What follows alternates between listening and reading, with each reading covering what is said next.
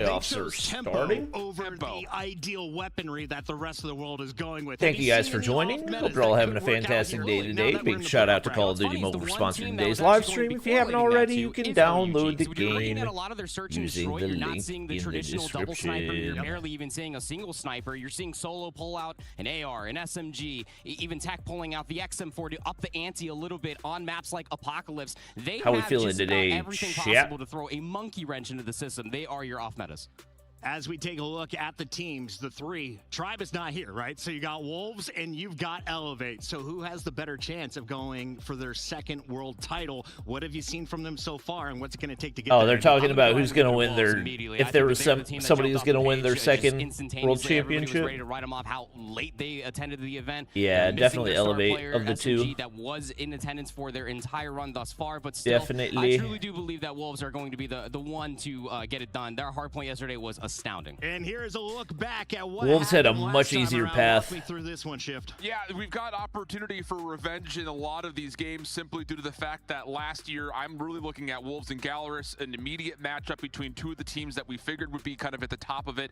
They were playing in the Swiss stage when they had played last year, and then of course Elevate Street Gaming. What was you can start to get back into the Wolves' mix path of, to victory will we yesterday? Actually see those two powerhouse squads have a chance to square up once again and see who really has the edge over one another. As good morning, everybody. How we doing? Play in CDM this last year. It's going to be unique to see how these Garena teams really do face up against the Chinese powerhouse. Welcome, it was welcome. awesome listening to the players at the start Thanks of the for joining. show. If you guys were tuning in before we kicked off, we did an interview and we were asking who is the greatest aimer in the game right now. They said it's a guy from Brazil. 3 different folks said it's going to be Lucasen. Why is this going to be our player to watch in Galorys today? If you interviewed me, I would have said the same exact thing. I mean, you go all the way back to when we were playing. I think best aimer. SKS meta. Everybody was always going to talk about Lucasen. Every single year, if there's a single tap meta, which go figure there is, he's going to have. I think there's a conversation for Zai though. I don't think it's definitively. And then, of course, when it comes Lucasen. to the GOATs, you can see Galorys has run into the Wolves in the past, and the man leading the way was Zai. Wear some formals. MVP so far for 2025. I'll wear formals tomorrow. The regular I'm season. not getting paid for this. I'm not wearing formals every day. Right now. That's bold too. I mean, it's not that bold. He's incredible, but it is one of those that I was surprised how convincing. Wolves didn't drop a map. It was a DQ. Really Elevate dropped a map. I mean, the #1 player in the world. This is the interesting part, though, is take a look at our map mode combination. I know this is gonna ruffle some feathers. Anytime you play China on Summon Hardpoint's a mistake. I think Galorys have probably learned that lesson. But what we talked about, we're playing with their main hardpoint lineup. Has not been great. Not just in their region, but there's also been. I know people aren't gonna like this, but OUG as it stood across a number of other actual looked better throughout Swiss and the playoff bracket last year as well. So there are elements to where OUG looked better than New Gen yesterday. Like, I'm just gonna say, can stop the power of Wolves' hardpoint, but at the same time, Wolves need to really adapt in the search and destroy if they want to have a chance to run to the grand finals. Once again, the reality is. Time. Here is a look at your bracket. Andy, walk me through this one. How New Gen were formed Who are your 4 squads 2 days ago, so I don't think that's really a hot take. Very deep run, and they're not going to just be joined by all the Chinese regions as well. I think that Elevate are going to come into this and absolutely shake things up, whether they make a lower bracket run or not. Everything that we got yesterday. Galorys already eliminated? No. From the group, right here. specifically from Q9 and from Wolves. Elevate also qualifying from the upper side of the bracket. I think that's what you're mostly looking at. Prediction for finals. Enough chatting here at the desk. It is time to get your playoff started. I would say most likely is Elevate, Wolves, and Q9. That would be my top 3. Mr. Puckett, if we're talking Championship Sunday. This stream nice and early, you are about if we're talking Grand Finals, I would say Elevate versus Q9. And it is now time to based on what we've seen so far. Position to get into game. Let's begin. Thank you for $10 though. The first team onto the stage is Galorys. Can we get some dono hype in chat? Bom dia to the boys from Brazil. They've been called the West's best chance at a top 4 finish. They've showed their potential before last year, and now we find out if they've leveled up. I gotta be careful pulling up the dot because I don't want to accidentally show it on stream. Let's see. Their opponents, it's Wolves. That would be tragic. So what is the orange? From China. They're topped what was he Group saying? B with complete control. Even down a pack member, they're still Expired or settling used, in gotcha. and looking every bit still like the favorites. This James is missing that vibe. What do you think? I mean, there's a lot of factors in that. Part of it is just there's no people at the venue. So, like, yeah. When there's nobody at the venue, you can't really have that feeling of World Championship, you know? The top form in the bracket, the other will drop into the lower, where they will fight for their lives. Which way will it go? Puck it. Let's talk about it.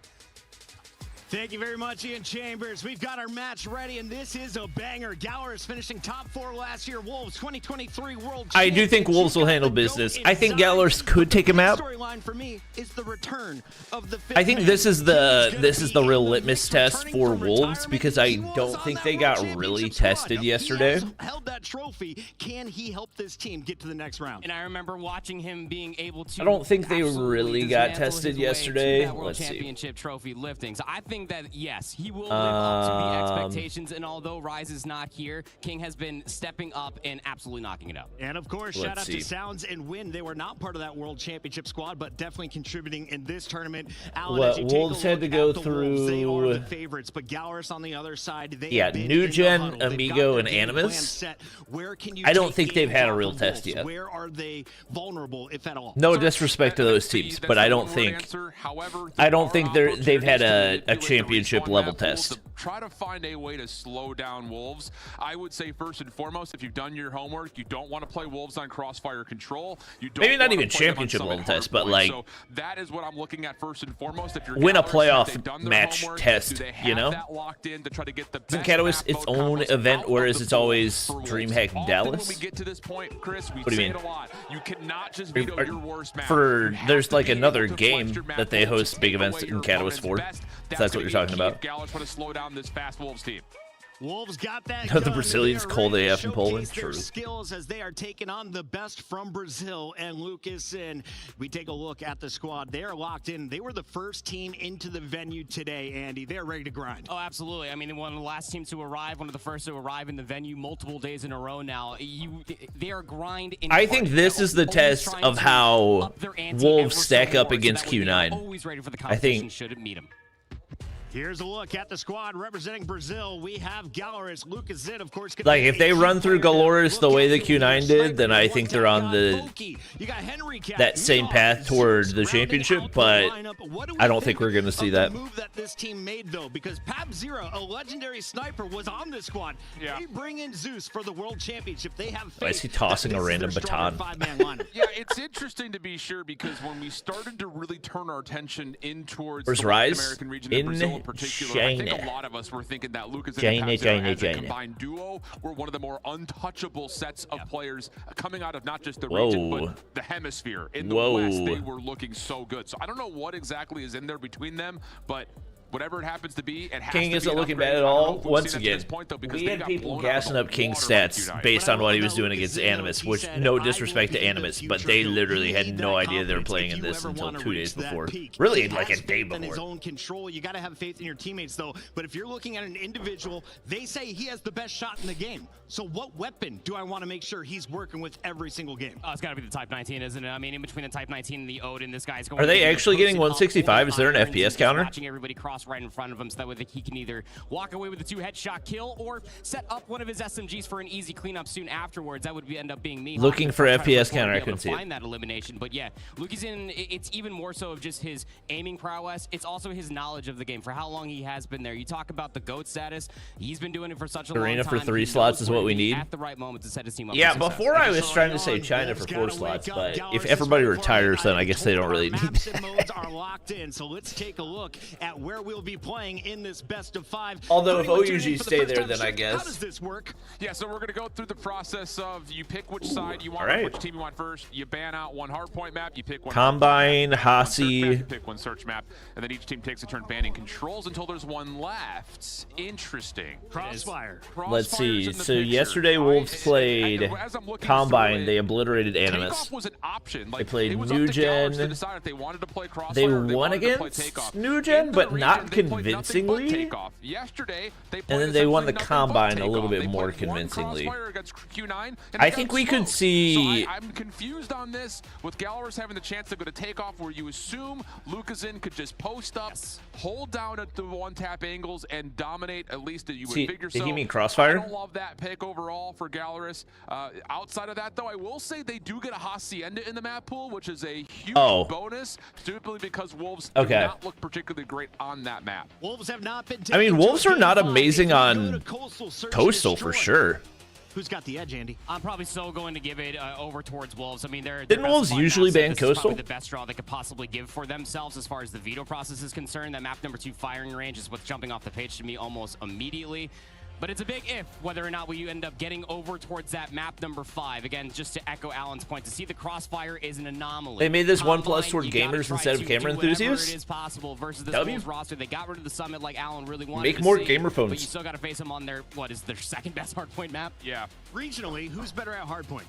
China or LATAM? Tough to say because China's just better. Region, you would say that China is more of a search and destroy region, but Wolves are not that. They are a respawn team first and foremost, and it's hard. China's to just better, you know. In LATAM, because it's just you're asking me, Chris, what is Galorys best at? Because the rest of the teams in Latin America are relatively irrelevant when it comes down to the actual significance of being able to take down a Chinese team, and Galorys don't get touched in their region by anybody. So when you're flawless in every single mode, it is tough to answer. I would say that he's not wrong though.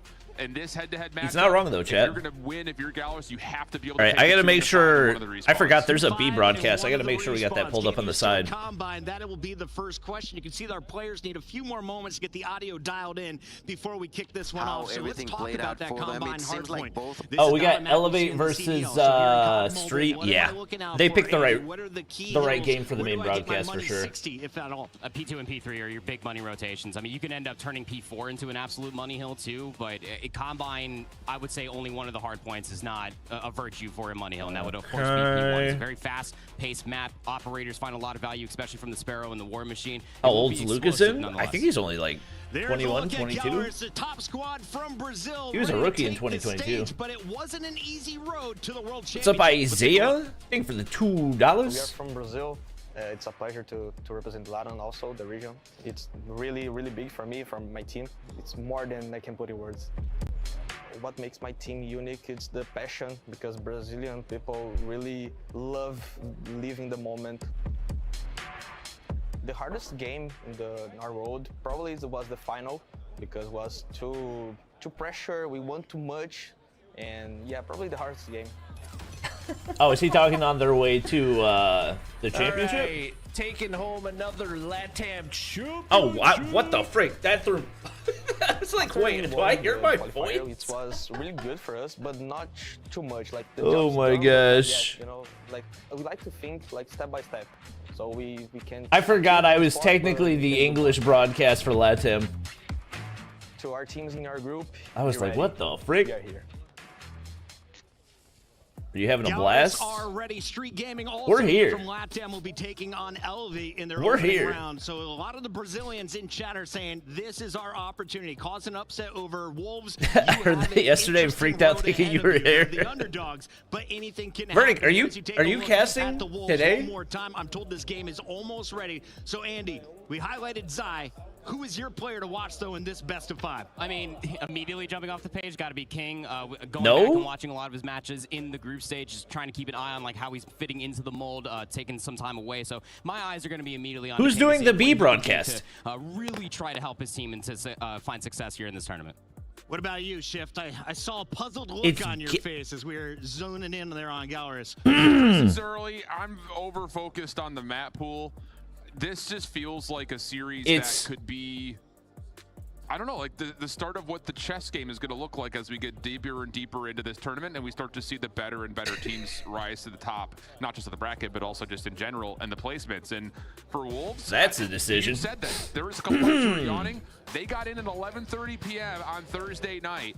They didn't slow down on Friday. They dealt with their group stage, but the jet lag could be an issue, and you cannot afford to come out slow. That is a decision. Team on a map that they're also very good at. It's been a near perfect run for the Wolves. Only one loss, and that was a DQ for a self-made. We jump into a fresh best of 5. This is your playoff bracket. Who locks into the top 6? Who fights for their lives? All it's right, time to find out. Here we go, chat. Again, rematch on the line here from last year's Swiss stage.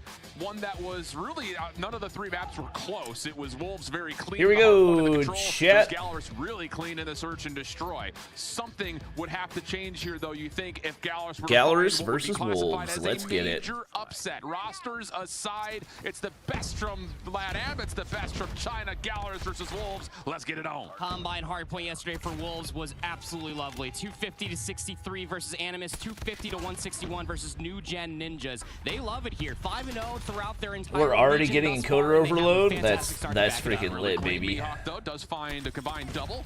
Gives an opportunity for Galorys to come off spawn and be able to at least contest some of this time on P1.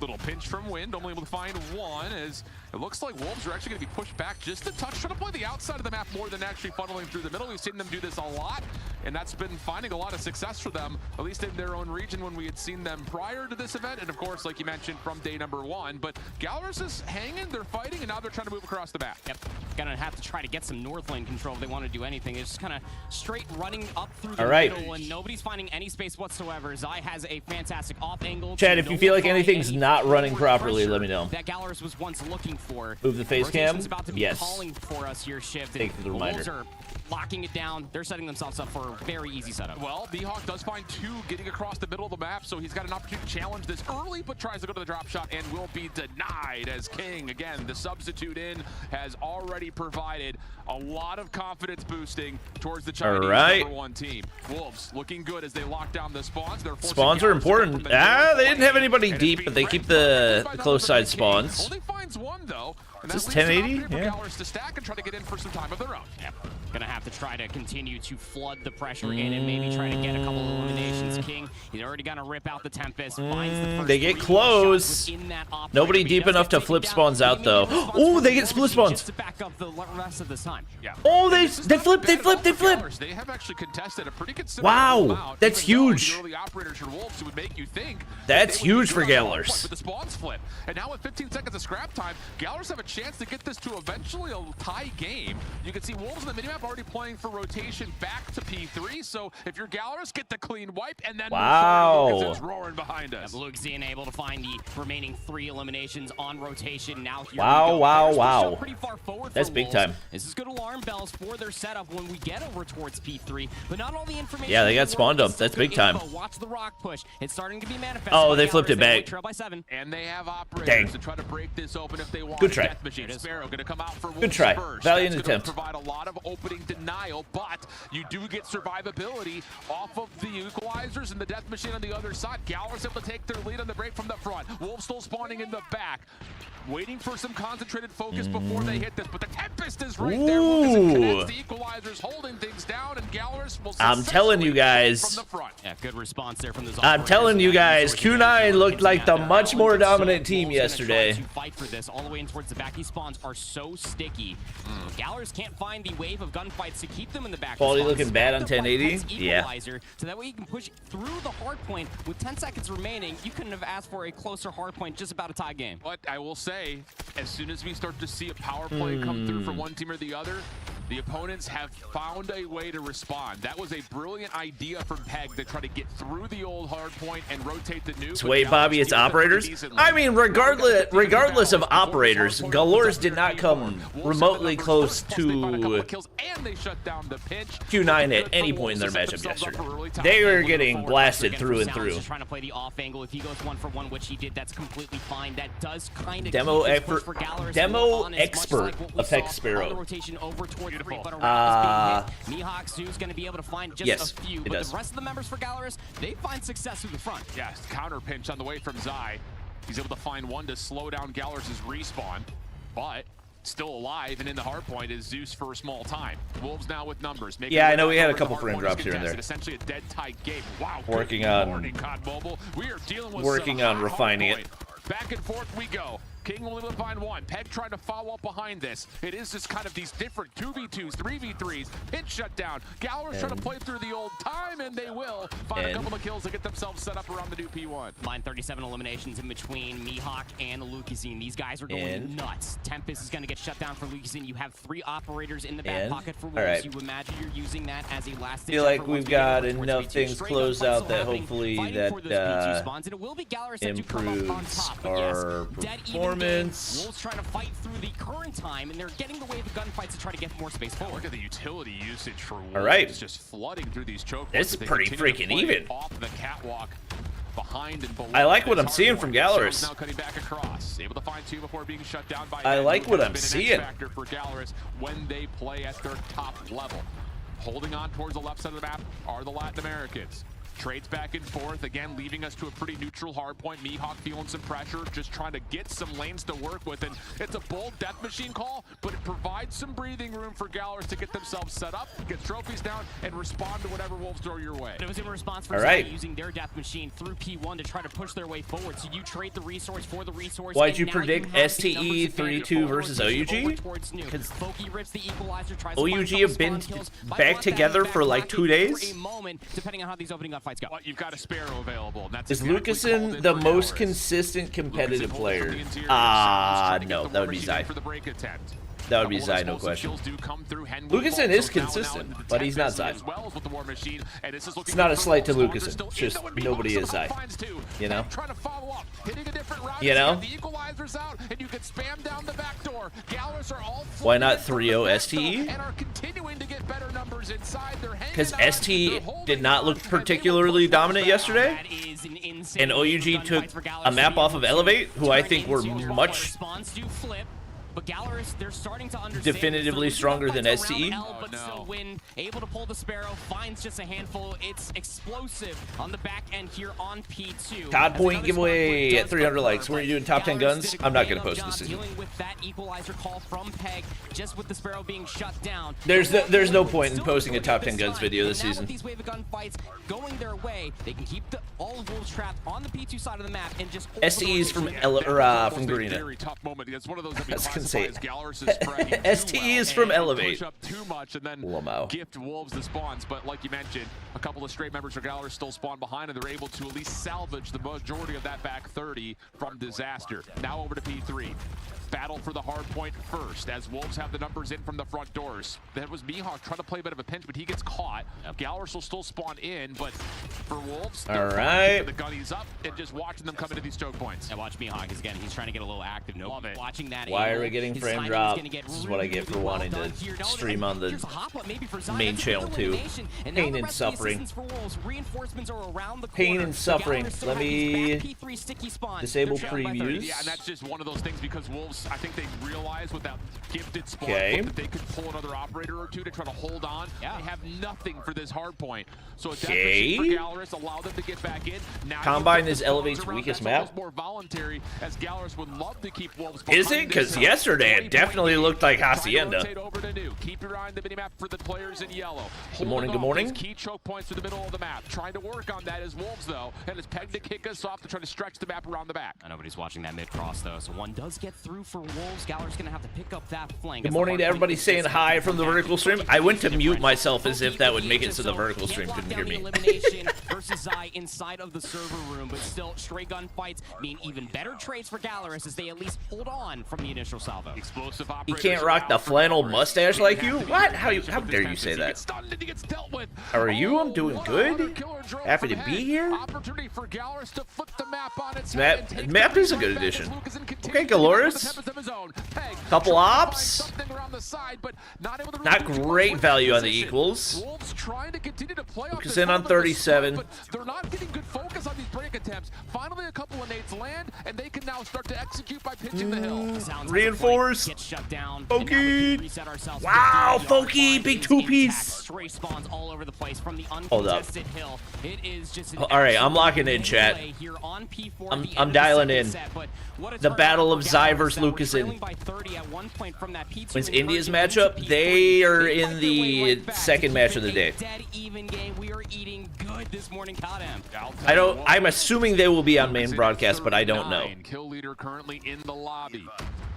Again, I don't love the way they split up the matches because, to be honest, I feel like the second 2 matches of the opening bracket are the better 2 matches, you know? One king in the mix, and I'm not talking about the substitute for Wolves. Tie game, P1 still open and active for Galorys, and they're able to lock down the left side of the map as it was being fought for. I want to see the Wolves that won CDM. Well, this is the Wolves we got, so this is the Wolves we're seeing. The rest of this rotation. Respawn Demons from China forced to be a little humble this morning. 168 still. Honestly, they could have had rotating casters for the B stream, kind of like main broadcast. Yeah, you would think so. That would make sense. Away from Wolves, but the setup is the most important part. That would make sense. Any sort of flank opportunities that Wolves were once looking for, and they just have to meet them at the gates now.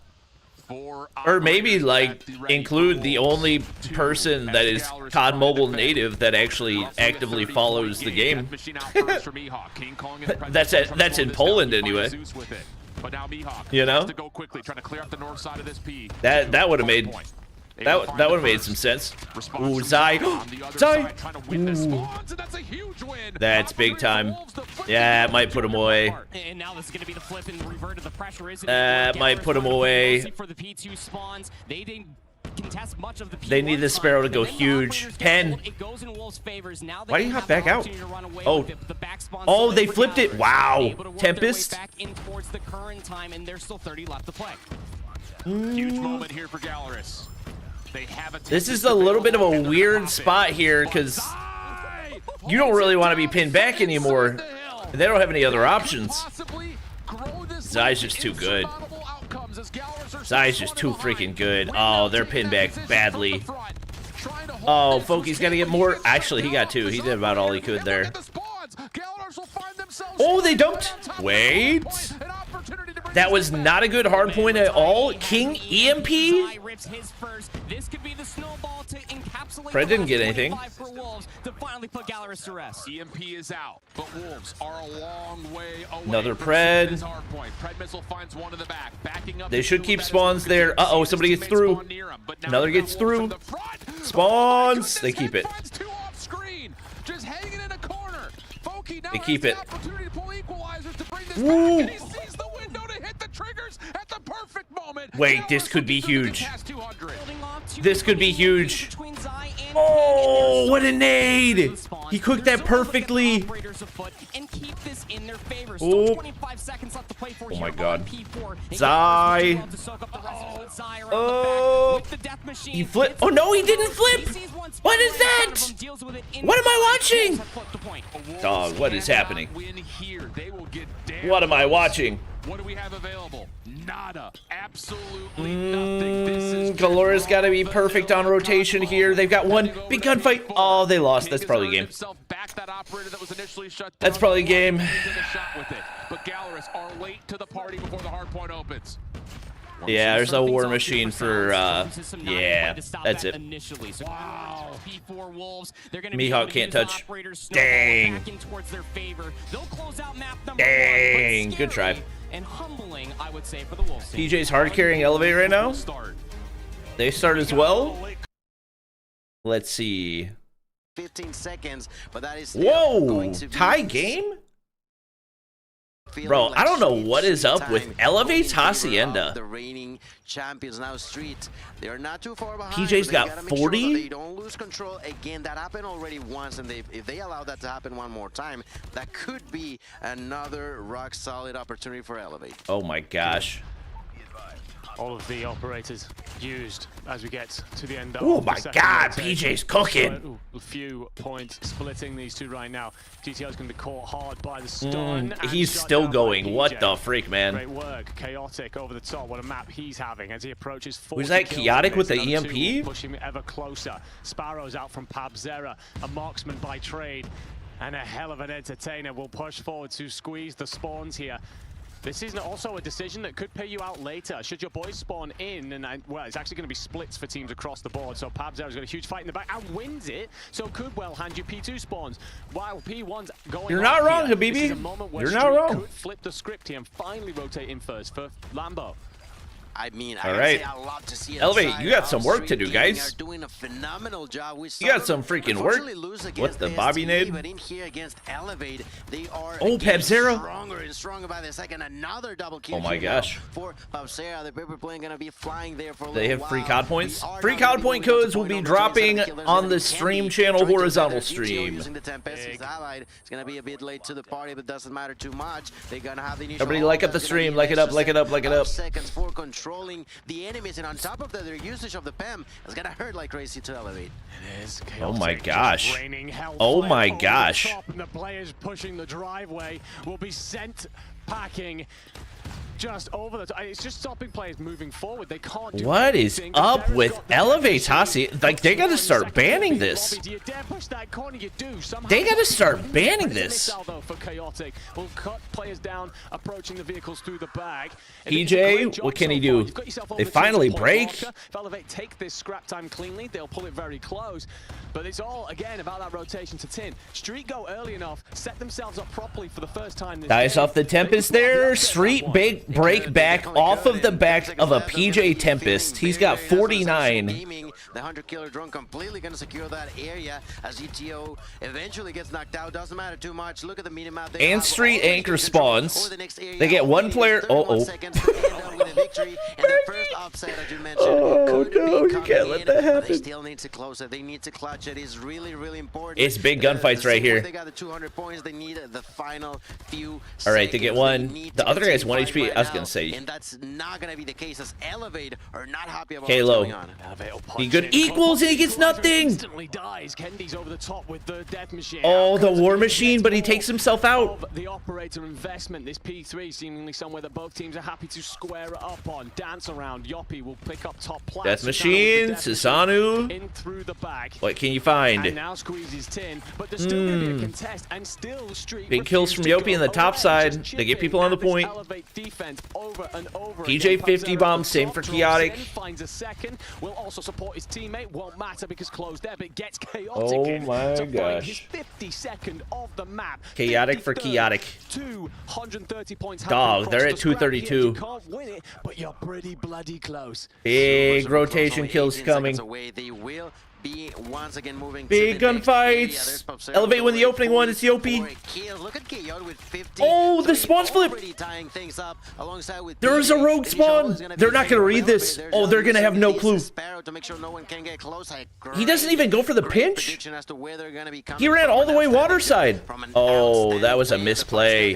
That was a misplay. He didn't go for anybody on the point. Elevate. Yeah, they're about to make this comeback. They're about to make this comeback. Yoppie's gonna call the Pred. That's gonna find two. And the war machine dead. Oh dang! The Tempest is out. You're squeezing forward. PJ's just too freaking good. 57. Wipe them from the board. 3 seconds left, and all 57. And rain on Street Gaming's parade. Crazy. Crazy. And Wolves all right, perfect timing. As Galorys are blown out of round one. A double sniper just immediately stopped right in its tracks. If you get those nades and those stuns right over the top, the nade did connect to the player that was outside of him. Appreciate it, X-Ray. Who was for Wolves, but again, Galorys just kind of posts up inside of wood. It is as firing range opener as PJ's just too freaking good. Elevate got some work to do though, Chad. Elevate got to work on their Hasi. That did not look good at all. But Galorys are taking a lot more space quickly. Smoke this time, still a little bit short of that A site, so it looks like Galorys play this in the middle of the map and over towards 10. King still alive what in and the kicking, world? able to get back towards safety. He's got wind right where. Wait, how does bomb get solo dropped in trailer? What the? King knows the bomb's down inside a trailer, so these smoke attacks. Why is bomb carrier alone in trailer? Not really worked out. How does that happen? How do you try to retake this? I have no clue. This is exactly what you do. You leave one player of Louisiana. He's playing inside of the showers. Just maybe if anybody overextends, but like you said, the information is mutual. That bomb is. Why is it a YouTube short? The horizontal stream is over on the stream channel. All of B through tires. One player overextends. That's a fat misplay from we got to recover from Wolves. Yeah, you got plenty of time. but that 3-man swing needed to move together, and they needed to move quickly to try to get a 1v3 situation. Yeah, isolate one of the targets and at least walk away with the trade. Oh my God, he saw the foot. Well, I mean, you knew they were going to be playing trailer regardless, so that info doesn't really do anything. Oh, wow. Elbows. Wow. Elbows poking. Lucasen, what a shot. You've My got headphones just died. set up in the bomb in front of you, and the substitute in no, they didn't. makes a critical misstep. Okay. Now Wolves trying to play this over towards the obstacle course, and okay, that'll work. And you can just shut it down. Yeah, hey, what a nice little slide job for 3, sure. Yeah, critical errors be damned. Everything gets nullified when Win slides over by the training dummies. So I'm stuffed. I didn't even see what happened. I looked away for a half second and missed it. Struggled to try to get it was a 1v3? Oh my God. So they're going to take a pivot. They're going to take this fast hit. Oh, it's just a 3-piece, not a 1v3. The player that is here with sounds, he's got the Odin trying to play for the 1-for-1, but he's hearing all this info. Yeah, and King's able to connect down to the opener. So now Wolves will get full clearance through mid, toss a couple of nades to slow down this. Like up the stream, like up the stream, like up the stream. Around tires. Yeah, they're realizing that they're stuck right now.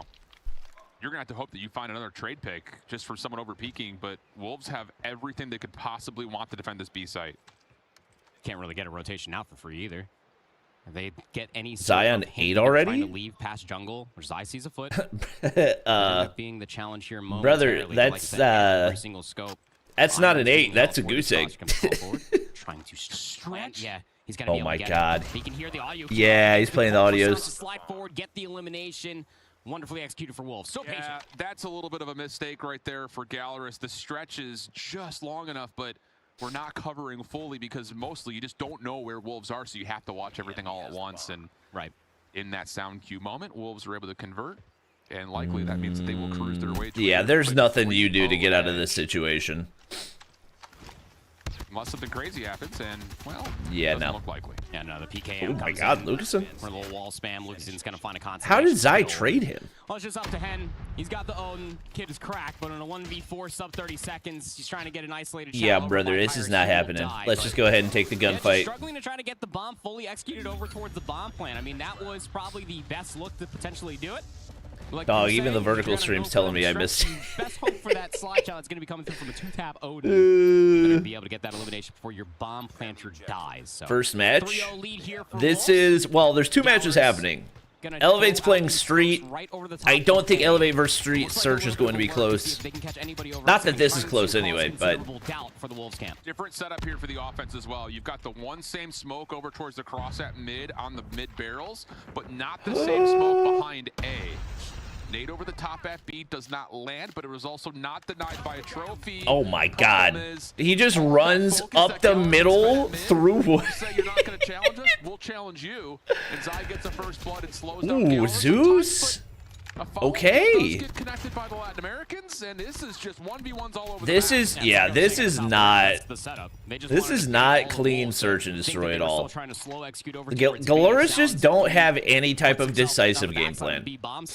And they were hoping for the like and I think the difference is with a team like OUG, it's messy, but at least you can tell what their game plan is. He's able to connect. King.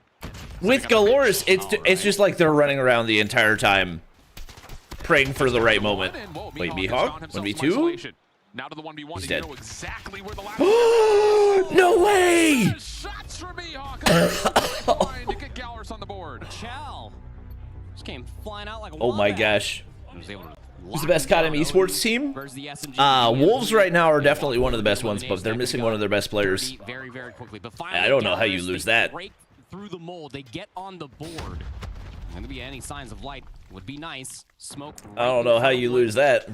And it seems like Galorys are trying to double. Odin sucks, brother. Odin's what he died to. Odin's literally the gun that killed him there. To try to see if they can catch anybody overextending on that side of the map. But Wolves, they're going to adapt and learn what really came back to bite them in the previous round. Not going to give them an inch.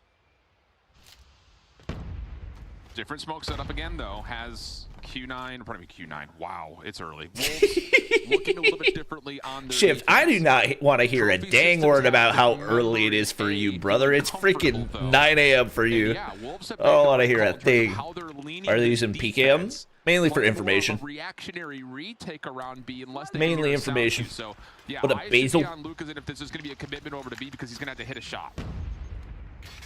Is this the finals? No, this is first round of playoffs.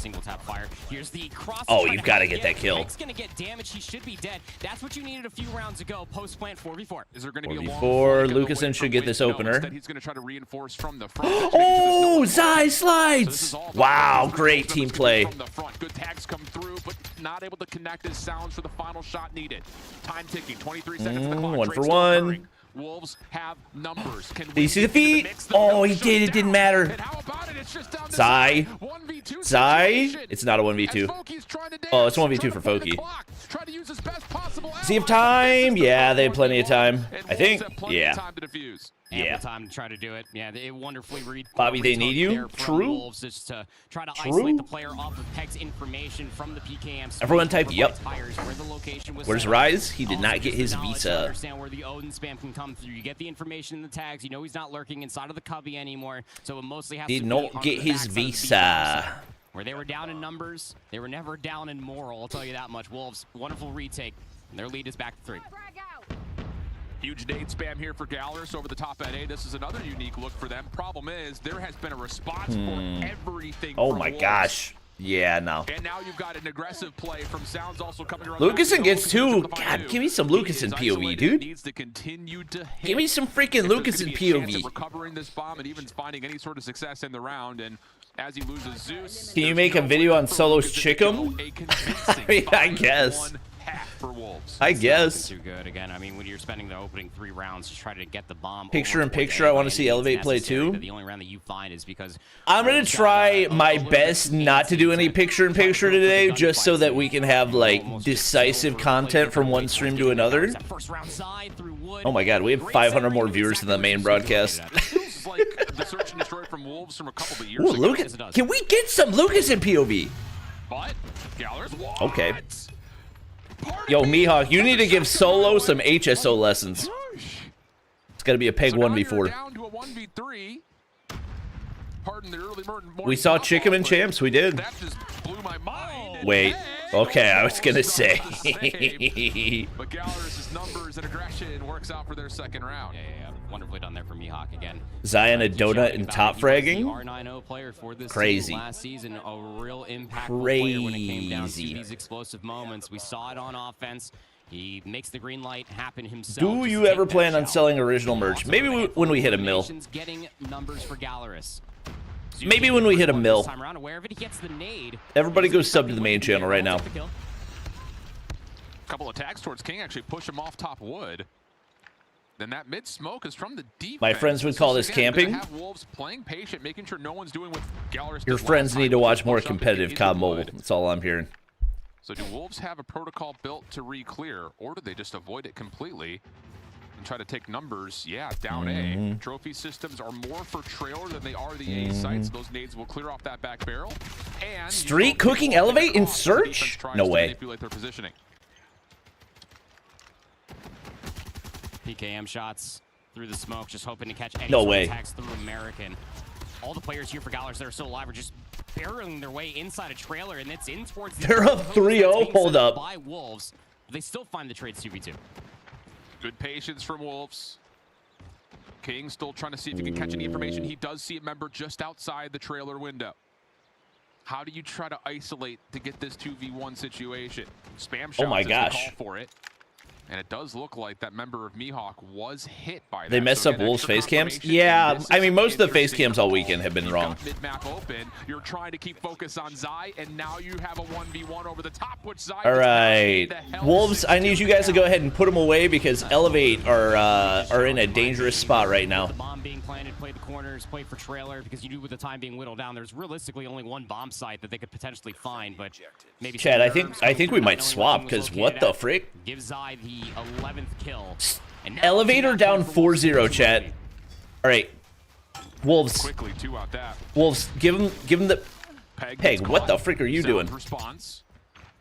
Again, lots of early action through the middle of the map, and the one player who has snuck through is me. Why don't you spectate top snipers anymore?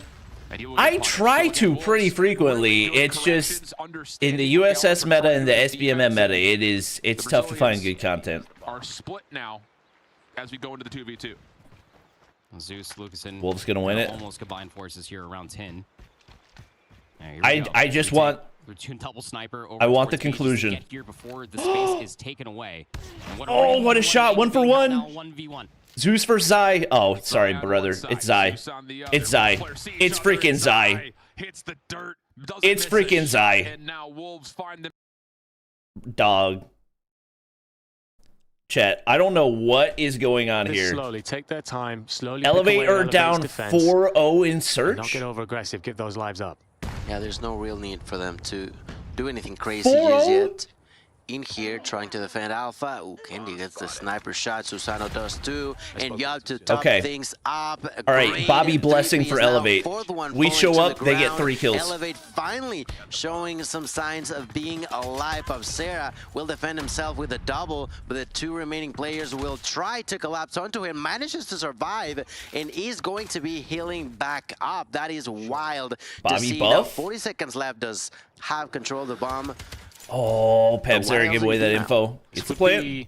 Oh my god. Kendi, I don't think can see him on the hop up there. Yesterday, it was an ace. It was on defense with bomb down. I don't know if he realizes that Kendi was bomb down. He hopping makes there. This a fight that he takes on his own terms. 35 seconds. Wait, this is actually a great play. They hop bomb. Instant hop. Oh, they hop bomb. Oh, they're diffusing. Oh, PJ balls of steel. Yep. Wow! He doesn't check. And the pros don't fake as Elevate decides to get on that quickly. Oh, PJ.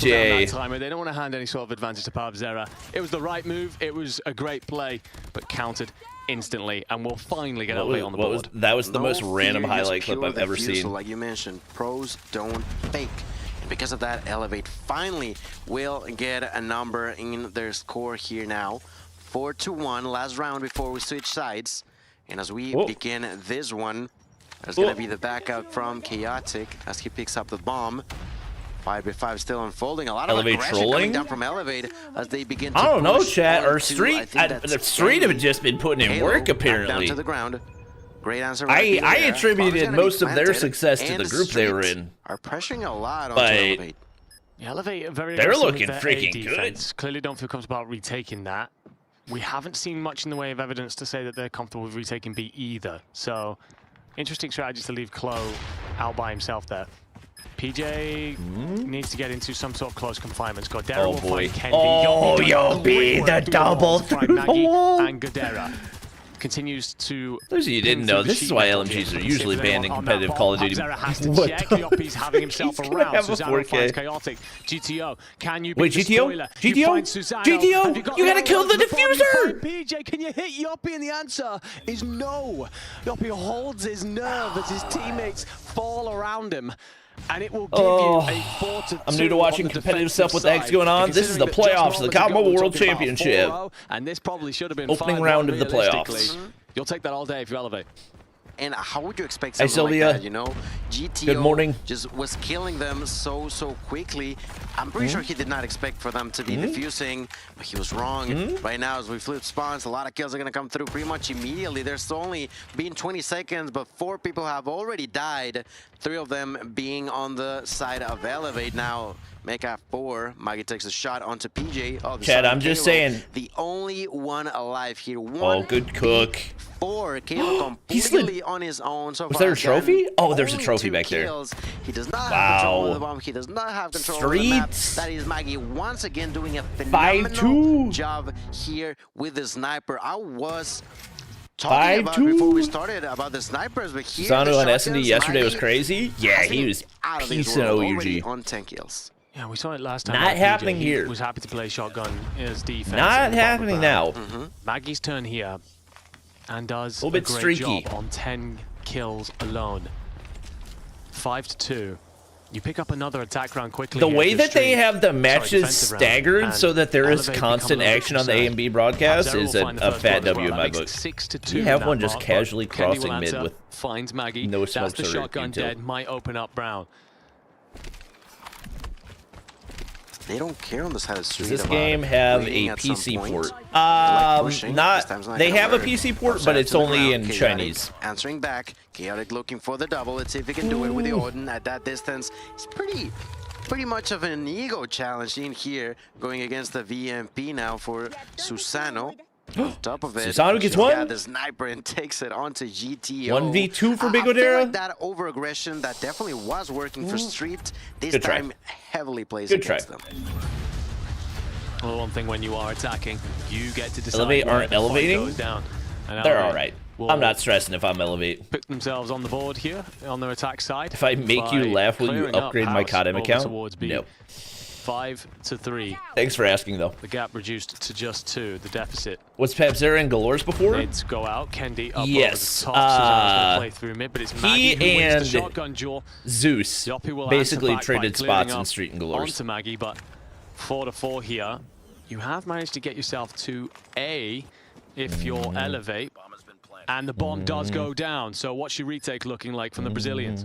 I mean, it's Oh, gonna be Big difficult because Odera. Yoppie not only This takes is that kill, huge. but also took that weapon from the ground. There's That's Big a Odera. huge Surprising pinch kill. right there. That's a great start. Make it a 4v3, but only less than 30 Gives them seconds so on much the more clock. room. They have to start running towards that They do have to bomb. deal with Kendi. It's gonna be Are they two not on going to the A send side. anybody through to boxes?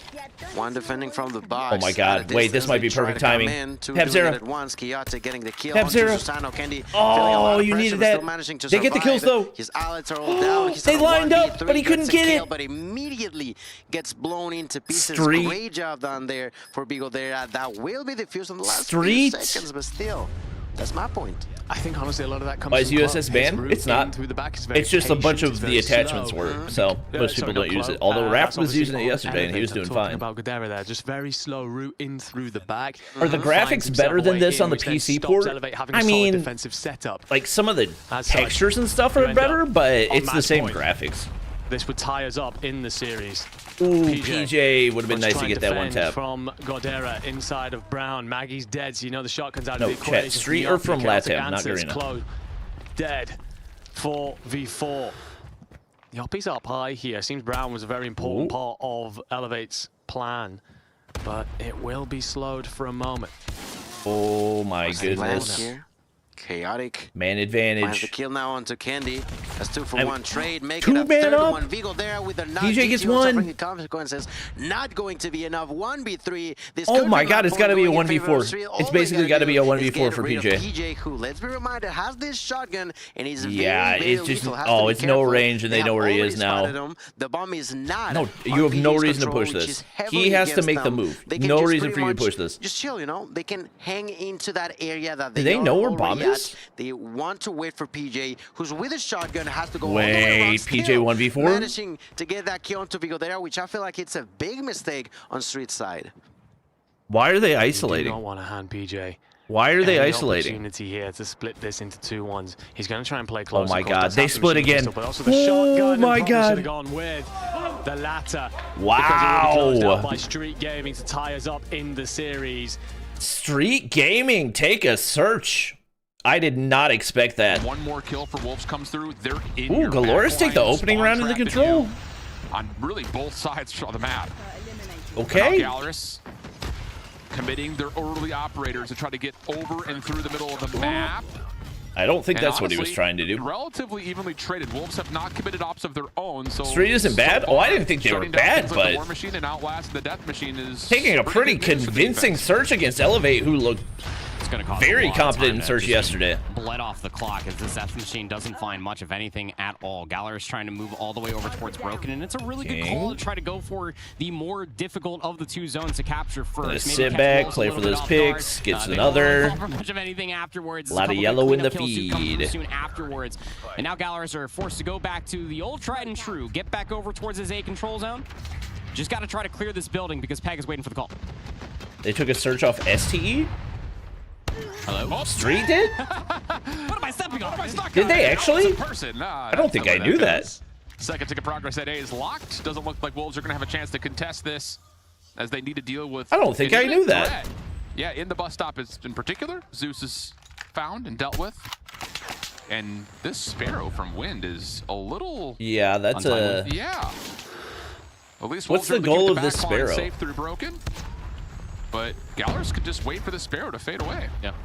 What? Big operators just completely fall by the wayside that you might need to get over towards this B zone defense. The Tempest I can understand because they need to create some space forward. Activated with the shotgun and a 1v1 versus oh my god. HSO shotguns are all over the kill feed right now. Foki, he's gonna rip out the Tempest. He gets swiftly dealt with. And what a life advantage was there for Galorys and space being provided for that was interesting. Snuffed out.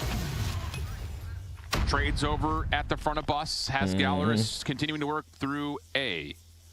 Trying to get into broken, but Wolves have, yep, the right response set up for it if they do get tested. How do you break through if you're Galorys? Tempest is at the ready for Lucas in, but Wolves continue to not have to commit any operators to this defensive effort. Up 5 lives and down to 43 seconds on the clock. Mihawk just brother. Oh my god, they actually bait out the place so they can wallbang. Still throwing shoulders for the information when trying to. Oh, Wynn's just gonna be up. What? Walk away with 2, so now you can get a little bit more space. Oh, that's the round. Why are we popping Annie here? Any sort of B antics, why? Have to find something off of that one player as well. Oh, that's such a bad investment. War Machine out for sounds. But Wind, yep, behind that's that War such Machine a bad investment. That should likely put this round. I don't think Sound needed to use a War Machine here either. But they're getting the round win, so like. Want to do much comparing and contrasting between the first 2 rounds and say who's got an advantage, or you just want to keep watching? Well, it's the life advantage, right? Because each 2 teams already only captured. You put up another live for the non-vertical? Yeah, that's over on my stream channel. Bobby Plays Streams. One of the 2 zones that is more applicable to try to assault. But it comes down to the lives. Who's STE against? They will be against OUG. So we'll have to keep a close eye on that with the 3 remaining for Galorys previous round, and then going in towards the, what was it, 11, almost 10 for Wolves. So it is their lead currently as they're back over towards the offensive side. Trades are even for now. Wolves are still holding on to a couple of key operators. Keep that in mind. So now that they've gotten back on towards this A zone with some conviction, those are the power weapons they could possibly use to get influence back. If you're a shotgun, you gotta win that. It's more difficult B zone. I will say for Galorys, that's a lot of progress. They give up A quickly. They tried to swallow. Okay, so they're trying to pinch it with Mihawk, and Mihawk actually just gets a 1v2. Has the interesting but DM. They lose the A zone. Can't quite stay on to contest. So now it's just down to can you push forward? Okay. All right, that's not bad damage, and you get the forward progress. When is King's Prime? HSO shotgun and maybe get inside 2023, where you already had 1 player of Sounds located at. Hen now pulls out the Sparrow. Great transition from all the operators, but they come up just a little bit short on the exit. 3 quick kills come. I guess that's not the worst Sparrow call. They're finding the kills in the feed, but then the immediate trades for Galorys with the. I would have said that for a more advantageous position. I feel like they were trying to spawn trap with that, and I just don't think that's a necessary investment. Is there's now, what, 1 operator in play and 3 on the table for Wolves? Where else do you go? If they can punch a hole in this opening, they can cap B really quickly, and then you're in trouble. Oh my god, what a shot. By the way, everybody's saying, okay, now we can start. Oh my god, he's too nice with it. He's too nice with it. Oh my. Life lead now for Wolves. 9v7, but Galorys Zeus killed himself with the War Machine. No, it's chalk. Wolves are gonna get this. Zeus takes his own life there with the War Machine, so it's immediate response coming through now for Wolves. King. He's got the Tempest. Yeah, no, it's over. Machine out as well for Peg as he is just lighting it's over. The first segment's getting work done on B. Hen gets 1. Looking good here for Wolves to put this one over the finish line. Oh, Foki had a Tempest? Wait. Foki has to pull Tempest and isn't able to do too much with it. Huge advantage now for Wolves as they find themselves on series point. Yep. I mean, segment that's not doesn't great. Really mean much of anything if you're able to convert an offense, it's not too terribly good. Going in towards this map number 3, so difficult to try to convert, but Hive's not banned though. Yes, Hive is absolutely banned. And that Herculean play is by everybody's voted. Hive is absolutely banned, brother. He's up to 23 eliminations. Now Galorys got to respond with an offense. Yeah, I think this is probably over. I think it's a Wolves 3-0. First 2 kills are good for Galorys. Get them quickly across the middle of the map. And I was about to say maybe an opportunity to stop the clock early, but yeah, HS things. Quick kills for The Wolves fact that the defense. HSO was the Feeling only quite feisty gun as that Peg didn't is get just any playing attachment outside bans the from the zone. He's gonna meta, use that as kind of his alarm system. One, he needs to keep his focus outside on of like itself. maybe, Here comes the play forward. outside of the It's broken shotgun guns, you versus know? sniper. And a little bit of Like, I help feel like the starting to come HSO through. is Peg the, somehow was doesn't the hit that most one in hated the gun corner. outside of like Type Help 63. nearby as Wolves will gain control of the double stairs, and that will be enough for Peg to eventually connect, but not twice, as Galorys continue to keep the defense moving. New Gen played better against Wolves than Galorys. Not fully locked in either. Galorys, to your point there, able to convert the kills, and I would say they continue to played keep their feet relatively moving forward to try to get evenly. inside of the bus stop and maybe try to convert I don't couple think there segments was a over big to try to gap. Put the pressure on Wolves, but it doesn't really work out in their favor. Instead of just getting the extra 60 seconds, they throw so many lives I don't think away there out, was a and big now they gap put in themselves even in the a worse scores, to be situation, honest. but I they're feel able like to it was turn pretty this similar. into something beautiful. Yeah, what Put else? themselves back inside of the bus stop and maybe try to find something. World more Champs tense there. draw? I'm trying I to say, think like, it they're drops keeping the after defense Champs mobile. ends. Like, they're moving Wolves between both zones, and that is actually leading to an opportunity here to kind of keep Wolves a little bit more If I limited remember in their correctly. scope defensively. Follow up I mean, here this for is still Foki's able to winnable for get deep Galorys. towards shops. Zai B-Hawk, understanding Death the Machine, threat, but wait. Galorys are ripping apart the spawn. B-Hawk's Death Wait. Machine clears out broken. Wait, oh, win. That's a big kill. Lucas and Annie needs to go big here. You could possibly finish They're getting this double zone, time. but King's able to hit a snipe. Sounds is able to find Lucas and connection with the Annie. War Machine, and the life lead is still in favor of the defenders. And they know that Lucas's operator. Where did he the go? Violator, still lurking over Oh, at he's B, so lower they now. Take the lesser of the two evils and try to work their way back to the middle. Oh of the my map. God. Third segment. Of He gets another two, another three. Players for Galorys lurking inside of the bus station. They can win Second this. segment They're forward locked. on to Just B. 90 seconds left to play, and Galorys are in prime position to respond with an offense. Yeah, just stack the point.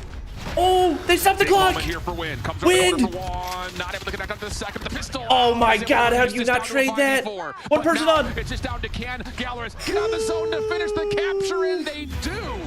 Oh my God. They get in. They find the kills they Oh need. my God. Number situation. We're going round 5. And with that Dog, it's conversion stressing on me. the offense via the segments being Dog, captured, it's stressing that me. should give Galorys the defensive favor going in towards this. Oh, and I they didn't know if they were absolutely gonna make got it So, happen. where it's already difficult enough to Zeus, close out War a Machine off single spawn? offense. Now Wolves got to do it twice. The to close thing out is, the three. Galorys are not going to have Galorys any ops. What the?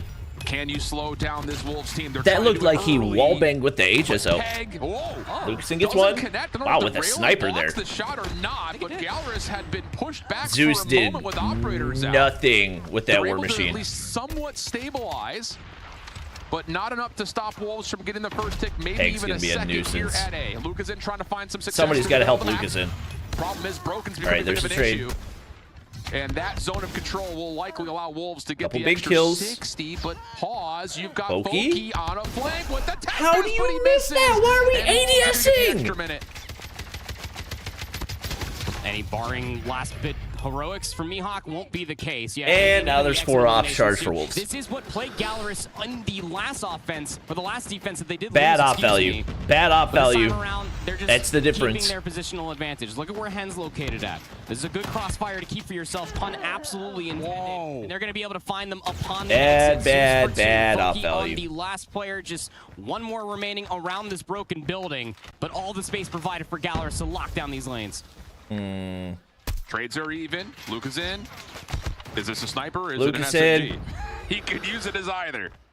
But Wolves are stabilizing. They're pushing back the defensive The thing force. is, Wolves are That's just trying to make waiting its way out the over ops, and towards the Galorys Wolves are side of the map. using, like, there's no Excellent logic to stairs. any of the Good ops for that one. Galorys are using Sparrow right is now. out right now They for just get Ken. the operator and they Has call it. not been able to do much besides just slow down Wolves from moving across this position on the previously captured A zone. Just hoping for something of these nades. Do I Smokes have an are gonna operator disappear charge? here in a Yes. moment. Will I use it? Yes. Somebody's got to try to work their way a little bit further forward. Already got inside the parallel broken building. Now all Wolves are in a good enough position. Here comes the smokes right They over have top. 5 The ops execution charge. after. Yeah, you're about to Zeus get is able to get stop. steamrolled. At least one member from the Wolves from getting over. So Peg, he's going to have to try to thread the Get needle one. and get shut down. Wind Equals also dead. loses the equalizers. Advantage now to Galorys as they've completely Wait. wiped off this attempt from Wolves. Sound? War Machine out for Sounds, but he's by himself. Just trying to play his own Okay, lane, now- and he doesn't have an angle. War So Machine now dead. you've got Galorys really starting to heat things up. 13 Plays 9. No way. Still plenty of time for Wolves to refill. No way you choked 5 ops charged. Wolves went round 5 every single Where are we they going? played yesterday. They Like, get why back do you here need to push again, that but far this is not forward? looking much better whatsoever Mihawk until DM, that why are moment you in time. here? Throwing lives away. Back Mihawk up! has the death Back machine, up! trying to find more than the 30 There's 28 seconds left. They have to push to you. 9v8 with Oh 20 my God, seconds I'm gonna lose remaining. it. Wolves I'm still gonna have a lose full. shot. This could be a breakdown, though. Why are we pushing forward? We have I'm gonna Deli, we lose had full. the previously captured A zone, and we had operators, and now Wolves are Oh starting my to God. come back. I'm gonna lose It's a full. massive breakdown. Can Galorys hold strong? Tough 1v1. I'm gonna lose That's the right full. hit X with the Annihilator. Oh, Lucasen, please. One of his own. 6v4, 3 seconds. Wolves need to get on to stop the clock. Foki stops the initial, and Mihawk. Sidestep. Oh my God, Galorys take it. Wait. And take the control. Oh my God. Galorys here fighting. Oh my God. Rings through the area. Oh my gosh, they're just taking turns fumbling. Forcing out their map pick for the Hacienda, but They're just taking turns fumbling, dude. Brazilians elevate will Holy. 3-0 the control. Anything but in the way that it played. Plenty of credit again. Did they already win the way in control? which Oh you my lost that gosh. Chaotic will play close. There is going to be the investment of the Okay, war that was machine quick. here. I guess it is last dance for the Brazilians. Oh my Certainly God, a they had 19v6 5 ops charged you and they don't really lost, have a but choice, also and you get Galorys one were with it, trying you are so traded, hard turns to very troll quickly to a that away. 16v3. And if you were just tuning in now, you'd have no Oh idea. my God. Street Gaming had the defending champions on the ropes through pretty much all of the control. Oh my God. You do get 2 if you're Yeah, Godera, you showed up but for a good one, Sylvia. well, it's purely for pride, surely. We've seen some incredible moments on this stream through this tournament, but this will not be one of them for the Brazilians. Elevate will 3-0 the control. Oh my God. Anything but in the way that it played.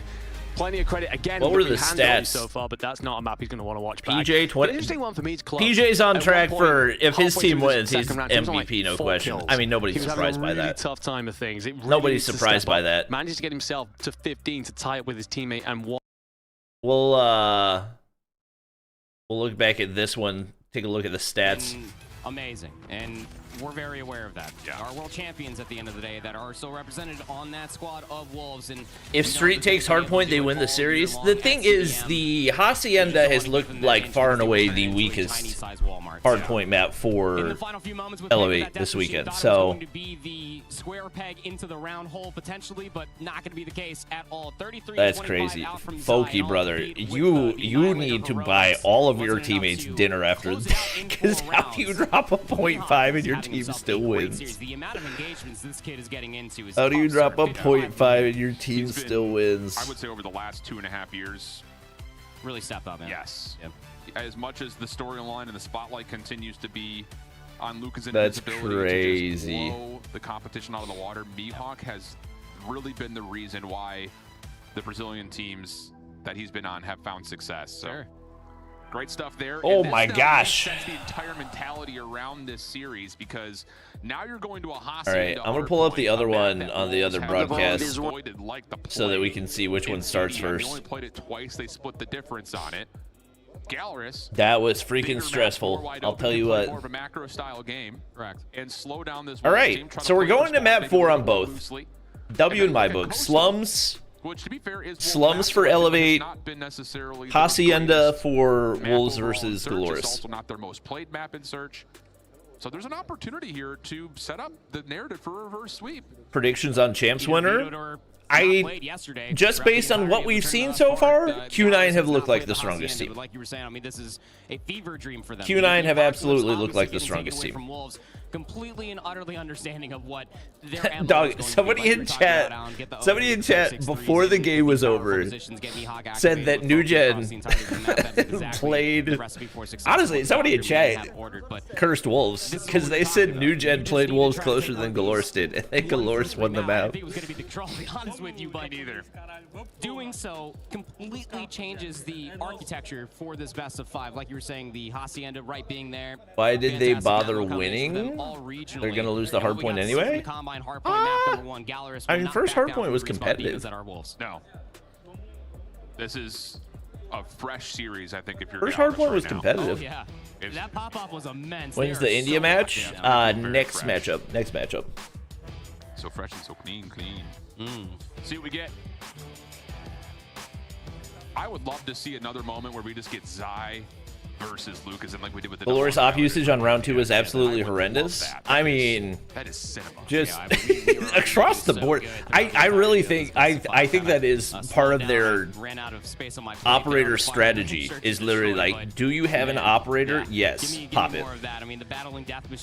Thoughts on the Warriors going to the NBA Finals? Listen, I would love to see Steph win another ring, but it's just not happening. Coming your way here for this not in the West. It is well, I mean, making it to the finals, I meant. But even more so, it is a home away from home when it comes down to this Galorys roster. They have found so much success on maps such as this. Well, Elevate and Street haven't started yet, so is Tribe in the tournament? No. Tribe no longer has the COD mobile roster. Choices are made. Here we go. Here we go. I'm sure Galorys are saying like, all right, sick, thanks. Opening first blood will go the way of Galorys. They're also winning window control right now. That is chef's kiss. Absolute chef's kiss from Galorys. Now they can hold on to the high ground. Try to get a read on Peg, who's trying to make a route over towards top they side read of Peg. The Somebody's got to trade that. Ooh, big kill by Zeus. Zeus able to respond. Not able to get 2. Full feed for Wolves. Opportunity to try to follow up here as we try to reset, and Galorys will have to try to next year Tribe's coming back. I wouldn't bank on it. I would not. I mean, unless they were going to pick up an international team. Totally blasted. CDL map is I don't think anybody's picking up. I don't think any major org is picking up an NA team. Oh my goodness. I was going to let you get there. Ignore me. I don't think any of the good NA players are going to come back to NA. So, able to get the spawns for Wolves. Now they are on the preferred side, so that way they can set themselves up for the Peg, big 2-piece. down low in the atrium of the Gives them a lot of breathing room on rotation. You also got rock control, a fantastic transition out of Wolves. I was sitting like, why does the map look so weird? I'm okay, I promise. We're locking in. Wolves with the advantage as we head over to P2, but lobby control and well spawns now for Galorys. I'm locked. I'm in there now. Credit hits. Galorys are getting rolled. Foki has 0. Mihawk has 1. Lucas N has 2. They're getting booty slammed. They're getting choke slammed. I'm about to swap to the Street vs Elevate game when it starts. But you still got these well spawns coming through from Galorys. A little bit of how much do orgs like Tribe pay NA players? I feel like NA players back in their prime probably got like usually between $1,000 and $1,500 a month. Like, it's not a livable wage. No NA player has ever been paid a livable wage to play COD Mobile. If it was gonna amount to a livable wage, it would be based off like salary plus earnings. We see this across every form of competitive Call of Duty. When the system is this good for this is pretty freaking brutal. You put in that 5th spot, they're gonna find a way to find success. I mean, as Galorys gotta lock in here. Oh, they get torched. The most explosive player that's on that roster. It does let the other players step up and fulfill that role. You get to see Sounds really step into his own. Peg also coming back into his championship form, right? So. Yeah, I'm going to go ahead and agree with that one. That Wolf system is one that absolutely... When does OUG play? OUG and New Gen are going to be playing at the same time, unfortunately. They're up next. Oh my god, Peg's just saucing on them. Oh.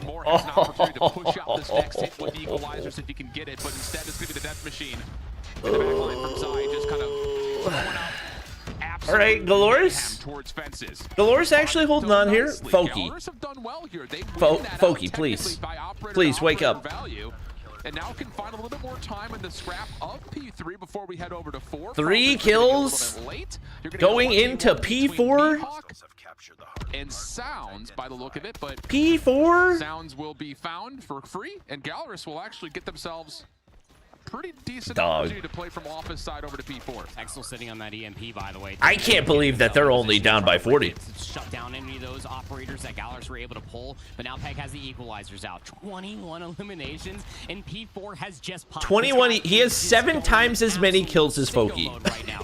The top side of office, nobody dude. The flank to come through as quickly as it did. Dude. Equalizers and Wolves are right back to where they were. Oh man. If you're Galorys right now, oh man. This first rotation was won by EMP levels of earning from Peg.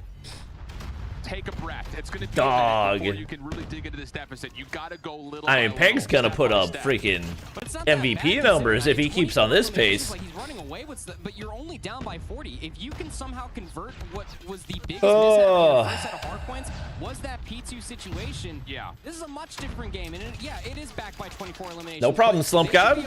Glad to be here. Why does no one use USS? They so competitive has most of the best USS attachments banned. Dog, the fact that they're only down 30 with Foki on 4 kills is actually insane. Right, that's what I was looking at. Is like I imagine that's legit. use this right before P2 opens. Yes. I didn't know the VIP could wallbang like that. Play for that again. That big money hill at Lambeau. Yeah. Wolves doing Honestly, I didn't know that wall was that wallbangable. If Foki contributes literally anything, Galorys are instantly back in it. All right, well, he just doubled his kills, so that's good. On the hill itself, King, nice snap in reaction as he finds himself on 4 in a row. And Peg and the rest of Wolves can continue to just play through the middle of the map and stack the hill. Peg went able to find 2 on transition. Watch player number 3. Okay, they've got total topside control. He already goes. He finds at least 1 player off guard, but he gets snuffed out. So that does come through. Peg could blow it up. Lucason's got to win this. Lucason's got to win this. And they have hallway control.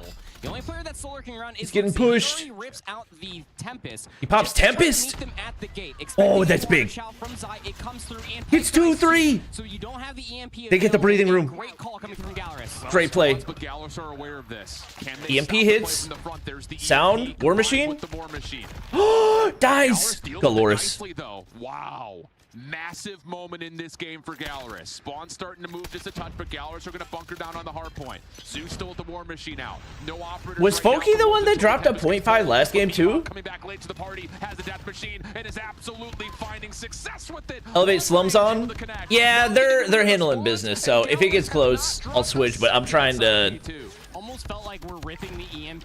I'm trying to cover as much as I can for this one because this is actually close. Like you were saying, Galorys just kind of like back up a little bit, reintroduce themselves with the operators after the EMP goes away, and they're able to walk away, to your point, the majority of this time. What was a 50-point deficit, now down to 20.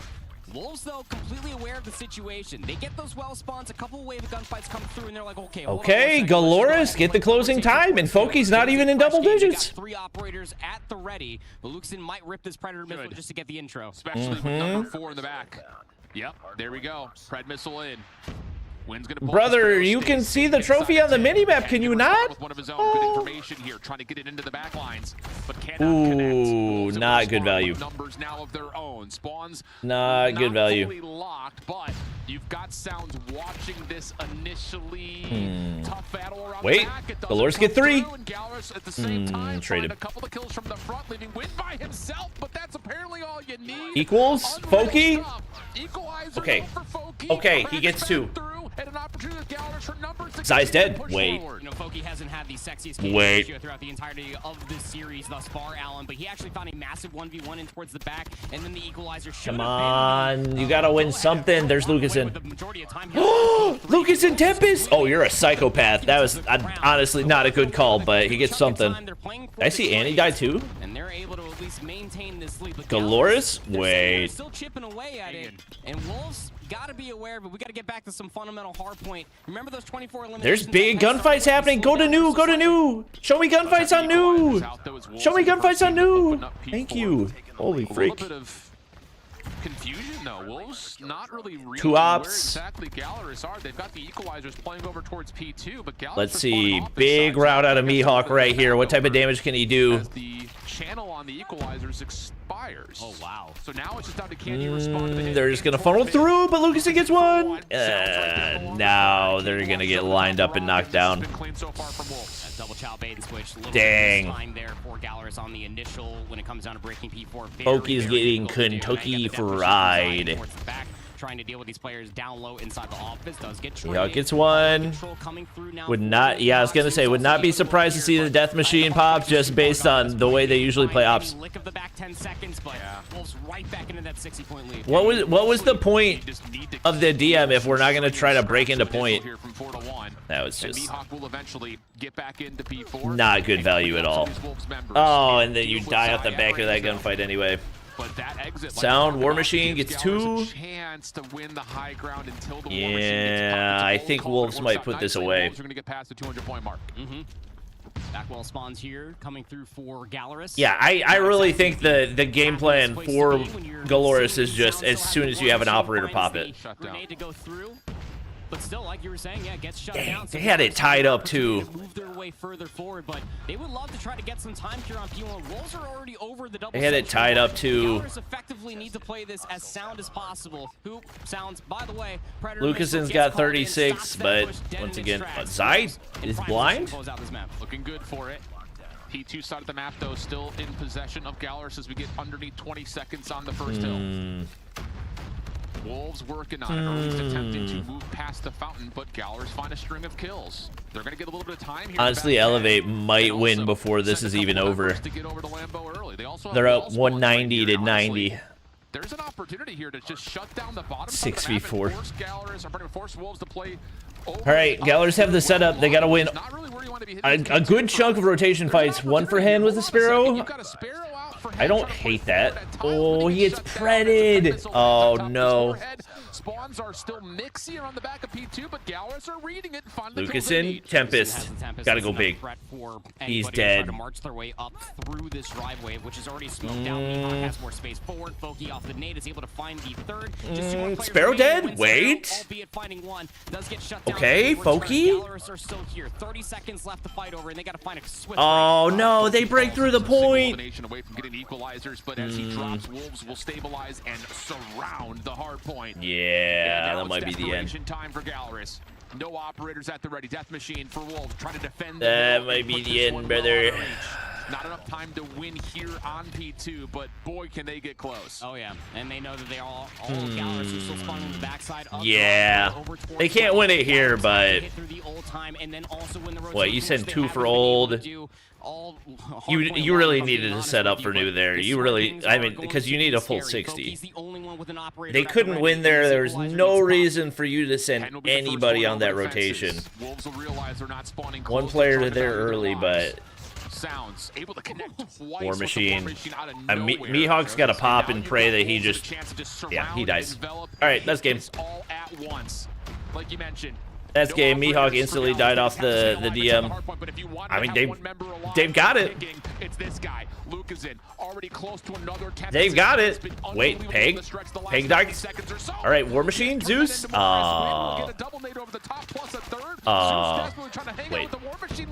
How do you have an angle there? Wait. If you're gonna have sounds, he's gonna see one more player there for Galorys. Right Lucason, Tempest. Can close it out here. Numbers advantage to Wolves. Zeus saves Lucason. for a moment, but kill needed as he gets the reload. Mihawk, you gotta get on. Yeah. Holding down the front with the equalizers. One more Foki just jumped in the smoke. And Foki, as he falls, wait. will have Wolves Yeah, in no. position to clean things Yeah, no. up right before we get to the next point.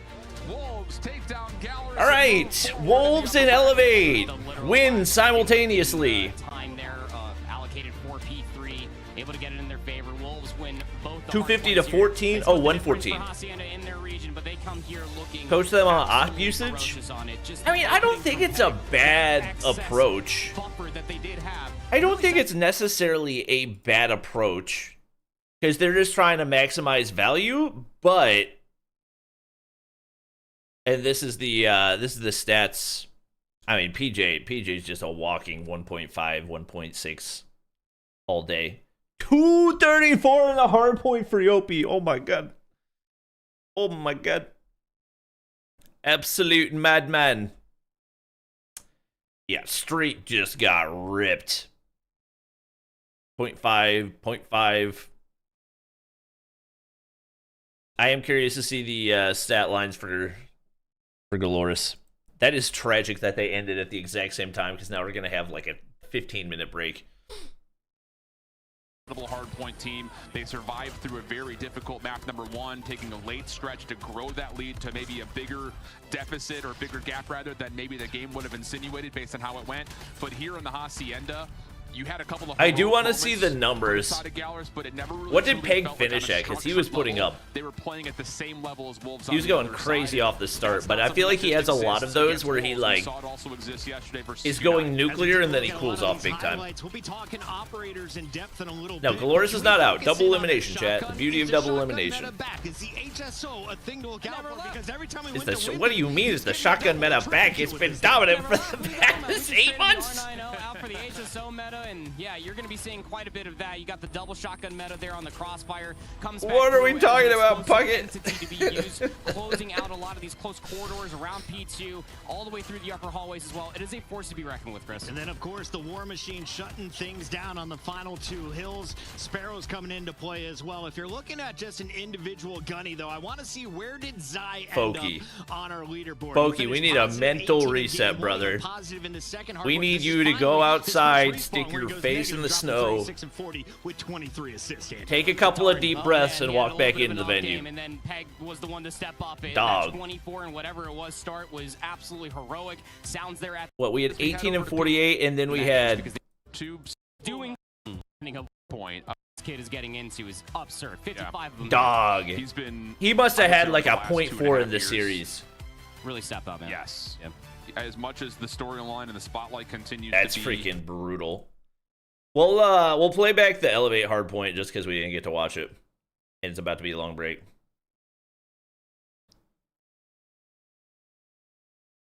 Bad bath, absolutely everywhere. It will quick. be Elevate who actually get themselves the lion's share of the deaths, actually. Street Gaming counter quickly. Look like Did they OUG lose? No, OUG have not played. New Gen have not played. played. Early points. Of course, it's all about this P2, and Galorys found his way around the back. Got to consider whether or not he can be found by the Garena team. He can, and it will start to settle into that typical back and forth here for P1. Very impressive hold here for point number 1 in favor of Street, but the fight continues. As you mentioned, double kill there for Chaotic. Gonna clean things up once more. The side of Elevate constantly making sure that they try to get a player in. It took them a second, but now they finally have done a double kill there for Yappy. Immediately bounces inside of the hill, goes for the third one. Let's see if he can find it. Yes, he does, but gets caught off guard from behind. The back and forth continues, and I would like to pay attention to those 3 now players coming down from the side of Street Gaming who spawned all the way to the left. Have to begin a long way to go, and the spawns are gonna be so clean for Elevate, which is exactly what we're talking about. The spawns were really interesting there. For some reason you had 2 Street Gaming spawning OUG through versus the back, ST, so you end up with Elevate having to clear that out. That means they don't get pushed out, which means they can't set a forward defensive line. It allows Street to just hit that again. So what you were talking about was correct, but they get away with it if you are Street. They're gonna play in through arches here, just try and clear out this backside. At least if you're not spawning in, neither are Elevate, who are currently spawning at blue. It's split. It's a race.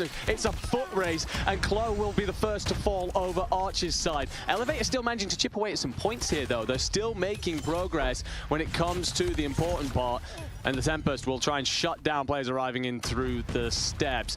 Yoppy will do enough, and for a moment there, it looked like Street Gaming had found their way in, but they will have to hit this from the front as Elevate do enough to hold. It's already difficult as is to do it in a ranked match. If you're doing it, you think New Gen have a chance? Here you're facing Elevate, doing it so not clean. Really, not against Finally, Q9. They seem to be getting inside, but there's only 10 seconds left. What Once again, Q9, I've said this multiple times, Q9 looked like the best team in the competition yesterday. They are now getting the bad spawns yet again. Elevate doing an outstanding job. Even and New Gen didn't take a map off of Wolves, who are obviously nerfed from their prior form that it is anyway. Now the perfect opportunity to be popping those operators. New Gen matches up next, chat. We're just waiting.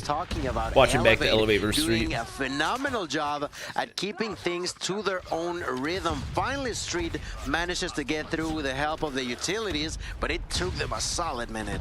Yeah, it's a concerning moment for Street. This, you have to make sure you don't let Elevate sprint out ahead of you. You can't be watching them disappear off into the distance. It's one thing to fight toe-to-toe with them. It's a totally different game. Are they on the new patch? No, they're on the esports version. Once they've picked up a huge lead. I don't think it's on the Street new patch. will have one body tucked inside the point, who will now be cleaned out, but you should spawn shop side for P4. What 3 teams make day 3? At the very least, you do. 15 seconds left on this, so Elevate. I don't really know. Moving across the map. Shotgun will get you 1. You're going to find a little bit of Elevate have not looked as dominant as I expected them to be. PJ, so I'm kind of found himself in for shop. Street will start to recognize that as a couple of I'd kind of question marks. And just like that, Street Gaming go from a position of answering the P3 into the P4 and have to watch now as they will need to break the again. Worst region. Definitely am questioning a little bit about the decision making of heavily pushing whenever there's still 8 seconds left. I understand the reasoning behind it, but at the same time, against I don't know. I feel like sure that's the best call in here now. Yappy with the Sparrow gonna take a double. I feel like NA, Japan, from the ground, and I try to defend himself. Already triple digits. Africa were all like equally uncompetitive in this World Championship. And you said it yourself. Obviously, NA is going to get highlighted more. Should be doing what actually is elevated to the because they had more spots. It's a case for Street where I want to see that bit of an earlier rotation and defense. You are very capable of breaking. Pabzera picks up 3 there. So does Maggie with the equalizer. So it's not a case of you can't shoot. It's just setting those odds up in your favor. It's far easier to defend and attack. That's regardless of anything you will touch in this game. But Street, they will close the gap a little bit. That it was starting to approach concerning numbers. Like I think tier list for regions so far is like, and the Brazilians need to take that momentum into this P1. You'll be pushed very far out and found eventually. Probably NA, Africa, Japan on the bottom. Back to that bloodbath that we saw before. There will be 1 operator available to each team. I think for PJ that's the Tempest. For Chaotic, I do think exclusive. I don't know, but then exclusive couldn't even beat.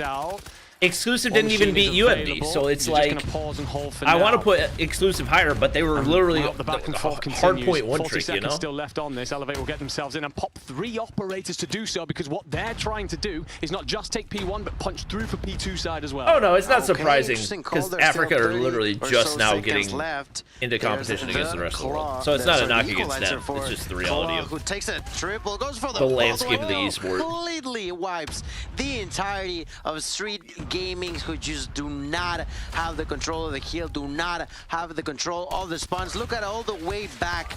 There was Susano making sure that even if his teammates died, which they did, UG's they're NA, spawning once again. they are, but they're not, you know? But it's still not like, perfect. I don't think I don't think anybody on that team is ever going to go back to NA to compete. I think they're either... The patience from Clo there as well with the Predator.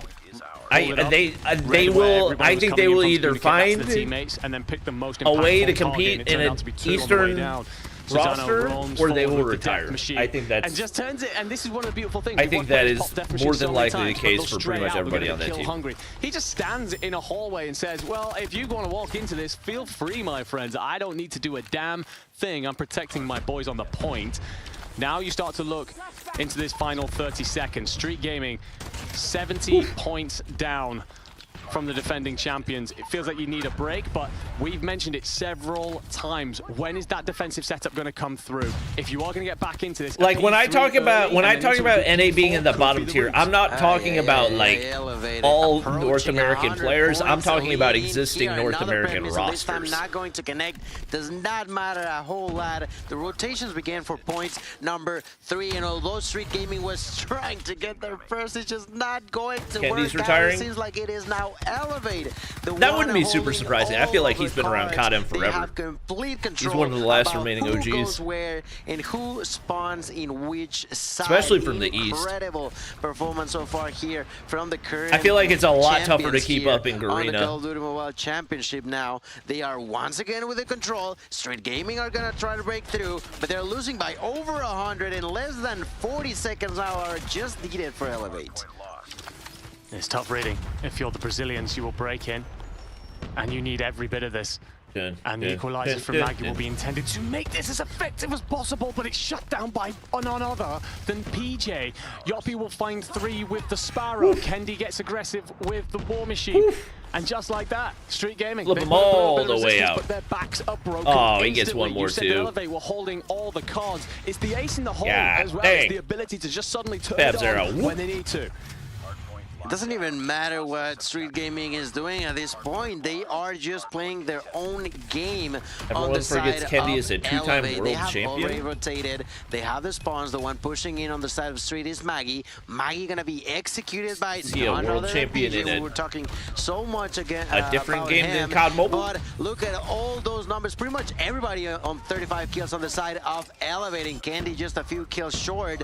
228 means only 22 seconds are needed in the side of Elevate, and that feels like that's gonna come sooner than later. It does. Needs to be perfect if the Brazilians are going to stand a chance. Is Africa playing? No. They have been eliminated. 5 kills in a row. Will be caught by GTO, but then the rest of Elevate are waiting in the windows, and the death machine will ring out in the streets of the slums as Elevate close it out 3-1. The first 2 maps of our series. All right. Let's see, main broadcast, where we at? Here in winners bracket round 1, and our teams are ready to take the stage. They have Let's not, go. of course, locked in their map. Great timing. Yet. We have Brody, AK Infinity, Great timing. and Chris Tunn at the desk. And gentlemen, I'm fired up for this one because Q9 made it to the grand finals last year, but a 4-0 loss. Imagine really Kendi retires and then they pick up Jai. A lot of people have been talking about it ever since.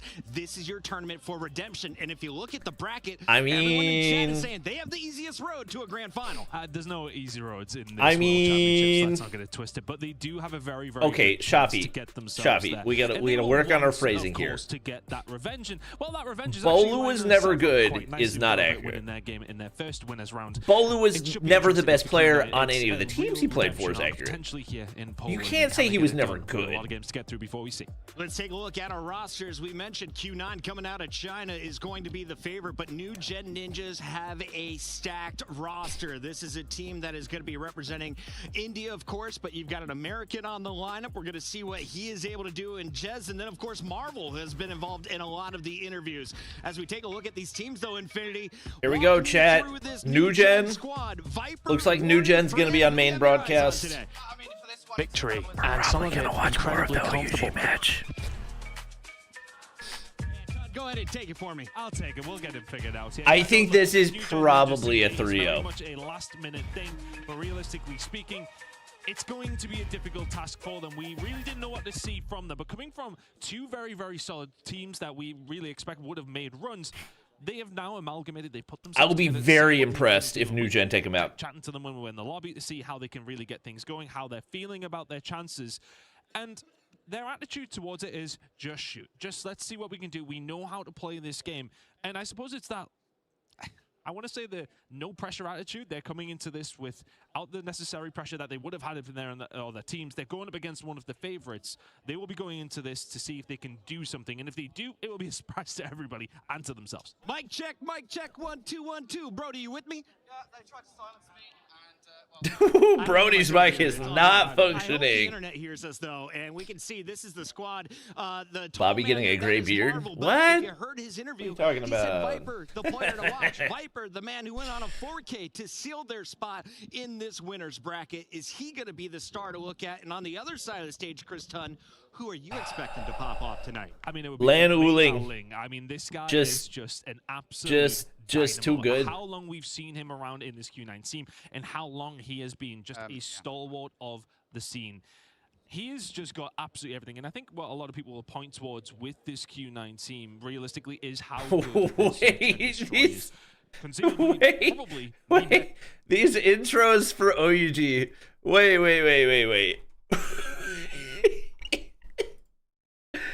What is this? Flame out here as to why they should have been in the room all along. What are these intros? This team have done some beautiful things already. This is, of course, Solo, Raph. Why is Tech holding a barrel? Favorite out there. We know Cartels and Kings. If you haven't seen Kings 1v4 why is clutch, Tech holding a random barrel? Medias, that's it. Oh my god, what in the world? Q9, they want a championship under their belt, the closest they've ever got, and technically speaking, it is a Bolu win. didn't have as good of gun skill as his teammates, but his role as IGL played a major part in his team's success.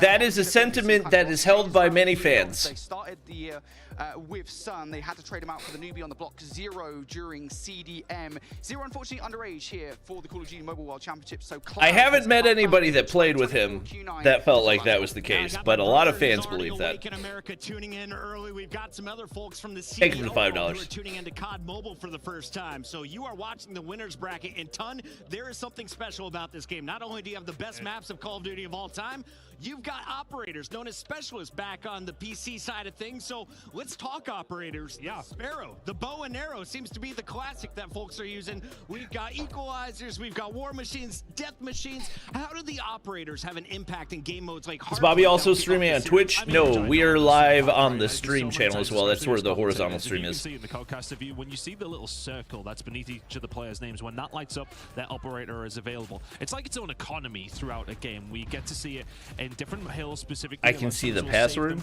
Brother, what?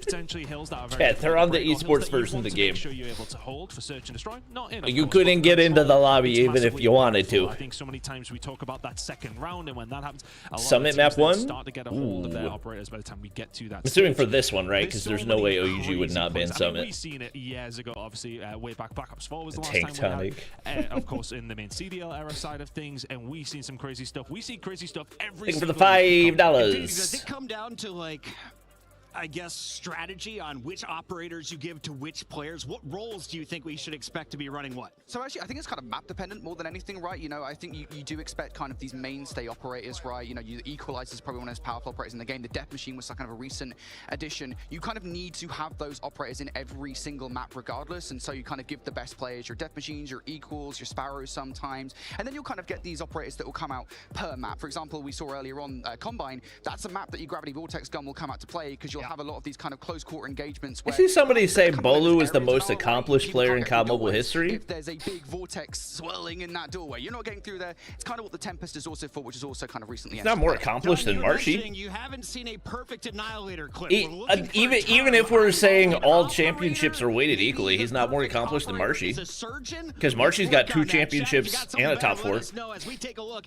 at our maps and modes for this one, the bans are in, and we know we are going to Summit and Apocalypse for our hard points. Let's start there. Infinity, do you like the bans that are coming out from both teams? Yeah, I mean, it's kind of difficult, right, to ban against Q9, I'll say. I think in hardpoint is probably the easiest way to go. Allowing Summit through is a bit of a question mark. You don't play Shine on Summit, is what I've been told. Yeah, I mean, so specifically, I think Wolves are the strongest team on Summit, so you definitely never want to touch Wolves on Summit.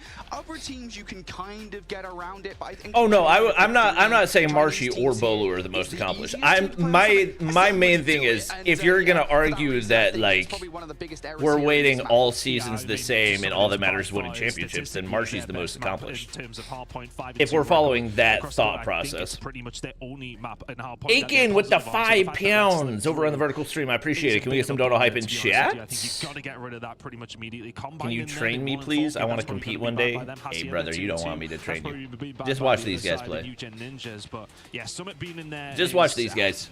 It might be a comfort pick, right? You are uncomfortable on Summit, APOC, Coastal, Firing, Crossfire. Squad, 2 teams merging, so maybe you're going for something more. Q9, I would assume, picks Summit. How do we feel about Apocalypse, though, if we get to a game 4? Yeah, I think Apocalypse is going to be a little bit easier, better, but I think it's not a good map for both of these teams. I think, you know, it's kind of difficult to gravitate for new gen. Is Hippo in Poland? No, Hippo is not coaching OUG anymore. Is a new team, but they are closer to Seoul. Obviously, they got 3 of the players in that team, and Seoul were not good on Apocalypse. It also isn't a good map for Q9, though, so I would feel more comfortable if we get to map 4.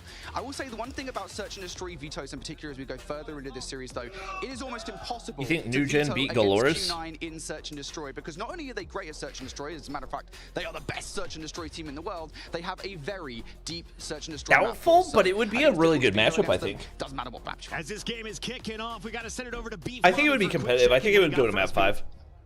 For our next matchup, China's powerhouse Q9 is going up against India's last hope, New Gen Ninjas. It just feels like the most random intro. Just like put logos onto a van that has paint on it. I just don't make this one work. For New Gen Ninjas though, Brody, heading into I don't know about their chances. I mean, I don't know, Jet. All right, New Gen, surprise me. Who's got 4 already? Curly. Kind of where I'm trying to theorize on this one. Where do New Gen Ninjas win in this series, in this map? I don't know, honestly. I think, you know, again, we talk about kind of search and destroy, just generally speaking. You do not want to be. New Gen is not India. That is incorrect. New Gen is representing India. Against Q9, it's going to be difficult to pull off for sure. They are an Indian roster. In this series, you have to have a strong start. Same way that technically OUG are a Chinese roster. That's very difficult to envisage. So we shall see how this goes. One thing I will say is, whoa! I was gonna say, how is he not dead yet? They're all running at him. What? All right, so it's just smoke warfare, huh? I think seeing Marvel perform is in our best interests at this stage. Unfortunately, Exclusive not going through. I had a chat to them at the bar last night. Not happy with their performances. But Marvel carrying the flag of Europe right now. Currently 14-11. Marvel. Marvel. All right, Viper, lock in, brother. Viper, there we go. He just went from 1 to 4 in a blink of an eye. Oh my, 1 to 5. 1 to 6. Oh my God. Bro is built different. He gets shotgun from there. Oh my God. Oh my goodness, Viper. And it's broken and wide okay, open now for, well, Viper's locked. Through, but that's another 15 or so seconds going to go New Gen Ninja's way. And all of a sudden, Bobby's hating for no reason. Wait, who am I hating on? Am I? For New Gen Ninjas, it's probably huh? Viper. Who am I hating on? Don't want to give up this side of the map. They possibly can, but Ao Ling will say something about that. He can force his way through. HS is already on that rotation though, so trying to influence those spawns through. Q9 with their spawns, they'll recognize it. Bro, Viper's going crazy. Problem is nobody's blocking those ice spawns, so Q9. Big gunfights, need to get spawns, Jez. Breaking these can be relatively reads it. Gets the kill. That's huge. And Tempest is gone? Oh my God, Viper. War Machine dead. Marvel. From Q9.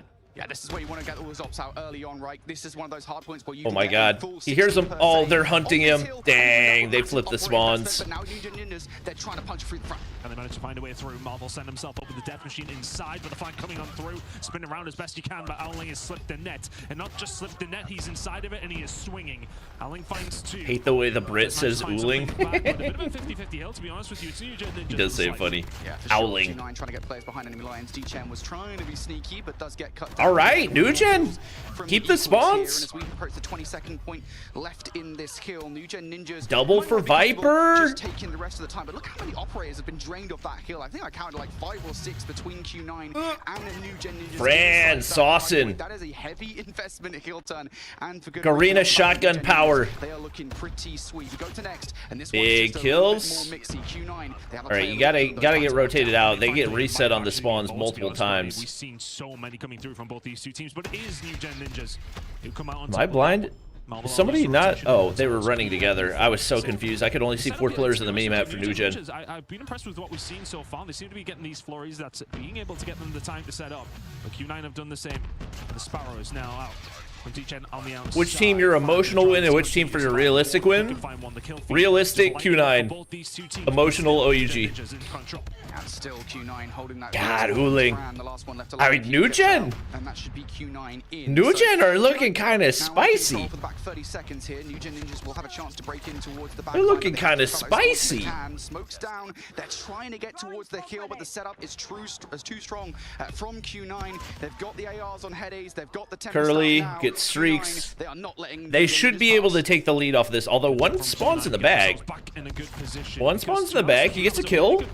Oh, nothing else. Basically, tie game heading into P1. This game very, very close. We've seen a couple of different well played by New Gen so far. I mean, specifically Viper has been popping off, but everybody doing their job.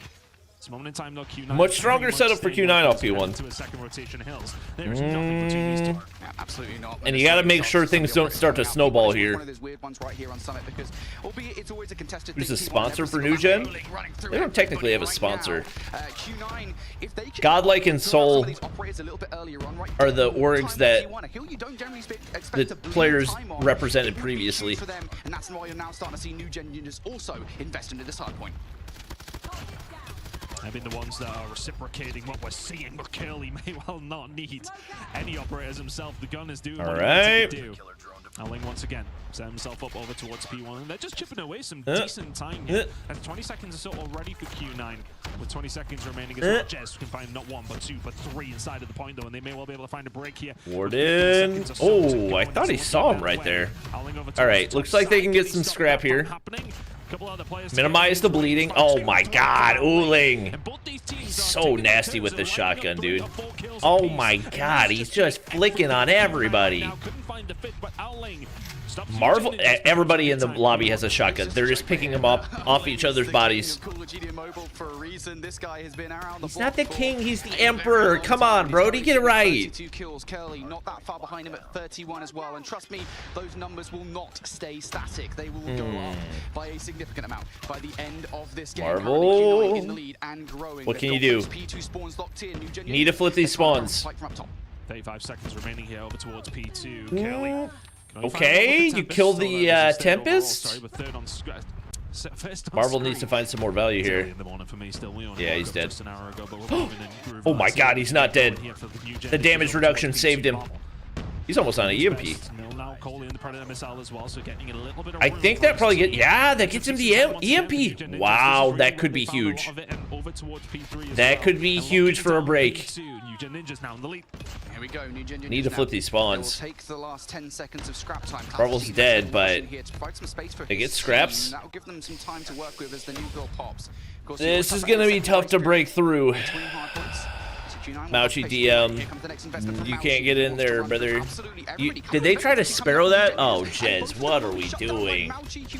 Why are we trying to Sparrow into a death machine pre-fire? They flip! And those are those moments and when they we talk about operators where they make the Mouchy's about on an EMP. Uh-oh. I mean, we've seen it towards the end. Ooh, no EMP. In our previous game, it was Lucas finding an Annihilator kill on the Annihilator player on the other side of things, and it swings the game entirely. One pinching. Like that can define a hard point. Dead. 30 seconds remaining here, and Q9 just lining these operators up and getting the job done. Plenty kills coming through on either side, but Q9 are finding the important ones, and they're finding the time. Yeah, this looks a lot better than what we had in the first set of rotations, right? When New Gen Ninjas, they felt like they got a better time of things. Q9 feel like they're operating they get some time. Contest a little bit. You do not want to flip. You do not want to flip. They're flipping. Wait, split spawns. Okay, it's a little bit chaotic. Don't spawn back. Don't spawn back. Wait. Now you spawn. Good timing. A perfect flip at the right time. Now New Gen Ninjas will really have to go through the fire and flames to find themselves on the way over. The gunfight win coming through from Warden. Can find a second as well. Eventually he does get taken down. Curly, Tempest waiting for reinforcements. There's gonna have to be a push through ice to get one player pushing the other side though. So there's a little bit of Viper needed to get that. War Machine for Fran, that's big. He can find two. Sparrow, countered. Hold this down, but they will continue to find the kills. It's a good hold from Q9 so far. I don't think he's gonna read Warden here. Oh. This is where they invested their ops previously as well. Sparrow is keeping an eagle eye on that top side, and they're locking New down Gen. Chris again. Gotta stop the bleeding. Viper, Tempest, huge. Still not enough. Oh, it is enough. They can now try to get a rotation back into the hill, and they have done. New Gen Ninjas Warden. Oh my god. Ooh, like, there's literally no way you can react to that in time. You're dead by the time you see him. You're dead by the time you see him. What? I'm curious why Uling's running the freaking advantage here as we go into the third and potentially probably is he running the MW11? It feels like Q9 have got the better look of hills off the back of operators is pushing New Gen Ninjas out of the hard point. Gen reads that. Again here, they're going to want to steal as much time. All right, good trades. Good trades. Better setup on P1. Get the kills. Trade Uling. Jeremiah, I have played it on the More Bobby channel if you want to check out the stream we did over there. They are Appreciate making the sure they're $2. efficient, and they're being efficient here with the operators as well. The death machine is out, the equalizer is out. They are holding down P1, and they are chipping away at that Q9 lead. Yeah, it really does feel like both these teams right now are being dogged Warden. with their operators, making sure they just use them. He knows Uling's there. More or less. He can't find him. Oh wait. From the opposition. Okay. Ninjas Okay. trying to keep their head All right. above the water right Tie now. game. Inside P1. Tie game. 15 seconds left. Viper, Still big kills kill. in favor of New Gen Ninjas. We go towards Oh the my next God. solo ton, and this is where things get mixy. Oh my God. P2, it has been a good one for the side of New Gen Ninjas. In 5 seconds time, we'll find out how They get all the scrap. Being behind by 20, they pick up some substantial time over towards P1. P2 incoming. Uling equals. The setup by one of these two teams is not definitive. Neither team. It's definitely gonna go to who has the P3 spawns. Hit marker onto Uling. They take him down. Mauchi, DM. Curly's on 52 already. And it's time they absolutely need it. Yeah, triple investment coming out from Q9 again. I'll keep on saying it, mate. It feels like both teams right 52. now, as soon as they get those ops, they are out into play again. Curly. Oh, the Pred's gonna drop. Predator missile to his name through the smoke. It's carnage. It's chaos on P2. Oh my God. Ninjas come out on top. Oh my God. Done well again. P2 has been their bread and butter so far. Oh my God. Side of Summit. We said that this is maybe not the best D-Chen. from them, but they've actually done so well to extend this as long as they have done. But Q9 are going to find plenty of kills. But this rotation over towards New in 20 seconds is massive. Yeah, that's it right there. They flip the spawns, but you gotta stop, get some. Oh, Viper's there to get contest time. Oh my God, this is huge. Oh, this is huge from Viper. This is huge from Viper. You gotta win the gunfights. You gotta hold spawns. There's one there. Uling. Oh no, Uling might win the game. Oh my God. Oh no, they're spawning out anyway. Uling just won the game. Uling just won the game. Wait, War Machine? Fran? Fran? Uling just won the game. He's trying to keep them out. New Gen Ninjas have to fight somehow, some way. They have to find a way through. Jez can find You can't break that. Not through a barrage of HSOs. Uling won the game. 59. 59. Wow. Q9. They meticulously search for every single player that could possibly have gotten through to change those spawns. He's too freaking good, chat. He's too freaking good. Can do some damage. No, neither of those players are able to get through. Both of them denied. Wait, why is this the same stream? They lock out on P3. Man, what a game to open up this series. New Gen Ninjas, how about He's that? too good. They come into this series. They come into this. Do you think OUG can make it far? A ton of support. Shout out to the entire I think they can. Indian Call of Duty Mobile. Whether or not I think they will is a different question, but I think they can. But still, I don't think anybody Watch really OUG, brother. This is the B broadcast. OUG's not playing. Toe to toe Whoa, with whoa, juggernauts like this, and yet still they make it a close game. Honestly, both teams' operate utilization in that game was pretty much perfect. I think a lot of the time what you'll see is you'll see teams kind of really focus in on P3. We'll save 4 or 5 operators to really lock that kill down. And that's kind of what we saw back in P1. But I think as the ante was... 1 second, chat. I'm switching to Firefox to see if that lags my OBS less. And that was much, much better there for New Gen Ninjas. But in the end, it just comes down to one hard point. It just comes down to one rotation. Q9 had that. All right.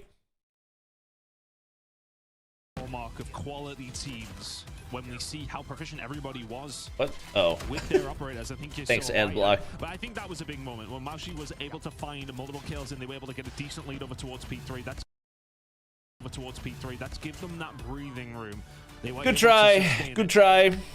And they come out on top, but again, Owling and Curly, I mean, yeah, what's that? 117 kills between the two of them.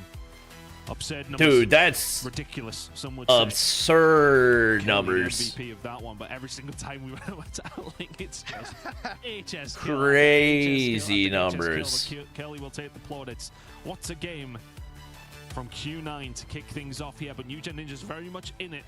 How did Curly have 800 more points? It had to just be OBJ kills. And if you really do want to force it, even right? just in that map number 5, you're going to have to play another one. This is not necessarily nightmare scenario for New Gen Ninjas, but it puts them massively against the back foot. Spawn holding for P3 changed the game. I mean, it was really, once again, it was single-handedly Uli.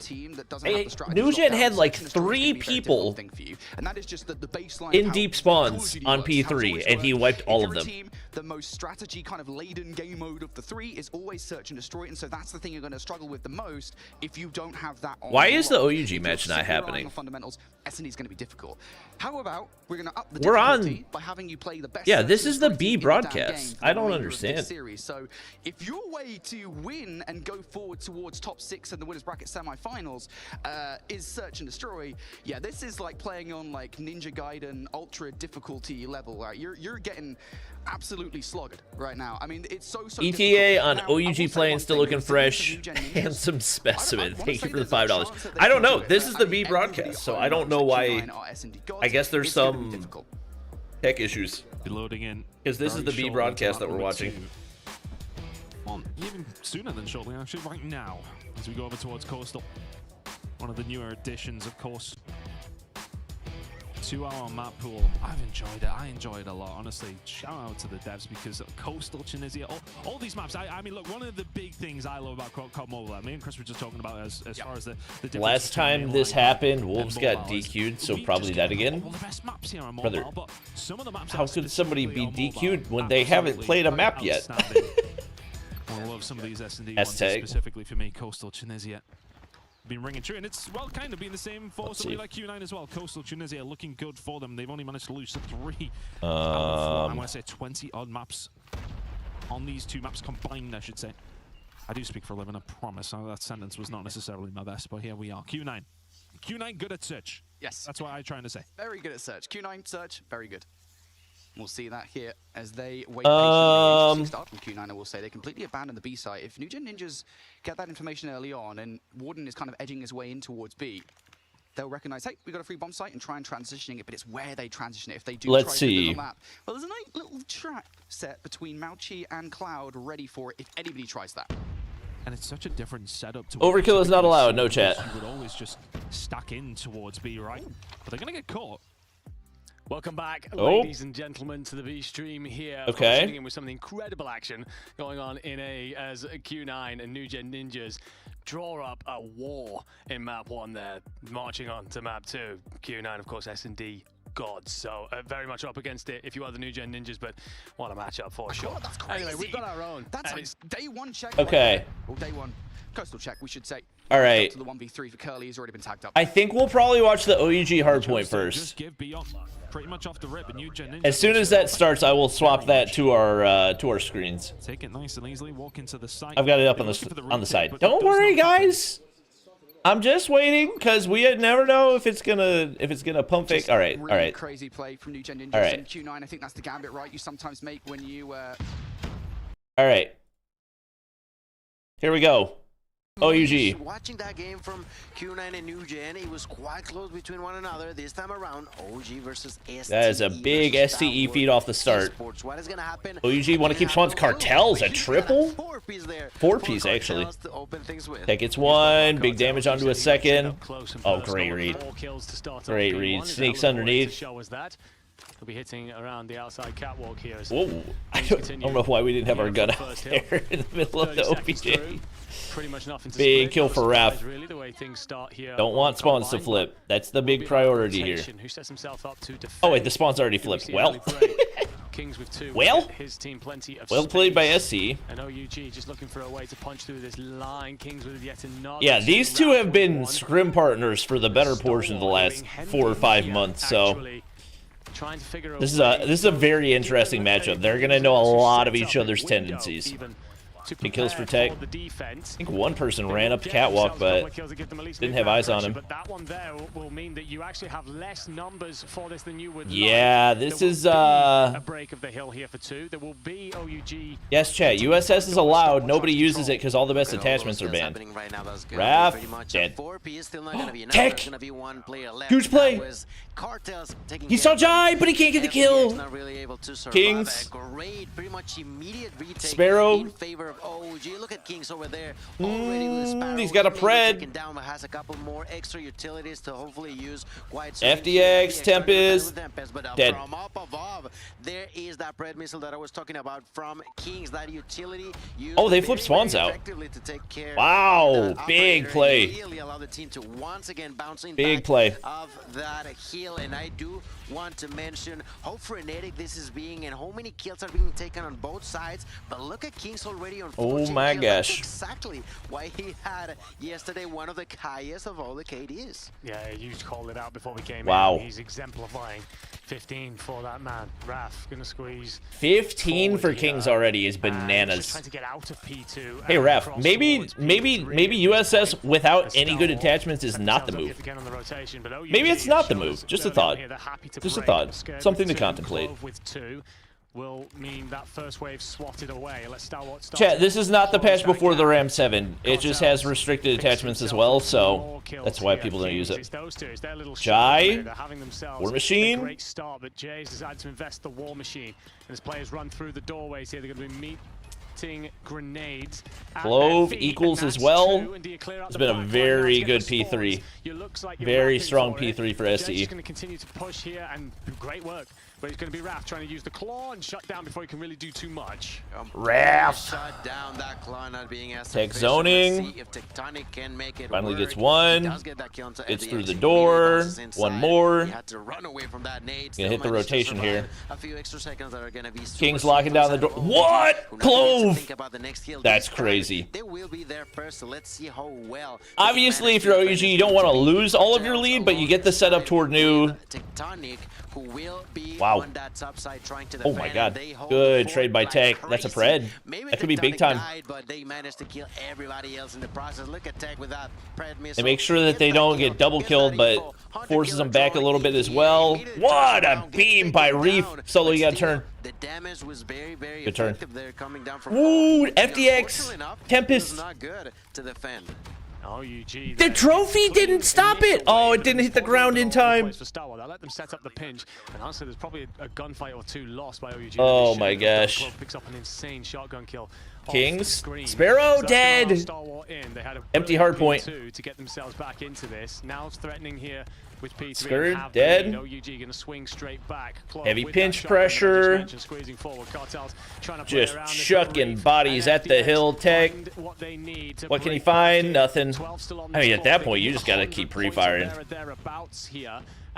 With how much pressure they had right there. Better opening rotation for STE. What happened in here now? Ref with 16 they really need Raph to get going. He was gonna go big. Unfortunately, he had to go home. Really need Raph to get going. Brings it out, misses the first shot. Raph, use the freaking VMP. The fight continues as we go back onto point number 1. Raph trying to defend will get that kill and a double. Wait, shouldn't Raph be on heavy?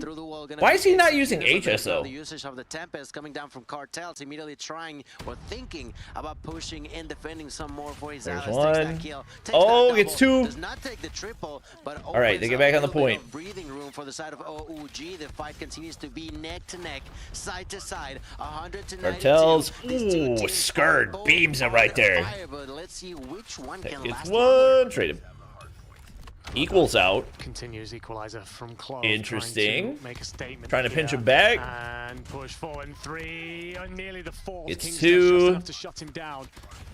The Skurd dives into P1, finds hit markers. A lot of damage. It's going to do enough damage to back this. That will hop up to the opposite sides, a cheeky route to get the OBJ players cleared. These two teams, but it's always once again, not good P2 setup for OUG.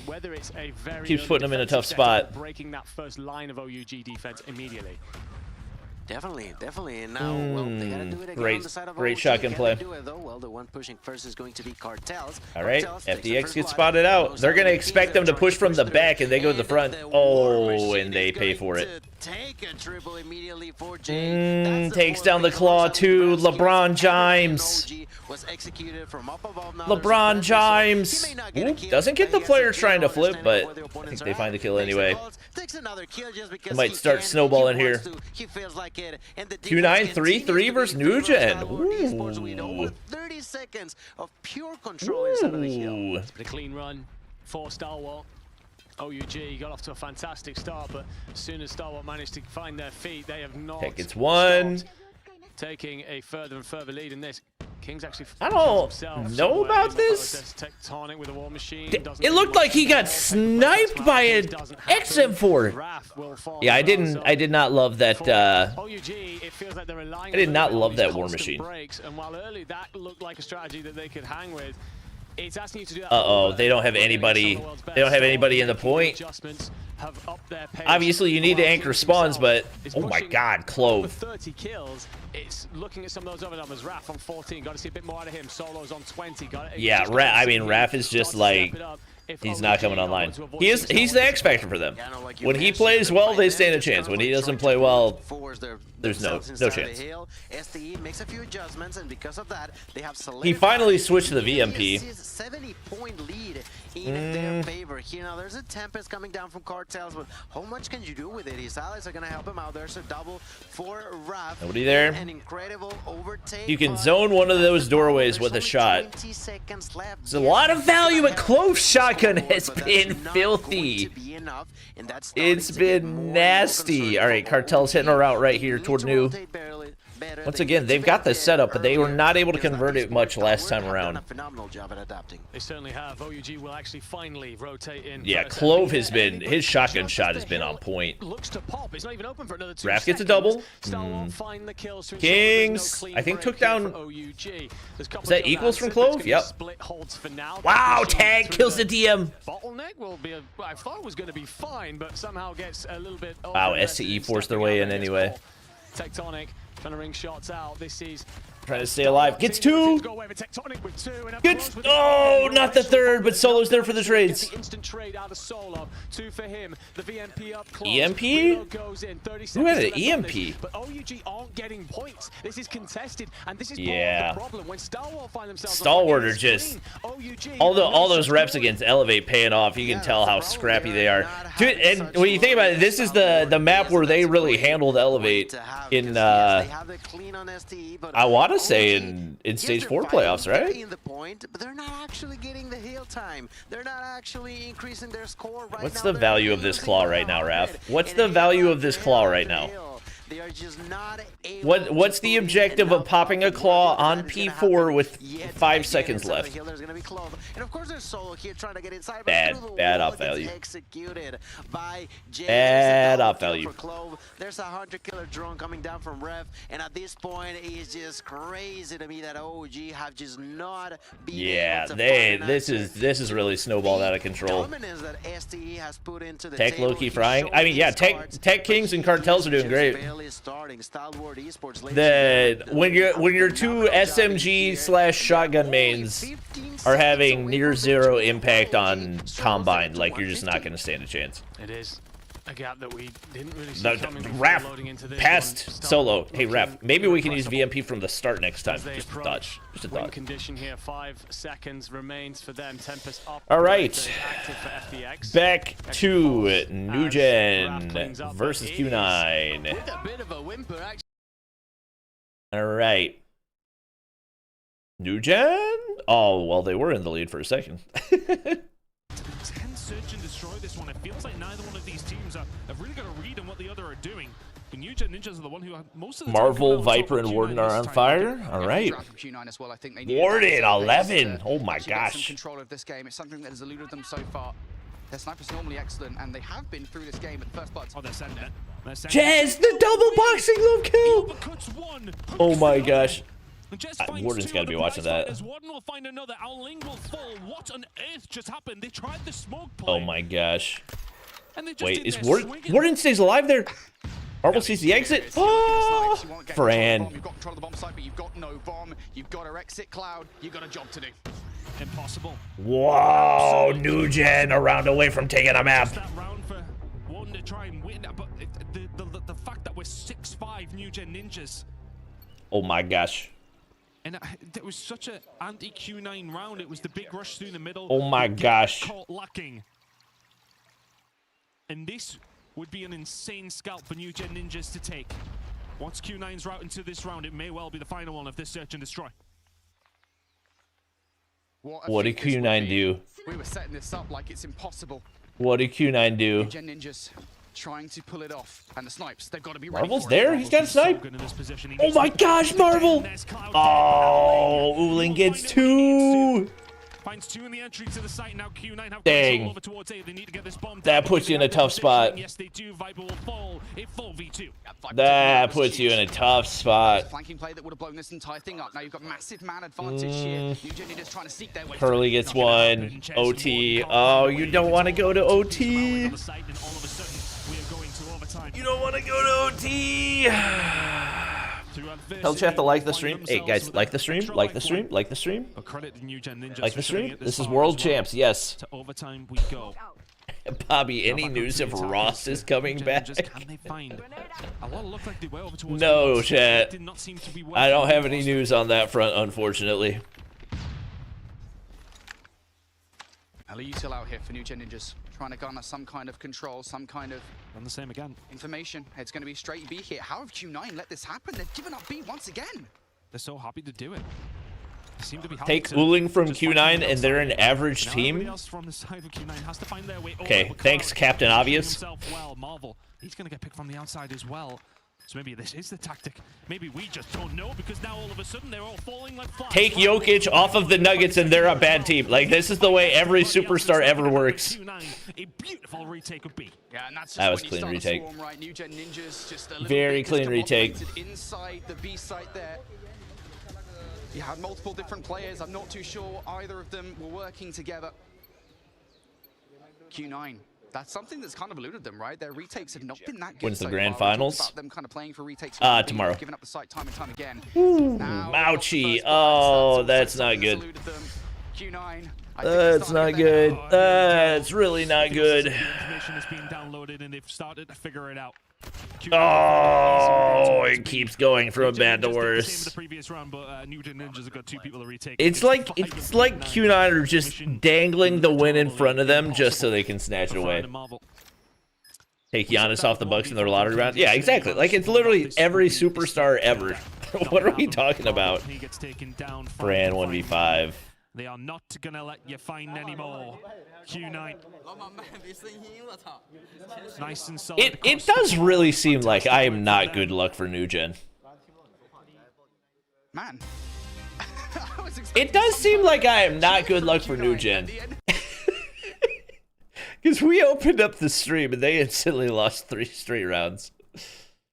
Or wait, no, I guess they won 1 round. Your enemies have adapted. It's no longer working. I want to see a true change in the middle of the map, because you can just pray as much as you want, but if the same thing's happening, it will probably most likely happen again. All right, to firing range. Now, as we're moving on to search and destroy, is an area that we know how strong China Under firing range. to be. This time around, well, without Seven, without Javen, OUG versus New Gen? I mean, that was kind of the predicted matchup when we saw the brackets yesterday. To show that in here, as through the wall, Solo picks up a kill. There's a nade by Cartel. Solo Good lord, this is chaotic S&D. What am I watching? What am I watching? But immediately gets traded. All of a sudden, it's a 2 versus 2. Not even 30 seconds in. What is this? Like I'm watching a freaking team. Cartels, how do you not win that? Cartels will feel the instant presence of Reef. That's going to make a lot of noise. Has the shot. Okay. Shotty. Oh, good try. Good try. Very good try. To avoid the clutch. 1-0 up if you're Star Wars, which is impressive because OUG felt like a lot of their aggression paid off early, but Star Wars, again, make those adaptations that they needed. Definitely did. And now in here, we're going to take a look onto Cloud through the smoke. Now smoking, but the enemies, great kill there into the opponent. Cartel's gonna answer back. The fight continues. Shred making sure that he survives that interaction. That was very, very deadly. The great push going towards A, but now coming all the way around this FDX. The answer is coming down from Cartels. Gets executed. Federer off the Mets, and they're an average hockey club. That was one of the donos of all time. Thank you, Rise, for the $5. Managing to answer so quickly. Yeah, one of oh my gosh. Playbook play, because PKM there ringing out told them everything that they needed to know. And as such, OUG suffered through that round. Okay.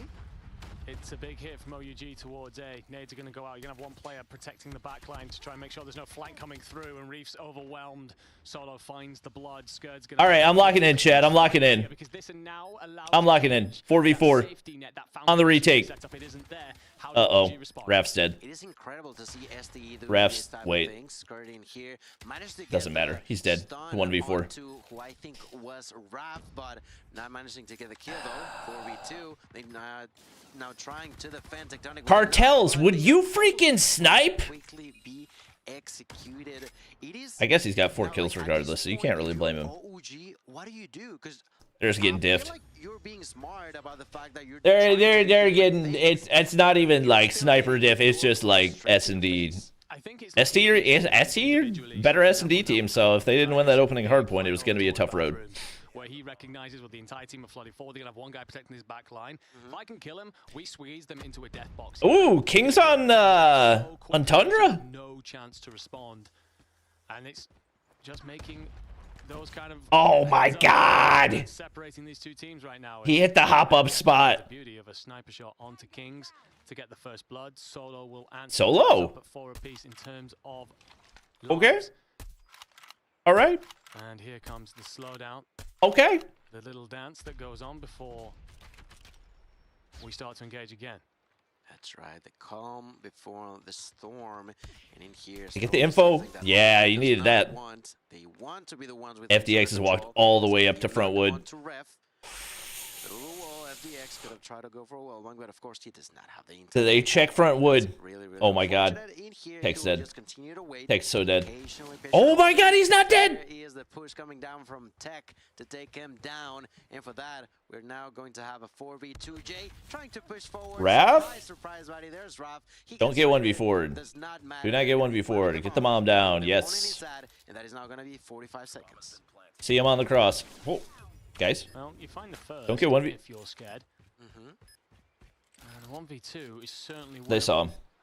They saw him. Oh, sees one tracking okay. left, but just about protects his teammate. Does Tectonic.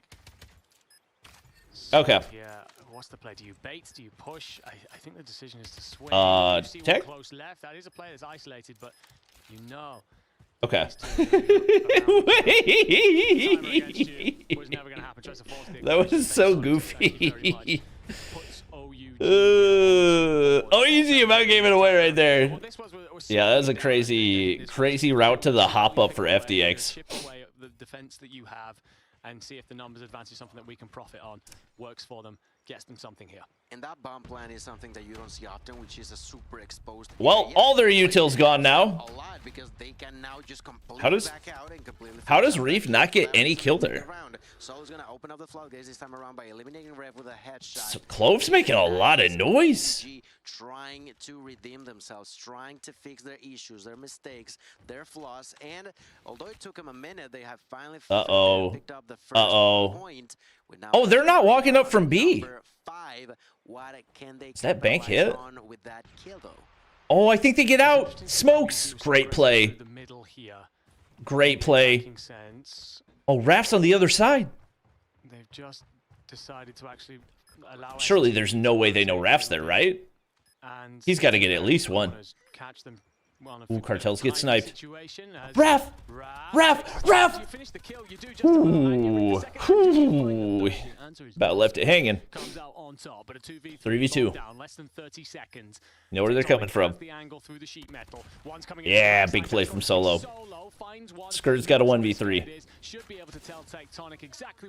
Good patience for Tech. Back-to-back rounds. Q9 take the opening round versus New Gen. Very little foothold and presence in the game. These last two, you'll be feeling a lot better if you are this OUG roster. But it's the different ways in which they're attacking as well. Every single round has seen something new. Yeah, no, absolutely. And like you mentioned, they had to make sure that they were not getting caught off guard as they did on the initial rounds. And because of that, they have managed to pick up 2. Now, on the final one before we flip spawns, they're actually going to be struggling a bit as they have already lost 2 players without managing to. Oh my God, Jai! That action, they're gonna lose 2 more. What a shot. All right, well, that was not a good OUG round. Completely on his own on the side of STE. It's all right. Solo's got the 1v5, right, guys? And that's exactly what they're going to get. 4th point in favor of STE. We're gonna be switching sides. It's now OOG. All right. Defense. I love to see Who won Wolves versus Galorys? the mix, but STE. Make a guess. Yeah, the snipers in particular. Rounds like that show us just how talented they are, controlling everything. Drop a code. Shafi, what is our like goal for the next code? I know you guys have to like the stream. That's all I know. Get to decide how they want to play this. He's trying to hop up, said he can't hit it. An angle here. Middle of the map, relatively. Yo, Kings? No UG are happy to take their time. Kings, maybe sniper is not the answer. Push towards B. There is only one body that side. Of course, with mid control, you could easily rotate a couple of players over if you're OUG. But you'll have to time this right. Trophy does enough to protect the defense. How many games today? A lot. But that will give you everything except for top 3. How do STE adapt? And it also goes to show the different approach between God. the offensive round for this too. It is JA. That's brutal. To Tectonic. That is going to be a very, very important kill. This time around, I'd like to see a little bit more coming down from Kings. You know, last Where's time Jabin? he did a great job. The Philippines. Gunfights, but this time around, not doing a whole lot of things for the squad. He's currently holding a sniper at a distance. Wolves. 1 versus Galorys. To answer your question. At least so far.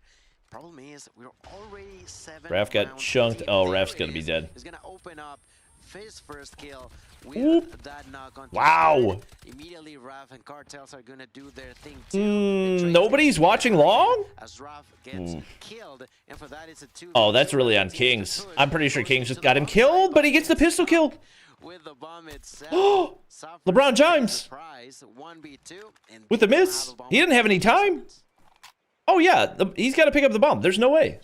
All they have to do is sit. He opts for the creeped forward, decides instead to get on with it. They just have to kill him off the plant now. Let's go instantly for the plant. Kings and Cartels will be aware, and look at them. Well played. Well played. In the round. So a superb first defense here from OUG. Okay. Like they frustrated Stalwart a little bit there. Stalwart do find the kill over to. Are they playing on the 1+15? They are. Only body on that bomb site, but. Ooh, New Gen take a round versus Q9. Marvel's on a goose egg and they take a round? Did I see that right? Victory onward into round 8. Let's see now. They are being a lot more aggressive. Ooh, Kings snipe on the Clove. By eliminating Club, they try to push forward for more. Another kill is going to be. STE got a little greedy there. For Rev, one more for Skurd. They gave up the entirety of the mid map, but they get the kills. Who are managing to also plant the bomb on top of it all. So 40 seconds on the clock. The push is gonna go. Totally playing toward Treehouse side. Q9 wasted 3 ops in a 3v5. Ooh. Has a nade ready, a gift. Ooh. For the arriving Raph and Cartels, should they want it. Reach just gonna hold the close angle. Oh, Marvel was on 8, not a goose egg. Okay. Okay. The text was so small I couldn't see it. Yeah. Not enough time. Not enough time. Good try. But Skurd does enough. Beautiful post plan play there from Stalwart. Get it down. Don't overcomplicate the situation. I like what OUG were trying to do by smoking off that doorway. I just feel at that point they know that you're going to have to engage this regardless. There's no guesswork here. You're going to have to push, and Stalwart welcome them into their lair. They'll add 2 hit weapons. Hey, brother, what do you think the Odin is? Something different, each one of them. Either in favor of Ooh, Kings is lucky. Switch sides. It's incredible. Bro, you gotta stop ego challenge, Jai. That's just not a good long-term strategy. Map. That's the beauty, and well, of course, this is firing range. This is such a map that we all know, we all love, and in here is showing how much strategy goes behind it. Well, certainly a classic. Yeah, it's crazy because if anything, I thought Kings would be the guy that stayed on Type 63 with how well he was playing yesterday in Search with it. But look at this attempt for a pinch play to come through. You've got yeah, there's a big. Well, it looked like there was going to be a big engagement over toward Wood, but. Nate's going to come over. That could catch. Ooh, Solo! Double with the L card! Oh, you didn't need to ego that. Tech with a snipe? A 2v1 then. But have you found FDX yet? Tech! And that okay. 5-4 draws us back to 1 round between these two teams. Got to say, that nade over from Raph, I thought he was okay. try and get into a situation we could collapse in, pinch maybe. But he just decides, actually, these guys still haven't put that bomb down. Solo's done enough to hold them off. I'm going to drop it over the top and force them to move. Yeah, that was super smart thing to do. Ooh, tech. Definitely. Okay, they get the info there. They get the kills there. Wait. Finding a kill, each one of them. That's Kings following through with his 4th kill now. That's exactly Raph? Raph with a double now, and all of a sudden with flawless round? A round, I guess. 15 seconds, 20 tops. OUG shows that trademark aggression. Blink. And wipe Star Wars off the board. How's the new shotgun treating you? Oh, I haven't even unlocked it. You probably missed that one. But we go again, tied up. New Gen are about to go up 2-1, chat. Why do these have to be happening at the exact same time? Battle against Kings. 5 apiece when it comes to those engagements. Good. They don't get aggressive that time around and leaves STE guessing. Oh, wow, what a shot on the tech. Oh, Kings died too? Uh-oh. I was not paying attention. Bro, my attention is split. Banana hits coming through. I think you've read it if you're OUG, but you're outnumbered. Are you outgunned? Let's see. They're waiting. A lot of nades through the wall, trying to do some damage. There is Solo with his sniper shot. Raph? Solo gets one? Still not gonna be enough, and Stalwart immediately realized, okay, this is not a lost round. They have already read what we're doing, and for that, A is wide open though, and FDX has already read this and pushed through with a sniper. He should get one here. He doesn't. Raph. 3v3. Ties up at 3 plays apiece. Bomb is down though. Die, nothing through smoke. Oh, he saw one. Sees the bullets. Is this a repeat? Do OUG have an answer? I don't think they have any util. Jai definitely got spotted. Was Jay spotted? Jay could be about to lose his life. Solo, I think, has made the oh my god. Oh, reads it. Catches him just in time. Oh, Clove on the pinch. That should be it. 15 seconds on the timer. Wait. Raph? 1v2? You will get the kill. You're going to have to hop the defuse. But Jay should be here, and they'll do the dance. Raph! Raph! Raph! Oh my god. You did. Incredible stuff there. Just does enough. Decides to pop the plant, the defense, Raph. which forces Jay to step out. But surely he's just looking to throw a shoulder there. But you do enough. I can't believe he peeked that much. And we get a look at it. Wonderful work out of Raph there. Why were we not watching Raph's POV? Why do we have an overhead POV of a 1v1? Yo, chat, New Gen are about to take a map off Q9. Holy frick, man. Why do these have to be happening at the same time? Why do these have to be happening at the same time? Don't have the upper hand, but they still have the opportunity on the side of OUG. I feel like OUG are getting first blooded every time and still converting it into rounds. Wait, Chad, I might have jinxed New Gen. Wait, Chad, I might have jinxed New Gen. Often finding a reply if they lose a wow, Raph. And Raph will do exactly that here. 1 minute and 10 left. Chad, I jinxed New Gen. To move this around. They haven't lost yet. They haven't lost yet, but I thought they were going to close it there, and then they didn't. I think for OUG, you've decided, well, we're not going to give you the fight then. We're just going to take this. They were up 2-1, and they were up by like to drive this bomb forward. 6-7 lives. Towards B. Looks like 3 of the Star Wars players moving in that direction. Oh my god, that's a filthy shot! The time is running low, 30 seconds oh, left. LeBron James. Push through. They managed to find a kill that is LeBron James strikes again. It's them against the clock. Yeah, he's gonna torch him. Wait. Raph! Oh, Skurd! 1v3 in a blink of an eye! Secondary pistol just like that.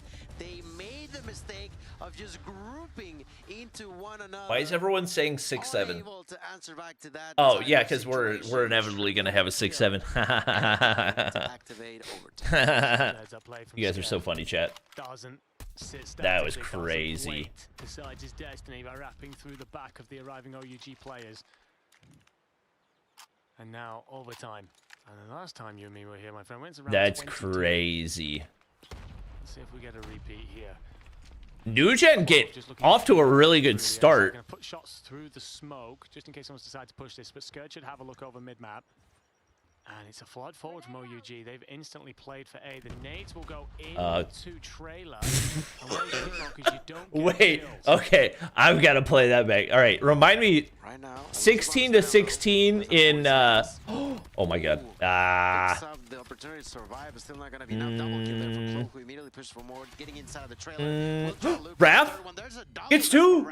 Raph now trying to survive. Is a 2v1. FDX with the kill over on Kings. He's trying to find where they are, but FDX! Oh my God. Way too clean. Dang. The will come through, and now it is Stalwart Esports with the opportunity to be themselves to put OUG with their backs against the wall.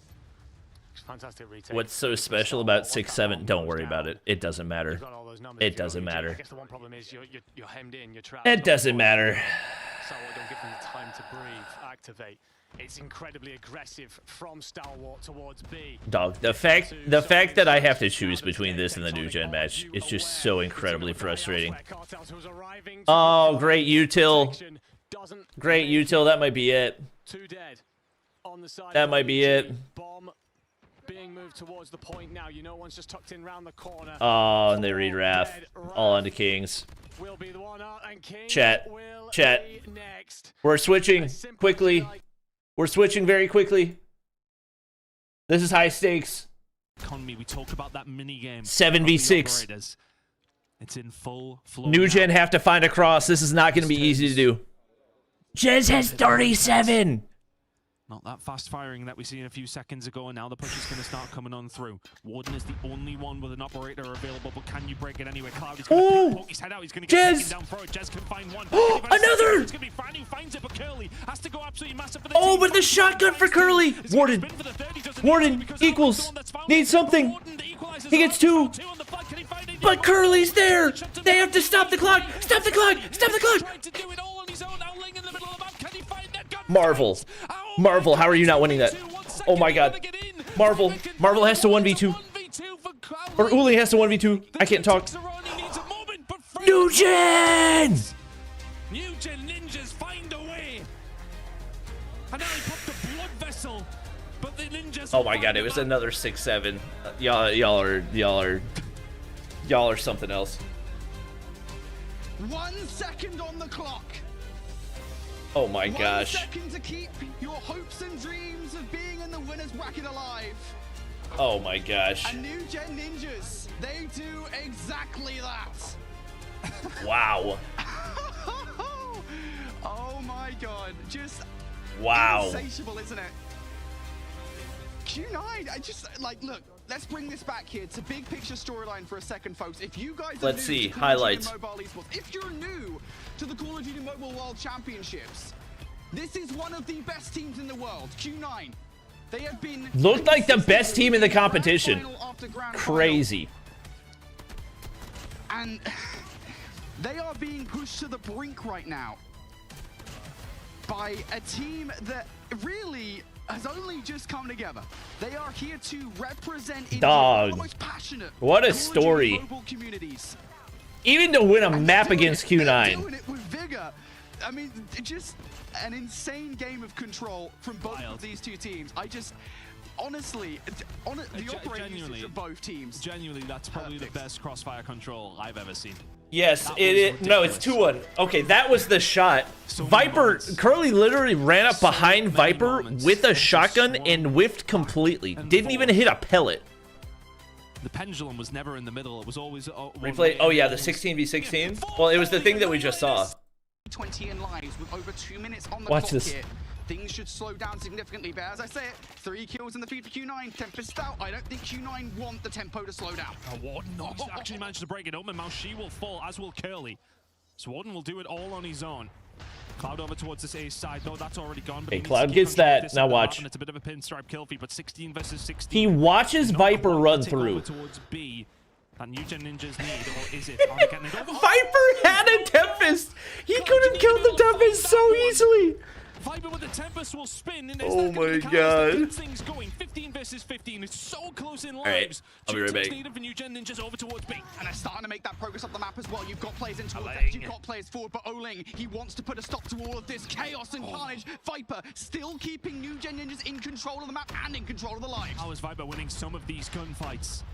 Curly and Kono have a little bit more control over towards this B side now. New Gen Ninja's going to start looking for a push. Operators are going to be absolutely massive here as well. Fran, the War Machine is out and it's starting to sing. Can he find more than two? Not quite, but Owling, he'll find his equalizers and he'll try to clear it out here on the point. But Jez is going to jab him in the face to equalize it for very, very little. But now Chen with the War Machines, it's all about the Operators. 7v7. You've got time. Do not push into this if you're Q9. There's a double up investment from Q9. New Gen Ninjas, you can wait this out and wait for the Operators to go away. Play time. That's exactly what Marvel's just done. He's just sniped one player out of the play. New Gen Ninjas, they are playing this absolutely perfectly, Ton. And Q9, I feel like they might feel they popped this a little bit early. I know that they've cleared some space here, Ton. Dog, I can't take a 10-second bathroom break. Beyond that space clearance out of those ops. And all this time. Too much action. Okay, we're back. We've seen it trying to find some more chaos to cause, and that's a triple now. Immediately going for the enemy spawn. That's a Raph goes piece. Now looking for the victim that is in front of him. Misses the shot. Does not have enough bullets, and that's a big mistake. What would you push with a single last pump on your shotgun? I think we've all been in that moment where we've got. It's because he's Raph. It's Raph. It doesn't know how to stop moving. There is no stopping. There is only forward. See what I mean? Incredible round, 19 to 10 now. As King. If you're not moving, you're losing. 63. Just going to drop off this backside, hold the lowers, which is going to allow Raph to continue to control the front with the shotgun. Jesus. A clean wave, though, for Stalwart will give them presence.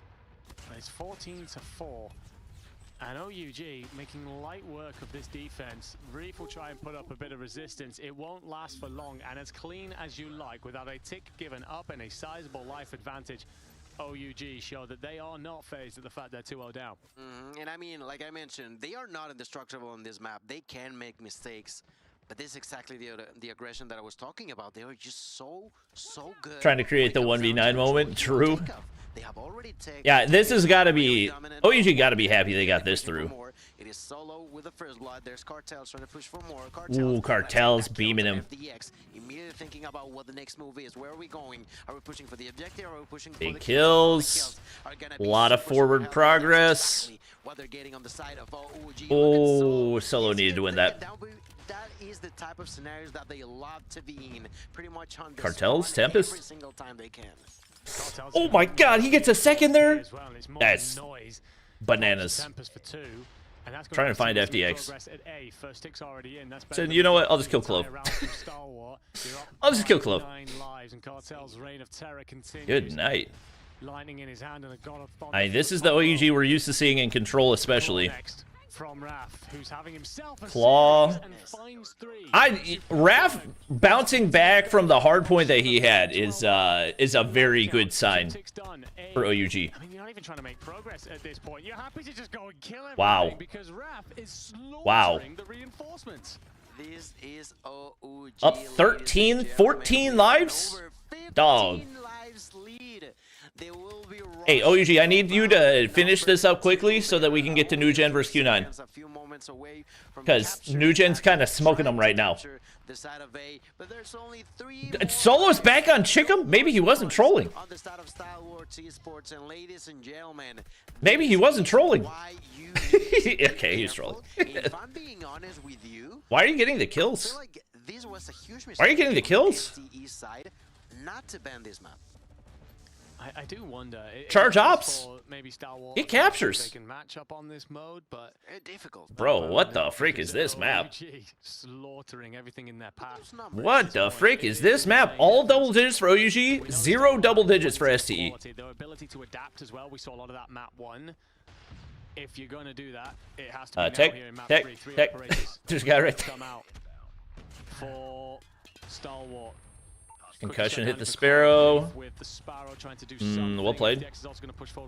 Pred off the point. Yeah, they've just got so many streaks to work with. They had 2 Preds coming at the same time. Surely that was not calculated. Oh, FDX, you gotta hit that. 5 shots left at this. Out comes the Death Machine from Sky. Oh, Death Machine dead. All that investment, you get very, very little. And actually, you're up by 3 lives, but I think OUG will take that considering what the Solo, we're still on Chickum? Does he know something, chat? Does he know something, chat? Leaving 1 from Jay there. Still not enough. They do have that lead. How are SDE building life lead off this? It really doesn't. Oh, he almost sauced it. If you had any other gun there, you probably get it. The objectives are still now being tried to be captured by STE inside of the hill. That is Jay, if I'm not mistaken. Okay, you know what? Maybe Solo's just a god. Maybe he's just a god. The tie has been made. I mean, he's got 16 kills with it. Oh, Tech, you needed something there. Okay, Solo's Himothy. He's freaking. No way. Oh my god, he stays alive.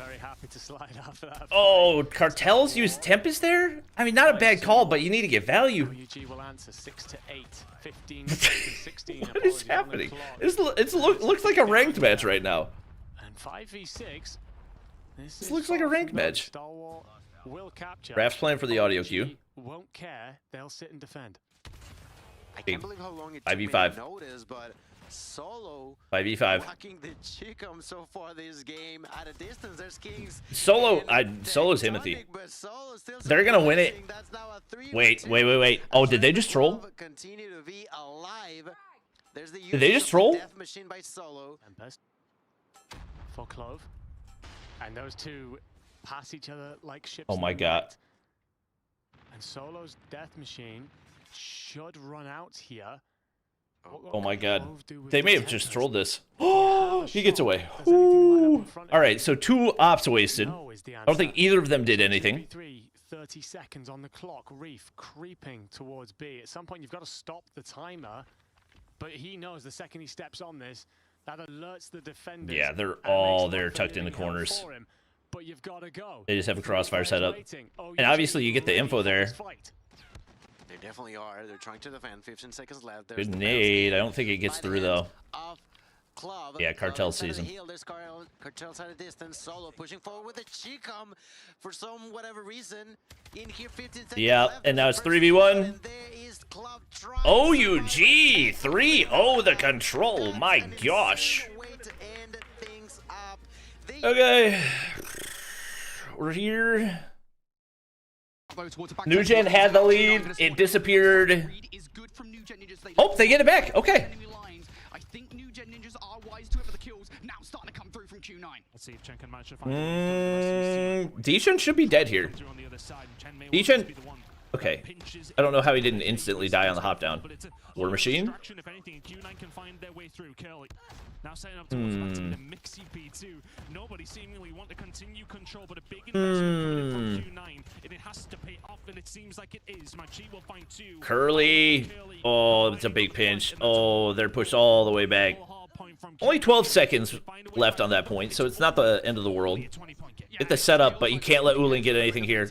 Oh no, you need to kill Uling ASAP. Oh, big kill for Warden. That's big time. Marvel can hold down from above. He's going to have to back up a little bit. Cloud EMP? Oh, they flipped the spawns.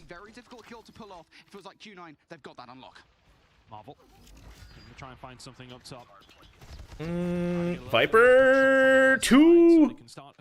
Big. All right, start chipping away again. Cloud lower. Gotta get these kills. Oh, Marvel died. Marvel died off the Death Machine.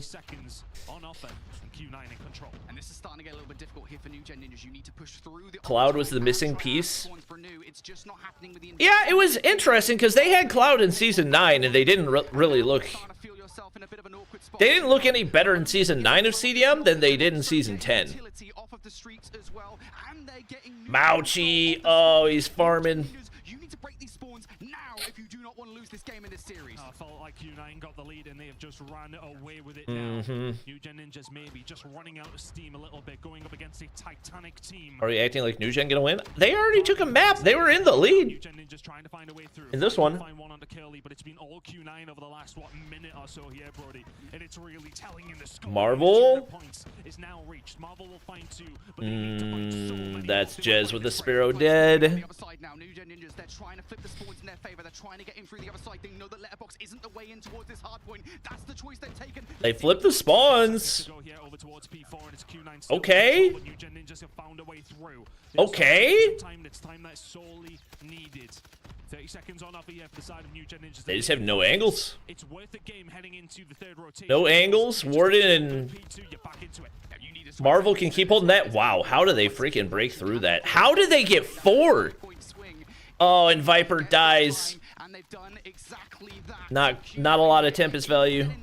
I don't think. I wasn't looking at the feed, but so Q9 looking to get that last 5 seconds. They might not get it. Find that final clear against Viper. That should secure a couple of seconds. That could mean everything towards the end of the game. But now we go to the third and final set. New Gen Ninjas have been better at holding P2 over Q9. That is their only hope. 26 seconds to go until Q9 wins. They cannot afford to give any. Yeah, you've got to be really clean from here on out. They've got. They had to. Oh, it's split spawns in the top. Oh my gosh. Oh, New Gen spawn out. New Gen spawn out. That's not good.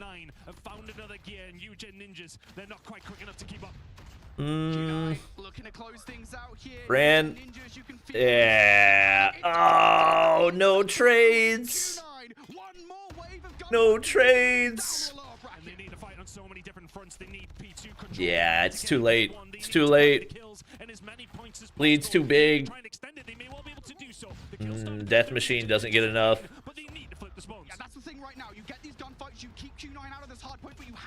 Oh, Curly boxed him. 1 Tempest shot. They can win it here. They can't win it here, but they don't have spawns. They don't. It's got to be a miracle play from Jez. Wait, there's nobody on the point. What the? But he doesn't kill anybody. Oh, Jez. Jez. Jez. All right. Solo is still on Chickum. Oh no, Cartels is on Chickum. 2 more in the feed.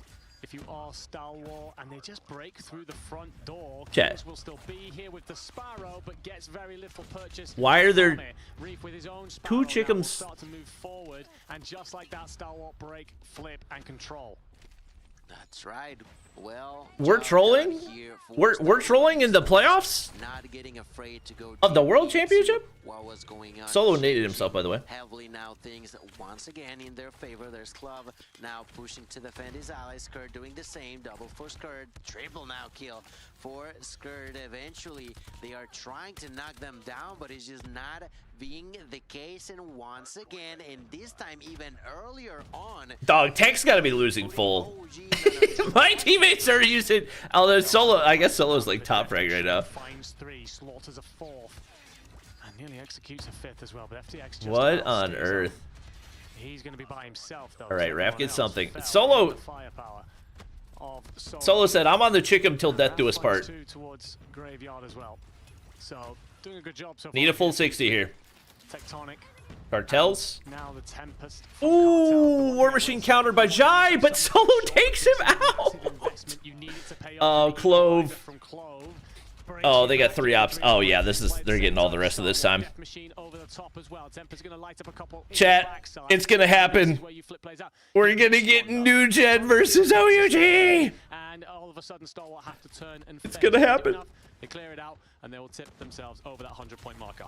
That's right, and after all... Yep, Galorys versus Pab Zero. Loser goes home, but obviously we will be full focus on OUG versus New Gen. Obviously it's not happening yet, but OUG are not looking great. That now are over doubling the amount of points that their opponents have, and well, they are beginning interesting. to the next heal, interesting. I feel like once again they're showing to us how hit the bank shot like Tim Duncan. They are. Despite the attempts here from OUG, Hold up. Stalwart will feel pretty comfortable. Kings is going to ring out with. How is FDX alive? There's plenty of damage to back FDX down, who will be cleaned up. 3 unanswered for OUG. It's a lot of time on that op. A lot of shots. Not a lot of shots. Yeah, they really grouped up well there. They grouped up really well there. Gotta give credit. That was a good team play. Not only knocking on the door, but full on just throwing it to the ground with a big Oh, Clove. Oh, Clove gets 3. Oh, somebody has to trade that. Oh, somebody has to trade that. Cartels gets 2, but not gonna break. This is not being possible. It's not being made on the side of OG. Stalwart Esports just want to finish things. Solo is top fragging for the lobby with a Chickum. Closer and closer to doing so. We're going back onto P1. Cartels gets 1. Alright, spawn's crucial here. Spawn's crucial. Obviously, a lot of time left on P1 to play for those spawns. Ref, get on the freaking hardpoint. I'm gonna lose. Clearing it out. Have you read though this spawn coming through? I think you're actually gonna miss that Skurd is in behind you, and well. All right, they get one, but they've got to flip. Instantly traded. Those flip spawns now. FDX, Tempest. Not that it really matters right now. He's still 60 points down. Death Machine dead, and he turns to get another. That might break them. It's a case for OUG of every time you push forward, every time it feels like you've fought for an. Yeah. SDE walk away with a mile. And for Tempest in hand in the center of P1, you spot Tectonic, you miss Tempest does die there, but they haven't flipped spawns, so it doesn't really make much of a difference. Doesn't make much of a difference. Real good for Stalwart Esports once again with the spawn. I think Jai just got an EMP. To be the push going down from OG from up above. There's a Pred missile. Cartels trying to push in through the left Cartels. side. Executed by yet another usage of the score streaks. There's Tech using Tech the gets War Machine. 2 off the War Machine. Goes to try to Oh, Jai counters. Great play. War Machine by the hands of Jay. STE looking diffy. Because why the hell? Looking diffy. Stalwart want to finish things off. Yeah. STE just better. They are ringing the bell. Especially, I don't know what happened to OUG's hardpoint, man. I don't know what happened to their hardpoint. Their control looks just as good as it always did, but their hardpoint is lacking. Can you build some sort of momentum? Well, the answer's no. Reese gets 2, Clove gets 1. Yeah. I mean, you have the setup here, but 100-point lead. You've got 1 operator available to you. 100-point lead, you've got to be perfect. 120-point lead. Solid can try and control the house here in order to cut off any players arriving. Does get 2, so slows that, stems it for a moment. But the hill hasn't even opened up, so just as it does, guess who's right here? The Garena region team. That's right. Once again, they're That trying gets to 2 over enemy lines, finally reaching 100 points on the side of OG. Made immediately. Kings needed that. Yeah, that's game. Will just hurt them even deeper. They don't have a map. They don't. Solo finally switched to the VMP. Legitimately trolling. By the hands of STE. Legitimately trolling in champs playoffs. That's crazy. This could be the beginning of the end. This should be the last nail in the coffin. Yeah, no. Down to the winner bracket for OG. Stalwart will actually lose a lot of these gunfights, so it will go on a moment longer. We will see at least one more. Most random claw. Just most like 10 seconds left on old claw pop. Kings actually manages to avoid the Tempest, one just over his head, one between his legs. That's about as good Good as kills it by gets. Cartels, but semantics at this point. Scrap time here, but that's about that. Sparrow for Reef. Took himself out. Reef's gonna use the Tempest. Sorry, What the? He just walked into his pre-fire. In for 2. Gotta go big here to keep your team in the fight. USS 9 doing work, but won't be enough. Stalwart break in. Golly! Clove beaming. LeBron James 46. But do nothing. Chat. Will be knocked down to lower bracket. Chat. Stalwart Esports stand atop and march on top with a well-deserved. We're getting it, chat. They have a really solid OUG versus New Gen. Practice in their own region. We know how strong Elevate was, and that begins to show that well. If a team manages to just so successfully dominating. If you are on the same region as them, you gotta take advantage of it. You gotta improve the same way they have. And look at that 2.0 KD coming down from Jay. 46 kills. I blame Bobby for encouraging off meta. What are you talking about? When have I ever encouraged that in competitive? Okay, yeah, solo. We should have switched off the chicken way sooner. 25 and 39. They do more than that. They apply plenty of their own. It's a statement made, I think, in the hard point sense. As you said, it's very strong, looking really good. S&D took it to overtime, had to close it out there, but did enough to make the adjustments. Clearly have a deep playbook. The control, yes, we can ask some questions, but is that just a situation where it just favors OUG so much? They look so good on that standoff control. For Stalwart, though, this is a lot of questions answered about where they stand right now. Move forward to find out a few more of those. Okay. I mean, the fact that Jay puts a 4-6 The fact that they're having Galorys versus Street on main broadcast is crazy. Breaking those front lines. A great player stepping up in a big moment. Definitely stepping up as needed. Well done. And, well, now they have to begin thinking about what's going on the other side because, well, whatever is expecting or waiting to be played for Stalwart, it is still going to be a challenge. It is still going to be another shot at them trying to get closer. I mean, we keep on saying getting closer to Elevate, but at this point, with how close matches have been, it could be anybody's game, right? 100%. And well, whose game it was? Solo should watch Bobby's top 10 guns video. FDX. You know who I want to hear from? True. We've got an interview down the stage. True. I'm with FDX from Stalwart, and you're fresh off a win. But let's talk about that win for you guys. You were very dominant in the hard point. Search and destroy. What if Ninjas beat OUG? They would face Galorys or Street. And if they beat them, Ninjas top 4? I think for the maps that we lost, top 5, I think. We pretty had a bad that would put them top start. 5. We didn't keep the momentum going. And for they still have to beat somebody between Wolves, Q9, Stalwart, Elevate. So, yeah, I hope next round we could bounce back. Yeah, and for the next round, how are you guys suiting up with your next Actually, no, they wouldn't play. They wouldn't play. Especially from day number 1. They wouldn't play the winner of Street versus Galorys because they would play the loser of the upper bracket. Against Q9. Actually, they would play either we're gonna start any of those 4 teams that lose. We're gonna break the curse right now. Next match.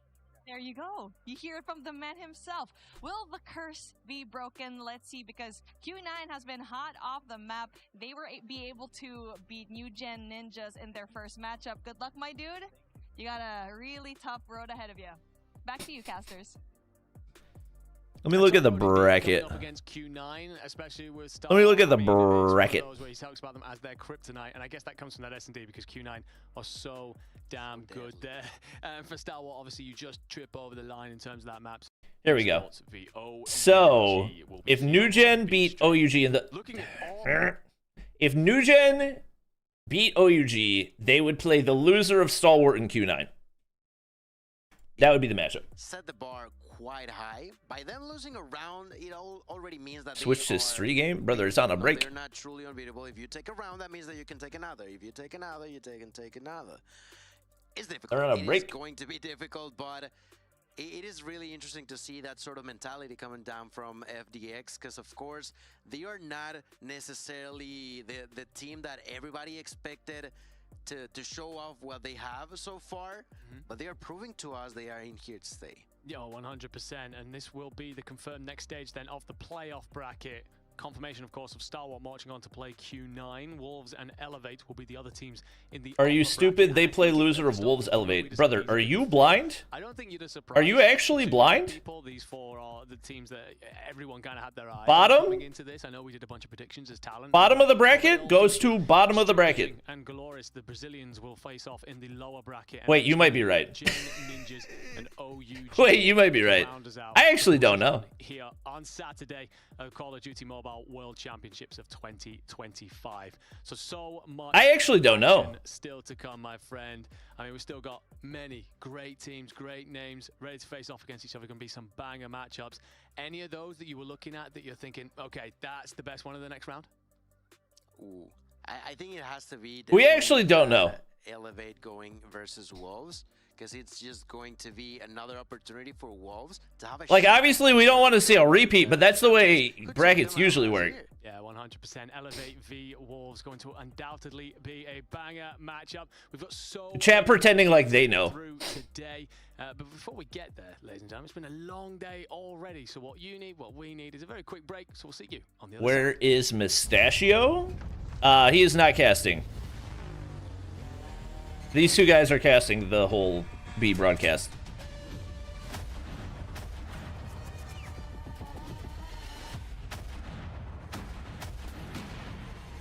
Of course we do. No, you don't. You literally have no idea.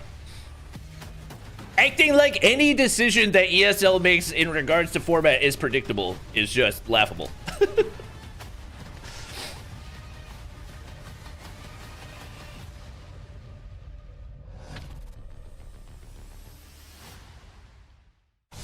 Read the message. Listen, Shafi. Listen, Shafi, we know what the reason is. We know what the reason is. Alright, that is a 14-minute break for that broadcast, so I guess we'll be watching Galorys vs. Street for a little bit. Oh, that's me. Wait. That's me. Yes, that's me. I'm sorry. Probably me. I think I have a bad habit of speaking. So we're doing lower bracket and upper bracket at the same time? It's a bad habit. BT. Maybe can be Suiwa, I think so. I don't know. I think Suiwa. I think it's Warden. 我们队里面应该是 Zero 的沟通，有的时候他 So Elevate versus Wolves will happen at the same time as Street and Galorys? I guess just to give a break to the teams that just played?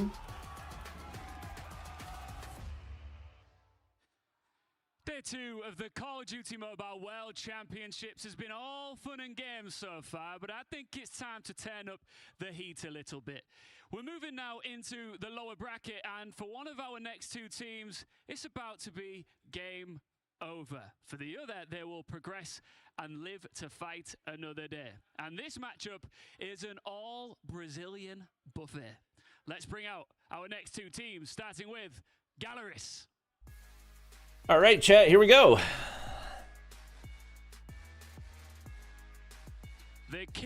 Dang it, that means that we're going to have freaking OUG New Gen at the same time as Q9 versus Stalwart. Frick, man. To stay alive here against an opponent that they know very, very well.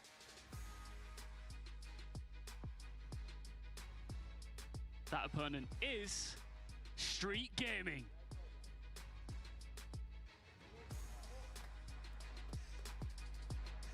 They couldn't raise themselves to Elevate's level earlier on, but they have one Prediction for Street versus Galorys? I don't know, man. Street been looking kind of crazy. Like, low-key, Street could probably win. Okay, I know you heard that. Might be a long shot, but I think that Galorys will win. I think the Galorys have the big bro, little bro mentality advantage. In the playoffs, will it be Galorys, our top team from Brazil, or will it be Street Gaming able to pull off another massive upset? We welcome in Proper and I hold shift to the desk. And gentlemen, this was the bracket you told me we would be seeing at the start of the day. We have our elimination bracket, though, starting to get a bit spicy here. Street Gaming and Galorys, though, they've met up multiple times. So what should we expect based on history here, Andy? Well, I mean, if history is always doomed to repeat itself, then this should be a very easy cakewalk for Galorys. They barely even lose maps when they do face Street Gaming in their own region, but this is a different beast that we're dealing with Street Gaming, taking maps off of top dogs all tournament long. And Alan, this is a massive matchup for both of these squads. Map advantage is not fun. The other top 8, and there's a difference in the prize pool. Let's take a look at this. Chat, the only alternative, the only legitimate alternative to map advantage coming from the upper finals is a bracket reset. I'm telling my boys, we're playing for 20K, Andy. Technically, map advantage is not a proper double elimination, but I think it should be best of 9 with map advantage. I think that would be the combination of most fair and also most entertaining. But do you have a top performer in the tournament? I know you've been cranking the numbers since the beginning of the group stages. Yeah, I mean, it's easy to focus, I think, on Mihawk and Lukaszyn for the side of Galorys, just because of not only what they've done historically across their careers, but even just in their most recent series, they were able to really put the fight to Wolves in a lot of different individual moments on different opposite sides. BO9 would be so long. I mean, it's better than having a bracket reset. On the other side, you do and also, like Mihawk up front. Championship Sunday only has 3 matches. For Street, I think we're going to see that bit of a rivalry. We talked a lot earlier today about how there's this long-standing history between Million soon, yes sir. They have championships in mobile games now. Who wants to tell them, chat? And I think in particular, looking at their matchups versus TLE, who wants to tell them that mobile games hold like top viewership numbers for every esports viewership record every year? He was dropping 63 kills yesterday in groups. He topped the leaderboard at 57. Galorys IGL? So looking at the other 4, I don't know. Rage baiting? No, he's not rage baiting. It's just somebody in vertical stream that's probably never watched a mobile game before. Which team is worse right now? Mavs or Hornets? Oh, Hornets, not even close. Yeah, I mean, PabZero definitely deserves the flowers for the standoff search and destroy they took off at Elevate, but this is some next level cringe. Buddy, I hate to break it to you, but these guys on phone would obliterate you on any controller or PC. I know it's tough to hear, but getting into the trenches, and he is trying to force these kills where they do not belong. Why not Red Magic? Red Magic didn't sponsor. On the multi-killer. GTO, though, is the player I talked to before this matchup. I said, you guys don't look like you're very energetic. He said, we save it for the game. They are nothing but focused on this stage. On the other side, though, Galorys did their huddle. They were loud. I feel like this whole venue heard them getting ready for this matchup. Let's see what they decided to do. In our Nico had the vision. And the interesting thing about how these two teams have no, Nico got lucky that Adam Silver decided he was going to rig the league. Earlier on, and it was a Galorys 3-0. The difference is, for this scheme of Street Gaming, their worst mode in LATAM was Search and Destroy. They are currently 4-0 in the mode. So do you think Bear Clan can beat Elevate last year? Search team on the weekend so far, and Street, who have found upsets to TLE, but for instance, by way of the Search and Destroys. That's where my focus is. If you're Street Gaming, it's the same story we actually told about Galorys. Street need to come out and win one respawn, win both searches. Now, both of these teams were able to find success in control throughout the tournament. The only game mode it seems the Chinese yes, DVS is out of the competition. So who do you give the advantage to when we go to take DVS for the takeoff out, control, I am absolutely or Japan out, NA out, EU out, Africa out. The raid and the crossfire, I don't want to see any sort of that nuttiness if I'm in the camp for Street Gaming. But takeoff is the exact third map that they did play when they met each other in their regional games. And Galorys, do you think trading PabZero for Zeus is the equivalent of trading Luca for AD? Is that standoff search and destroy? No. In the middle. I went back and no disrespect to either of those players, but neither of them are Luca or AD level players. PabZero was incredible with the sniper rifle, and I've been told the sniper is more devastating on fire. Have you ever played in Chance? I played stage 3 a couple times. I think Fire Range is the right call. I mean, don't get me wrong. You're going to see snipes hit on standoff, but I think in terms of adding influence and finding early 5v4s, you're getting that more regularly on firing range. So that's, I think you're right to kind of keep the focus there, especially if we get to map 5. And of course, we'll see what happens in Apocalypse Game 4. I have a feeling this isn't going to finish 3-0. I'm expecting that second hard point. We haven't seen a ton Which team has underperformed this time? What are we looking forward to if it goes that far? It's everything that you want to I would say TLE is the only team that you could say underperformed, and I think even then Street more overperformed expectations than TLE underperforming. Puts them in a favorable position when you look at the Apocalypse in the Hacienda because of those longer range gunfights. Dog, no shoes? No shoes? The 1, 3, and 5 in this series. No shoes is insane, chat. When they played in their Latin American qualifier. 250, 177, the Hacienda. No shoes in Poland? And 3-0. Crazy. So this legitimately is all about Street Gaming saying we're aware of that. We can improve upon what we had done prior. And they have played some pretty decent reps across this map pool so far this weekend with some good success. So it feels like a pretty good square up opportunity here for Street Gaming to come and get some revenge. People thought TLE was going to beat Seoul. I mean, to be fair, Nugen is a lot better than Seoul, if we're being honest. Nugen might be better than Godlike. That might be a stretch. But if you look at like how Godlike played versus Q9 in CDM, they didn't take any maps off him. That's what you're looking at to see if they can Nugen did. improve upon that takedown. Galorys start this series off on the right foot. And again, build towards revenge against your inter-region counterpart. How about the photo finish that they had in their opening series on Hacienda, the 250 to 248 slobber knocker to start the entire tournament to put them on the map. Street over on the favorite side, or Galorys, excuse me, on the favorite side of the map to start things disable the preview real quick. It's all just about getting A45 banned? Yeah. trying to keep things scrappy. Yes, Elevate is in champs. Then fight for new. A little bit of pause as the smoke will really negate either team from getting onto the zone for now. Galorys able to step back in though with numbers, finding a couple of kills from the high ground. Jez was better than everybody thought. Jez has been the second best player on that Seoul roster, like, since they came together. From window to window as Lucasine steps forward to the next and 4 does get shut down before finding 4 in a row, but again the numbers are decent. It's been nice little resurgence here off their second set. It's been consistently Marvel and Jez top 2. And put some pressure across the map. Really good thing to point out is that Lucasine is on that XM4, so he's going to get a little bit more activated. He's going to try to get a little bit more aggressive. All right, Foki, brother, are you going to start playing today or nah? Point out, did struggle versus Wolves earlier. Was Foki. He's still sitting on the goose egg currently. What? I don't know what is going on with him, but he is collapsing. He is collapsing for Galorys. More maps off the top teams, and this could be where he could get his footing. Spawns have now flipped. You got the back driveway spawns if you are Street Gaming, but Galorys quite content to hold this from the front. Maggie gets surprised over on the rock pinch. So Street Gaming will have to try to fight this from driveway and lobby. Galorys from the front of the hard point have gotten their way in, but cannot hold their position. Abiz instead of Fran would be great for New Gen. Yeah, I mean that would be like a nasty squad. The death machine shut down, the war machine staying alive, and for the moment, well, eventually it does get negated, but not before Galorys can reaffirm some control inside the hard point. Godlike are better organized than New Gen?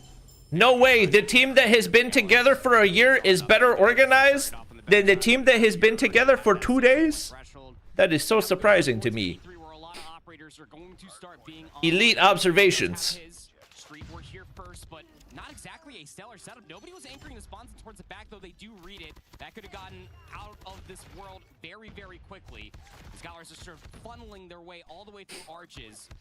Oh no! Good job to be able to find the initial gun. Foki. Then those operators get pulled just in a moment's too late. The Galorys are starting to poke and prod their way forward. Yeah, Lucasine actually gets a route through top office to block off and Godlike has better snipers. Allowing Hen Sparrow to find more value on the hard point. I don't think they have definitively better snipers.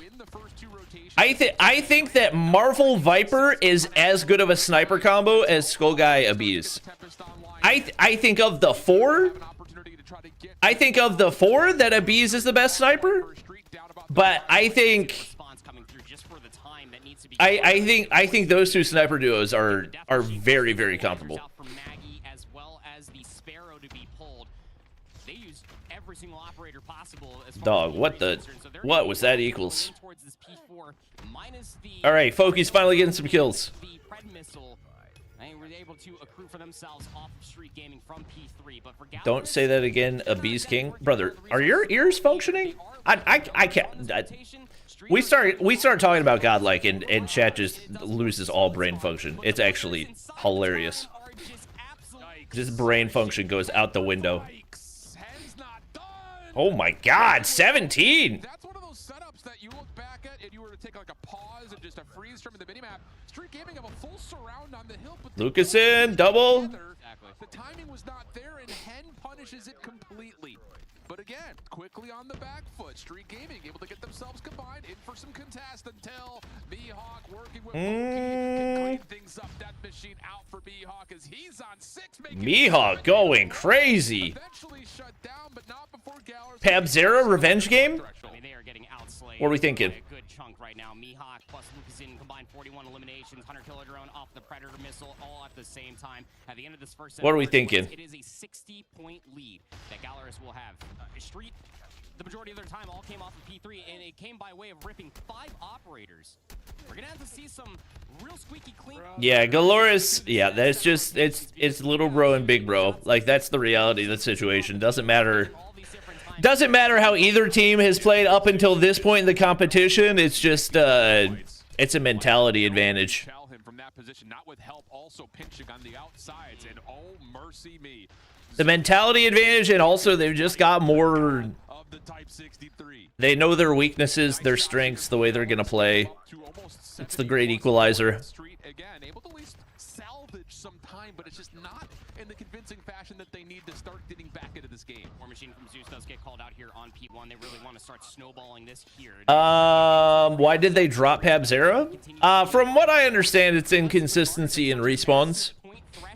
It's just all off of their gunnies and execution off of some superior advantages, but Galorys able to blow them out of the water. Street still reeling, trying to. That did feel like a really random roster change to me, but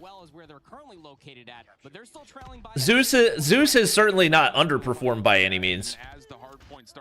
I really thought if anybody was going to get dropped, it would be either Henry Cat or Foki. Because I felt like in stage 4 it was Foki that was underperforming, but he and Hen, no, it was Hen that was underperforming. Sorry, but in champs it's been Foki. Although he's brought it back. He just starts off really slow. With the proximal spawns, unless Street can get the ops of their own to start to land. Maggie dies. Would have loved to have the equalizer there. Potentially should. Trophy. 2 operators go awry, and they. Foki was like a R9 trick. That's what he used to be, but R9 dropped out of the meta, so he just. I don't know. I don't know. It's working right now. They're getting the job done.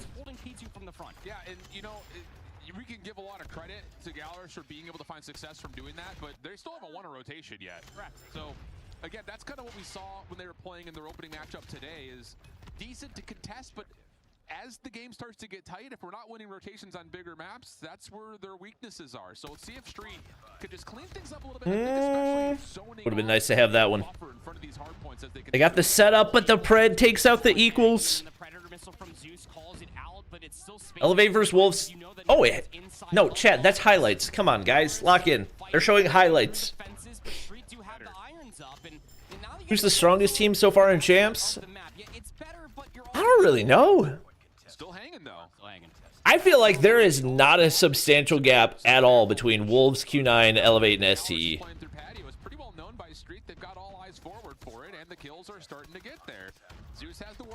I really don't feel like there's a #1 team. Like, coming into it, I said Q9, but dropped a map to New Gen. New Gen played them close. New Gen played Wolves close. That 60-point threshold, but the difference is that you at least stop Galorys trying to kick down your front door.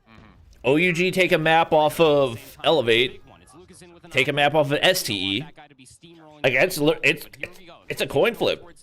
Foki's the only player here. What is happening inside of open? What is happening? Can't find the second, but it's another rotation of which Galorys is lacking. Yep. But they do it the old-fashioned way. They just sprint on in and just gun everybody. And I think the thing too is that they know they've got extra tools to use. EMP now earned for Lucazin on top of the streaks that he had earned by way of No, Barrackland did not qualify. ST is the best right now. I mean, once again, you're entitled to that opinion, but like statistically, nobody has looked.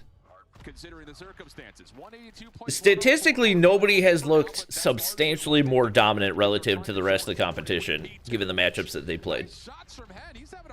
OUG did, brother. OUG literally 3-0'd STE, uncontrolled. Did we not watch the takeoff?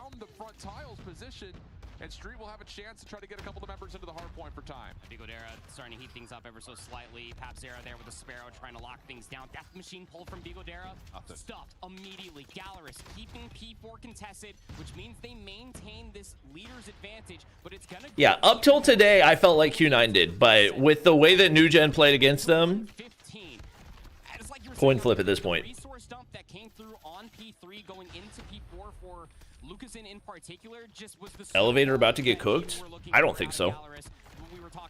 I think both upper bracket matches go to map 5. You gotta lock into this third set or you're gonna go down 0-1 Street. Yeah, gotta find, I think. Oh yeah, if Rise was here, Wolves would be a different story, but he's not here, so. Not that King has been particularly bad, but he's not Rise at the end of the day. 43 for Lucazin. Are we joking? I'm not. I mean, Mihawk's got 46. 46 by the way. He's just been active That's the duo. And Zeus has got 40. Once again, looking like a good pickup. Just knowing damn well the confidence that Galorys has to feel. Papzera playing with a chip on his shoulder, but unfortunately, that's not going to be enough to carry his team. In this particular matchup, coming off of a really emotional loss to Wolves, like, just clean things up and like take the moments to clean up your comms, clean up our ideas and our philosophies surrounding especially bigger maps in hardpoint. Mihawk's gonna put up 50. Foki caught up to the rest. He's just got, I don't know what is up with his slow starts, but gotta fix that up real quick. Good ops. Good ops. It's just the value has been immense. The only thing I think the purists in the COD world would want to see is just better rotation percentage from Galorys. I mean, that's realistically the one thing that was hurting them more than anything when they were going up against Wolves. All right, 50 bomb for Mihawk, 47 for Lucazin. Papzera shut down. Dia will farm him a couple more.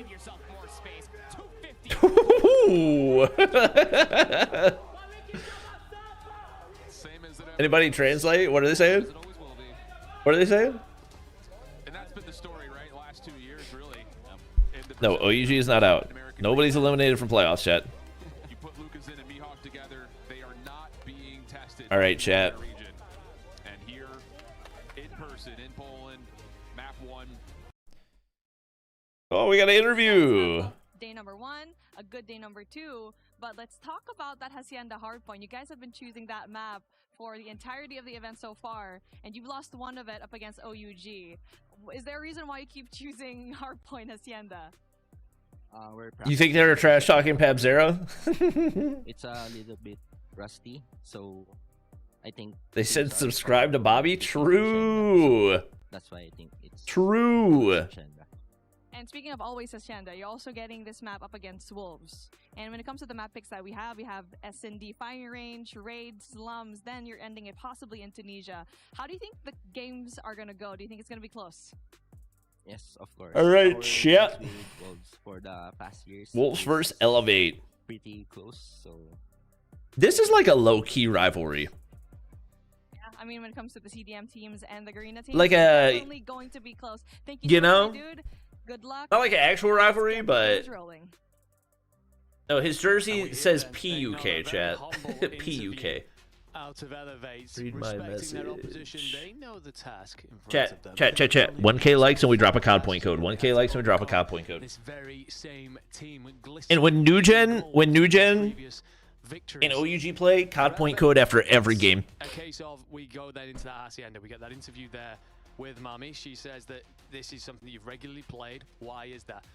We've been practicing it, is the answer. This is something that we feel very comfortable on. You have lost one map there, sure, it was to OUG. Hacienda. Very quick, very aggressive. Yeah, that's interesting that they keep going back For there. Elevate as well, you've often played around slums. You've started to see issues with that through the year. I'm encouraged for Elevate, not just through this matchup, but through the tournament, that they've got a deep playbook in terms of the amount of maps that they can play and feel comfortable on. Solo really wanted OUG versus New Gen. Hence the Chickum. Elevate, do not now we know, chat. To what's going on at the time. Now we know. They try to be creative. They try to bring in something new, either like by being Here we go. aggressive like they did What device? The OnePlus 15. Like for example, they did on the Search and Destroy against OG. They're not sticking themselves to a single plan. They have Type 40 Lance? They most certainly do. I don't know if I've ever seen that. Hacienda hardpoint will kick starters then in a rematch of the grand finals of the 2024 Mobile World Championships. This time here in Poland. This time the calendar year is 2025. Will we see the same result, or do Wolves have more bite about them? Can the pack hunt their opponents down? Elevate and Wolves will duel out in the top hole, start to try and control here, as is typical. This is Let's see. All over the place. Not going to be much of a foothold. It's all about controlling P2 side. It's going to be the left on the minimap in your Elevate. corner. Good start. Everyone's going to focus on once we start to see that time. Sound gets the kills. They take top side control. Ooh, there's one more. They don't realize. Good trades. Spawn control. Important as they get ready to set up. Oh my god. Halo. Ooh, big feed for Elevate. Like you mentioned, this is just the one player on rotation. Zai. What can he do? Oh, he dies off the vehicle explosion. But a good nade will blow him up, and PJ here with the setup. Yeah, superb rotation coming out of Elevate. Kalo really deep anchoring for those driveway spawns. There's one that spawns out fences. It spawned walls literally the opposite side. It's going to take them a moment. Oh, they're super split. They keep driveway spawns. To gates. Actually, no, it's going to be King. Does a great job of just helping his team spawn in. So all of a sudden, Elevate recognize that their footing smoke off everything. Out through checkers. PJ is looking to hold the close steps. Yop is going to play out from Wolves. And it's largely blue. Honestly, low key, I'm rooting for Elevate because if Wolves win the championship, I'm gonna have to give away so many COD point codes to people that said that Zai was winning MVP. Honestly, shockingly slow start for Zai. Still 20 seconds left. Zai thinking about bouncing inside. There's the War Machine coming down from Ken. War Machine with 15? Onto Sounds immediately. War Machine and a Tempest with 15? Going to be, I thought it was going to be a clean couple of seconds for the side. Elevate, it seems like Wolves had other idea. All right, well, PJ has an EMP, so I can justify it a little bit. The first one to get there is going to be I don't think that was even the guy he was trying to shoot. Trying to build a fort, but there's multiple people coming in hot at the same time, and even more so from up. Nothing for the pred. Wolves have a setup here. For the opportunity for the side of Elevate to come in. Well, they defended very well at P2. Contest time. I think Yopi missed his shoot button. 3 kills will do a great job of that. Make that a 4th. Susano's going to put up the last bit of resistance here. My audio is low. My mic audio? How about now? Better? Anyone coming through that doorway Better? Oh, that's too loud. Gotta move it back from my face a little bit. Susanu? That was a lot invested for one kill. Zai bottom frag? That's the thing, not really a They mean the game audio? I mean, that's kind of intentional. I don't want the casters to be louder than me. Everybody begins to move to the next area, and I find almost no sound. How to the very end, Wolves is fighting for the last few seconds. I'm not too sure if that's actually paying off for them. I agree. The fact that you've not rotated incorrectly once, it can be a stylistic choice for some teams. They prefer to break. Bro, Zai is still on 4? What is happening? To counter that, it hasn't happened yet for Wolves. Claude's going to hold the mid holes with... What is happening? Manages to get one. Cleaned up from there. 5? Then set up inside a rock. Can you defend? Well, 3 instant replies from Elevate will make that a very difficult thing to do. In you go. I've never seen this. very close if Yoppie wants to invest once he gets there. Never mind, PJ's going to decide he wants to temper. Reduce my volume? Oh. The second, frying okay. the opponents in front of him. The Wolves don't understand what's hit them just yet. They're 40 points down. That's feeling PTSD? And I mean, at this point in time, you really need to have an answer also for PJ, who may not have a shotgun, sorry, but he certainly is making it rain onto the opponent. So far, a 40-point gap in between. PJ gets another right there. As we go back onto the P1 postmortem. Important for Wolves to come up with something new, something. And Zai instantly dies off the DM, bro. And at this point in time, it's working to perfection. I'm not too sure if they're gonna change what's already working for them. You certainly don't want to change it if you're PJ. You're on 22 kills already. King will find one with the Tempest. King carrying? The rest of his teammates die around him, so it's a case of with Peg? My Tempest. I need everyone to play off the back of it. The 2023 OGs? The death machine, the war machine. If Zai locks in, they win? Yeah, I 100% agree. You fall in the trade as well. They're only down 60, and he's not doing. To go away here. Zai's going to drop in through comms? So often the superstar for this team through this tournament and through this year, but he's only on 9 kills so far. Need to see a bit more from him if you're a fan of the Chinese team. It's super weird to see, like you mentioned, 9 turning it to 10 and 11, but it's not. See if he can start heating up. And as such, he just got a 3-piece in there. Seems like he's starting to build a little bit of momentum. Because once again, Wolves are gonna be late to the party. 122, 62 lead in favor of Elevate inside of the hill. There is Kalos on water side. Yep. King That's big. to survive is gonna be executed. The next one to try to fight. Kalo gets 2. Susanu forces out. Oh, and they pinch from behind. Let's see for how long. A few utilities are going to be popped here by the side of Elevate without too much value, but there's still a Tempest and an Equalizer. The last time we came to PG, honestly, pretty good value for Wolves here. Elevate were happy to fight it from the front. This time, almost a bit of a flip situation. Actually, Elevate will just clear out the whole house. Wolves will spawn well side, start to try and push in through the lobby and through the driveway. Are you on Twitch as well? Nope. Stream channel for the horizontal stream. Equalizer who finds 2, but actually Win does incredibly well. Tucks himself off to the opposite corner and shoots him in the back, but 2 kills there just mean that Elevate can. Would be nice if we could hear comms. Yeah, I agree. Galorys are up 3-0 in the search, by the way. Damage here, softening the blow just a bit. With those spawns further out, Elevate might just continue to rotate away and leave Wolves to what's left of a very little amount of scrap time. And I mean, Elevate just continues to gain style points with how they've been playing. Rise versus PJ would have been insane. I mean, we still got Zai versus PJ. Zai's just got to lock in. Or op charge for Wolves.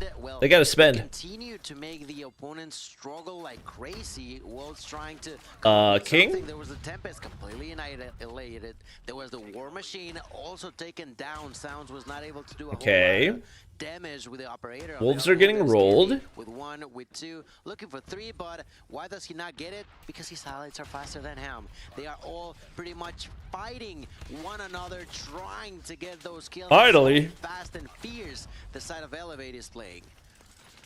Win's gonna try and finally get on the point. We'll have a couple of bodies DM as well. They know where the spawns are, so they're squeezing that. Oh my God, Kalo will finally be ripped out of Zai's hands, but the VMP up close for Wind has provided plenty of purchase so far. Needs a bit more. Wolves getting closer to 100 points. It's still a sizable lead for Elevate, but you can feel that pendulum of momentum shifting, just a little bit. 100 is made, but what's the play when it comes to rock? All right, 60-point game. Sound is here. It's 1. Ensure that Wolves didn't get anything from it. PJ should win that. Yep. Do you defend this time? And well, when a death machine greets you at the door, the answer's probably Susanu. For Susanu here, you got to focus both sides. Waiting. Great job of doing it's on so, water. And you are going to spot that player in oh, Peg. Big kill.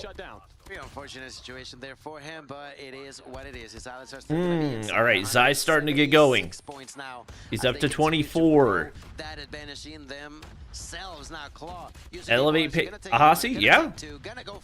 Apparently, this is a good map for them. I don't know if they've been playing it poorly or what. I would just go ahead and pred and pred and get the EMP. Double kill for Claw. Finally gets killed, but on top of it, he gets a knock with a Hunter Killer drone. 200 points have been reached by this out of Elevate. King only gets 1. On 107. The problem is here for Wolves, you tried to play. Yeah, this gap is too big. You're not bringing this back. Kalo going crazy, 43. To storm ahead here. Oh, nearly 100-point lead heading into our third rotation. Anyone see this coming? Was this on your bingo card? I highly doubt it. Where is the Wolves that everyone talked into this series, into this World Championship? Brother, they don't have their full roster. This is why it frustrates me. Like, I have no disrespect towards anybody on this broadcast. Why in day 2 are there 0 COD Mobile endemic casters that have actually covered COD Mobile esports this year? There is 0 reason that Verdict should not be on this broadcast in any capacity. There's 0 reason. It makes 0 sense. And they are trying to close this one up as quickly as possible, and we already understand why OG struggles so much. 0 sense. Showing significant prowess in this map 1 here. This was supposed to be their biggest test.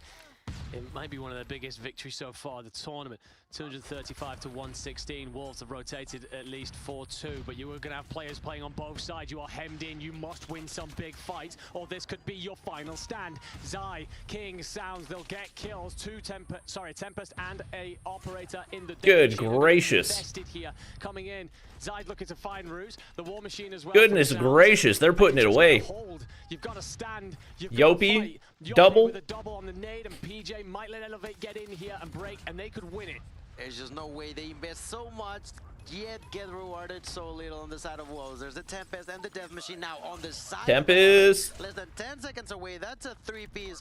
And another double with a nade. The side of Elevator having so much fun in here. They're just a few seconds. Equalizer again. That's 1. Oh my God, Kalo. Make it a triple. It does not matter. Oh my God. Oh my God. Elevate with an outstanding game of Sheesh. yet again going to dominate. Those boys handling business. I want to know what Zai's stat line was for that game. We're talking about Wolves here. Didn't look like that they were going to be teaming up Gas Pinch. They gotta, you would think, have to clear Brown. It's Pabzera made the absolute. I think Galorys gonna 3-0. Stay alive. Post plant set up to lean towards mid. Retake.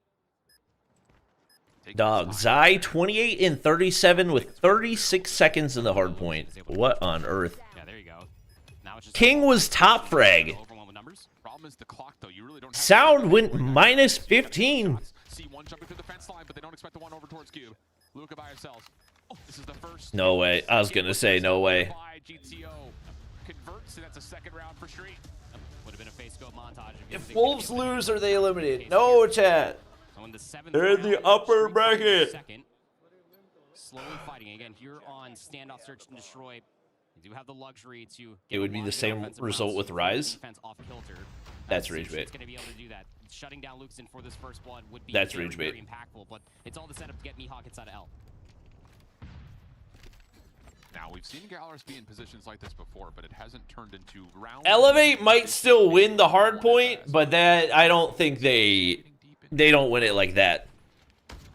Oh, that's a lot of damage, but they don't win it like that. Follows up for a second shot to get the first blood.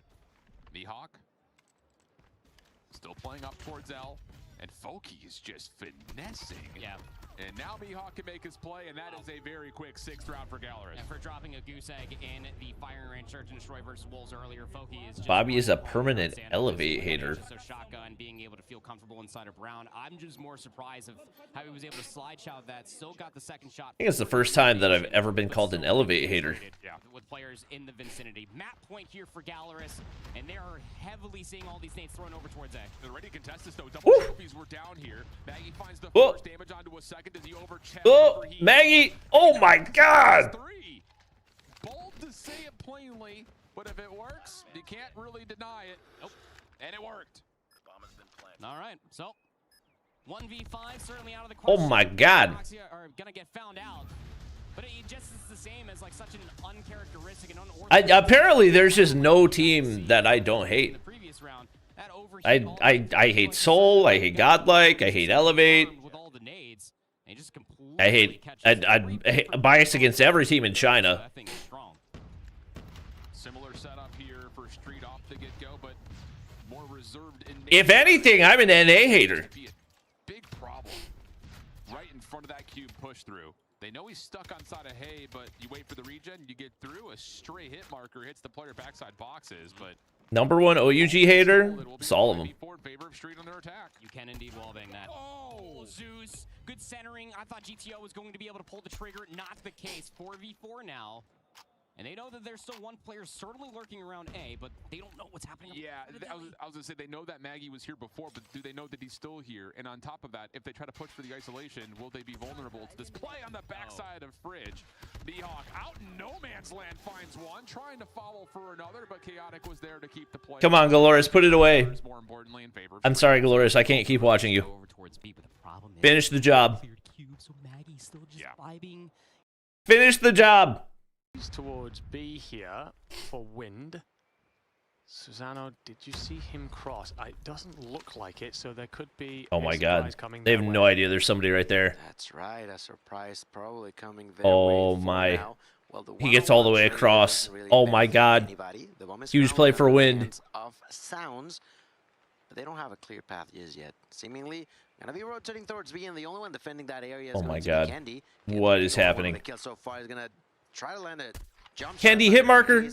Oh, he gets in. Wow. But that's huge for Wind. He wraps back, gets one. Oh, he's on an island. Oh, he's on an island. Into the action. They have already spotted the last remaining player. The bomb is planted, and Wind? with such an overwhelming pressure, Wolves will take the first round. All right, Galorys win. Thing that happens there, Wind ends up through the Elevate team, completely missed by Kendi, and as such, he's round the back, can hand out all the intel in the. There is a horizontal stream. It's over on the stream channel as well. So it's one of those. The Elevate are going to wonder how the hell he got there, and to be honest, so are we. Back into the round here for number 2. Wolves draw first blood on the attack, of course. And looking for first blood in this round is going to be Zai, ringing out the sniper shots. It was King that went down last time. Can Zai do better as he peers over A? There is not that aggressive defense towards A from Elevate this time. So bro is probably scratching his nose. LOL. Playbook from them. For Wolves, it's just steady. Is New Gen versus OUG on A or B stream? I don't know. Unfortunately, not going to come yet. I don't know. I don't think they've announced yet. Down there from Candy. Definitely good upper body strength to be able to get all the way to the top of this tower. Now patiently waiting, looking at Wood. Gonna find the first enemy, and with a really good quick shot is gonna find the kill with a quick scope. It's straight into King's chest. 1 blood going in favor of Elevate, but bomb is down. Oh, Kalo reads the reposition instantly through the side of trailer. Reads it off the timing of the plant too. That's amazing. The bomb as well, because Zai's had to back off to make sure the flank's protected, and I think Elevate recognize that, so they're starting to flood forward. Oh my God. Kalo's getting one. PJ's the bait, but Zai's all alone. Oh, he's dead. He's dead. Everything. Well played. Elevate, including the backside, so it's an easy retake. And honestly, I think a lot of it comes down to, sure, you had the numbers advantage before the bomb goes down, but I think it's that instant kill out of Klo. Turns it into a 5v3, and from there... In these matches, I think every team can defeat every team. Oh, 100%, especially in the remaining 4 upper bracket. Yeah, 100%. And that's where Elevate comes in. Takes those extra kills, defuses that bomb. That double kill at a distance from Susano was also very, very nice. And well, we're moving on to round number 3, and this time around, Elevate will continue to be chill. You know, they're trying to hold their angles. So far, Candy patiently waiting for, oh my God, hopefully a victim. Oh my God, this timing for Candy. It seems like Wolves are pretty much repeating, but not quite what they're doing. Those trophies are gonna run out. Well, Wolves slightly delayed their... Nobody inside trailer. Nades over towards American. Ooh, hit marker. As such, it gave them the space to move the ball. 5v5 retake. And the plank comes through. Susano misses with the sniper. Flash hits. He's just going to play this straight through the front door. Unfortunately, so did PJ, and he doesn't make it very far. Yeah, trying to push that with a machine pistol. In favor of Wolves, but look at the player coming around back. The problem is Candy, Candy, so you could make Candy. a bit of a surprise play, and Candy's shots do not connect. Wolves see it off. Is this the first time we've had the upper bracket be this close? That was a good round. I liked it. I mean, the last time we had an upper bracket was 2022, so I would have to look back at results. But I know Tribe versus Wolves in upper bracket was really competitive, so. Which is quite surprising. Player of the tournament so far. Being a bit for a slow start, it's fine. We'll see what he has to say as we move forward this time around. Once again, trying to go over on Bravo. Probably PJ or Uling? Maybe Jai? Do it right now, seemingly no, not quite yet. But Elevate begins to push forward, and well, at this point in time, they already have a general idea of at least whether or not, and have a clear view if the side of Wolves tries to start making a move. I think Wolves are looking to bait out a bit of defensive movement here. Leave Elevate guessing. Clove's been really good, I will say. It's and onto the SMG. Tucks himself inside trade. I was curious what his performance in Champs was going to look like, and he's definitely been solid. I don't know if he would be MVP for me for his team, but Yoppy's covered over mid. Wolves have decided to straighten up. Viper? Looks like they're going to make that A. Viper's been good. I don't know if he's. Yoppy's going to be here with the PKM through the smoke. I don't think there's any player in a lower bracket team that I would put as an MVP for the whole tournament. 45 seconds now. And the side of Wolves has to be thinking about what to do next. Time's running short. It is. Jai is overrated, brother. Have we been watching the same games? That's exactly what he's doing. And Elevate realized. Ooh, through the bomb! Great shot under that bomb. Candy is gonna knock out the opponent. Zai responds. PJ, big. Susano, PJ now opens up the floodgates by getting the King, bomb down. Turning it all the way around, there was King, but gets Peg alone. It's a 1v4 Peg completely on his own. He may have 6 kills, but has 4 people. Nah, this is not happening. This is not happening, bruv. Difficult. He tried, but in a 1v4 against Elevate, there's only so much you can do. Great play by Elevate there. The smokes come out from Wolves. Obviously, they've saved them for that later stage so that they can drop All right. and rush the bomb forward. Tied up. And the PKM just lines 2-2. through. So as Wolves consider that aggression, it's a case of, well, if we do run forward now, we're running into bullets. Means that they're stemmed. With a Bees and Prevail, Godlike might have beaten Q9. I just don't understand. So once again, not hate against those guys. Heading into round 5. And again, another. But post CDM 9. Godlike never played close against Q9. But, well, it seems like they tried to take a step forward faster than the opponent. Still, not gonna matter too much. Seems like job with the kill onto Sai. A Bees for Fran, I can understand. That's like the one roster change that I think definitively would improve that roster. For Candy, that gets the knock onto Wind. Once again, Susano sees the opponent, but without the right timing to properly land a shot there. Once again, does not matter too much. Elevate are just that smart. Yes, they get the kills, but it doesn't mean that they just aimlessly begin pushing. They try to keep organized and look for what the next move is going to be before doing it. CDM format is different? Susano doesn't. No. Wait for the next they play the same number of hardpoint respawn or hardpoint search and control. The order's different. You still play the same 5 games. You're playing defense. And also, they got 3-0'd when they played them in CDM 10. So, like, once again. Off towards the left in Peg, who is trying to move that bomb forward desperately. You'll notice that they are split, and you should also be able to hear where the bomb's trying to go. And you do, and you get the kill. King. That's right. Now the side. Anagusega, make it a breadstick. That's a great kill there for King. Only Susano and his ally will remain alive. He was just not able to defend himself. That's another point going in favor of. Y'all think Sams and Jokos will still be playing next year? I don't think Jokos will. From what I understand, Jokos had purchased like a tea shop or something.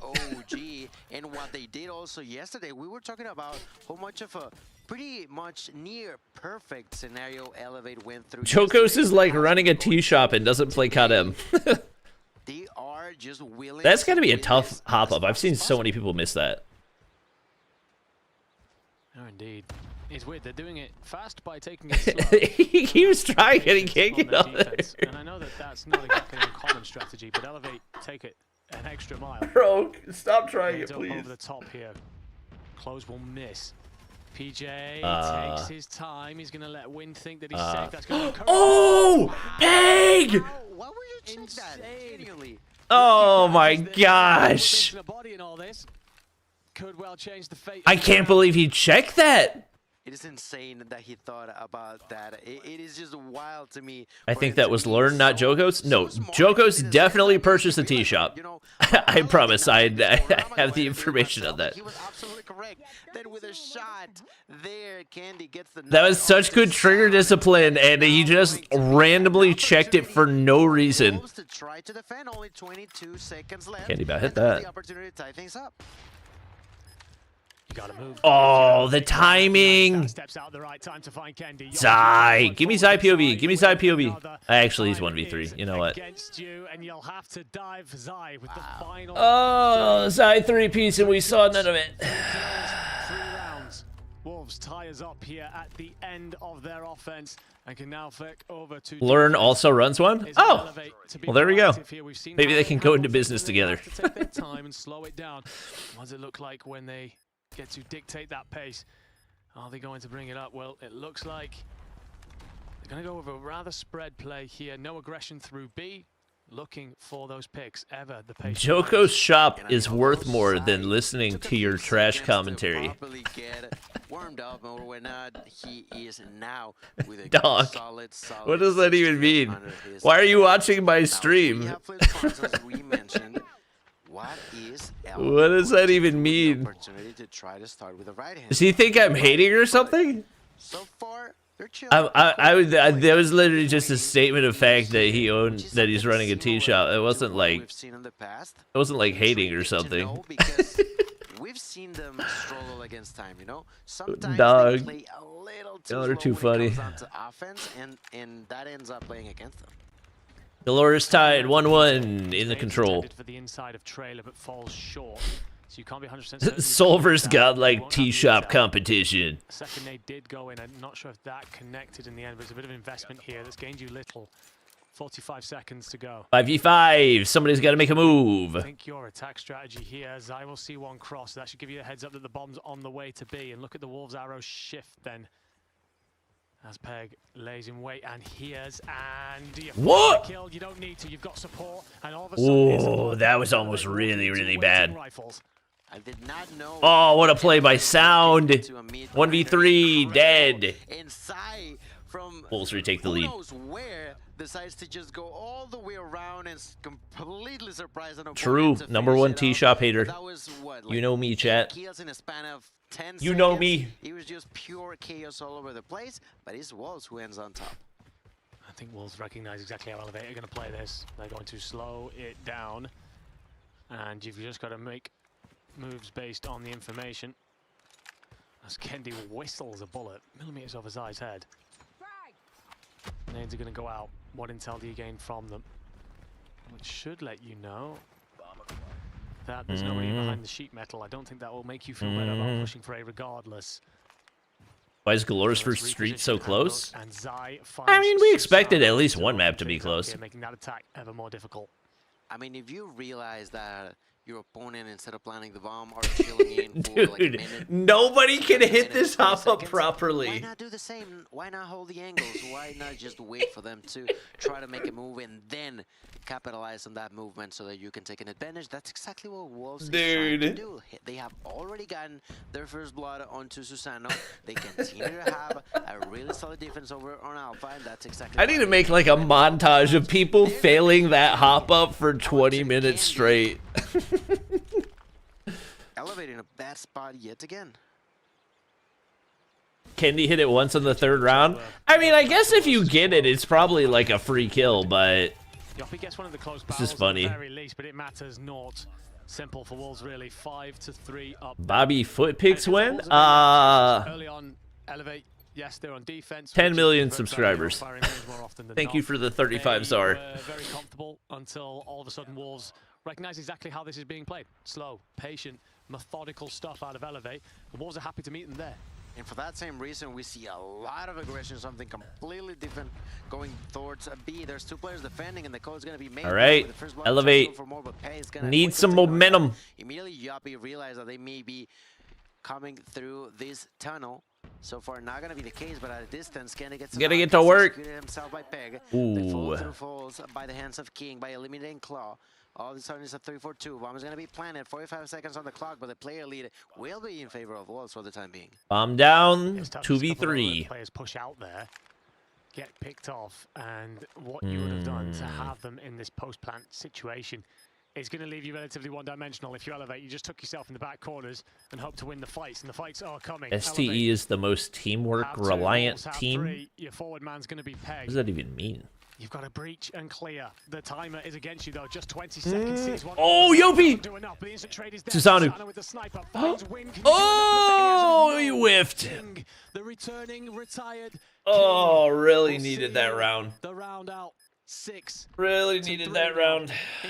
2K viewers? W? Can we get W spam? And also, can we get to 2,000 likes right now? Right now? Right now? Wolves, King more in particular, capitalizing on that mistake, takes that kill on Susanoo, quickly defuses the bomb, and once again further increases the advantage in favor of Wolves. Map point in favor of the #1 seeded Chinese team here. Sai is gonna first blood onto Susanoo and Elevate. They need to come up with something right now. Drunk stream at 1 mil? Honestly, we might just do like a party stream. I just throw a whole freaking party. It's been slow going at points for King. Pop some champagne. But Zai has really stepped up. Elevate struggling to counter that. Still have Kendi in these long sights, but otherwise it's tough going. It might be a case of all PC specs. Something needs to change. Like a 3090 Ti. Well, snuffed out, smothered. I actually don't even remember what my processor is. I think we have a command for it. And then with Kendi going as well, it makes it even more of a tough I just need to get a new one. Trade, but 4v3, less than a minute on the clock. Elevate, they've adapted well There we every go. time we've seen them. They'll need to be perfect here. 4v3, PJ, big kill, equalizer. And execute sounds, which helps a lot. How long are you gonna sleep after? I try not to sleep too long, especially for stuff like this. I might sleep longer today because it's a later start to the broadcast tomorrow. But like yesterday, I only slept 30 minutes to an hour after, just because I wanted to be able to sleep well at night and go to sleep early. Then executed by Wind, and at this point in time, Yopi. more and more difficult, Well played. but is still a chance on the side of Elevate. Well, job done. That's a job that's just not easy whatsoever, but at least keeps the dream alive. Well, we asked for the adjustments, and suddenly Elevate gave us one. They turned the dial. You should do a watch party with Little B. He's lazy. Which Wolves, I don't think we're expecting. Too lazy. Ooh, Galorys first street, round 5. Sai, first blood. Man there with the sniper to open things up. Just giving his team every possible opportunity to succeed. PJ is going to roll forward with the shotgun. And as always on the offense here, without being a man down, you are basically Bring my street farms to the 1 mil party. That backside. That's okay, man. I appreciate the offer, though. Thank you for the 35 czar. No hop up? That's the thing, when you have one less player, all of a sudden there's way more angles for your 3090 Ti, still really good. Yeah, it's just gotten so much usage since I purchased it that at this point they're still thinking about pushing. like, I shouldn't get encoder overload. Yappy, so it's gotta wait for a little longer now. And part of it's probably I just need to optimize my PC, but there it is. shouldn't get encoder overload watching a freaking live stream. Still alive on the side of Wolves. King is gonna take that knock onto Yappy. So much lying on the shoulders of Susanoo here. Do you recognize that two are in PJ, huge. The shotgun, so you can play the next player around in the corner. Susanoo gets one. Susanoo does enough to Claw. Susanoo and Kalo. Three gonna roll forward. Kalo gets 2. Oh my God, Kalo, the 3-piece. We only got to see 1 kill of it. Nice. Nice. Nice. attention you wanted, attention you get. Claw in incredible way to dominate the opponent's triple kill to end things up to find Galorys 3-0 Street are eliminated from the competition. For the Elevate player here, as they are one round closer from activating overtime. Wolves has oh my God, Zai! Once again, Zai is gonna find the first blood this time on He's back, chat. Immediately tries to capitalize on it, just thinking about pushing for more, but has to be cautious, has to be careful. They've tried to do that in the past and has not worked out for the last couple of rounds for Wolves. There's a change up in strategy. Did that not hit? On the weapon side. Oh my gosh. PJ scoops a sniper for this round. Susanoo will Bro, retrieve. Susanoo, can you tell your sniper to shut up? And that means you don't have your shotgun player in play. So is this going to be a B move? PJ wants to peer down this A sight line. Recognizes the likely trouble on the other side of it. It's interesting to see that both teams are happy to just give up mid. Not a single soul cares. Ultimate counter to Chinese teams? Who would I don't think there's necessarily a counter. There's different teams that are good at different things. Should have been a kill. Unfortunately not for the side of Wolves. It was not. Another time though. 40 seconds left. Yeah, you gotta get moving. The hands of Yappy. Gotta get moving. Oh, that timing is perfect! Gonna get caught off guard. Great and really gotta get that bomb down. Oh, King! That might be it. Who finds a kill? PJ hit marker. Yeah, no plant. Out there, but Susanoo's on the cover, and the bomb doesn't go down. So yeah, that's probably. A triple in this matchup, but that's probably it. Something else. With just 13 seconds on the clock, he's going to have to grab. He's going to have to dive. Good try. Good try. All right, Wolves equalize. Wolves equalize, and Galorys vs. Street is already over. It was a resounding map, one victory in favor of yeah, no, Kendi's not doing bad. He's just not Zai, you know? After the first 2 rounds or so, Wolves are always in control of. Absolutely, absolutely. Although it took him a minute to actually close it up, it does not mean that they were... Long-time fan of yours, love your videos. I appreciate it. Playing really, really good. They managed to... Horizontal stream is on the stream channel. And tie this series up. Good apps for streaming on YouTube? I use OBS. I don't really know good softwares or anything like that. As far as like... sorry, good apps.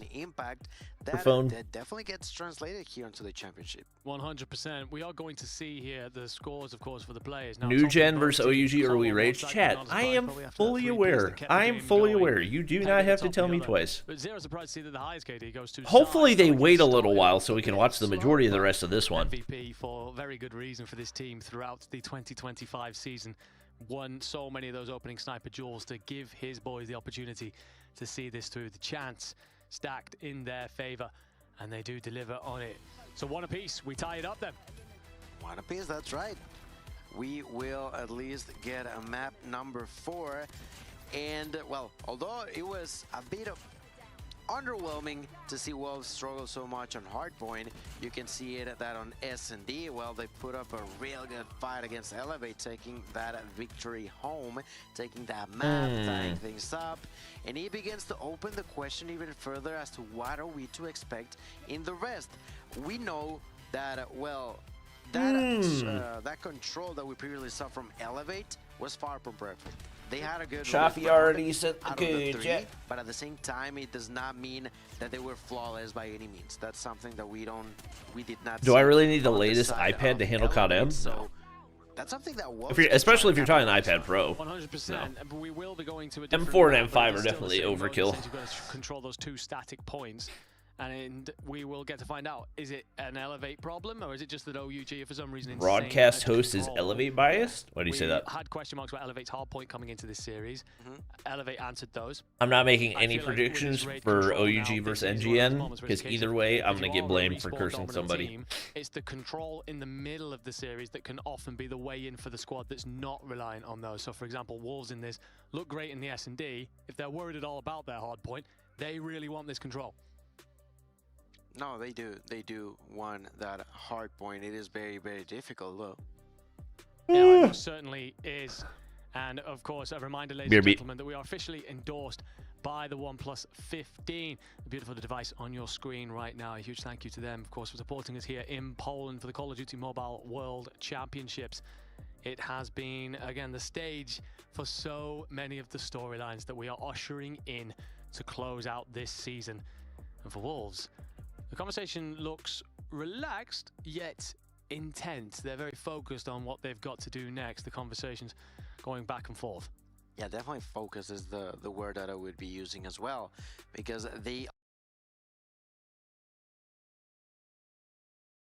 are locked into what's going on.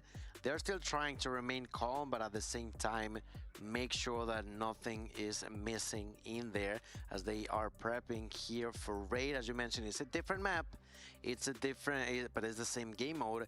And well, if I'm not mistaken, once again, it was Wolves who defeated very dominantly against OUG. So if OUG defeated Elevate that way, I'm thinking that we could see something similar in this scenario. So it begins to open up the question, because OG, of course, they lost the Search and Destroy. They eventually lost the 4th map over on Slums.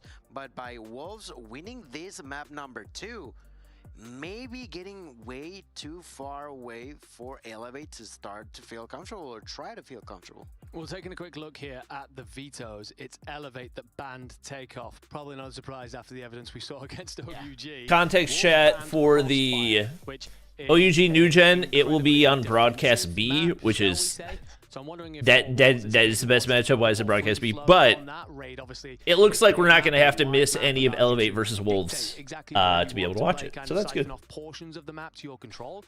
But also then that tells me that what they're probably looking for is to control the mid-map, because that then allows you very easily in between. Switchblade loadout, extended barrel, granulated grip tape, skeleton stock, mono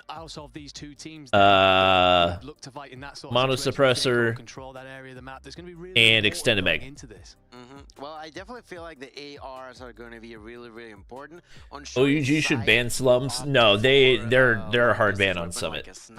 Tech hates Summit, so they will always ban Summit. That's going to be one of the players that is just going to run straight to the middle and then try to branch from there, either to the raid or to the pool, one of the two, but to make sure that he's always in the middle so he can try to either you should predict every map of OUG versus New Gen so it's cursed. Right. I feel like that's a real possibility that Wolves could be doing here, and I think Elevate or not, I gotta have a fun time with this one, honestly. Yeah, I think so. So you're going with Wolves to take map 3 then? Okay. Yes. All right. Well, the prediction is in. My analyst. You think you and Ferg could have played champs back then? No, because we play on iPad. More to say here. It's an interesting discussion, kind of looking at the years. Yes, it's best of 5. For Wolves, they had a little bit of a wobble through stage 2 in COD Major, and it was what happened to Tribe? They dipped partially onto the Control. So, have you learned the lessons? I always think this about some teams. If I'm one of the best teams in the world, I kind of want to go through periods where I've struggled, because then I can learn how to get better. We've seen Elevate learn a couple of tricks here, kind of prepping for Hacienda, adding that to their map pool. For Wolves, it's a case. Where's Little B? Probably sleeping. He's West Coast, so it's still like 3, 4 a.m. for him. I feel like Wolves has managed to do that on the later quarter of this year. They have done such a good job at making sure that they are not only rushing for the kills, but also capitalizing on those with the objectives, with the ticks. We know how important it is to start getting those OVJ. Buy me a OnePlus 15 when you get $1 million. Right. Definitely. Yeah, definitely. Yep. Chances are for those who are on defense, so might as well try to opt for it just in case. May as well, indeed. Our two teams wait to get themselves into map 3. Let's take a quick look at the playoff bracket and talk about the big picture here in Poland. An update that it is 1 apiece, of course, between Wolves and Elevate. That's the game you're watching here on the B stream. Q9 and Stalwart are waiting, but Galorys have seen off Street Gaming. That matchup of the two Brazilian teams. I kind of can Prime Bobby Plays beat Anzai? Really good team there. They lose 3-0. It's relatively comfortable in the end. I think you match up against a lot of the other teams here quite well if you're Street Gaming, but that one's been going on inside their region for some time. Galorys so often have the upper hand. Also going to be a sore one for Pubzera.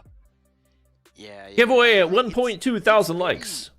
weird on those type of scenarios where you prepare for other areas, but Galorys knows Street so well and have been able to dominate them for so long that it gets difficult. It gets very, very difficult when it comes down to your own region. You know one another so well that how do you surprise them? I mean, that is a good question. You're probably needing the new. They took a poll of who the COD Mobile GOAT was from all the players, and 4 people said Zai, 1 said Uling. But Galorys will march on through our lower bracket. Hadn't seen that. Guarantee themselves at least top 6. Of course, their region at least top 6. They will await on the lower teams to arrive. And in order to get them, we need some losers, and that means we need some victors. And who will be that after the end of this map 3? Rocking forward then onto the raid control. Elevate immediately swarmed mid. They knew exactly what they wanted to control on the defense. Wolves, it was a push up the driveway towards my. and they will get my. Really. Zai will What a break off. half moment with a type 63. And does Good well to gracious. because if he hadn't, all of a sudden Elevator basically in your spawn. If charisma was a weapon, Bobby would be pay to win. But cannot see him just yet. Picks up a weapon from the ground. Every time Bobby smiles, my Wi-Fi connection improves. Bobby's so smooth, even Butter's taking notes. Thank you, Jabir, for the 25 Ron. I agree. Everyone type yep. On the beginning of round number 1, and that's because of everyone type yep. Elevate is playing in here now. 50 seconds left.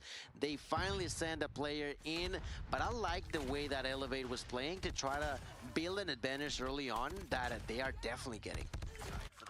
Certainly are up by 8 to kick things off. 1 tick will come through at least, or has it fully come through? I think it has, yeah. It's, screen's quite far away here inside the studio, but it has indeed confirmed. Oh my god, Zai won that. On the board for Wolves, starting to make progress at A. PJ's coming in. You need the arriving player in bed. Ooh, big win for Sound. Does get there eventually. He's safe. So 1 tick through. Oh, they didn't see King on the other side. Elevate here, I think weighing up. Do we hit this? We got to find some picks first. Outgo the nades to try and give you that. Or do we just set up in mid and not allow them over to B? Well, it seems like they are going to be capturing Alpha. Hello? Peg! How did you lose that? Kendi! Too much, you know, they're still oh my god, I gotta see Kendi's POV of that. Now have to try to defend Bravo, and they are doing it from within, from the inside. I gotta see Kendi's POV of that. Gets stunned, does not matter too much. There's his allies to help him out. Susano's still alive, only 5 lives left. The side oh my god, that was filthy. Make it only 4. They are trying to do something, but Elevate seemed to have a really, really solid answer. That was nasty. From Elevate. Do I see 2 goose eggs for Wolves? The tank for Elevate at the end of round 1. It's 4 ticks to Wolves, which I imagine they'll be quite happy about. It's that deficit there, you know, is going to stick. It could be important if we hit that round 5. Elevate then on the attack. Chloe's going to play towards bed. Does have the Tempest available to him, and the Annihilator's in play from PJ, and Eddie? Oh yeah. Elevator gonna run it. The ring belongs to you. PJ wants to go aggressive towards the spawn. One there. Oh my. Oh, we almost got him too. Recognize that one's tucked into the corner, but the damage is done. This first tick is through, and you have so much map presence. Wolves having to dig themselves out of a hole. Damage is done. The break is through, and Elevate are still pushing for more. There's Yappy with a Sparrow trying to push forward. There's Susano trying to hold, gets a kill before getting tracked. Now at a distance into the court. There, oh, there it is. 3 points there for Yappy. Finds that kill into Sounds. Now there's by Candy. They are just masticating them so deep. Dog, Kalo, dog. To also capture the objective, but at the same time, when you have such a big lead, I guess you can. Oh, I thought he was gonna do it to him. Oh my god, EMP for Kendi. Old man Kendi. Still showing the kids how it's done. Hey King, thoughts on getting a kill? Third is slain with the hunter killer here, and as such, Wolves are oh my god! Their way out of spawn, desperate for some mercy that is not going to be forthcoming. Brother. The squad are dominating in our control. Brother. And have built off the back of the operators to give them a strong leg, I'd say, in round 2. Who is this team? What is is going on? Elevate doing so good here. It's okay, guys. Only sounds inside. It's okay, guys. Wolves have ops. They'll be fine. There's just so little they for can a round, do maybe. in this sort of situation. They do have all the operators on the side. How, King? How are we 2 rounds in with a goose egg? But like. Oh God, they're all gonna get ops charged. Any of them, of course, I would understand trying to save them for later, but later may not come soon enough. Yeah, so this I really don't like. This I do not think is a good rule. That you can't suicide nade out of a round. Because the reason that this even happens is because of a flaw in the... It's because of a flaw in the way that the COD Mobile lives work. Because in other Call of Duty titles in Control, they do have everything available to them. Chain them correctly or make this a very quick round. But like, if anything, you want to be efficient. You don't really want to use all 5. Now, of course, you don't want to overlap them so much. There's gonna be the I mean, I guess boss. it's the same. War Machine. I guess in other Call of Duties, you just don't have operators, so there's not anything that you're charging. A red missile will come from up above. War Machine's still alive, though. Sounds pushing for more. Or no, I think in other Call of Duties, you keep respawning even if you don't have any lives left. Or like, even if it says you only have 1 life, people still spawn back in. I think that's the difference. I'm trying to remember. Actually a lot of stun grenades, still manages to survive, and for the first time. Hey, you guys remember when I got called a hater for saying that that Wolves actually would be better with Rise instead of King? You guys remember that? Still 4 operators. You guys recall that? Annihilator going to be coming out next from Zai. The efficiency with these so far has been nothing short of exemplary. 2. PJ tries to play it close inside the smoke, but Zai does enough. Basically, Goober stomps him on the way through as well. These Gets the kill, leaves just Susano up, and not for very long. You're basically spawn trapped at this point. As Wolves have spread. No, it's not even 45. This is 4v6. He's literally just feeding. To put you somewhere, and anywhere will do. As Yoppy's dead next. Susano. Hey, he broke the seal, Chad. You got a kill. 21-9. I think for Elevate, this is just simply damage limitation. Get as many lives as you can. Bro walks in and cameras start autofocusing out of respect. His side profile got better angles than most maps. He doesn't walk, he makes the ground feel honored. Even the sun asks before shining him. Oh, before shining on him. Without using an up, you know, which is Chad, I have a new #1 Glazer. At the end of the day, Wolves are making it work here. They are. To be honest, their operator management might be their best route into this game. But you are looking to slow Zai is using a pred? If you are Wolves. Just allow Klo to invest his Tempest for some, and PJ decides as well. That PJ's using a temp? So or Annie? 11v5. They've decided to go for this, have Elevate, and it may be partly to do with the timer. Only 30 seconds left on the clock, so it forces Wolves into a position where they've got to go for it. They probably feel like they have enough operators to make this happen now, but it's certainly an exit all-in-one basket type of situation. 10-4. Does get onto the point. You want to get him off quickly, and they. I mean, this could work. It's a long shot, though. The play you've missed, however, potentially, is Sounds in through the back line. He could upset everything. He can upset Candy. Wait. Candy with a knock. Yoppy's using. Suffer a little bit, but with only 2 lives. Oh my! Wait, he's Robin Hood. Oh my God, he's Robin Hood. They don't have time to get to the objective. Oh, win counters. They get on. Oh my God. That was expensive. That was a little bit too close for comfort. Oh my God, that was expensive. It's interesting from Elevate. I think that they recognize we could take this round. I gotta see King's KD after this. I gotta see King's KD after this because this is. Job of essentially limiting how much they'd have to face in this next round. They give her another 10 rod. What currency is rod? Turns and gets nothing for the death machine, and we've already seen how good Kendi can be with this thing. Has King even used his operator? And starts to breach and clear over towards Laundry side. And, well, hey, he got his second kill. Let's go.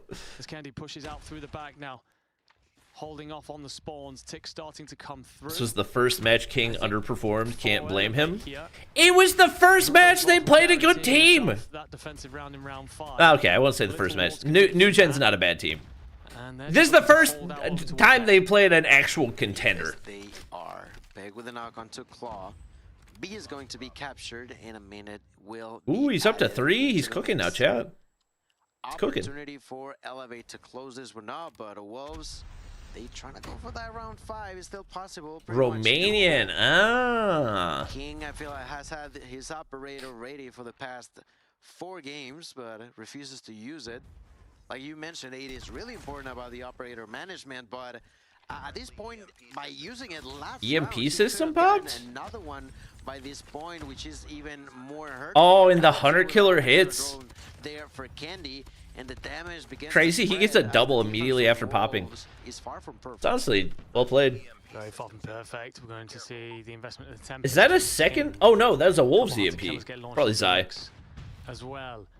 War Machine for sounds. PJ plays close and makes the SMG Come on, King. work for him. Do something with your Tempest. Killer doesn't do much to him. The fact that you had your Tempest doing nothing all game long is just looking to control that. Recognize how important window down control can be. horrendous. You actually have a player up in bed. So Elevator gonna have to clear Has that he even first shot before he it? set up this hit. I don't think he even shot it a single time. Pick away a little bit if you want, but sooner rather than later, you're gonna have to just go. Bro is lost. They will have to. Right now, 15 to 12. Zai gets one. Lead, suffering a little bit, but does Then not with too them much. smooths. Giappi to help him out. Death Machine in the hands of Susano. 16 kills total. Trying to look for some more. Only 42 seconds left. He has to take some heat from behind. Doing a good job of There's wasting Zai as much of the ops as they can. trying to think about the defense of the objective. Gets the headshot onto Claw. Sai suffers from Giappi. 11 to 7. Kill lead still in favor of Wolves, but we've seen how quickly Elevate can change that. Zai does find I can't believe they're actually holding this. They're playing 4v5. All front facing. So if you find the player bottom bed, you don't. And you do now, but well, that's done enough. 10 to 5. It shows you how dangerous Wolves are. Make moves. Chloe finds one through back. Oh, they get all the kills. Okay, double trade. King gets one. That'll allow Wolves to scramble towards. Yeah, they have to hop. Bodies on, but it's going to feel Yeah. progress. 10 seconds on there. The operator is invested. The Sparrow is here. I was gonna say, how have you not killed anybody? Wait, 1v3. Okay, I was gonna say, there's no way he wins that. Ooh, round 5. So round 5 then. We'll head there. And it will be Elevate on defense. Bro, we haven't even finished map 3, and Q9 versus STE has already started. This game, largely through their operator management, they've done enough to get here. That's right. Round number 5. Now there's the opportunity for the two of them, but Candy gets one. Elevate on the defense. And taking down Zai early is a big kill. Round number 5. There's going to be the usage of both the War Machine and the Tempest. In the middle of the map, there's Claw with the Tempest, trying to find a few victims. Coming from behind, there's Candy. Very low operator value for Elevate off of that. Take that kill onto Claw. They respawn. Death Machine dead. Zai Annie. Trying to get the kills, but PJ say no. Not in my watch. Oh, Zai! And then gets executed before He takes down the other Annie. Oh my god. Because of Zai's tremendous job. This man Timothy. He doesn't realize there's one hopped up statue. Oh my god, he gets another. On top and then takes complete Oh, good play by Kendi. Big kill. Kendi, but the B point is starting to move. Hunter killer up over the top of it. Wind. Oh my gosh, there's no way. They get all the kills. There's no way. They're winning everything. Taking over this map. 36 to himself. No one else. Dog. To that number really on his team. He looks fantastic. Zai's the freaking GOAT. A minute and 40 to play for. 7 life advantage. For Elevate, it has to be perfect. For Wolves, you can chip away at this. Oh my gosh. Chip away somehow. Thank you for the $2, brother. Is definitely not well, I appreciate it. War Machine being used by Sounds. at a distance, trying to They can slow the push. Oh my god, Sound War Machine! Another! They were down 2-0! They had a man on a goose egg for 2.5 rounds! Oh my god. Good nade, but there's so much damage that's been done. King just looking to hand out information. PJ's got to go bananas with this. Desperately wants someone to engage. Missed the first two. King pops Tempest. Oh my god, they get all the kills! So, in terms of operators, I don't think there's been a better example of perfect usage than what we've seen from Wolves in these last 3 rounds. Minus King. Minus King is what he meant to say. PJ's just trying to flee for his life, begging for a semblance of protection. Oh my gosh. Find it. 3 dead. Predator tells you everything you need to know, and it oh my gosh. In map 3, tested, bullied. He's like, it's okay, man. We got you covered. He said, it's okay, man. We're here. Decided instead to hold on to them. They've done enough damage with the one. That's crazy. Reverse swept in a 4v5. Oh my. That can't be good for the mental for Elevate. Let me get that off to the side. Whoa, Q9 running him down. What the? You've got to try and fight for every single scrap of time you can. This second set needs to be consistently better, and some of your best players, FDX right now, not hitting double digits, Reef barely hitting double digits. Well, you got to try and pick things up a little bit if you're Stalwart. Yeah, that whole hill has just blown this game wide. What in the world? I'm nowhere near it. Q9 finding so much time, but Jahai and Co can try and find something to get themselves back into this game. Clove can find at least 2 with the Tempest. Make it 3.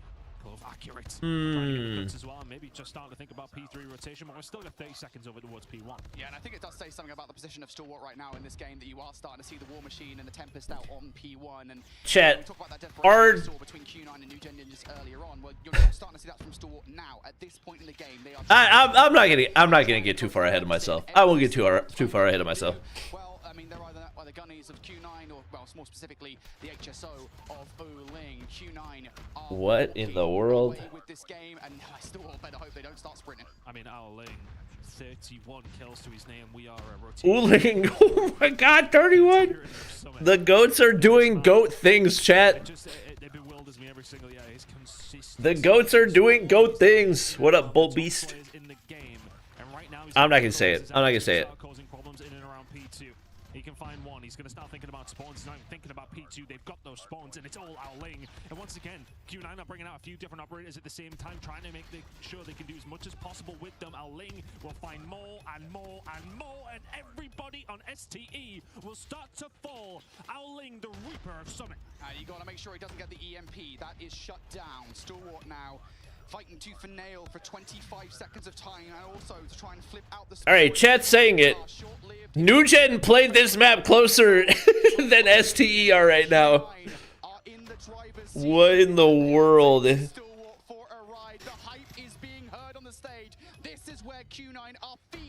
40 for Uling already?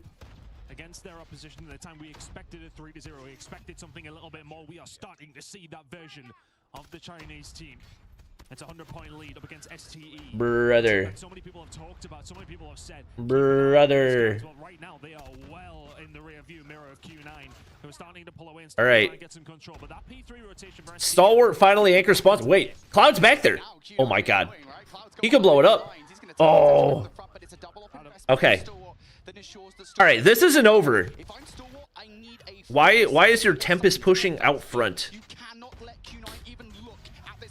Gotta hold these next 35 points and you're within touching distance, but you cannot let Q9 do what they did over towards P4. War Machine. Oh, good read, good read. Big value off the War Machine. I mean, Jai.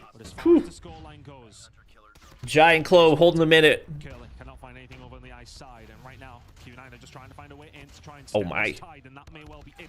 Ooh, I thought he was gonna hit the flick there. Shut him down. 15 seconds or so to go for STE. All right, try to dump the spawns if you can. That's what you wanted. That's what you need if you're STE. You were kind of no, they don't dump. Really long time. Now the next step. Oh, they dump one. Redemption is flip out those spawns for me. One player actually just spawned out over by But they're not going to read that. That could actually be advantageous. That should be a freebie. That's a freebie. That's easier said than done, seemingly, than against Q9 right now. But these gunfights mostly going the way of Q9. Alling and Co starting to warm up once more. Curly and Maushi will be able New gen top 4. I mean, once again, we've seen a lot of teams look substantially better on some maps than others, so it's probably a little bit early to say that, but the fact that they played Q9 as close as they did, and Q9's looking pretty dominant. STE are crawling back in. Can't get too far ahead of ourselves before the fat lady sings, you know? Q9 clear. There's 3 from Cloud. 15 seconds to play for here. Over towards the final hill of the second rotation. ST, you've got to fight for every single second. You got to go for the 10. You cannot give this 10 away. Them. Reef with a double. That will give Stalwart the remaining time. And honestly, Stalwart get the scrap, but we were at 1 point looking at a 100-point deficit. Now it's down to 18. Q9 just 27 points away. This could be it. And they know that's it's a matter of time before Q9 finish it. I mean, STE have a little bit of momentum right now. Ooh, but FDX dies off equals. 25 seconds away for Q9. Yeah, no. Okay, that's probably it. Oh, Cloud. And they're throwing the kitchen sink at it. They want to make sure they get this one done. Equals for Ooling. All right, they should have it. They should have it. Back to Wolves versus Elevate. Through the backlines, you got to focus on a double pivot. Susano has made it in through shop, and he will now just Elevate definitely seem to be. Why did I not full screen it? Elevate definitely seem to be the better hardpoint team. Insane to be doing something like that. No top 10 guns video. I probably won't post one because there's literally no reason to. Just go watch last season's video. It's the same. What to do here? How to prevent Wolves from feeling comfortable. That's another double for Claw. He's so very used to situations like that. Gonna go for the next one. Finds great off value. Now. It took him a minute to get there, but Claw now also getting slayed. There's PJ with a double. There's Susano with a death oh machine. man, the op value is just so immaculate. Halo? Those operators, there was also a War Machine, an Equalizer, everything being pumped pretty much at once. And after this hill is done, man, oh man, what in the world? In favor of Elevate. I'd say Elevate have done a pretty good the job thing is, though, if you're Elevate now, you lose that control. It's the reason why. Can you take a search? 130 to 20. That's the question. After just 3 hills, we'll move to. You know you can win a hardpoint, but can you win a search? For PJ, Predator missile is going to be called in. Gives out all the intel, and then decides to rain hell. Q9 win. The spawn doesn't actually connect with. Zai. Will be the War Machine and the Death Machines try and counter from Wolves. 2 for trying to Zai, create a little bit of win, space. 1 for Sounds and another for Win. So all 5 dead. You will get relatively close spawns if you elevate, but it's a solid hold off the first wave. And I mean, that's something, right? It took him a really long time to. All right, Zai gets another. A little bit of comfort on the side of Wolves. But they're still struggling though. Look at Claw trying to get inside. 14 kills already for himself. Wolves still very likely to take the search. That's what I'm saying. At least they're not getting any further. Like for me, this is a pretty low stakes map for Wolves. Even if they are not taking the points, I don't think we ever saw them play Slums in CDM. So I would assume that this is an Elevate map pick. Or wait, no, Elevate had been picking Hasi every time, hadn't they? I mean, maybe this is a Wolves pick. Wolves have done pretty well. Definitely would be kind of random. No team ever beat Wolves in CDM and Slums? Oh, really? And you want to stem the maybe they never played CDM because people wouldn't pick it against them. That could be it. Aware as well that they should get Archer's control, so a solid P1, or at least where you draw even into a decent P2, could be a route back in. Elevate needs to I mean, it's not over. Just how much momentum is Wolves got a lot of time on P4 there. They've got strong side spawns here for rotation to P2, but they got to hold the point. I feel like that's the right call there for PJ. He tries to get undefeated in Slums, but it was a pretty small sample size from what I remember. That double was nasty for PJ. That's probably, yeah. Insane. How many multi-kills can he get? And I can say all right, the same Peg. thing about Peg here with the equalizer. All right, Peg. Oh, good trade from Yopi. Still not going to be enough to survive, but the damage is It's done. map 5? I don't remember. It is good for the side of Wolves. Can they maintain it this time around, though? Claw back at nearly 100. Don't remember. To 50 at this point. Elevate will get the scrap. Yeah, they've been chipping away. Following 8 seconds before the hill opens, Wolves are going to bring in. They've got 4 ops. They're going to have to use it if they want to break. Oh, they already have spawns. What am I saying? Get somebody on the point, brother. Every operator coming out. I think Wolves have decided to call this. Oh, King gets the double. Forward for the point. They know exactly what they need to do to make Elevator is sending everything to try to flip, but that being said, there are 3 available to elevate, so it's where do you the anchor presence and the operator presence is too strong for Wolves. Wolves, you got to get people on the freaking point. Let's see, Sai with a good defense. A lot of time this is being given away for free. Manages to stay alive, gets a triple, gives the intel to his allies. 100-killer drone, that does not get to be used because of that nade. Well done by Elevator, still not quite enough to actually break through this hill. Last time around, it took them for a surprise. King, big kills. Hey, he's bouncing back. EMP right there. And because of that, we saw it. There was a hardpoint deficit. Bro spinning. Wait, they dumped the spawns. Oh my gosh. Through that P2, and it's a great transition to P3. Oh my gosh. Far better than last time. It's almost a flip reversal of situations here. Kendi's trying to squeeze out of blue, get forward. What can you do? All right, big kill for Kendi. Backed up by another from Susano. King, though, refusing to give it up and sticking one down. Elevate here, though, they're going to start to Bro, trying to shoot it out of the sky. Begs the Wolves players to run forward. King does what DM. Dead? Equals? All right, they stopped the bleeding for now. Recognize, okay, Wolves are back in this fight. Let's show them what we've been saving. PJ, Let's show what we have in here. what you got? See PJ now. Once Got again, one. finds one. Ooh, nice flake. Gets nothing. He loves using that operator, and 32 for him. So lethal with it. Now patiently waiting for the next victim. There's still plenty of time left. 15 seconds on the hill. 180. Kalo, big cutoff kills. All right, this is a near full 60 for them. Finding the kill onto Peg. The Sparrow being used. Couple ops saved for Wolves. What the? Why did that not kill? What? What? And they're still gonna maintain some sort of control, but let's see if King needs to get at least one. Yep, gets the shock there. Yeah, he had to shoot sooner. You saw that trophy go over the top. Investment into the shop. Sounds with the war machine. Just trying to control this back alley here, but got to be very wary of the fact Good that shots. falling in the front. Shotgun around the back. PJ going crazy. Oh my, what? Goes huge around the point for his 38th kill of the game. How much of an impact he's having, how much that could turn the tide in this fight and decide it right here, because it felt like Elevate. Oh, they got the momentum back. And they're running with it. Now got to go back and break it, otherwise Elevate are basically there. My goodness, can someone please verify that PJ is human? The way that he's been playing, he always Good gracious. calm and collected. Susanu with 37 as well. Like crazy. There's yet another Tempest with a few extra shots that he will try to land, and he will clean once again the hill. It's only 5 seconds, but those HSO range. Brother, they had it tied up. They had it freaking tied up. Brother, what? This could be leading us to our first Brother, what? 5, but let's not get ahead of ourselves. There's a few seconds left for Elevate. Certainly is, and they'll bring in the Pred. Finds him a 3rd kill. Peg, though, is going to try and clear out through blue side, so PJ's got to turn and face, and that he certainly shall. Oh my gosh. Second, and that is it. Elevate took a hold of that game. To map 5 we go. A semblance of resistance from Wolves. They had. All right. No chance, and yeah, I think still just getting a little bit too. All right. Too touchy. Clove, that first push, that's not the end of the world, I think. You know, ultimately, it's a push that's pretty common.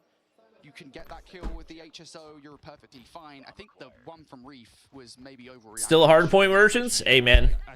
If hardpoint merchant gets you wins, then... I've already second-guessed him. On their way now over towards B. This has been Simply wonderful search and destroy from Q9 so far. Look at the breaks coming through. They know exactly where they are. Howling can find one, but Scott and Clover combined to find two. All of a sudden, Clover's left in here with an AHS, and that's Clove? Okay, Scourge clean. Wait. 1v4? 1v... Ooh. We had a second one this weekend. I think I'd have flipped the desk. Ooh. Coming to us very, very quickly, and FTX was far too quick in the end to find that kill. Where's Rise? He was not able to travel. Scary one for ST. Is Cloud a new Q9 player? He played with them in Season 9, didn't play with them in Season 10, and now he's back for champs. Sure. Opening blood. It's been crucial. Mao-Chi looking for it. Whiffing the snipes. Mao-Chi. Oh, this is not him. But it doesn't matter. He is warding these players off. So even if you don't get the frag necessarily, you're garnering information with every single shot that you take, and you're keeping players from Stillwater away from B. And that's the idea at the moment. Just split these players up on the defense. Get the read as to where they have gone, and if you can get a first blood, then make the move. That would be nice. Of course, 2-minute search and destroy rounds here, folks. You've got time to play with. No need to make any egregious moves. Shafi said 1 million COD point giveaway at 2K likes. 15 to go. The team is able to draw any blood. Looking to try and find the pick over the top. That is a dangerous, dangerous angle. And Clove gets a prime example of it. Straight through the box into his forehead. Q9 open us up. What did D-Chen even see? What did he see, like... Maybe it's his foot, like further past. Did he have something on his foot, like a label or something? It's hard to tell, because we've got the codecast and we can see them, obviously, but we don't know, we can't quite see, obviously, if you can just see maybe where the outline is that we can see. It's tough. Either way. You'll never hit 2K likes. All right, chat. Shafi said you guys can't get it to 2K likes. You're going to let him just sit there and say that about you? It is too niche. What the... Have I seen that hop-up spot before? FTX need it. They find that shot. Going to back it up and wait for the reinforcements to find their way through, but FTX should be dead to rights, and he finds another one on the Curly, though, so job done really. I don't think I've seen that hop-up angle. That's the key thing for me. I was going to say, FTX in that situation, we could work with a couple of kills. That would be everything, and that's exactly what he does. Oh, timing. One of the lower bracket games? I mean, one of them already happened for Street vs. Galorys. That's a good stun that comes on through as well. It's going to allow the player to get that cross reef. We'll find it. Whoa. Uling naded himself. Nade hits himself, and unfortunately for Q9, the round will... Dog, Elevate versus Wolves is already starting. All right, no hate to SC versus Q9, but this is too high stakes. This is too high stakes. Now, ladies and gentlemen, game number 5. Map 5. First game that we see here on the B stream. It has been a blast to see these two face each other. The 2023 champions versus the 2024 champions. Ladies and gentlemen, these two are just in for a why my brain's functioning at 5%? I'm sorry. My brain's not. Slow and steady, so off and away for Elevate. Sorry. Whether that be defense or offense. I'm tired, chat. On that defensive side, they'll certainly grind this clock down. What the? Down as much as possible. Okay. Quick check and both players. Oh, Kendi, you gotta hit that. Enough to find Kendi. So then. Oh, he had 2 chances. The call, Wolves PJ shotgunned in the face. And it will be largely gold in the feed. Susano, the last alive, the only one that wasn't on the point as it's white. Wolves get the bomb down. Yeah, no. And as okay. Such, I mean, it doesn't even get that far. Zai pops out. Zai puts him down. And that's an early statement made by him and exactly what he wants to bring throughout this entire search. Chat, New Gen is not out. OUG is not out. They play against each other soon. For a minute to actually begin shooting at each other. After this match. And then 15 to actually end up that round as we now begin on round number 2. People are so fast with the codes. I mean, to be fair, there's like 2,000 people trying to redeem it, so. For him as he is actually quite close onto the A site. A site that's currently being defended by both PJ and Yuppie. Chat, for those of you who don't know, tomorrow's broadcast starts way later, so it'll be like around this time that broadcast starts, I think. Maybe a little bit earlier. We'll likely hear footsteps off towards A. Great find on King. But it's Zai that controlled so much of the firing range. And it's him you're looking for in the following engagements. Already has 2 in this matchup. Sounds tucked into the cellars here. Potentially creeping his way around, but he does have the bomb. I think if Where you are do want to make that kind you? of call, you don't want to be dropping the bomb in the process, so he's going to back off, rotate to I'm his team. so sorry. Smart. Definitely, you do not want to expose yourself. You're the one carrying Oh, the shotgun! Such a shot there for Peg. Oh my god! Candy denying that rotation from the player coming from Elevate. They have gone all the way around onto V. The one at a distance with a sniper, of course, is going to be Susano, but not going to stop the bomb plant. 45 seconds on the clock. Imagine two Garena teams facing the lower bracket. That would be wild.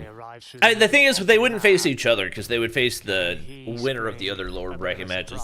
But still. He needs his teammates to stay up to do that, and they're not. He is here, finds the first with the SMG, damage into the second, but traded instantly. Good try. Just needed his boys to be alive for a bit longer. Can he then pop into the play just like Good that? try. Bodies around, but it doesn't happen. Wolves clean on the post plant. 2-0 up. The sniper in either corner. Why are we watching random highlights from 3 rounds ago?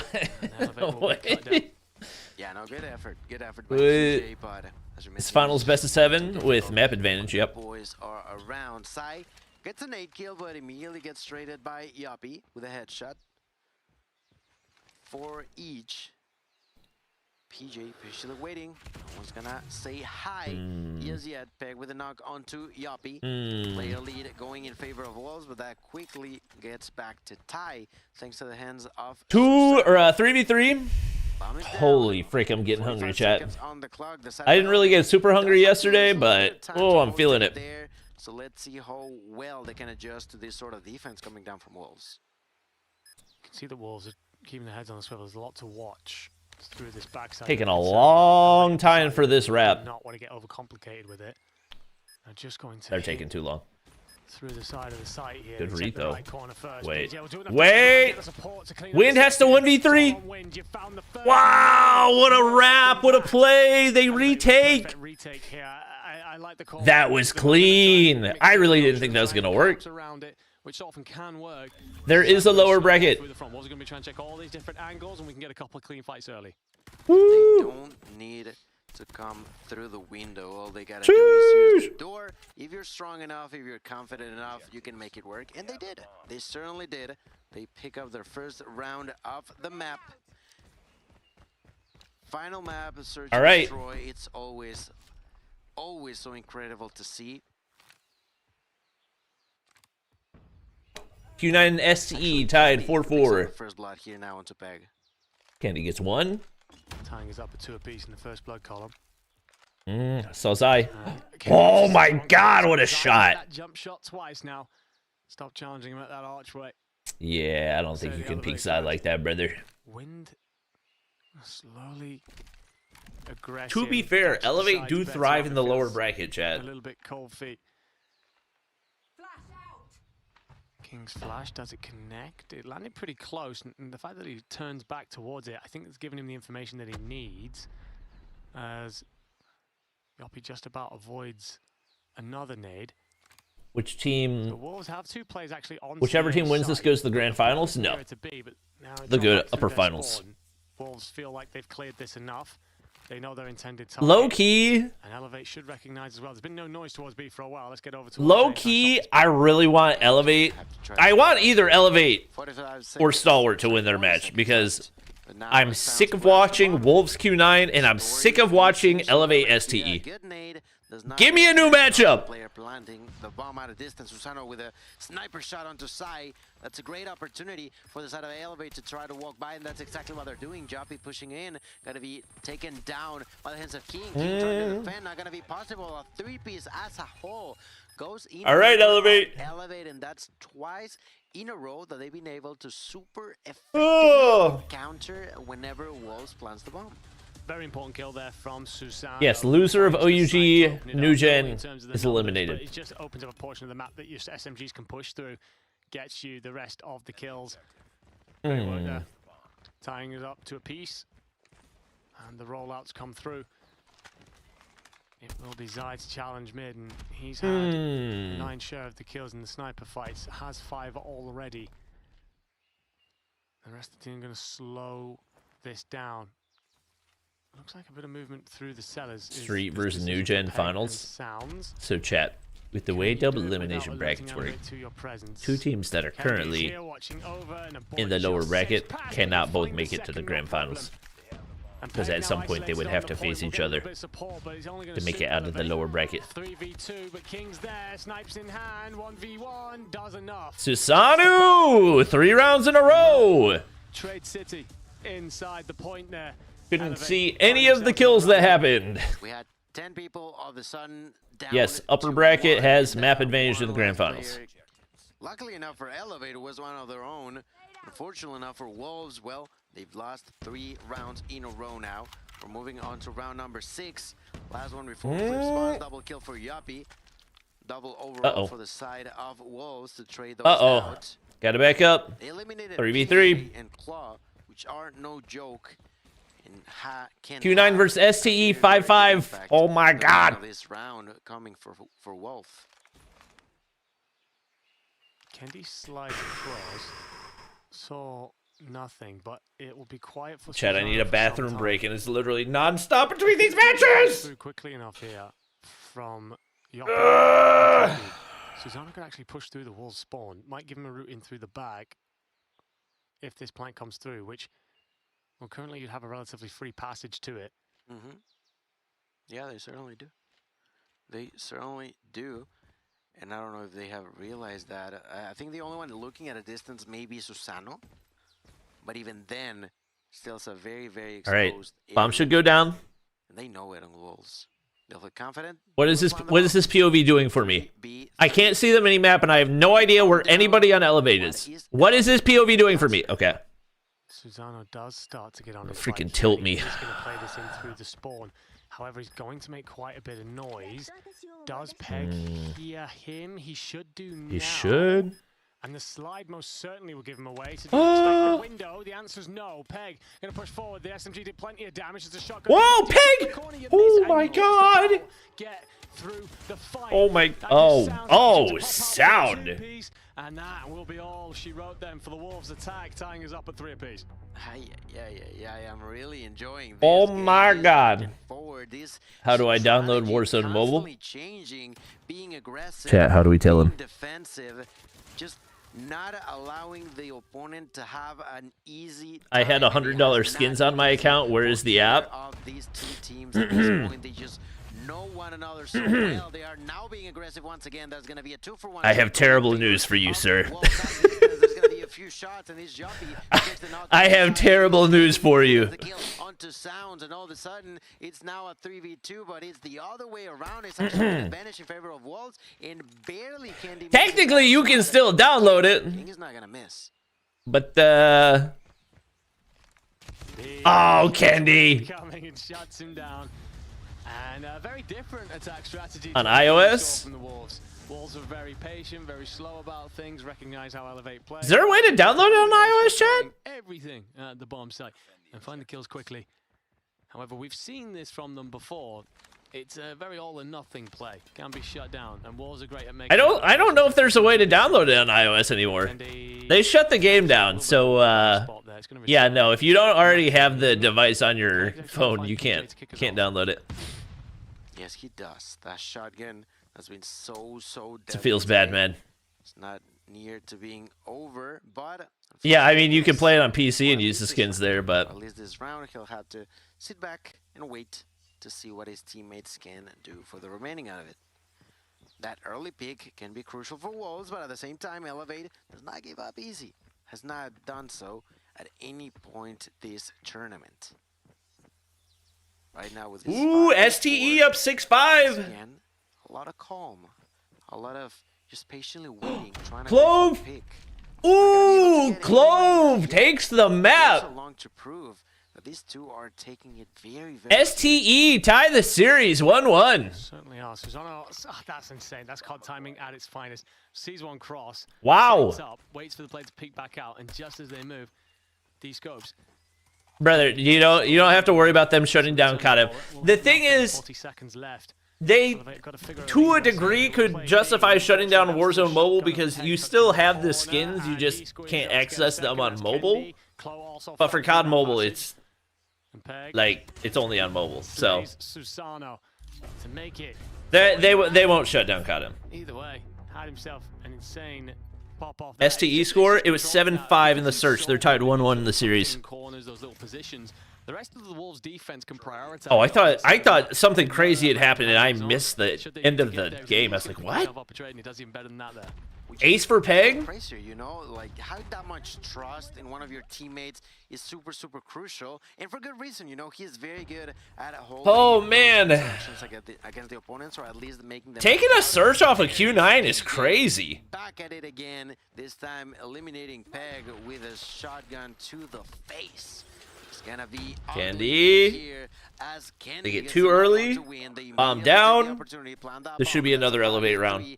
Elevate now, doing a lot of pressure over on B side, paying out so far. LeBron James with 13. That's a perfect way to go around this area. Mauchi's been kind of non-existent for them.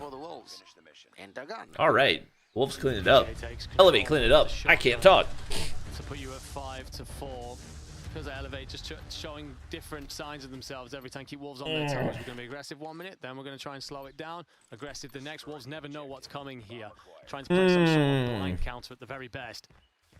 It'll give them the driving seat. 2 away from marching on in the playoff bracket. Y'all think this is going to OT? Saw grenades backed off. I tell you what, yesterday was a little bit wonky, but the playoffs have been freaking elite today, chat. There is one body for Wolves on there as well. Playoffs have been elite. With 90 seconds still to go, Elevate wasting no time. They've instantly decided to regroup over towards that B site, and they're going to start to squeeze. Galorys take a map off Wolves. Good trade there, bud. Well, OUG take a map off STE. Nugen take a map off Q9. We get map 5 here. 80% of the rounds have been Guaranteed map 4 for Q9 Stalwart. Good gracious. It's a shame there's not more people watching because this is elite.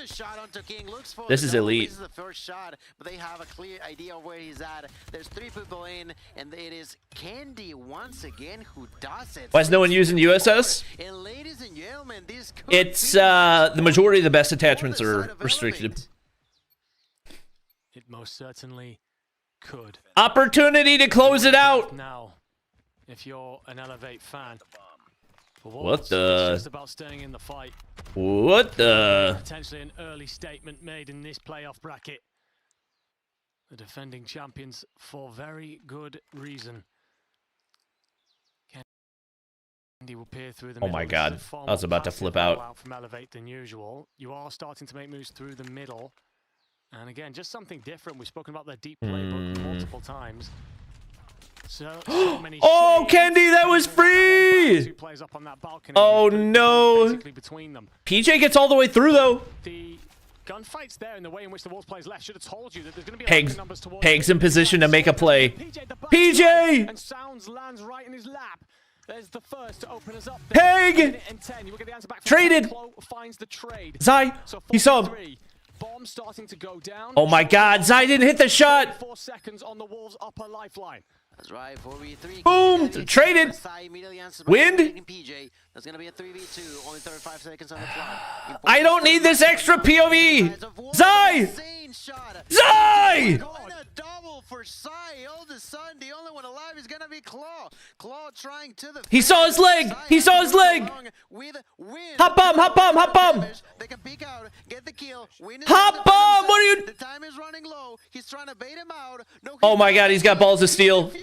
Oh, Kalo! He's gonna be able to do it. He's not gonna defuse. He's gonna get the kill. Elevate. I've done it again, ladies. Oh my God! Are here to stay, to prove a statement, to continue to go for the back-to-back. Why didn't they have the guy hop bomb? Why are you pushing upstairs? Just hop bomb and have somebody watch. Oh my God, that was so brain dead. That's crazy. Could not be. That's crazy. Across that stage, the celebrations that ripple out there. Oh, that's crazy. You said it yourself. Crushed is the correct term for Wolves. Heads in hand. Top 3 secured for Elevate. They've done to close that gap over this starting to come into the equation. And Curly top 3 with this Tempest. There's 2. We're going to try and just put that pressure on. 11 versus 5 now. ST started fall by the wayside in this round. It was a nice start from them, but sacrificing too many lives on a couple of wayward pushes. Top 3. Not grand finals, not guaranteed, but they will go to winners finals, which means they're guaranteed top 3. And again, They will not play again today. It almost felt like they wanted to bite off more than they could potentially chew. When they're on B, they want to expand, which is all very well, but you need to be able to do it and then actually win your gunfights, and they just didn't. Wrong screen? Oh, wait, what? Why did that not switch properly? Let's really catch the momentum off of our last map win, and that really will carry us through. That's not happening here Sorry. now. Still, of course, I don't know why it switched the wrong way. Desperately trying to hunt down these players that are once again charging it up, folks. If you're wondering what the hell is happening here, why aren't Q9 taking Skirt down and ending the round? Well, it's because there isn't really a reason to. Skirt isn't on either point. He's hunting for the players, and Q9, well, the longer they stay in this round, the more likely they are to start the next one with those operators. I think, you know, if you start the next round with a war machine, for example, I mean, that's a huge. It shuts down anything like what we're trying to do in that beginning of that round. So yes, STE won the search and destroy. Still not the greatest start for them. No, it had some threat of being a decent start. You know, they found a couple of opening kills. They got themselves onto the point, but easier said than done to go to that next level and be able to find those expansive kills and really secure things a little cleaner. Probably able to find the opening kill, briefly find on to Owling. It seems as if A is potentially on the cards for Q9. They're slowly and methodically making their way. Still gotta expect that. Yeah, I was gonna say, Mauchi did not look towards the money window in time, and Skirt will take him down. Q9 at the moment still feel focused, I was gonna say, but Reef is blowing things up. What the hell? All right, sorry, chat. Had a couple messages. One investment of the Sparrow coming out from Reef. That is fully gonna regain map control for ST, and now in that position again. 6 life differential. Flo saw him through the smoke, right? I was gonna say. It's just so awkward with the operator situation. You don't really want to invest at this point now. I mean, they will be putting them to the sword. STE, what the? I looked away for a second. It's not where anyone wants to put him in the blender. Clove starting to line them up. He's found a couple already, looking to just try and put them to the sword. 22 versus 12. What? How? Cloud? Cloud? Comes off the back of that Sparrow play. Comes through, they find the kills, they push them back, and they punish them. 21-8. This round should be STE's. Are they just gonna run away? They're just not even gonna bother with him? What in the world? What in the world? Okay. Yeah, Q9 just want this to end. They want this to end. Wolves to the lower bracket. Well, that's going to be it. They will get off. So, yeah, big round for Stewart for a couple of reasons. You mentioned Reef, of course, making sure that round was actually a victory, 100% down to his play, but also because of what happened in the previous round, right, where Q9 were able to charge into their operators. Yeah, they'll have them for that entirety of the round number 2. Why is this game so behind? What do you mean? This one's ahead. This is like the second match of this broadcast, or third. So, yeah, Stewart, good round from them. They're going to fire back now. Let's see if they can. That's the kind of round you want, just to re-establish a little bit of control. But I think something important that you kind of mentioned for Q9, once as soon as they got put back into that corner, they're not really going to bring anything out of the table. So I think they know, unless they find an immediate breakout, they're not going to use their operators, they're not going to throw their resources away. And now they're starting to bring those resources to the table. Now Cheat. Now with the Annihilator out, holding down the angles, Q9 looking good on the defensive side here as STE, trying to find a way through and struggling to do so.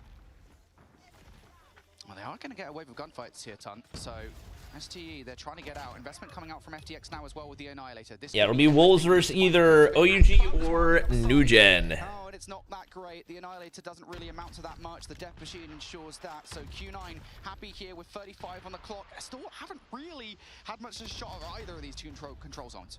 Not really. Tempest out for Curly. Oh, wait, he got traded instantly. Like a cluster of FTX? Space. Looks as if they are now going to roll the dice and have a little look over towards A. STE on their way, but Q9 seemingly ready for it. The smoke is going to give them a decent amount of cover. Oh, Curly. Great snap by Curly on the Clove. They can find all right, a little bit Mauchi, what you got? The defensive side have been so New Gen versus OUG, who you got? I'm not making any predictions for that match. Just really hasn't been an attacking play to write home about. Full stop. Nada. Any of these 3 rounds. Yeah, 1 second on the clock.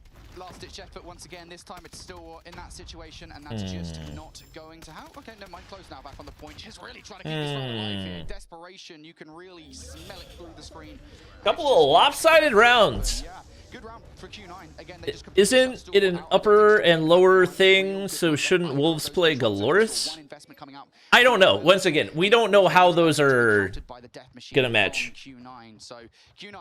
Did they show the bracket just now? Very good control on the map. One more round, they take a lead. Elevate winning their game over on stream B. No, it looks like it's gone. It goes diagonal so that you're not going against somebody that you already played against, which does make sense. It does make sense.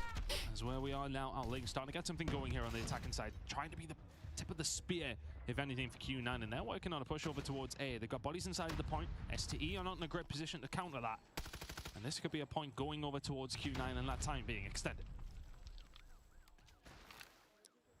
Q9 not jumping on the point with bodies just yet. Still going to try and approach some kind of Zimmer spawn trap, and it looks like that's the case. As well. And here comes a spawn trap. You're in the blender. Uh-oh. And another player's actually going to drop back to try and help out, but Jai's going to take down Mauchi. Oh, get some damage to the wall right there. From Q9 have been forced to back up, but then actually because of the push that they've come. Oh my God! Wait, they get 3 players in? What? Oh my God! Oh my God! They get 3 players into spawn trap. What in the world? AC unit, so they do get that closer spawn towards the pool. That's why Skirt's repositioning here is big for a Q9. Of course. Flip side of that situation, Q9 are now going to capture A because Stalwart was so intent on that spawn trap. Now they're going to abandon that one, just move it. The map has been flipped. Yeah, Q9 really got funneled down that side of the map and said, yeah, bet, cool, we'll take A. But as you can see, the disparity is the lives. It's not unfathomable that, of course, Q9 can... Yeah, they back up and adjust. Sometimes teams get so hyper-fixated on the spawn trap that they overextend and just give up both objectives for free, so they adjust off of that. Side of STE, I'm sure they'd like to not invest them, but they may well have to if Q9 can find a break. That's good first blood coming now out. She gets one. Opens the door a little bit here for Q9 with 60 seconds on the clock. This is an Cloud still running non-OTM DRH. Let's go around the back. Oh, we may well have caught them through the middle of the map. Reef will find one. ST being very... New Gen versus OUG is in 5 minutes. You have to make the move. Or at least that's when the broadcast resumes. Happy to wait for them to come to them. Jai and Kodo, can they actually combine to do anything here? Giant Reef can answer back. Mount Chi, he was able to find a kill, but they get taken down, and they come into the Lion's Den. STE holding this one down. Jai will fall, but gets out lane. There's 3 with the War Machine, and that may well be the round. 19 versus 9. Yeah, that might well be the worthy sacrifice here. It is the life differential that is so daunting. 25 seconds. All Q9 can do now is just turn the tide in their favor by way of tick progression. You got to get on the point. Skird's really tagged up here as well, but Lane can't find him. Skird can find 3 on minimal health and get away. Cloud should be able to pick this one up, but Skird continues to survive. Sorry, chat, 1 second. The battle lines are being drawn a little bit further up for Q9. Wait, you can't see? It's frozen? Oh. Chat. I was not looking at my OBS. I didn't know that it froze whenever I had something over top of it. My bad. My bad. Chill. Chill. Chill. Out as well. You can still do this, but now players on the point Stalwart, they're trying to defend it down to the last 3. I didn't know that was a thing. Must be a Firefox thing. Player takes down his teammate. Left now in a 1 versus 4. There's 3 from Mauchi. Does he find the 4th Mauchi? 1 versus 3, 1 second to go. Contestation comes through. And the Annihilator player may well have given Sorry, chat. But it's a difficult one to pull off. He finds another and Scared will be there. Woo! Oh my word, Mauchi. He had the Predator missile in his back pocket. I thought for a second he was going to get around the corner. The Predator missile was going to come down. The Hunter Killer drone was in the air ton. Listen, guys, I didn't miss the most important part, okay? Was a moment away from pulling off one of the most insane plays. Also, I need everybody to like this. Open up this round with an explosion. Stalwart, get out of your spawn, kids. Uh-oh. They're going to struggle to do that. Uh-oh. The defensive side goes over towards Q9. Defense as well. Uh-oh. Single round of the 4 that we've seen.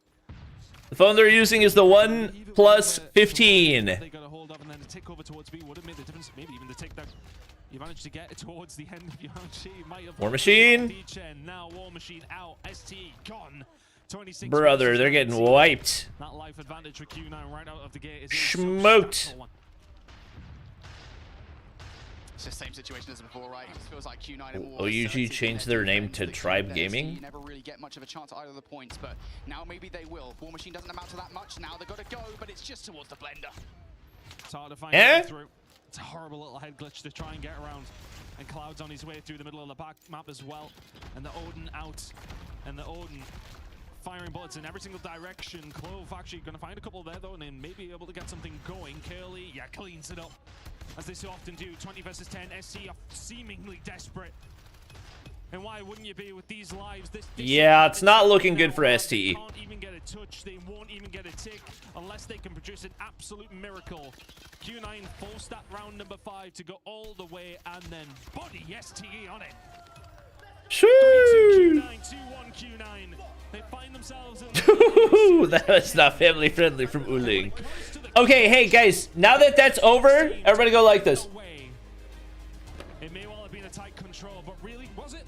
I mean, I think, yeah, that is one of the more misleading 3-2 scorelines, right? Sometimes you get those, right? We always talk about the misleading 3-0s. It's like, well, yeah, it was a 3-0, but also, yeah, all the maps were closed, all the rounds were closed. Sometimes we get those. Yeah, that was a misleading 3-2, you have to feel, because I think, you know, every single time that we saw Q9 on Minute 30 till the new gen versus OUG broadcast resumes. Well, maybe if Store had a tick or two, they might have got defense around number 5. Cast your mind back to round number 1, right, where we had that 9 versus 1, and we saw, I believe it was, I don't know who it was, to be fair, in the 1 versus 9, desperately trying to stop Q9 from charging to the operators by playing that cat and mouse game with all 5 players. Well, if that player had jumped straight on towards A instead and forced Q9 to try and stop him, that would have been a tick. Like, I don't think Q9 would have... Did anyone win a match yet? Yeah, there's kind of a lot of matches that have already happened. Come back to bite you in the end, although hindsight is... perfect, or whatever the phrase is. I don't know. A wonderful thing. A wonderful thing, that's the one. Regardless, STE, I think, you know, just again, not able to get out of their spawn when they're on Q9 wins here. We have Elevate versus Q9 prediction. I mean, this was nearly one of the best players of all time in Call of Duty Mobile. Just like every direction. Bang, bang, bang, bang. The Annihilator comes through in the blink of an eye. Mauchi nearly pulled off one of the Call of Duty Mobile moments, and it would have been a place to do it. I don't know. Y'all gotta ask me before that matchup. I don't know. We'll cross that bridge when we come to it, because I legitimately have no idea. I think the thing is here now for Q9, they know they've at least, at worst, got Tunisia. That was a stinker for FDX. But they've got a combine to get through beforehand. Starwalt will feel confident on that combine. Oh, combine? We're going to map 5. They need to try and bring the air game to Tunisia if we go that. We're going to map 5, ladies and gentlemen. But that's not our priority. Players merged into one team to represent our country, India. It means a lot for me because I'm playing this game for quite a long time, and I really wanted to represent my country like once in international stage. It's my dream. No, OUG do not have 7 or Jabin. Loving in India, and there is a huge audience for COD Mobile in India. We are like a whole new different team, and we have multiple ideas. So if we merge them and if it works, then it will be really great. If I'm in the finals, I'm not thinking of anything. I will just go all in. I don't care whoever is my opponent. I'm just gonna play my own game. Words there from Viper, of course, of the new gen ninja. Bro, Gil's got some freaking eyebrows. Oh my gosh. Incredible stories and stat lines. The fact that his first World Championship is insane. Young man coming out and doing things like that on this stage bodes well for his future. For you to be the very first one, absolutely. Is this the last World Championship? Don't know. I'm sure.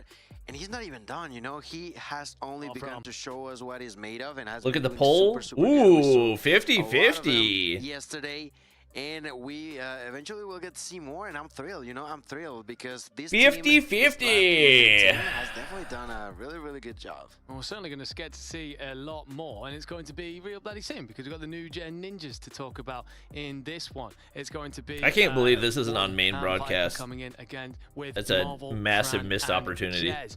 You called them team last minute there for very good. All right, well, reason. Q9 and We STE talked are about this. resuming, How so would they much work as I would love to hear together as a yapping for the five? next 10 It looks like, if minutes. anything, they Number 5, I feel as if this series is at the moments that makes it deserve it. When we go to the barn burner that is Combine, it is just an absolute ruckus on every single occasion, and who's going to actually thrive in that chaos? ST will fancy themselves. Q9 happy to join. New Gen versus OUG is my World Champs Grand Finals. That's honestly. You know, honestly. It's very easy to lose track of P1 on this map mode combination. So for Stalwart, just try and get another kill if you can and get Q9 out of it. That's a solid start. Good night, Ooling. It is that man. Ooling's the HSO demon. What the? Hello, comms? Hello? Comms? Comms? Comms? You're already dead. Comms! That was insane! I was going to say, he will open the door there. Oling picking up those kills. Oh my gosh. Flip the spawns in their favor. They get 40 seconds off of P1. That's what Stalwart normally do. And now they have control of P2. The one positive here for Stalwart, they get away with gunfights. They get Q9 into those back spawns. This could be a good heal for them. I feel as if Q9 have come into this one with a real bit of momentum after that control. Oh! Trying to find a way through though, as mentioned, those back spawns. Oh, a lot of streaks. Now for the 2 players left from STE to try and This is not looking like a Q9 map pick, I'll tell you that much. Or not looking like a ST map pick, sorry. Q9 regain control. 40 seconds. God dang. This is a big kill for Q9. Stalwart all trying to get through the front of this hard point. You've just got Mike is very high. Is it? Investment now early. The Death Machine and I can drop it a little bit. Everything coming out to play, and Stalwart feel like they're banging their heads against the wall at the moment because they just cannot get through. FDX will remove the Death Machine, but honestly, you're fighting scraps at this point. This is a heavy investment from Q9 on this hard point. They want every single second of time. What's the snowball mechanic we talk about with operators that is so often a difficult thing for teams to deal with? Q9 invest immediately. Ooling? Missed his shoot button? Hello? Put them to the sword whilst they can. I feel like I've seen that happen multiple times. To find 2 there. But it's for absolutely nothing, and the rotation over towards News not looking too hot either. Curly trying to work the middle of the map and is doing so well. Lovely transfer. As now, eventually, Q9 make their way over. Where are they? They are putting SCE to the sword. There's no way you should lose that rotation. No, there's no way. You should not be losing that rotation like ever. Yeah, FDX not having a good day.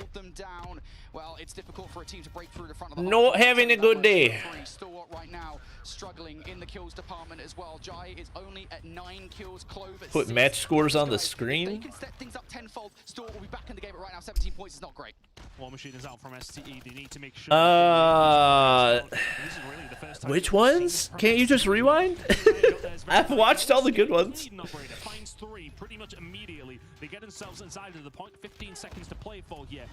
Skurd gets a couple. Scraps for STE. They're going to find a break back through. Clove and Co are starting to get a hold of their operators now, but they need to make efficient use of them. I will say for Stalwart, it's not the end of the world. You get the back 20 seconds or so. You're only 60 points or so down towards the next hard point. That's a wave of gunfights for Stalwart as well. So that's big. Starts looking pretty good, but you got to float more. You got to deal with Ooling. Golly, dude.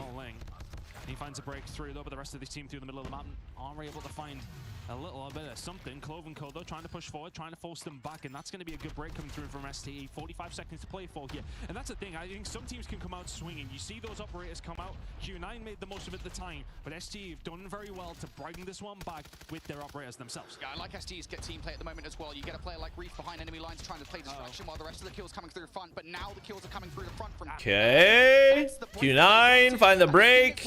Curly. They immediately invest their operators. That's 4 in a row on the Tempest for Curly. Hunter Killer Drone immediately in the air. They want this snowball back up again. Yeah, they want to keep it rolling if they possibly can. Good gracious, they're just not taking their foot off. Oh, Nugent! Wait, Nugent!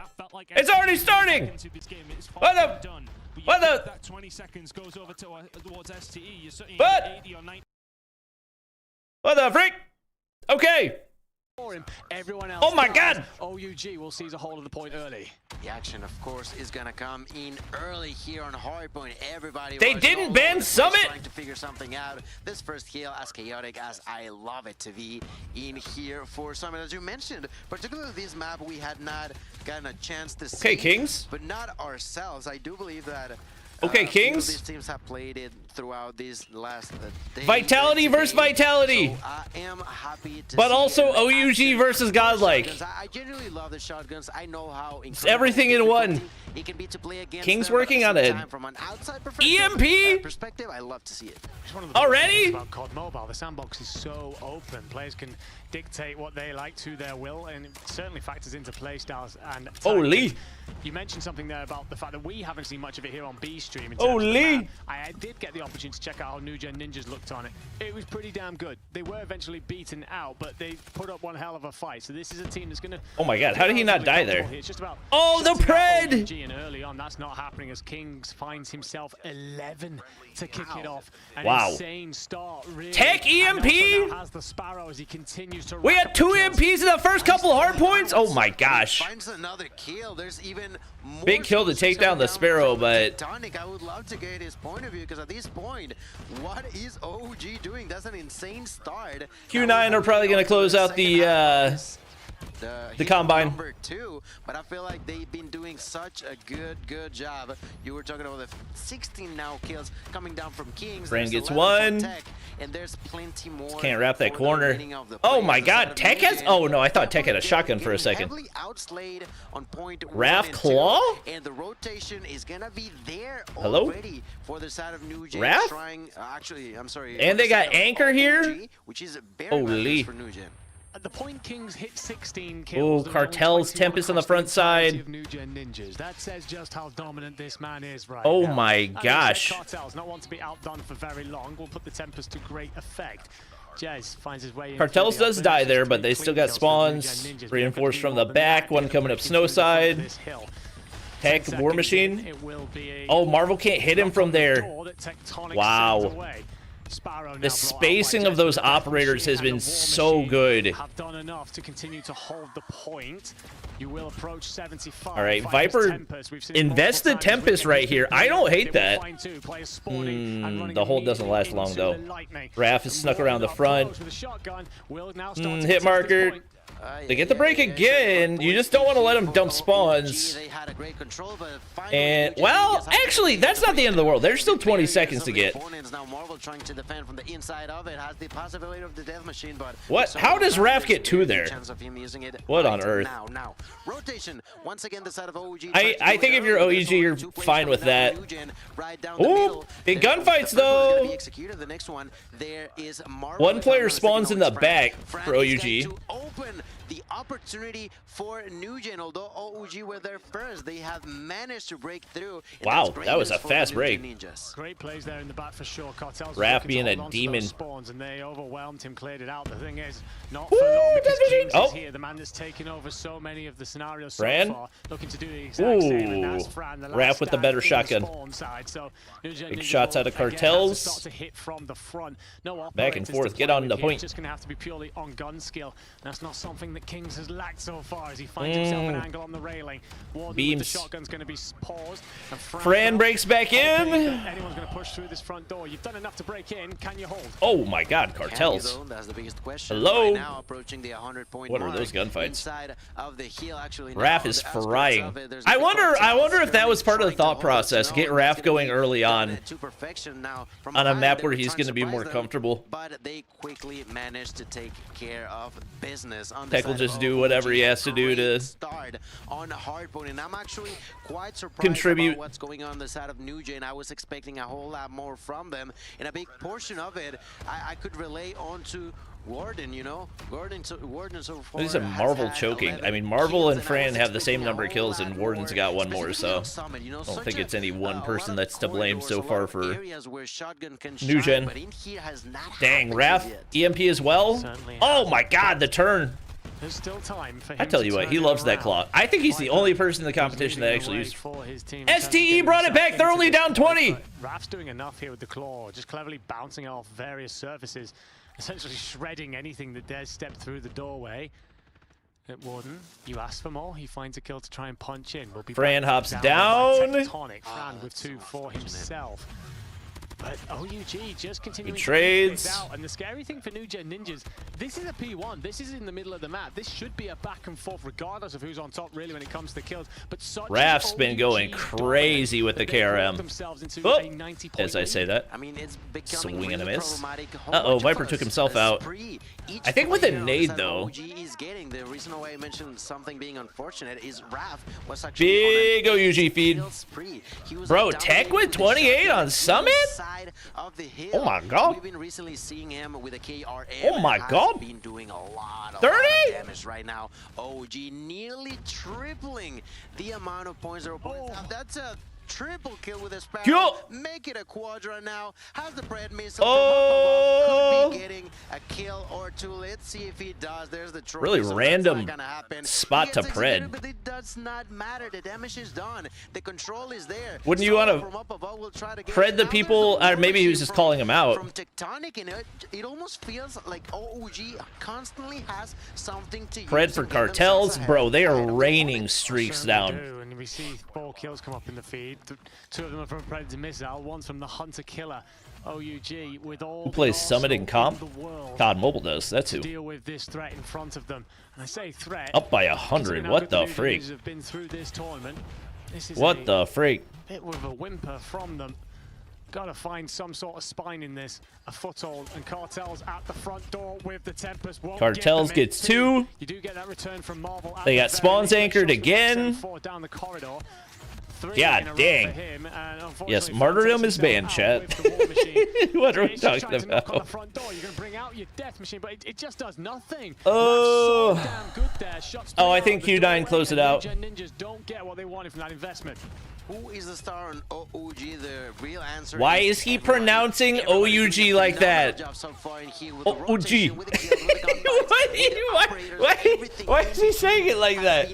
Outstanding. He's gonna tilt me. Already over 200 points and rooting for more. Double kill for Cartels. There's Solo with a shotgun. Missed the first shot. Solo! Oh my god, Solo! Solo! The kill to complete the destruction of the opponents. Nugent finally get inside, but surprise, surprise, there's only 10 seconds left. Yeah, not a lot to be gained. You don't want those back spawns. Things like a turret out there on the gondola. Every time a New Gen Ninja player straight forward, they found the end of his rifle. Solo's going to just tuck himself in close with the shotgun and go to work. Oh, man. Bro, the shotties for OUG have been New Gen Ninjas moving. Oh, struggling. Marvel tries to do his best out on the cliffs, but it won't last for long. DM for Solo. That'll zone. 2 and pressures the 3rd in the back. Recognizes there's a reposition. Will be done with. You only need 22 seconds if you're OUG, and if anything, it feels like they could have ended this. Was the Summit like a secret weapon for OUG or something? Oh my god, I can't believe he didn't kill Viper there. Finds one well on his belly, does very well, to be quite honest with you, and we'll get you a couple more seconds of contest, but that is all you're going to really get from this. OUG, they can't win it here on this hill, but they're not far. Cartels gets another. There's literally 0 bad performances on this side. For a second, he gets executed. Does not matter a whole lot. OUG are dominating. Bro, he's killing me. He's killing me with that pronunciation. And they may not, if they continue to struggle like they have, there's going to be the usage of Tempest by the hands of Cartels on the outskirts of that cage, just patiently waiting for anybody to dare go his way. And there's the knock onto Marvel. There's the control for AOG. 10 seconds away from the victory. They're trying to go through connector, but they're just not able to survive. Holy chat, 100-point club. A few seconds away, and inside of the kill, they're stuck 100-point club. Oh my gosh. Because OUG are just like that, going to be defeating 100-point club Ninjas. OUG have made it so strong in this map of Summit that completely changes what I thought we could see. I think it's the Spanish pronunciation, because this looks now awful for the maybe Ninjas. Well, as I said, I did get a look. I guess I never learned letter pronunciation when I was taking Spanish, but maybe. Against one of the best teams at this tournament. OUG said Tech goes 47 and 20 on Summit. 48 to 23. Ted. Tectonic and Kings taking over the show. Tech's good at Summit now. 41 and 22 and just be like, okay, yeah, sure, whatever, dude. You're the 3rd best player on your team. It's a stunning stat line, not one you're going to see very often. On the opposite side, I mean, this is obviously all of the bottom 4 didn't play well, but Warden and Fran especially. We know the pace like that they minus bring, the powers 26 they for have in both of attacking them. and hitting it over and over again.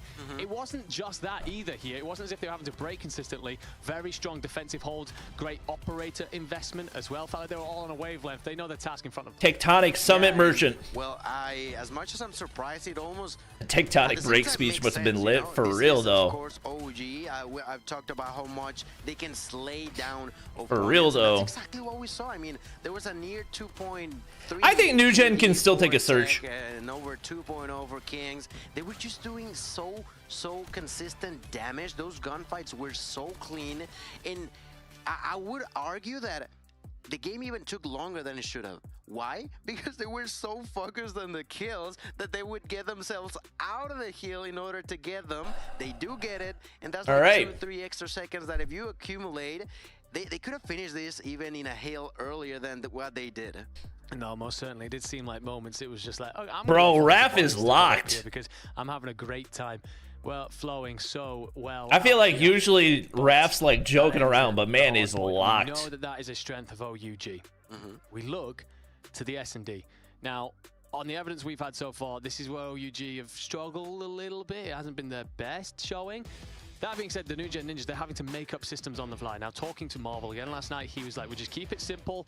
We stick to the roles that we've assigned each other to, and we just go about very simple executes, find that numbers advantage, and then take that with us in last game of the day. No, we still got. As such, you're not expecting a deep. We've still got. But also, OUG was supposed to be here, so you didn't have much in the way of practice. Right. What, STE versus these squads coming into S&D? Galorys? Really good point. I think. That neither of them. And then winner of this versus Wolves. OG was thinking nothing is going to happen whatsoever. We're not going to be playing here, but they are. And all of a sudden, New Gen Ninjas have to join forces. Double kill. Oh, Jez! For Jez to open up double off the start. That's big. Incredibly.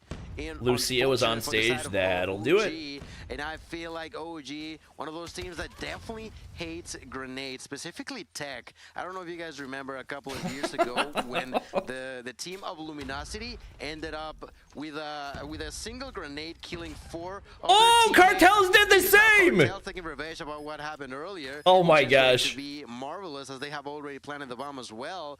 But I feel like Nades have taken a spotlight. Oh, King saw him. Very brightly in today's matchups. They certainly have in this. 2 double nades in 1 round? Cartels to catch players trying to get to this bomb site.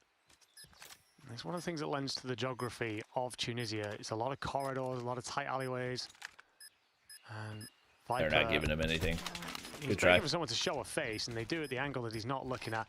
Viper. Back up, try and bait Kings in. Viper, are we baiting for kills? Stayed in his scope, and for all that, Still. you get nothing. Kings picks it up. Sylvia, you got a DM Gil. And tell him to stop saying OOG. It's just that perfect read by Cartels. We got the bomb down. We know where they're going to be reinforcing this site through. I'm going to pop a cook nade into that spot. Finds a 2. Are you still doing the player dream account, like buying a mythic? And it works really great in favor of I'm not upgrading accounts currently. I only do that whenever they have like a COD point rebate or double COD points. Which I feel like will probably happen around Christmas and anniversary, right? His positioning. That's something that Raph takes advantage of, takes that kill using that shotgun. They know now where the bomb is on the side of New Gen, but does it matter? We'll see. Elevate do not play anymore today. Raph just sniped Viper. He took that kill into Viper. Ooh, hit marker! Certainly did. Jazz gets the hit marker through the wall. The plaster does enough to spare your opponent's life, but that's about all. Golly, Raph! Quickly turns into a 1v3 here. That's 4 for Raph. Golly. Pauses, has a shotgun. So if anyone does Good try. through, you've done enough. Good try. Kings, well, stops his teammate getting the A's, won't really care because that puts you 2-0 up. It's looked very straightforward so far, getting themselves onto those bomb sites quickly, getting the bomb down and forcing the equation onto New Gen. And just like you predicted it, you know, you talked to Marvel, they had to come up. What was that? 2 champs back during the tactician era? Yeah, that's what. OG, I can say the exact same thing, but the gun skill. That's in 2023 when I tweeted the clip that got me in trouble because Sim was mad that everybody was getting 5-man flashed on point. They do take a kill, but they immediately drop 2 players. They're trying to recollect themselves, but immediately they take the opportunity to plant the bomb, and all of a sudden, all the pressure on the shoulders of New Gen yet again. Yeah, New Gen just don't. I don't know. They don't look nearly as confident as they did versus Raf gets the assist Q9 or Wolves. Solo was with the finish. Marvel. They played Wolves? Yeah. Oh, sexy one to get a body back on the board, but a Marvel 1v3 trying to ingress to a planted bomb. Yeah, that's how it's going to end. Kings does enough for it to become 3-0. I think the concerning thing here for New Gen Ninjas is just how simple it's been. There's been no point through this matchup except for maybe the opening nade by Jez, where I've thought these guys are in control of this. OUG walking their way. Truly a wild time. That's horrible. If you compare it to any other Search and Destroy we've watched, the rounds are way faster right now. The average is less than a minute. Just the barrage of utility. Jez has to make a play. Wait. Oh, and he doesn't get anything out of that. Now 5 kills, and on now they know they've got sight control. Oh. Oh wait, that's Viper. I thought that was Kings. I'm gonna try and find different ways in here. Cook nade, does it get anything? Whoa, Viper. Managed to be 1 kill from Viper in the end onto Kings. Cartels did not realize there were 2. Well. Returned by 2. 3v3. You'll have to slay a few more. Raf is going crazy in the search. Seconds to do so. Raf's having himself a game for sure. Viper, you have nothing to work with. You don't have a lot of time, brother. 1v3. This feels like every other round we've tuned into so far. My feeling here, obviously, I've got very Q9 beat STE. Watching OUG Q9 and Elevate are done for today. Honestly, W to make sure that we don't have to watch Elevate versus SCE for the 17,000th time. Same for Q9 versus Wolves. And they're happy to play into Shafi said if OUG 7-0, I'll drop a code. Well, now it's not happening. Look what you did, Shafi. When it comes down to one-on-ones, why not go ahead and do the simple thing? Plant the bomb and go ahead. Right now they lost 2 players, but they Tech, would you get a kill? Is by Kings eliminating Viper. Then they're solo suffering the shotgun play there from Fran. Look what you did, Shafi. Out for New Gen Ninjas, but at the same time, is that simpleness that's hurting them the most. OG, like you mentioned, have struggled on Tanisha, but if this does not play as an S&D, because pretty much it's a team deathmatch, you know, they can freely walk, plant the bomb, put pressure on the timer onto the shoulders of New Gen Ninjas, and then go for the fights. That's pretty much what's been happening, and that's the reason. All right, guys, let's do something. There's a player lead in favor. We don't need to use all of the remaining 60 seconds. Let's make a move. Commit. Oh, they make the read. Or I guess they just get lucky. Is Bolo retired? Yes. Bolo's been retired for I think New Gen Ninjas are happy for that. 2.5 years. Honest. We've got the numbers advantage. You plant. It allows us to force the fight. And actually, OUG is cycling back. Fran spots one. Tags him up with a shotgun. And that will suddenly send now they plant on B. Between their legs towards B. Marvel's watching. New Gen are content to give up the plant. Oh! You should understand by now that plant is going to come through. So watch these 4 hours swarm now. The thing is, with such a heavy numbers advantage as well, you can hit this from different angles quite comfortably.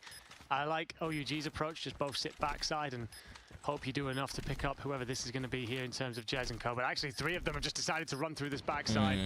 Kings gets 1. Cartels gets another. Cartels gets 2. Oh, Jez the 1v2. Gets 2. Great work up close with the VAP. And we'll get there in time. What a play. Thought for a second they'd pull Shafi cursed. 2v4. Great work from OUG, but New Gen Ninjas stacking those 3 bodies to back enough in the end. And it's a good thing they did. I thought they were going to go for the big wide rat from all the angles. Thank God they didn't. They nearly lost that. They nearly lost that. That's the biggest issue. That's the biggest thing. The fact that New Gen with a 4v2, they're still not comfortable. They're still not used to these sort of scenarios.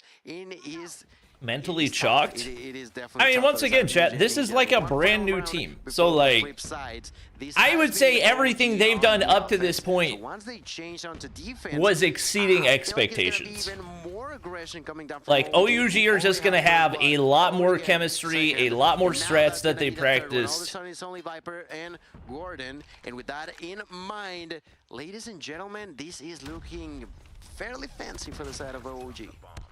Warden catch King's coming in, but Cartels instantly trades. Viper caught with the boxing gloves out.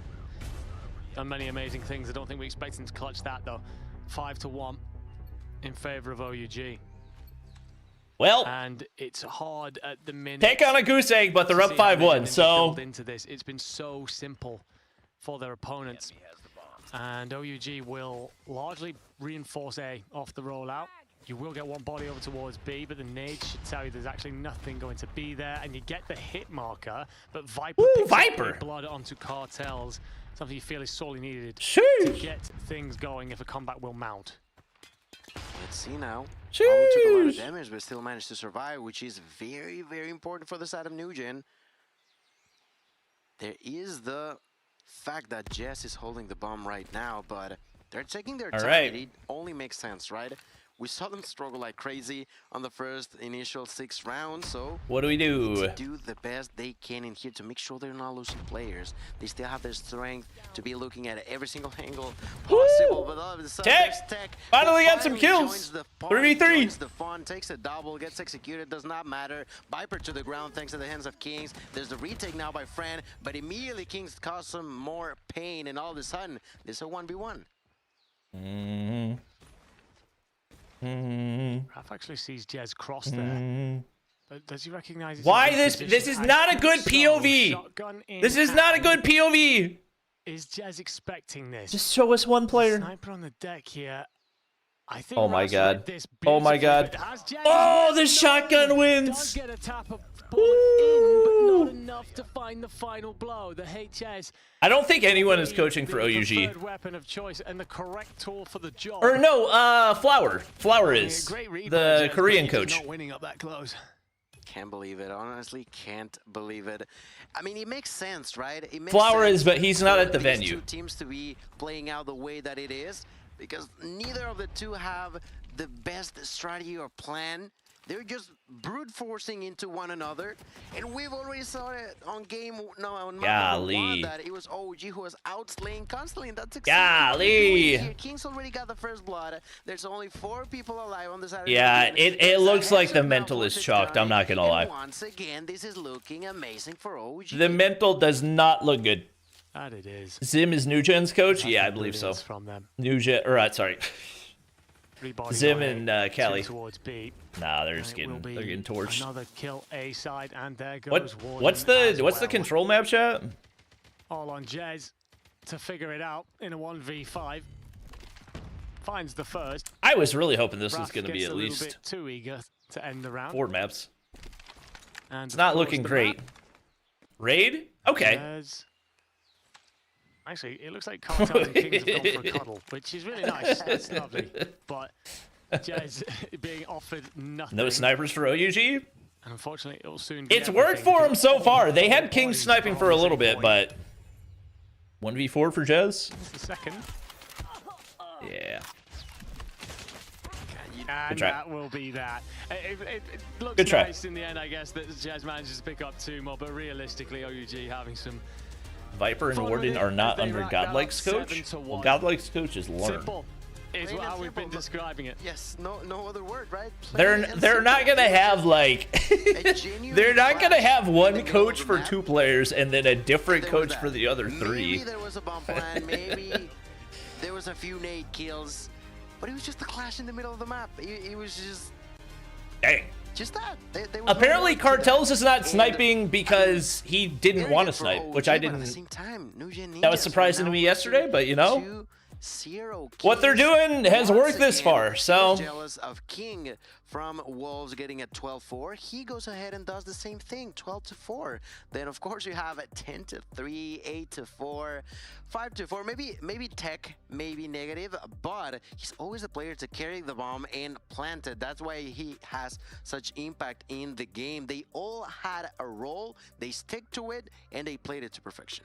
Yeah, I think with Tectonic as well, it was a case of, boys, let me kill something. And this is why China should have had 5 spots at champs. Yes. So he's like, can I get involved in this? Anyone else want to carry this thing around? It's, yeah, it's a great job from OUG. They look great. And tuning in with the player cams there, you can tell that the I would have settled for 4. All the way through this week, we've kind of sat around the players and stuff and all characters on that team. They'll be loving life right now, up to looking great about it. You think OUG can beat Standpoint? I mean, half the Standpoint players retired, so yeah, I would say so. That they were coming out of. It's a tough task for sure, and yet they'll be standing atop many a team and atop many of the bodies of the New Gen Ninjas currently.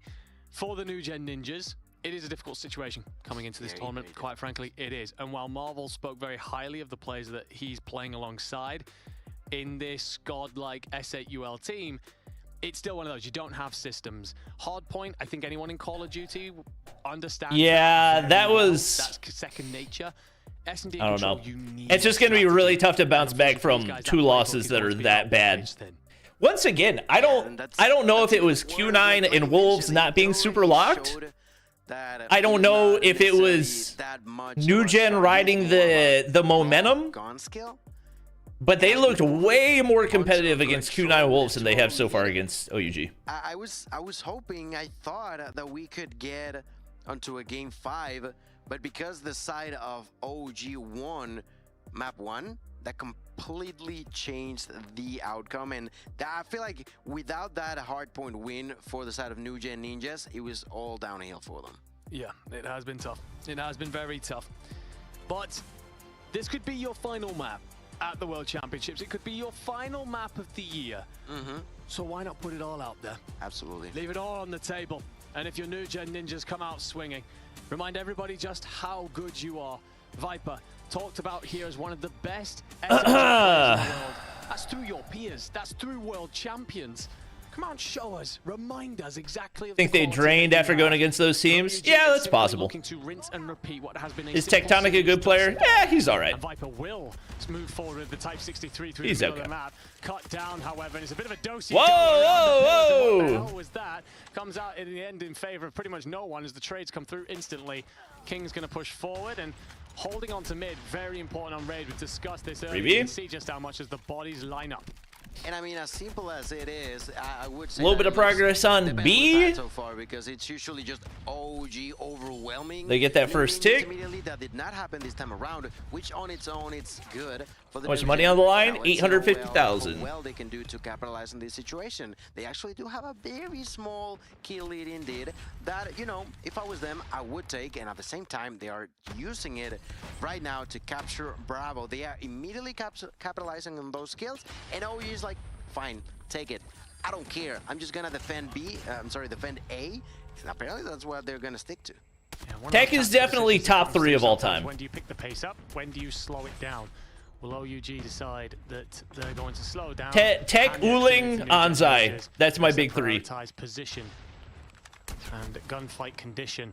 You get all that presence in mid. That's my big 3. Out to Marvel, who's pulled the sniper from the back rock there.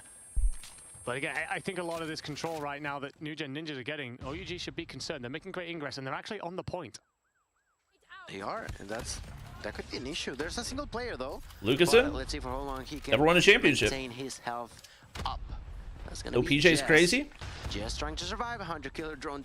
PJ, I will say PJ's probably the closest to making his way in. He's trying to redeem his ally. I would say PJ's close to making his way in. A kill now.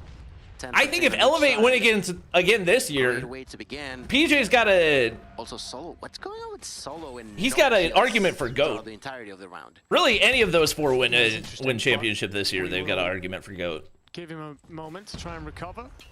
We've still got a little bit of finishing here to No do. Marshy? Ninjas have been No Marshy for the same reason as no Bolu. Let's find an attack round. They won their championships at a time when the competition was a lot easier. Same reason Bill Russell's not in GOAT conversations for the NBA. Your way, 1v9, Kings, well, he's a All right, New Gen. Good opening round. Jez does enough to close that out. Brilliant work from New Gen Ninjas then. It felt like from the very get-go they were in control. So Lucas in top 5. The control. If we're talking about like most skilled players of all time, then I think Lucason's in that conversation. But you can't put somebody in a GOAT conversation without winning a championship of any kind. I think like had they won Masters, he could be in that conversation. But that went to Uling, which is one of the reasons he's in the GOAT conversation. They immediately converted those kills, and they are immediately rooting for the kills now. Yet again, double kill now with the Pred missile. Bill Russell catching strays. It's not a slight to Bill Russell. Now they're trying to capture over on B by the hands of OG. They have managed. He knows he's not in the GOAT conversation. But let's see how good that works, because Fran is going all the way around through the pool and into LeBron of COD M right now. We did ask for a hell of a lot from Viper, by the way, and he has 16 kills. Oof. Viper, oh my gosh. New Gen looked really comfortable on Raid. Looked like a different team. Viper's decided that this is not Viper is just farming. I don't know what Solo's doing. Brought out. Predator also. Equalizer. Uling has no worlds. He has won an international LAN. Recognizing that with these early operators, he has won an international LAN. He won Masters 2023. Situation of just compounding the effects of leading early in control. It is wild to me that it is actually control, the one that New Gen is dominating. And also, he's in a much more competitive region than Lucasen is. Seconds left. They're trying to go towards Alpha, and well, they're gonna be able to do so. Seems like. Didn't mean to do that. That's the biggest question. They have a few utilities that they could use. All right, looks like we're getting a map 4, baby. That's a great question. Only OUG can answer for you. And did you find the kill? I think. On towards they got 4 ops charge. I'm assuming we're not going to see those come out, right? And for New Gen Ninjas, do you just give this up? It certainly seems that they're I would give that up. prioritizing ringside. I think Fran's still itching a little bit for the fight, and there is pressure slowly starting to come across the map. Saw one. But it feels more like a defensive. They didn't really need to take that. New Gen Ninjas, they'll give it, and they'll tell OUG to run at them with what they've got left of their lives. Right now, 16-8. Kings with a knock, trying to push forward for more. There's Raph. Trying to make it happen with a VMP. I think Lucas has what it takes to become the GOAT. I think if he played, if he went to an Eastern team, gonna be taken out for a ride. I think playing in the West is just too limiting. Kings popped Annie. It's only Solo against Dog. the world that he gets brutally murdered. What? None other than 4v15. I'd like to point out. I Annie feel pop? like OG are getting stomped on in a sense. It's a weird series, right? We've just watched very OG weird series run amok and have the time of their lives. Enough time for a cuddle as well in the middle of the S&D. So the fact that you were 2-0 so comfortably, and then when New Gen Ninjas apparently just love Raid, doesn't matter the composition of their team. All 5 players love it here. Sparrow from Jez will find Kings. So weird. And he Cartels? will make more progress. Viper's brought the Tempest to the kitchen as well. And the Predator missile finds Kings as well. God bless him. I think he's been on the end of like what's going on? I don't know. His last 4 lives. I don't freaking know. But he's making good progress here. 1 tick on the board. And for OUG right now, Did Cartels not see Viper there? I'm so confused. Honestly, the timing goes against him a little bit with Viper, who will try and hug the window. Got to keep an eye on the wheelbarrow as well. So on the spin, can you do enough? Well, the answer is no. Tectonic with 2 to break New Gen Ninjas' backs for a moment. But 2 ticks came in. They used all but one of their ops. You should be. They've been doing a great job so far in here. Right now, the live's slightly closer, which is, in a sense, good for OG, but let's see for how long they can actually manage to keep Picked up a type, okay. You know what, if it works. Well, the ARs, the marksmen are taking a lot of an important role in here. Look at that headshot by Viper. Someone said SMG. Look at him rock that type 6-3. I mean, Godlike were a good control team, so now all of a sudden they're gonna capture Alpha. Last time around, it was I guess you take 2 pieces from that. I don't know. Weren't Soul? Wasn't their best Crossfire? Tied to the neck. What is next? 15-15. Well, for New Gen Ninjas right now, it's just about getting out spawn and breaking through a couple of waves. You do have one player who's advanced all the way up towards pool in Jez. How is Raph still holding a Type He's hoping for 63? his boy to get there. The problem for Jez, I think he's looking to fight for mid-map control to relieve that pressure. He may well walk between two different Raph gets players, one. not helped by the fact that Raph finds Warden. Tectonic should get that. Yep. With Freebie. a certain amount of resistance here. War Machine baited They out. continue to hold, they continue to delay. This just burns through Just the give it new away. time. Minute 5 left. Thank you. Love you. Minute and 5 left in here. Tech exploding to the ground. Uh-oh. Fran suffering the pain from Kings. All right. Winnable round for OUG. 12-9, slight lead in favor of OUG. Tech shouldn't need to pop up. Very, very long while to actually be Ooh, there. big play for Warden. Wait, they get 3. Ooh. Finding his kill number 16. Ooh, Jez uses Sparrow. Don't hate that move. Don't hate that move. Tech gets 1. Cartel's another.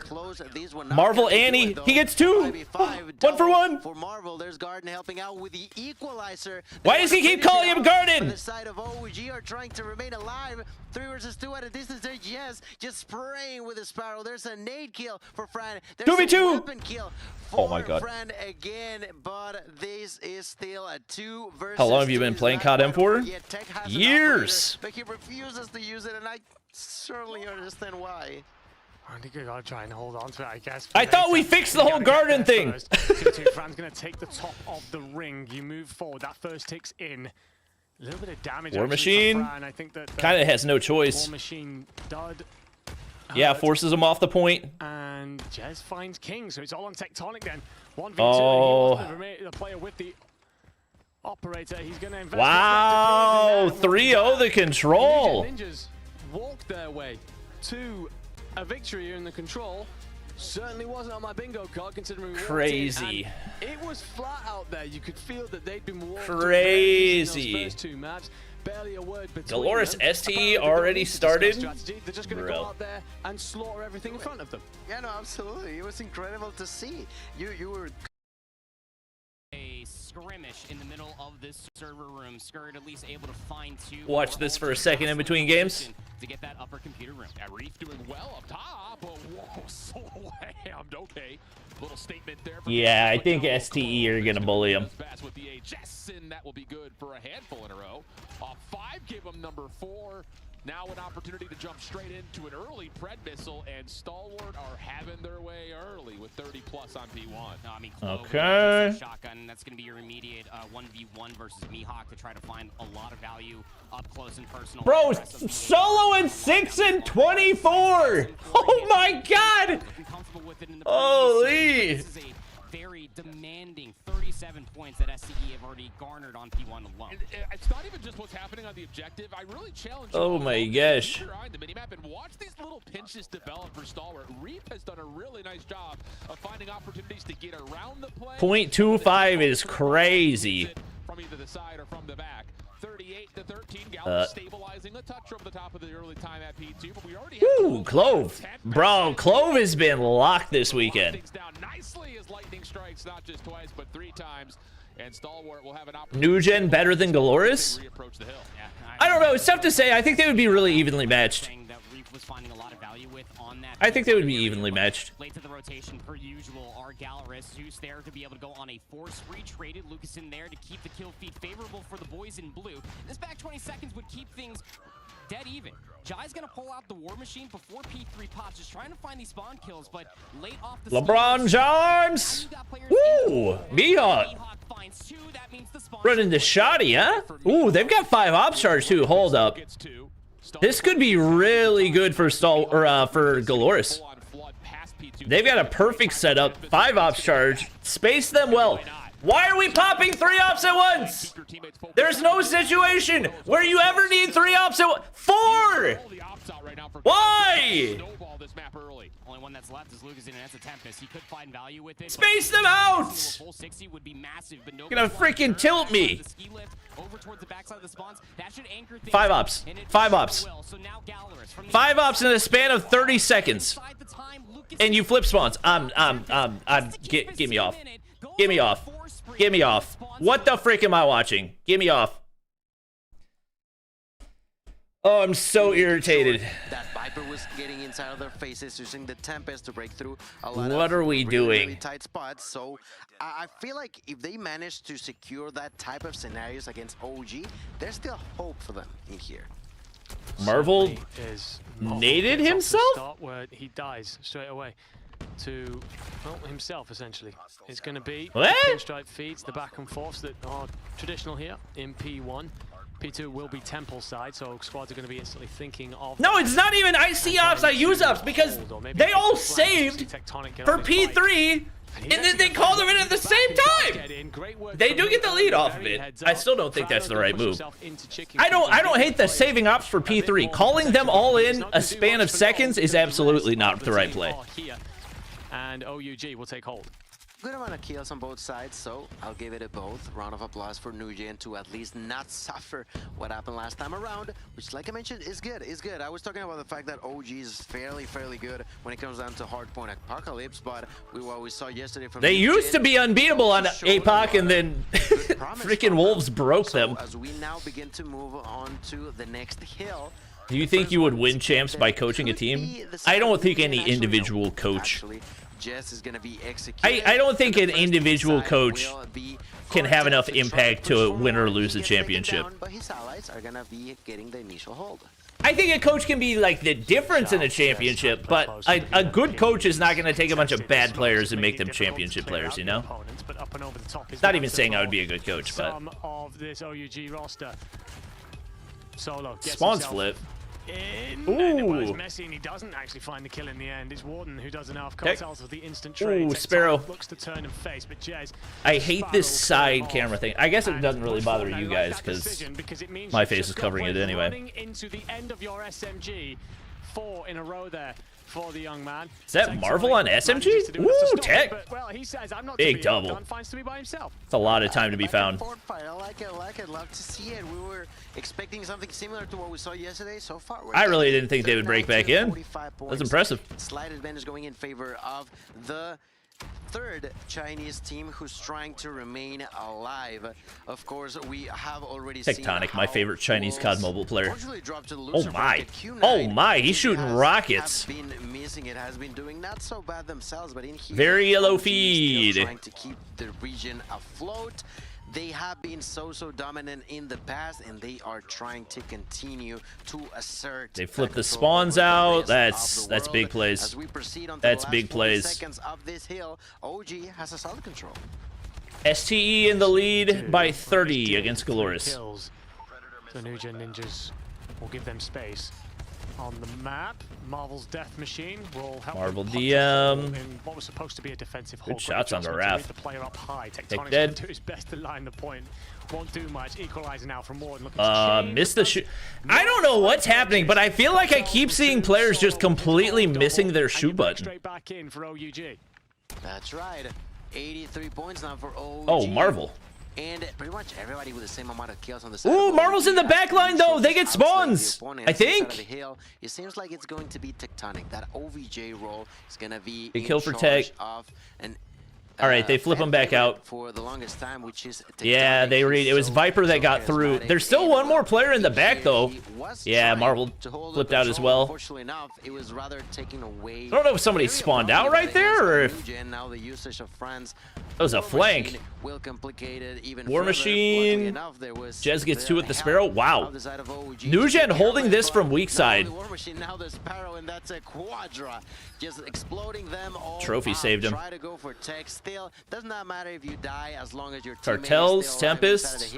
If for at least 20 Marvel gets 2.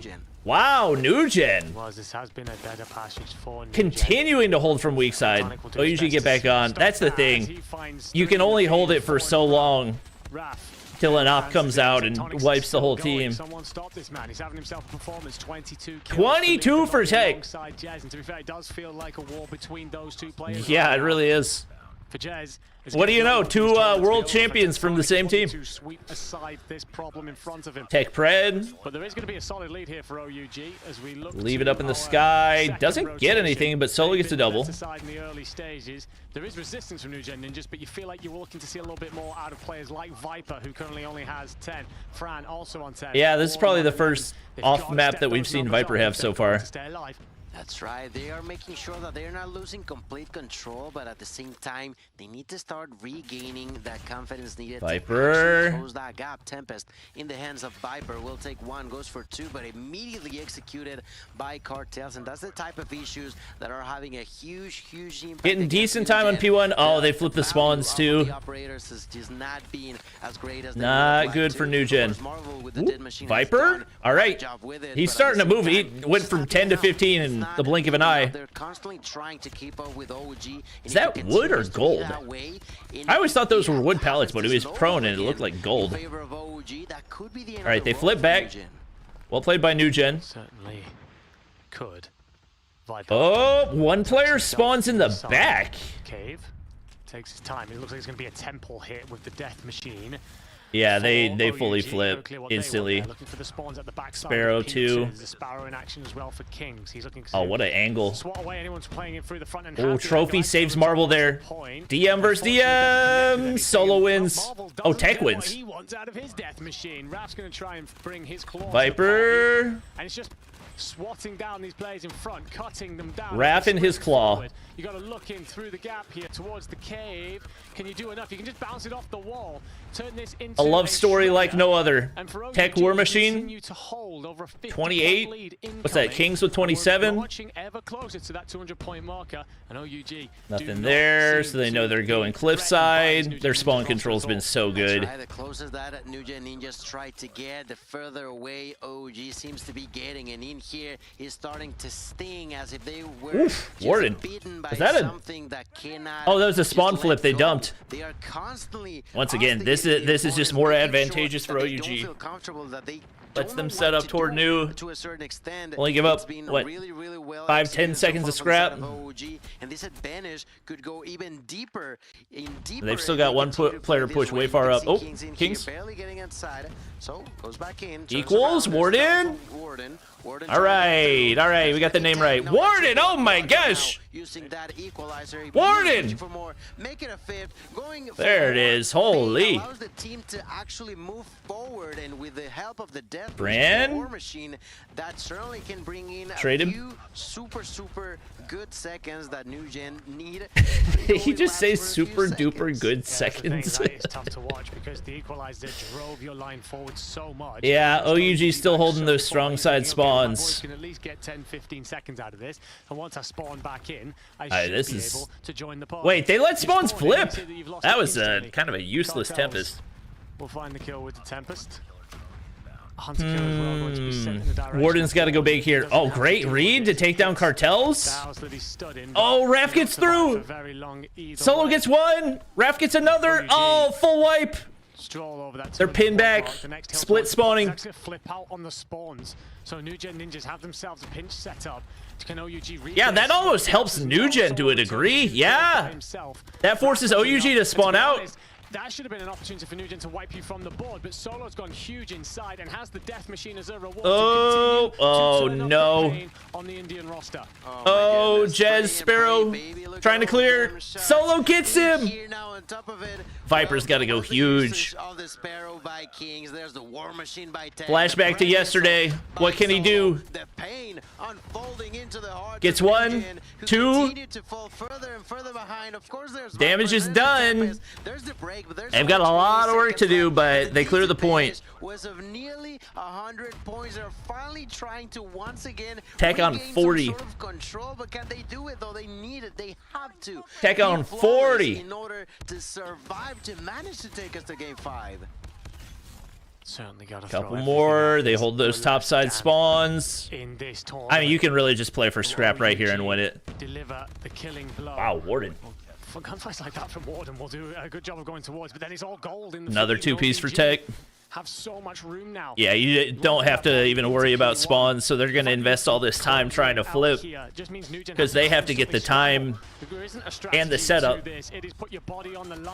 Just Death Machine finds one. That's two from Marvel. Much easier avenue to victory if you're OUG. And then 4, but they flip spawns, they'll take that. Warden tries to dive in now. You've got 30 seconds left on this, but it's sticking around here for as long as possible and then bouncing up for P2, which is the side OUG currently have control of.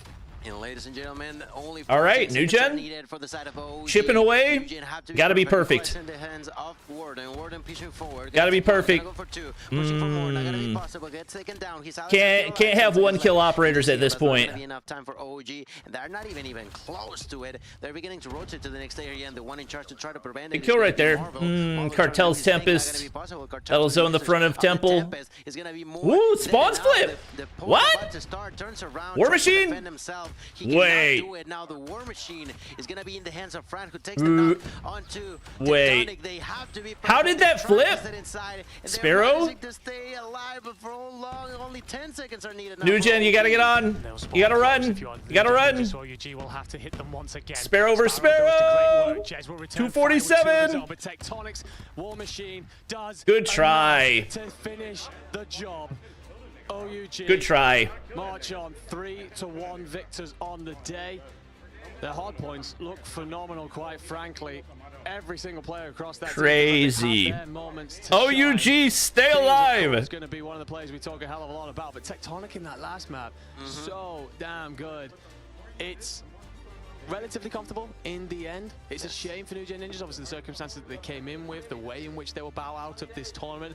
They can hold their heads extremely proud for what they did, overcome so many obstacles. Chad, I have a good meme. Get themselves that top 8 position. Yeah, no, absolutely. Chad, I have a good meme. Really well played. A good valiant effort on the side of New Gen. You see a Tech there just showing respect to the players that they just beaten, and I gotta be honest. Chat, 1 second, I have a good meme. Difficult for the side of New Gen, but they try their hardest, right? Both of these teams. This is not at all the stage 5 that they were. Chat, it's not a rude meme, okay? It's not a rude meme. Look at Tech not only getting the kills, he was there with a tied up time of dog. Tech went crazy. The other player that we were talking about earlier also had 2 minutes and 34 seconds. Oh my gosh. A fun number to end up with. I mean, Tectonic, that is certainly MVP right there. That stat line is different. It's a great effort from Jez, 44 and 30. He clearly wanted to have more of a say in this Poland World Championships, but it's a case of it's a step too far sometimes. Again, there's no system there really. They're plugging square pegs in round holes. It's kind of trying to make do with what you're not natural on, and they put up a good fight and been incredibly entertaining while out here. That's for sure. OUG, yeah, they look great. S&D as well was solid, very comfortable there. It's just that control. You sit and you look at the control and you go, okay, how the hell did that happen? I think that's the one thing that they're going to have to figure out as they march on in this tournament. It doesn't get much easier from here. Every team that's eliminated, every step forward you take, it is a better roster dang it. in front of you who've earned their why did it open? Oh my gosh, they just screwed up my chat. But to look ahead towards Sunday. Absolutely, absolutely. What's ahead of them? It's what will be the most important part, and there you have it, winners. OUG.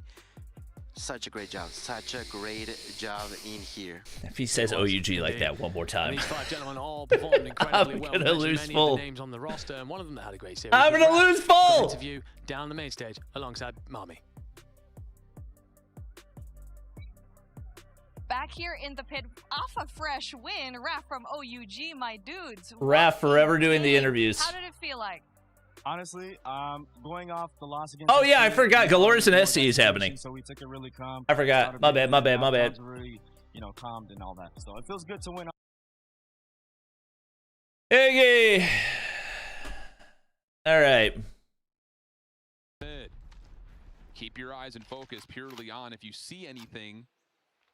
Lucasen locked in. Indication of an execute to their side of the map. And Lucasen is just. How close was the hard point? Lucasen ace. Homework. Nerdy. Yeah, I mean, with Foggy especially in that position, the bomb decides to execute. He could actually catch a timing that if he finds that elimination, the bomb would drop and he would get it. Jai's gonna find that first blood finally there onto Hen. That's a one of the B defenders, so they're going to take that as an opportunity to make this plat execute come through. Lucasson still over here, got that ace in the first round. He's under a lot of pressure. Yeah, just backs away. Trust that your defense can respond with some nades to slow this down, get the rotation in particular. Foki trying to play around the back. Tough position, though, as Reef has just gone prone. Backside tense. OUG was my prediction to win the series, chat. To deal with, and the flank. I wasn't going to say it out loud, but, I mean, you guys knew that I was predicting OUG to win one way or another anyway, you know? you guys knew who I was going to predict to win that. From the flank, and you've got all guns up, and they're not going to let him live for long. Good response from Stall. I did not see the DM. 1 second. Information, I guess, that was coming through. Getting at here, and for both surgery out. Tunisia was played. All right, Lucasson. In that upper finals in the Garena Masters, but all right, Lucasson. One of the very few maps that they were actually able to take. So here we go. As far as Tunisia is concerned, gonna get a lot of HSO presence as far as Winery is concerned. There's still so much time left on the clock. 62,000 attendance. That's crazy. Wow. Over challenge comes through from Mihawk. Clove was expecting it. That's been an identity crisis for Galorys, especially from the defensive side. We saw it with even when they played Fire. Hey, what up, Gannon? Trying to get aggressive, and getting punished for it. 1, 2. Oh my. Okay. Oh my. They keep peeking him. They keep peeking him. Don't peek that man. Don't peek that. Why would we switch POVs? Why are we switching POVs? Dog! End up being through our spawn. Mid-ace? Whether or not one of two could be true, both remaining players for Galorys are stacked. What do you got for us? Mid-ace? I would be sweating through my socks if I had to play a sniper rifle versus Lucasson. Bro, he's already got 3 more. What the freak, man? That the threat is imminent towards trying to collect this bomb. He didn't get it? No, he did. He killed the last guy. Jai, stunned in the corner. There's the slide across. What do you got? Gonna have to do it again. First shot misses. Jai is also got a shotgun to play with. Good try. Foki right there to meet him in the same battlefield, and that'll work for a second round for Galorys. There was a mo where I thought the shot missed. Good gracious. The HSO was gonna come through, and you could jump peek that thing pretty Oh, quickly. man. 3 rounds in, and Galorys are absolutely firing. Sorry, Lucasson is firing. Has more kills. It was more kills than the entire lobby. Yeah, I did that math quickly. Good night. It is. Who's OUG playing next? Wolves. Same tags. I love the Chat, I think today might actually be longer broadcast than freaking yesterday. Round 2. Quick attempt for a flank. Keep Stalwart on their toes as they take this delayed approach through Wine, but Galorys have played a more orthodox style of defense. All right, chat. Got some, That's a defensive smoke. not like healthy breakfast, but it's not a biscuit, you know? Not a biscuit. Backing down. Saw the smoke come through inside the arches. So that would delay the push.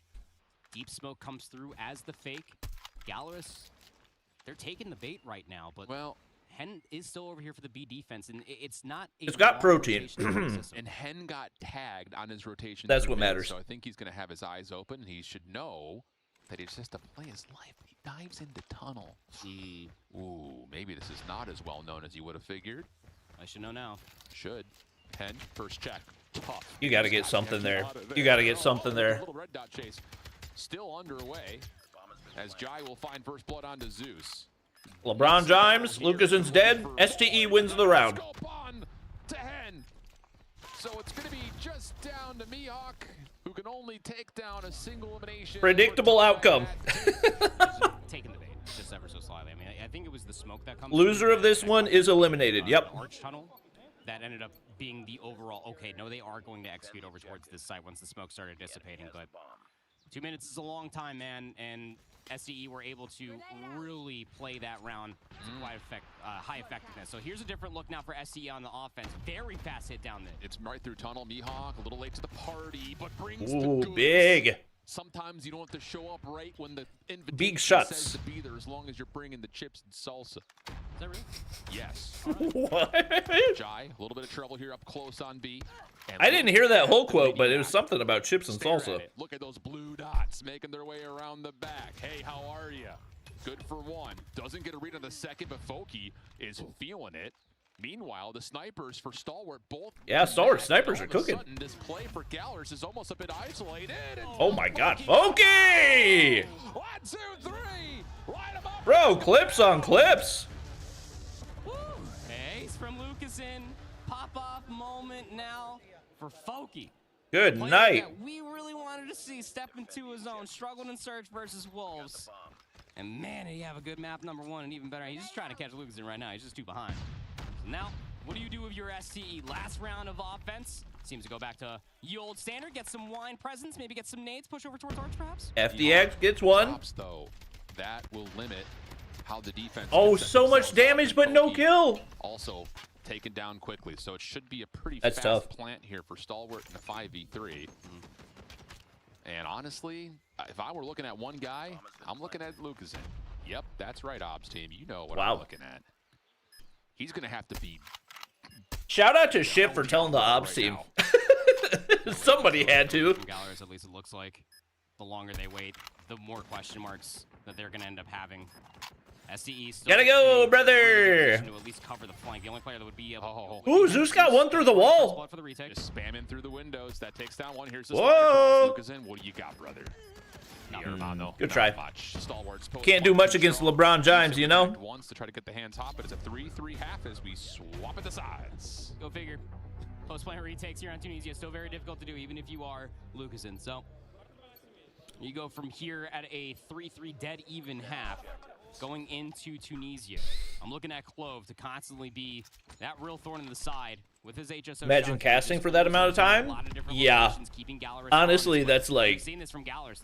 They're very okay to leave the bomb and spawn just to play for a good timing, and it garners the first blood. Yeah, that's just not showing a lot of nade presence. It's like illegal labor practices. That's gonna cost you. It sure does. Early 5v4. If only there was a second casting duo in Poland that they could use to help out the two guys that are covering the B broadcast by themselves, you know? If only. Whatever the Portuguese equivalent it would be. I say bad. They have the bomb. Like a good-looking American man with a mustache. Been casting COD Mobile for 4 years. And a good-looking Filipino guy with a mustache. Been casting COD Mobile for 5 years. Just to try to play for the rewrap over towards B. Well, Mihawk and Didn't you cast that long before too, Bobby? I think I had duos to swap, but I was dead after day 1 of champs last year. That was. Decided to play this 2v1. Rather for Skurd, he's just trying to beat some timing, and he. STE is not Japanese. They're from Garena. Still behind the play, but I don't think he knows that. Sorry, Malaysian guy. My bad. Not Filipino. Malaysian guy. I always forget he's Malaysian, not Filipino. He did clear all of B. It would be astonishing if it was down that site. There's the information. All right, Galorys. Good timing right there. Has the gun up, playing the corner. Okay. Entryway. Take the first opening offense.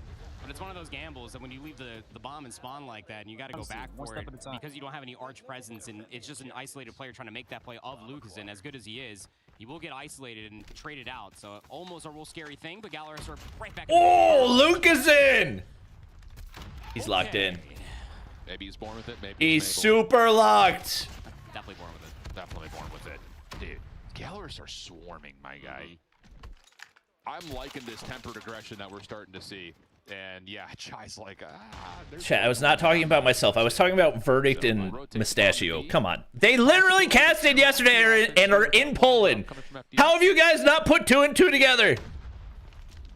Full coverage around the bomb site. Nade is going to land inside. Yeah, Raleigh was a very stressful. One of the more stressful weekends I've had. Stop the plant though. Reset now coming through. 2v2 on the bottom side at B. 1v2 the other directions. Lucasen has been aware of the threat, but Jai connects through tents. LeBron James strikes again. Foki just going to play a corner, and the defense is going to try to take the 3v2. At least that's the idea. Stalwart taking their time, seeing if they can find something from FT. Oh, through the wall, Zeus! 1 for 1. Read for the opener. Shot over the top for Jai doesn't land, and that's the end of that opportunity. Oh my gosh, I couldn't even keep track of who got it for a second there. Marching their way closer towards a tied-up series. Is Verdict going to be present at finals? Don't think so. SCE are starting to get a little creative as far Crazy as thought, huh? are concerned. Crazy thought, huh? Can catch any good timing up through mid to stop Only this. COD Mobile Intimate caster that actively follows the game.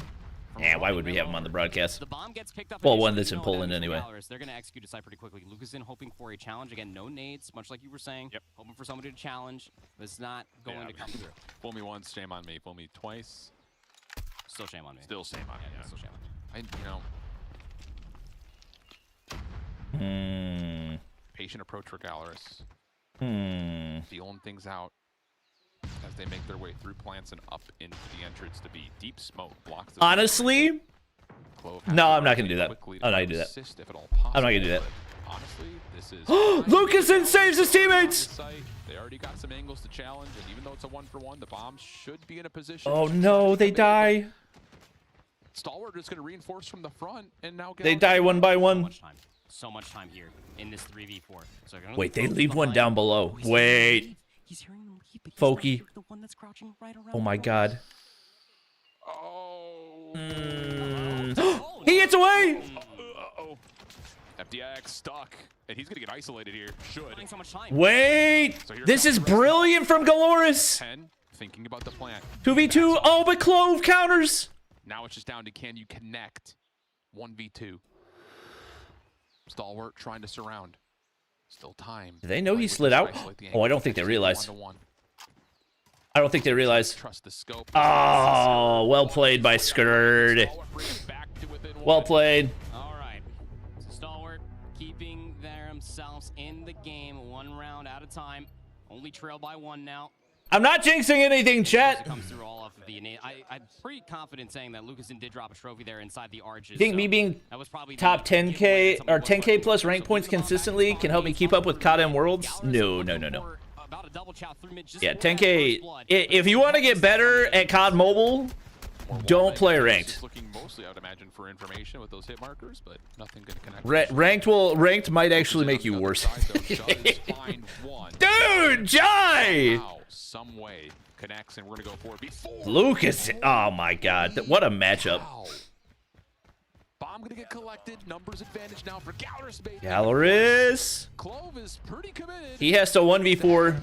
Yeah, nothing hits there. To work with, and he's gonna try to run it down and see if he can catch one off. Whoa! But now the difficult part, 1v2 with the shot. Yeah, bomb down. Yeah. That's gonna be really tough. I mean, he can pick up a gun somewhere. Yep, there we go. Type 63. Hen's going to go back and at least secure the flank. Yeah, Lucasen's going to be watching this. Over-under on him hitting this first shot? Under. One shot is all it takes. For sure. Oh, they saw him. Maybe. Clovis They definitely heard him. A pretty good spot. A couple of shots come through. Switch the wait. weapons 1v1. Lucasen up top. Wait! Lucasen! Hit marker! Clove 1v4!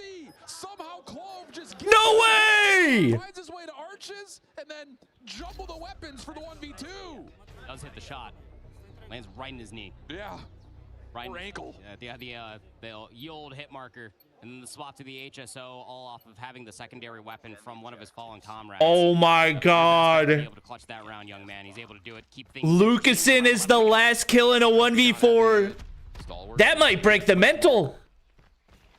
But meanwhile, Galorys have fully stacked and flooded with utility. Oh, that might break the mental. Covered the full crossing angle. So info is also gathered here by Stalwart. Oh, Clove! 3 more! Trying to fight him on the backside of the site, and that's not going to work out as Jai starts to hit. Oh, no. Take the edge. PKM is a dirty weapon, man. The nade gets the confirmation, then it just ADS, spam out, and just get all of the damage. Oh my gosh. Nice little 3-piece to start. Why didn't Lucasen just play audio cues? Clove now is up to 13. Dog. What do you do now if you're Galorys? You've been stuffed on the past several attempts. Oh, that's tough, dude. Get some information with these nades over top of A, lurk inside a line, maybe delay hit through arches, but no information for SCE is all of the information that this is a default.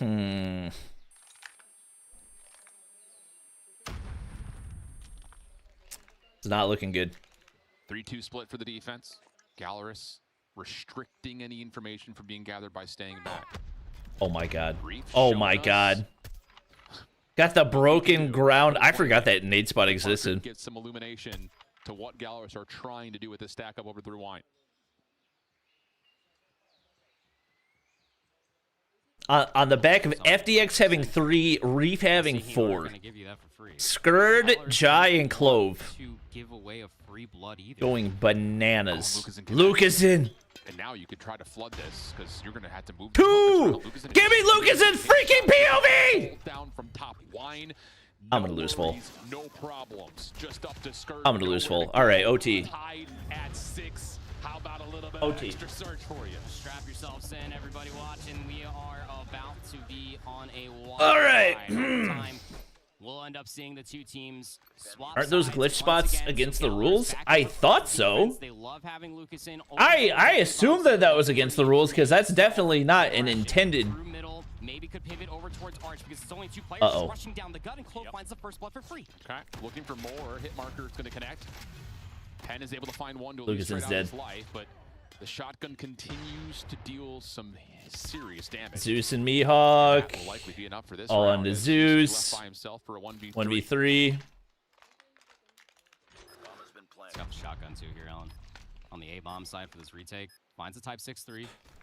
But he's got to, whatever player he challenges first, if he doesn't rip it, it's all but over. Well, now they know where you are. Showing his hand a little bit here. Yeah, I mean, what are you going to do, right? Try to get some information. I mean, maybe. Kobe doesn't quite land. Stun over the top. Pardon me, smoke.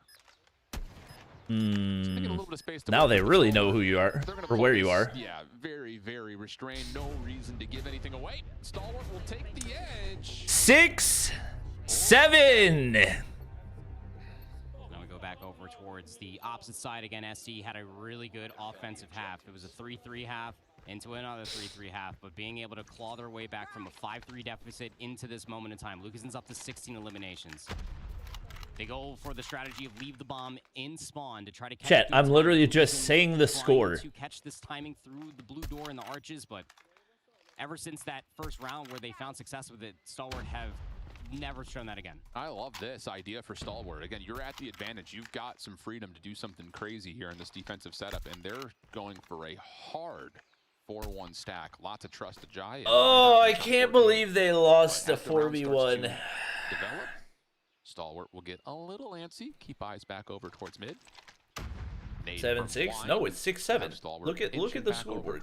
It is 6-7. Stack. And now it's time to start making some moves for Galorys with 60 seconds on the clock. Probably going to be a hard pivot to pick up that bomb and then just flood through the arches. Late nade comes through towards the middle of the map, does not connect on the FDX. So they don't even get any information off their util. Cooking a nade is Hen. Going back down towards the center. That one doesn't hit anything either. So it's still a lack Where of are knowledge you? for Galorys on how to try to assault this site, but the time is whittling down. Hen now has the bomb. It's got to be A. It looks like it will be. Lucas in. Conditioning through mid. Y'all got to go! It's 5v5! You have 0 kills! Playing for contact, not kills Hen. necessarily on the A site, but Skirt gets picked underneath. Foki, you've got to hit that! Still hanging onto the front doors. Galorys cannot get in. It's just going to be down to one. It's all on the Zeus. They lost. Not a lot of time to really make much motion happen. This is in a 1v3. FDX still playing deep. Opening shot land, but there's the rest of the support, and Stalwart take a 2-0 edge. Dog lost a 4v1. Only takes the extra 2 to close things out for Stalwart Esports. They trolled now that have badly. That 2-0 lead. Palatine versus his former team. Possibly imagine, and you feel that that hesitation for Galorys really encapsulate in that Palatine versus his former team, dude. The decision to slide out, leaving one player to dry when you're challenging underneath that scaffolding. If it all happens at the same time, and you're able to at least overwhelm that player, play for the trade, and then look forward over towards Arches, because that back CT area was already smoked off, you would have been Lucas and ace too. Take that 2v2, 3v2 down low. Lucasen had the ace. I think he dropped somewhere near about 19, if not 20 kills. Bro, get a job. At the end, that's the this is my job. Yeah. And it's just, we'll reflect back on it, I'm telling you. Yeah. when you not just allow your opponent's best hardpoint map to stay in the pool, but you pick it as map 1, and then they get to go to their search pick. I mean, look. Oh, Lucas in Masterclass gone to waste. All right, we got map bans for OUG versus Wolves. Importantly, is you just keep Galorys off of their best control. So again, just the trends. All right. Apocalypse, and map 5 is a standoff. It's a glorious map, says it always is inside COD Mobile. That's certainly one thing we're very blessed with here. A wonderful range of maps to play on. But Summit, then, we know that that's very aggressive. Tight corridors, up front, close and personal. We saw Cartel and King, for example, really enjoy that in the last series. They're going to have to enjoy it here as well. Yes, they will. And I find it really, really interesting that it was actually Wolves who picked Summit. And I find that interesting specifically because they tend to do things like, well, we just saw OG have a blast on Summit, but it's not the first time they've done something like this. A few years ago when they were facing against Luminosity, who coincidentally also had Tectonic, Solo, and if I'm not mistaken, also Kings, they were super, super good when it came down to Summit because of those shotguns, but they go for that power move. They themselves pick the map, and then they ruled that game against them. And I'm sure that's pretty much exactly what they're trying to do here again. Makes me wonder as well whether Wolves were watching that series and when there's an issue there that we feel we can exploit. Probably. Which would be the Wolves' way. They know very much how to VOD review and look into their opponents. Map 2, Coastal. We've seen a couple of... No, chat. Final is not today. Weekend. It's become a map, actually, where we're seeing very different strategies. Sometimes it's all-out aggression. Other times it is... If OUG wins, I'll donate my house to Bobby. I'm holding you to that. Into one of the sites. Summit struggling to kind of is interesting. Who that kind of sits on as a favorite. It's not the Tunisia, which has been an issue at points for Wolves. Summit is interesting. But also, we're not going to see the firing range in which we've seen mixed results from OUG.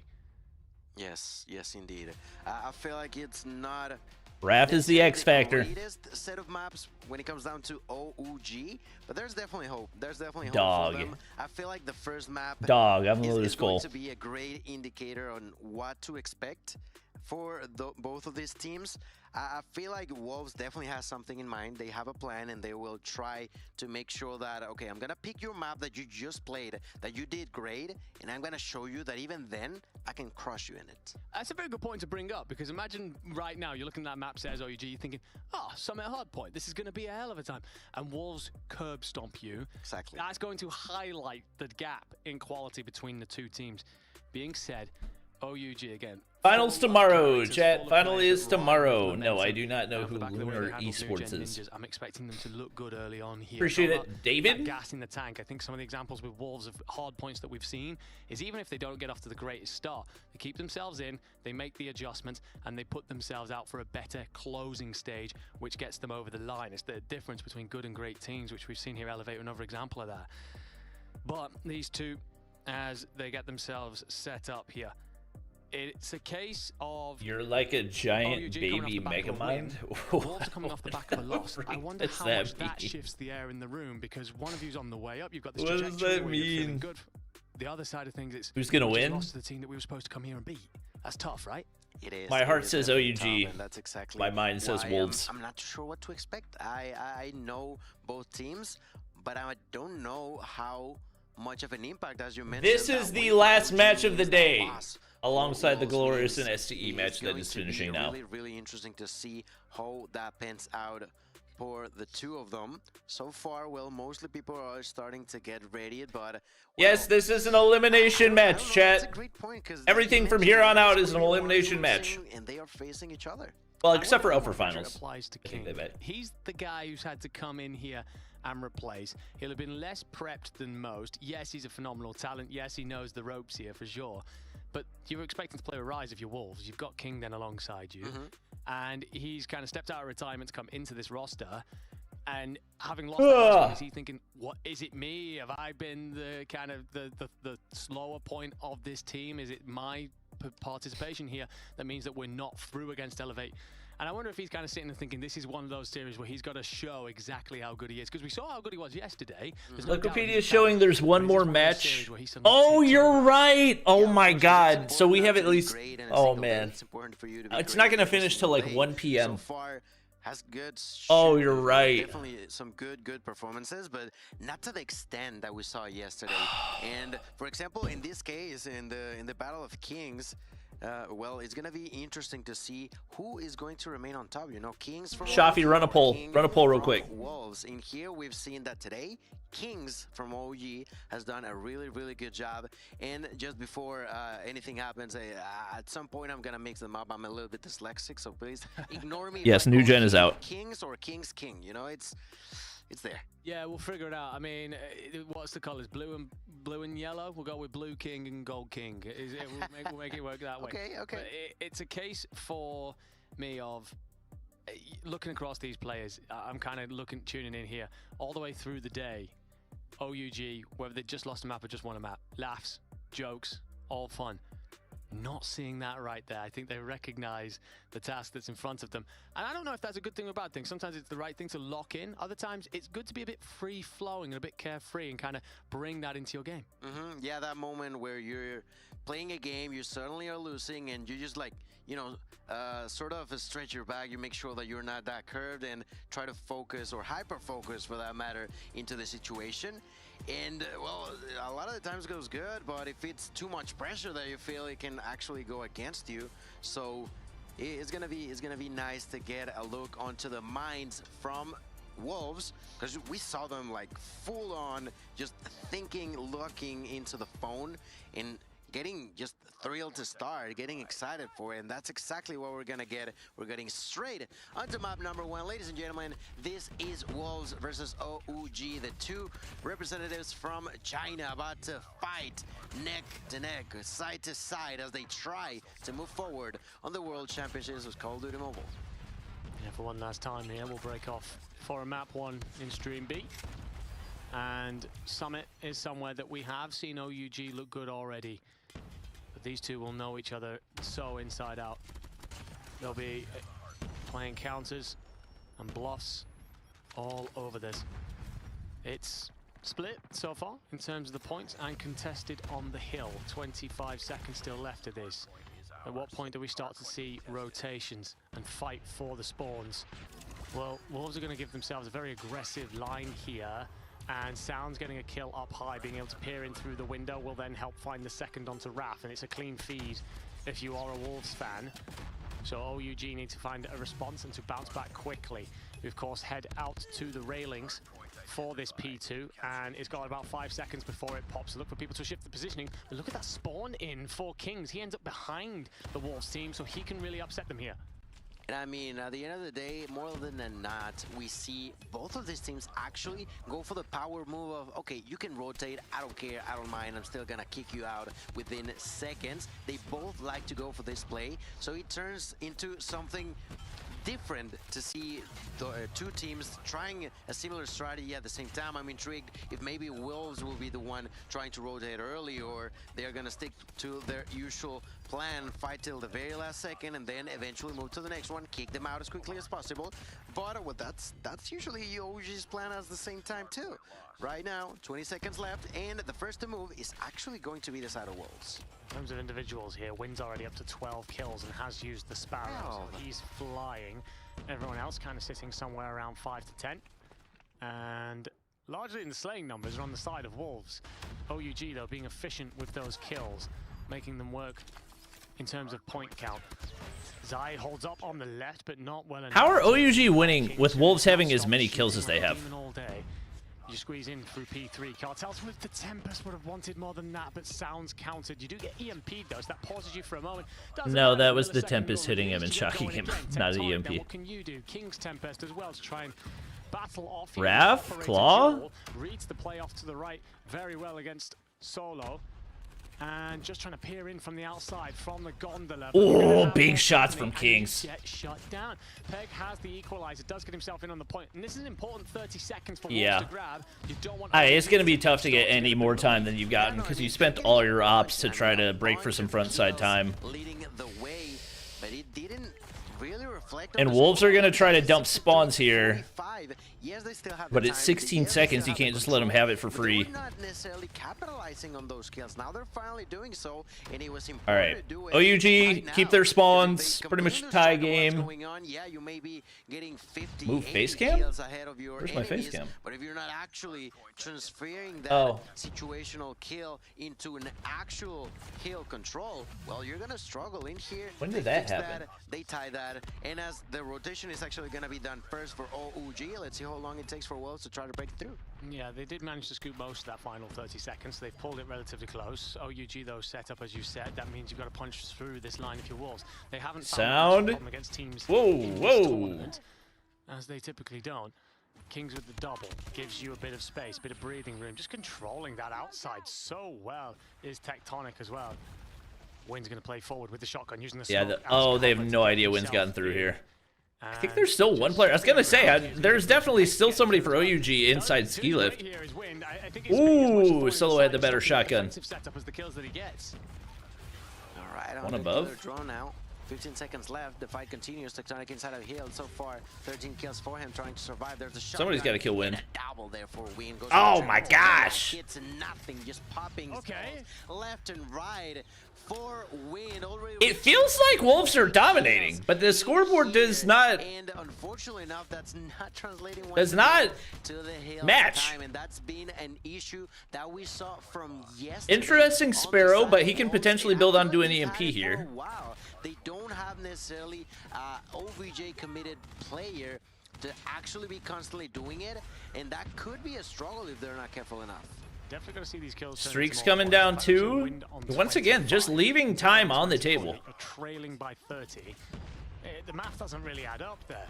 The King will pop the Tempest, finds one up high. That'll give him the lookout. Solo tried to stay alive. So you've got yourself a hold of P1 here. That being said, OUG find routes through the lower side. King will deal with the top, Tempest and then up. eventually decides, you know what, I'll They help break you out, through. don't worry, I've got your back. Sounds does enough. 18 seconds. Zai and Wind are already combined for freaking 50. Wolves have the preferred side out of that, really. So how do OUG counter? They go up, round, or through? What's the play call? Okay, Kings, big kill. Suggests it's through. And although you do fall next, you did enough to get the assist. They get most of the scrap. Okay, so 115 tonight. Stays contested. Big kill for Cartel. Solo gets 2. I mean, Raf's the X factor, so if he can get going, they could potentially gap. Oh, Solo with a shot. Let's see if it lands into anyone according to the Fred for Peg. I don't think got anything, and Raf gets 2 right there. There's another. He starts to get going. Nades. I think that was a teammate nade. It faked him out. Wolves do have those strong side spawns. We need to make sure we're putting plenty of respect on his name.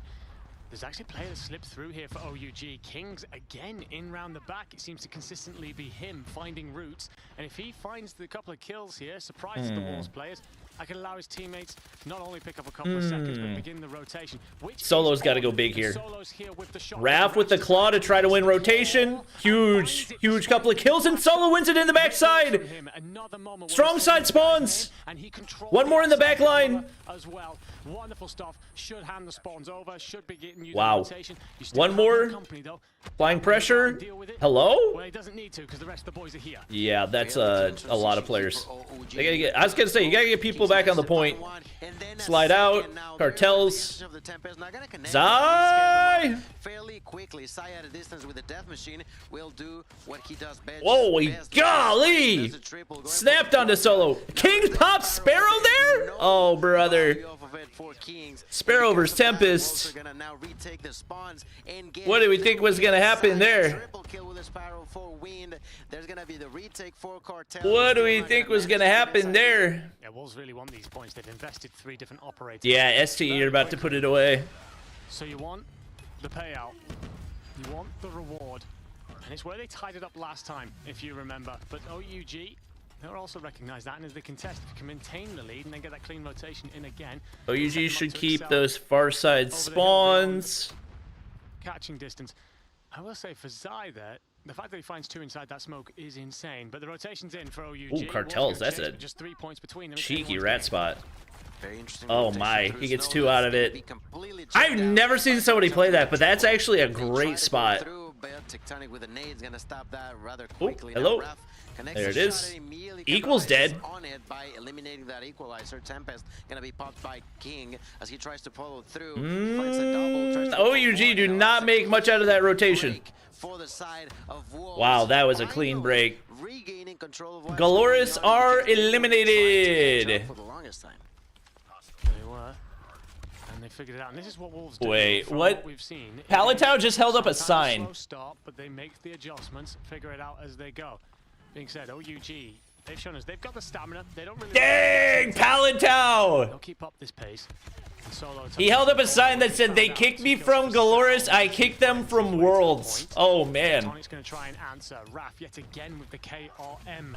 So oh man. Will get the lead back. What's left of this scrap time will be contested over because the next hill it's a stone's throw away. It's just back to P1. All right, this is going to be tight all the way through, isn't it?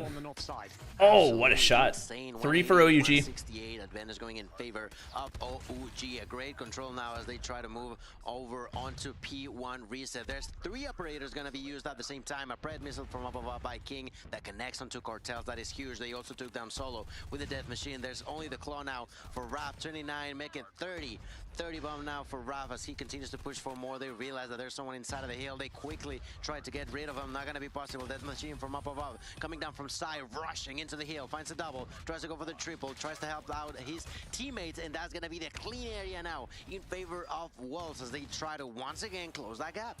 Zai does so well there, not only by shutting down the more operators on the table for Wolves. Whoop, whoop, whoop, whoop.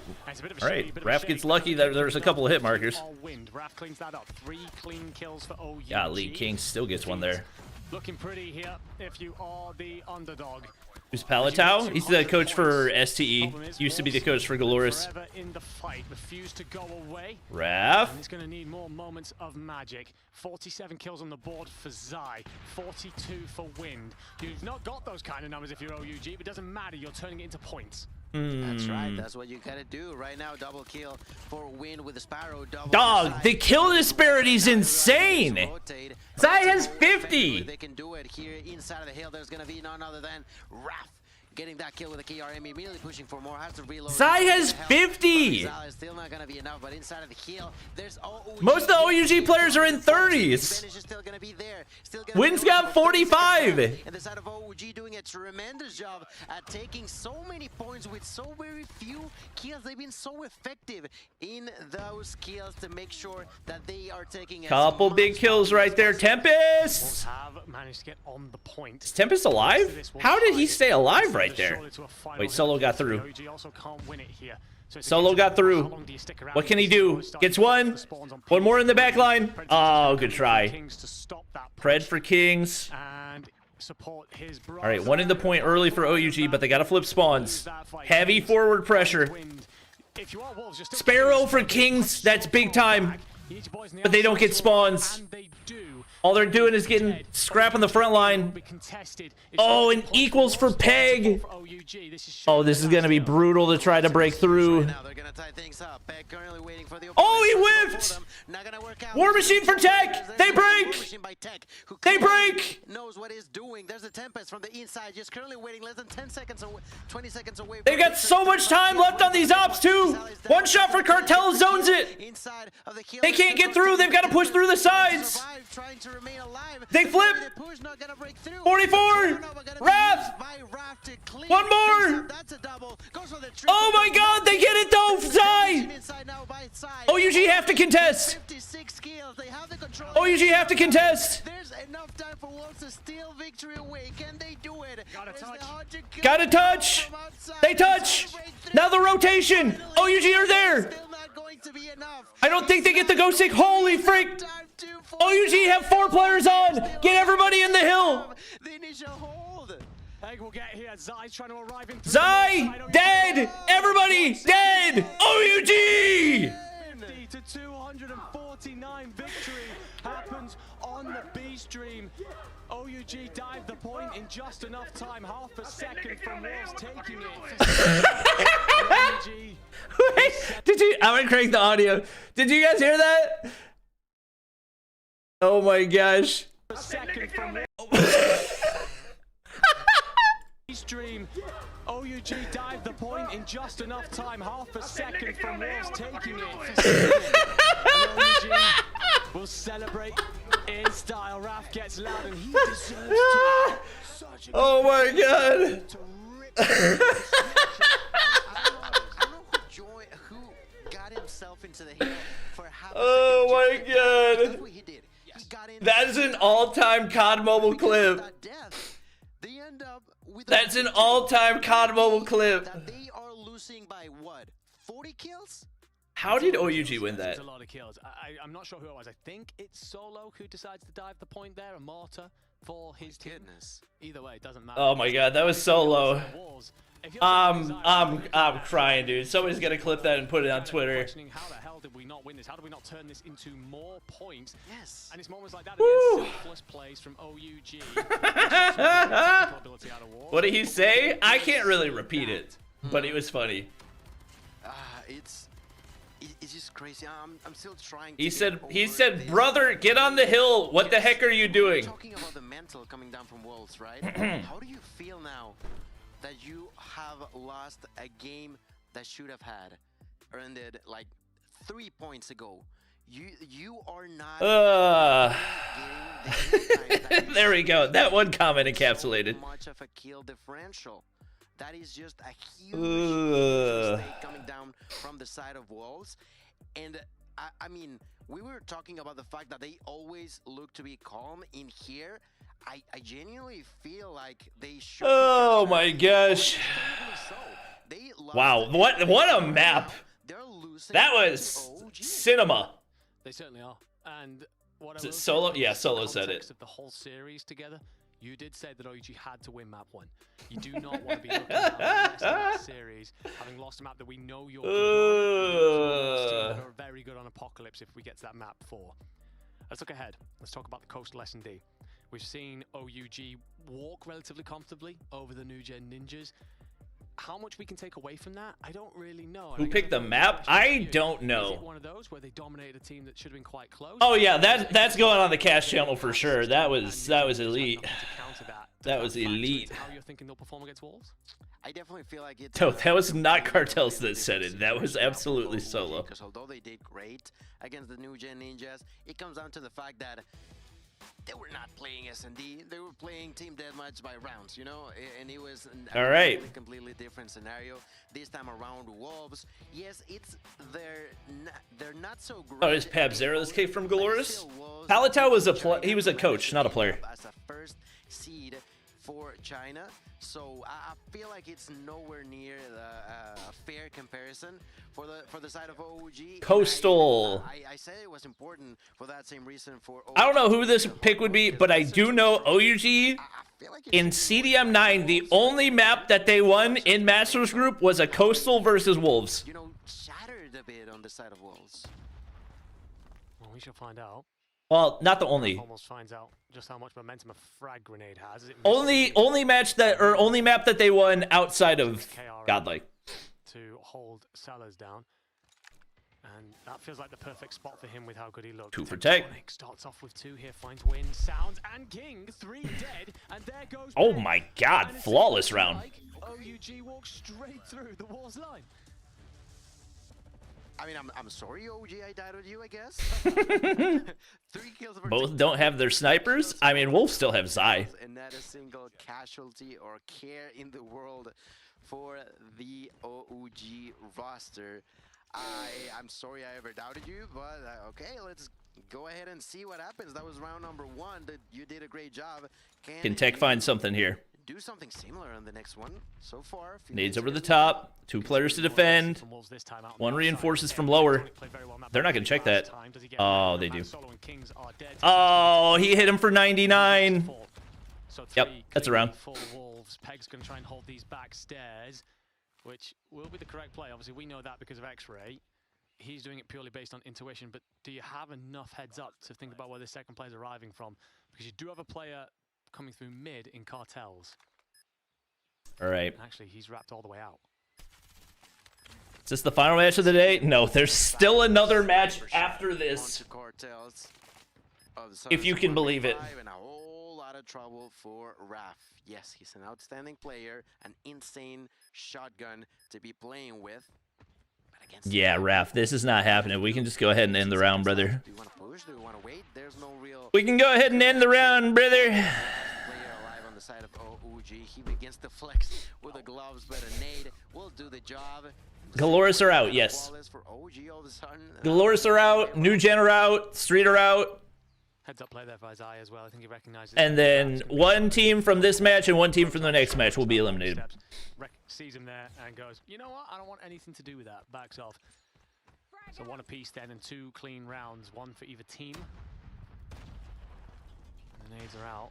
This time, you've pretty much given up a lot of A. If you are OUG, I think you're expecting a B hit to come through, or mid, and Wolves are... It is fascinating that OUG have still been able to compete in Search without any sniper presence. Solo looking to squeeze up through mid. Gets his timings right. He could get... Are you an AO fam? Of course. Before this bomb goes down and that post-plant setup but of course. Let's see if they can actually do it, though. Few nades, not going to connect into absolutely no one, so not a whole lot of trouble there. Still patiently waiting. A good nade that does not land onto, I think that I was going to say, surely King doesn't peek that. On that And they know he's still on that side, as long as he stays there. Have the opportunity to plant. They're definitely going to plant. Goes down here. Now 45 seconds on 5-man retake. A very, very interesting strategy coming down from both teams. Oh my god, Kings wins that. Sorry, King wins that. The first kill. King versus Kings. Thank goodness Kings fixed his name, because yesterday it said King, so it was almost King versus King. Dang, he's being a menace. Finds his namesake +1. And they'll do a bit of a dance here. Oh my god, King! Okay. Yes, only 3 teams play tomorrow. Upper finals, lower finals, grand finals. And even if he does die, the intel comes in. Not that he dies, because he's bloody disgusting with a sniper rifle. It's incredible. I feel like it would make more sense to have lower finals. Or, the matchup that's coming next, it would have made more sense to have it tomorrow, but is what it is. Vague posted the clip. I think that was King taking down Cartel. He would. Vague would. A weird one for sure, but very, very entertaining nonetheless. Right now, already 30 seconds in, and this time around they were not as quick. Yeah, just keep getting first blooded. For one of the sides on the side of Wolves, and well, so far not so bad. It is a play through the mid though, which is different. It's typically been that A site. Cartels, by the way, a penny for his thoughts as he's fallen quickly twice now. Tectonic could be in through the... Oh, Tech! Check that corner if you are. 2! You'll suffer for it. Huge right there. They needed that. Tectonic then gets himself tucked in behind the bar as well. Raf's going to be fully aware of the plays in front of him. Solo's going to make a play here. Solo yeah, this is... in, and the observers are aware of exactly how important his position could be. Yep, that's the round. There goes Zai, a 1v4. Wait. King does pick up one with the sniper rifle, but likelihood is... I thought for sure he was fishing a barrel, but... The bomb's down because Tectonic hasn't left it. Oh, yeah, bomb's right there. Yeah, there's no way he gets through this. All they have to do is sit around bomb. It's a 1v3. All you gotta do is wait, and that's something that King should be aware of.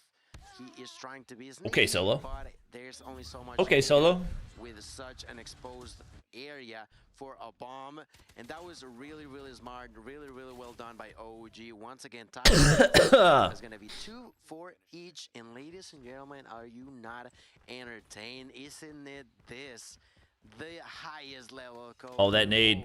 Oh, he's... Oh. Great nade lineup right there.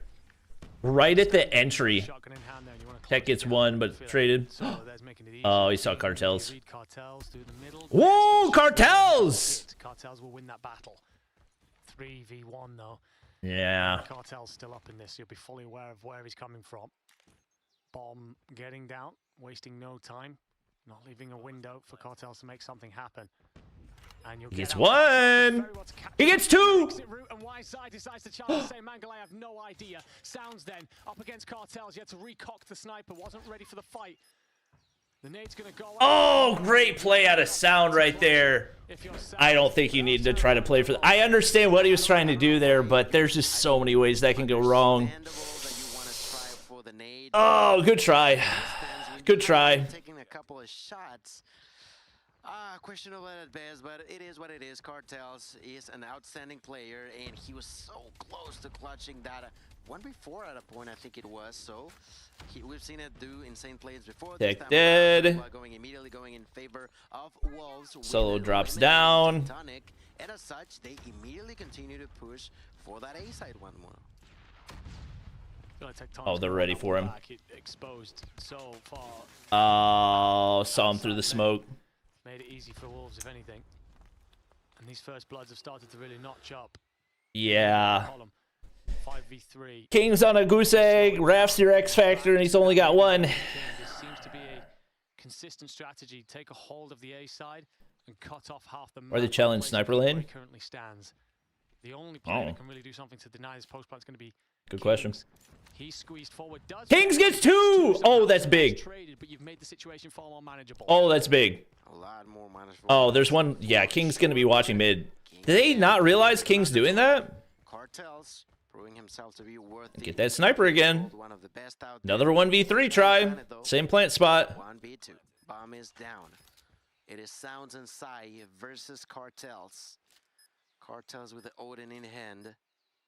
Slowly but surely pushing forward alongside with the Tundra. I do believe it was... I'm not too sure which is the weapon that he picked up, but let's wait and see. So far, Good try. Good try. Shot, it is way hard. I feel like they almost read his mind with how effectively they pushed into him. I mean, they knew that he wasn't coming long, so there was only one direction he could be. And if they aren't there by that moment, they've got to be elsewhere. Late. And they check it. So we get a switching then of the sides. Let's see. Wolves 4-2 up. Now on them to defend. 4-man hit onto B. Oh my. Okay, 2 for 1. Got to deal with King, but you take sight. You bomb. King, my gosh, he's been a menace with the sniper. King has been a key player to make sure that the side of Wolves. Oh my god, they don't realize Peg's right there. Even with the super good kills that OG sometimes get at the beginning. Cartels doesn't have dead silence. Yeah, Wolves are reading this. I don't think they'll read solo though. Oh my god, what are we doing? What are we doing? Well, currently Wolves is winning 4-2. We have switch sides, and as you mentioned, OG with a completely different strategy. That was wait, did they bait him? Down by Wolves. Oh, Zai missed. I know where the plant's going. Solo's got a plant right now. Wait. He doesn't miss those. Why are you walking down there with bomb? And leaves Cartels in a 1v3. You're going to know where one player's coming. The problem is there's 2 exits. Why are we walking down there with bomb? Retrieve the bomb as well. Hey, what up, Ken? Do you see that it's down? I wonder. As Peg, King, and Zai are all set in wait. All right. Well, this one looks kind of chucked. 2 lead of Wolves. 2 more rounds to tie up the series. That's right. They are not so happy about losing the first map, but they have shown to us that even after all that pressure, they have still managed. Just having no snipers, especially against a Chinese S&D, puts you at such a disadvantage. Who'd you pick to win it all? Not a whole lot of trophy system. I think I had previously picked Elevate. Oh, man. Oh, double hit marker? That's crazy. Whoa, the counter. What the?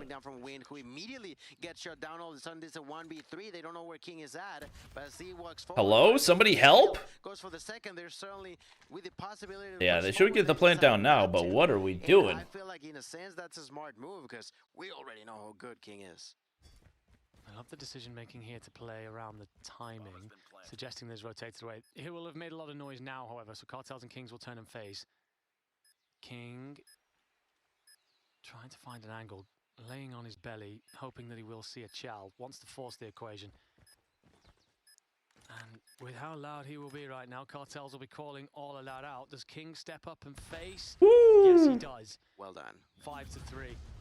Great bomb plant there. Was a little bit concerned once King finds the first. This is a 1v3 written all over it. I think it's the decision to waste no time. Bomb straight down, force Kings to come to us. don't let him move around the map and pick where he wants to fight. And the angles they picked were perfect. You know, the second they heard the general area he was at, they both peek at the same time. Oh, you should get around. He's looking at, he's just not looking at both at the same time. So even if he would have gotten a Solo gets in. not the case, it would have been Oh, he hit marker and King gets one onto Ref. Oh man, there's still one back at site too. Oh, surely they have no idea. Oh, they definitely have no idea. Surely there's no way they know sounds back there. You're a little bit hemmed in here. If yeah, they're very hemmed in here. The fact that you achieved that is phenomenal, and you also get the support in from the teammates. It's got to be a 1v3. In a 1v2, completely on his own, and pinned into the back of the cellar. Wind reads him, good try. Him, cuts him down. Good try. To 3. 1 round. Yes, Hitman casted yesterday. Work by OUG in many ways, and they made the right decision to pick a direction and punch through because otherwise they were trapped in. The thing is, Sounds does enough to not only find the kill, but stay alive long enough that his teammates can get in and help. That's the thing. If you don't at least get a kill out of there, you're losing a player. You're not gaining the actual area that you were trying to solidify. That's only going to be trouble. Now, Raph is immediately getting shut down. Number 10, and as such, S&D or STE will face whoever wins this. Yes. So it would be a rematch if it's STE versus OUG. For the first time we've seen Wolves versus STE. And King will. I mean, yeah, S&D in general is tough against Chinese teams. S&D with no sniper presence. Will be next. Just freaking brutal. Yeah, this is over. We'll see you more than likely in map 3. Can you drop an update, please? Only 5 teams remain. OUG have a few decisions. Q9 and Elevate have secured top 2. Winner of this one plays STE in the lower bracket. Last 2 players already. Galorys, Street, and New Gen have all been eliminated. No one's there just yet. They all pushing forward. There's a few trophies to make sure nothing happens. God, yeah. They take the kill into Tectonic. Absolutely no way for him to defend That's himself. That felt like paper. Now Kings is trying to defend. Wait, Cartels? Cartel with a kill as well. That's 3v2 of this more doable. Golly, like couldn't even see him. And so well played. Kings, ladies and gentlemen, that is just a master class well played. In knowing where your opponents are at. If you notice, all of those last 3 New Gen are better than Galorys proved. That's just how good the side of Wolves knows what they're How is doing. that proved? They're so intelligent with the things that they know how to play. That they have played. Like once again, you're entitled to believe that, but the only thing that would prove that they're better is if they beat them. No, they certainly do. I mean, you can't do like the mental gymnastics of, well, this team took this many maps off of this team, and this team took this many maps off of this team, which means this team is better than this team, and that means this team is better than this team. Like it doesn't work. It doesn't work like that. Head-to-head matchups matter. Playbook on attack. We saw a lot of what they wanted to do, but it was also multi-layered. If a certain thing happened on their first push out, they'd adjust. Did Galorys have an easier path? Absolutely. Okay, we're gonna move someone like. Is it possible that New Gen are better than Galorys? Yes. Okay, that was. Can you say that New Gen are definitively better than Galorys? No. Part 3 of that. Very deep, and OUG, while they put up plenty in terms of resistance, certainly not enough to stop Wolves coming out with the victory. 1-1 then in this series. And for all the highlights, I guess we've got to talk about a player that really stood out. For me, it's got to be this guy, King. Absolutely. Moments like this with the sniper and the machine pistol going big, but it felt like he was the pivot man. For the strategies to work for Wolves, they needed him alive and in the right spot to minimum hand out the information, but just control so much of the map. And it's really, really interesting because at the end of the day, that's what we were talking about yesterday. How good can Wolves adapt to the introduction of King? Well, the answer is they are, in a sense, a lot of the times playing around him. What is he doing? Where is he positioning? How do we approach this scenario, allowing King to either get a kill or give me enough of a tool to break through an area and actually open a whole lot more room for the squad? It's been super, super key to the team. And, well, I mean, You can say that you're retired as much as you want, but that raw skill level that he holds within himself, it is just wild. Yeah, clearly a level of ability that I will quite frankly never understand. It is a wonderful thing to get to watch him in action. And of course, a second coming of the King is a beautiful thing for everybody here in Call of Duty Mobile Esports to get to check out. Let's talk about the next map. Crossfire. Now, we saw earlier in a different series that Wolves decided to ban this. They didn't want to play out through it. This was interesting to us because it meant that we felt that they would not want to play a very defense-sided map. They wanted to play something more attack-focused. Here, no such thing. We will get it. OUG, we know that they're very attack-focused. Is that potentially trying to play against their strengths? Is that a case of we feel like you're solid at attacking, but we can defend against that because of the way the map plays?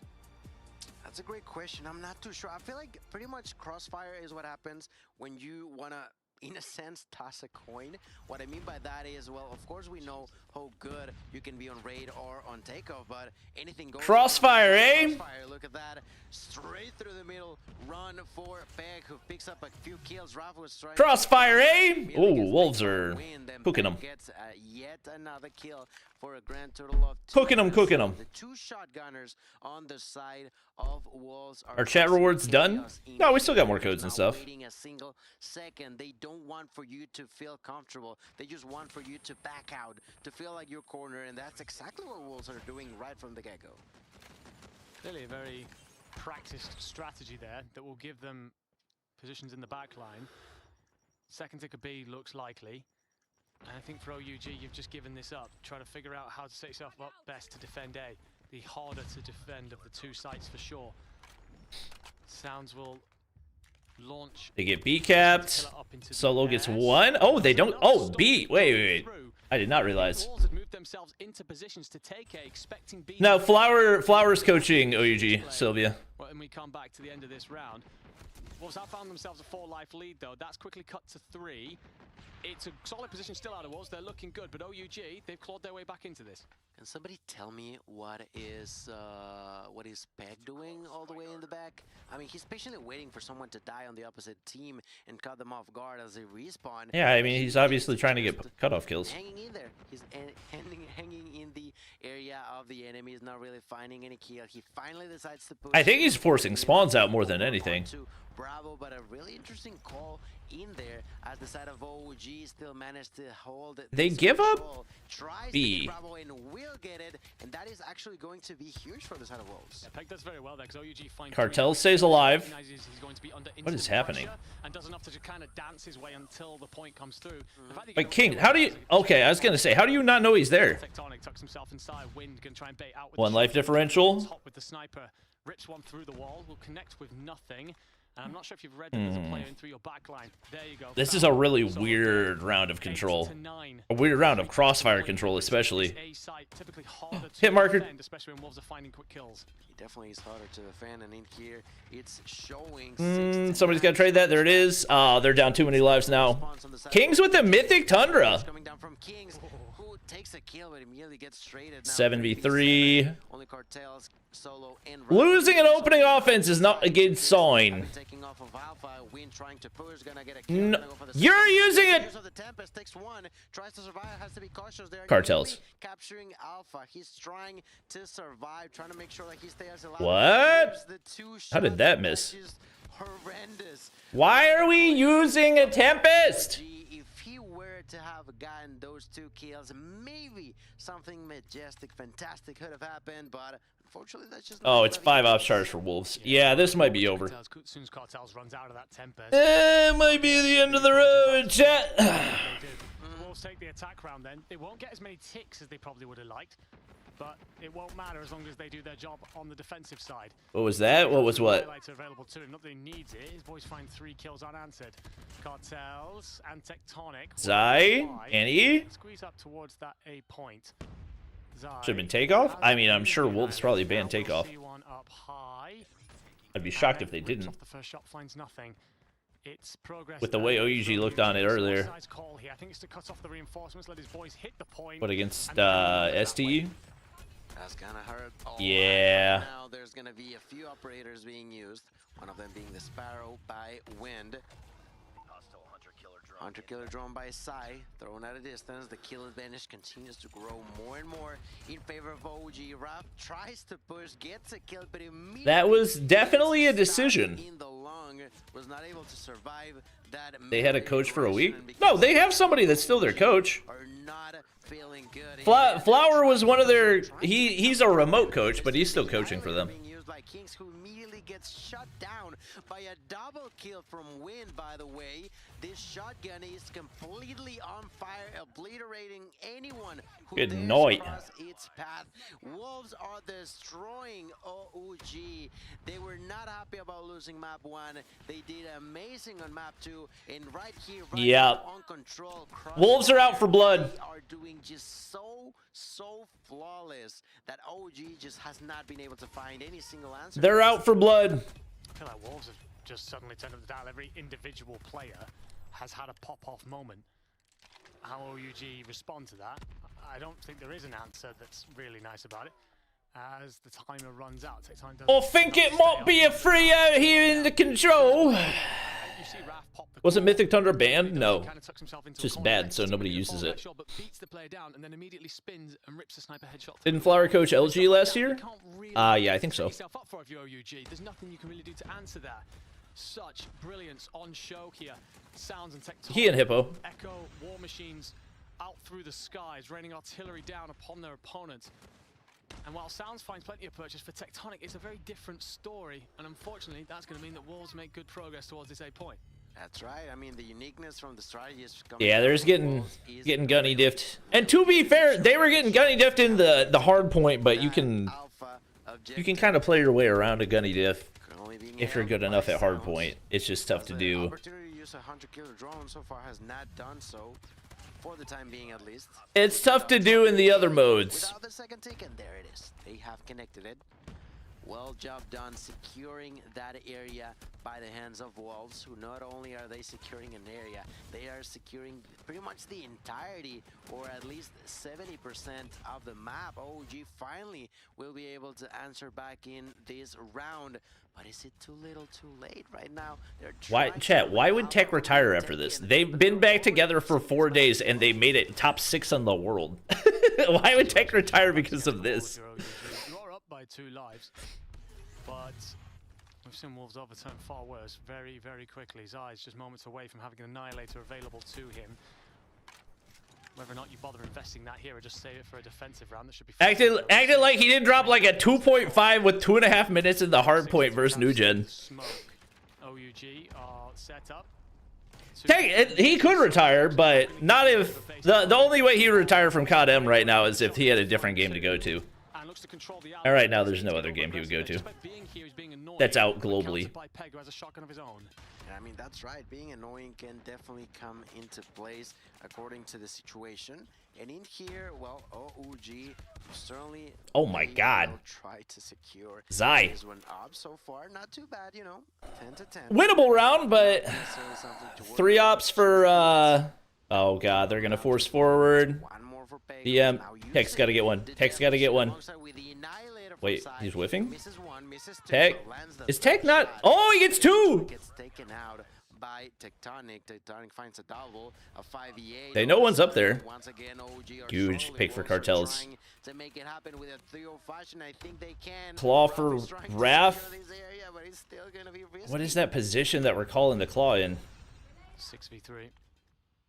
Wolves haven't dove the point yet. They don't need to. And you're right about the risk that Raph faces and tries to just like his decision making when it comes to operators is just it's just freaking abysmal. As it puts OUG into graves that they will not return. It's just freaking abysmal. Dude.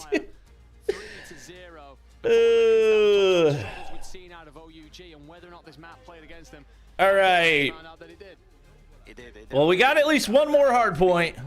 Great job done here for Wolves, who maybe did not start with the right foot on this series, but does not mean that they were going to be getting any easier against OUG. Yes, they lost the first map, but they have turned it around completely. They have the perfect opportunity to be the ones who take this in their way. Let's be reminded, we already are, in case you're joining into the fun, on the losers bracket. All right. This is already the second opportunity for both of these teams, and Wolves are trying to make it alive. They certainly are. And with numbers like that, Raf restarting the game. He might have been well, not lagging, but probably dropping frames or something. 15 assists. As many assists as deaths is insanity in a control, a part of everything that was successful in their team's dominance. On the opposite side, it is tough rating. We knew it would be. I think Tectonic's we have established 13. That's considerably less engagements than a lot of we have established months ago everything that happened for World Champs for this year was to be the most budget-friendly option. All of the marketing budget was supposed to go to Warzone Mobile. They had no marketing budget for Champs. They did it in Poland because it was the cheapest option. That is the reality of the situation. You guys can complain about where they hosted it as much as you want to. They hosted it in Poland because Poland was the cheapest option. Once again, be the key player for the squad of OOG. He's got to make sure that he's cleaning the hills, that he's securing the rotation from the opponents, and he's constantly giving information to his team. Okay, they're here, they're there, I'm pushing in, I got killed, but there's two. He's got to be the key player, and you can see there Kings talking specifically with cartels. Thought the first option was Mexico? There's Tectonic, not they wanted to do Mexico. They couldn't do Mexico because it was gonna cost too much money. Thank you, Sylvia, for the $100 dono. Can we get some big dono hype in chat? Sheesh.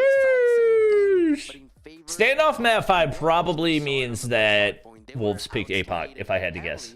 They still managed to because I think that's how you take this map form. I appreciate it, Sylvia. Thanks for the 100. You have to understand when to push out for Temple to take P2 control, when to lock. Hope you feel better soon. To squeeze and play for the operator. Everybody hope Sylvia feels better soon. In map 1, they knew exactly how to make the impact with those. It's got to be that again, because with Wolves, it wasn't exactly far behind in terms of that Summit hardpoint performance. So here on APOC, where they're far more comfortable, they're going to recognize every bit of weakness in you and take advantage of it should it be there. Next year champ should be Philippines or Dubai. No, definitely not Philippines. Definitely not Philippines. I don't think though there would I think like best case scenario is like Singapore. Like that is the ideal place. I mean, probably the best option would just be to do it in China and let Timmy run it. Because even though China's not necessarily easy to get visas in, nobody has ever had an issue with traveling to China for CDM. Will there be a World Champs next year? I hope so. No, it would definitely not be Philippines. We'll hope it will be the last dance. Pretty sure every Philippines land I've ever watched has had major connection issues as well. Nothing short of perfection to go ever further. You don't need a visa for China? Well, there you go. Do it in China then. Will of course try to do so. What can OG do? I'm not fully sure. They're capable of putting them in a bad spot. Wait, OG are on weak side. Does that mean Wolves picked standoff? Already unfolded. The doors are open and the show has begun, ladies and gentlemen. Map number 4. Interesting. Self-nated?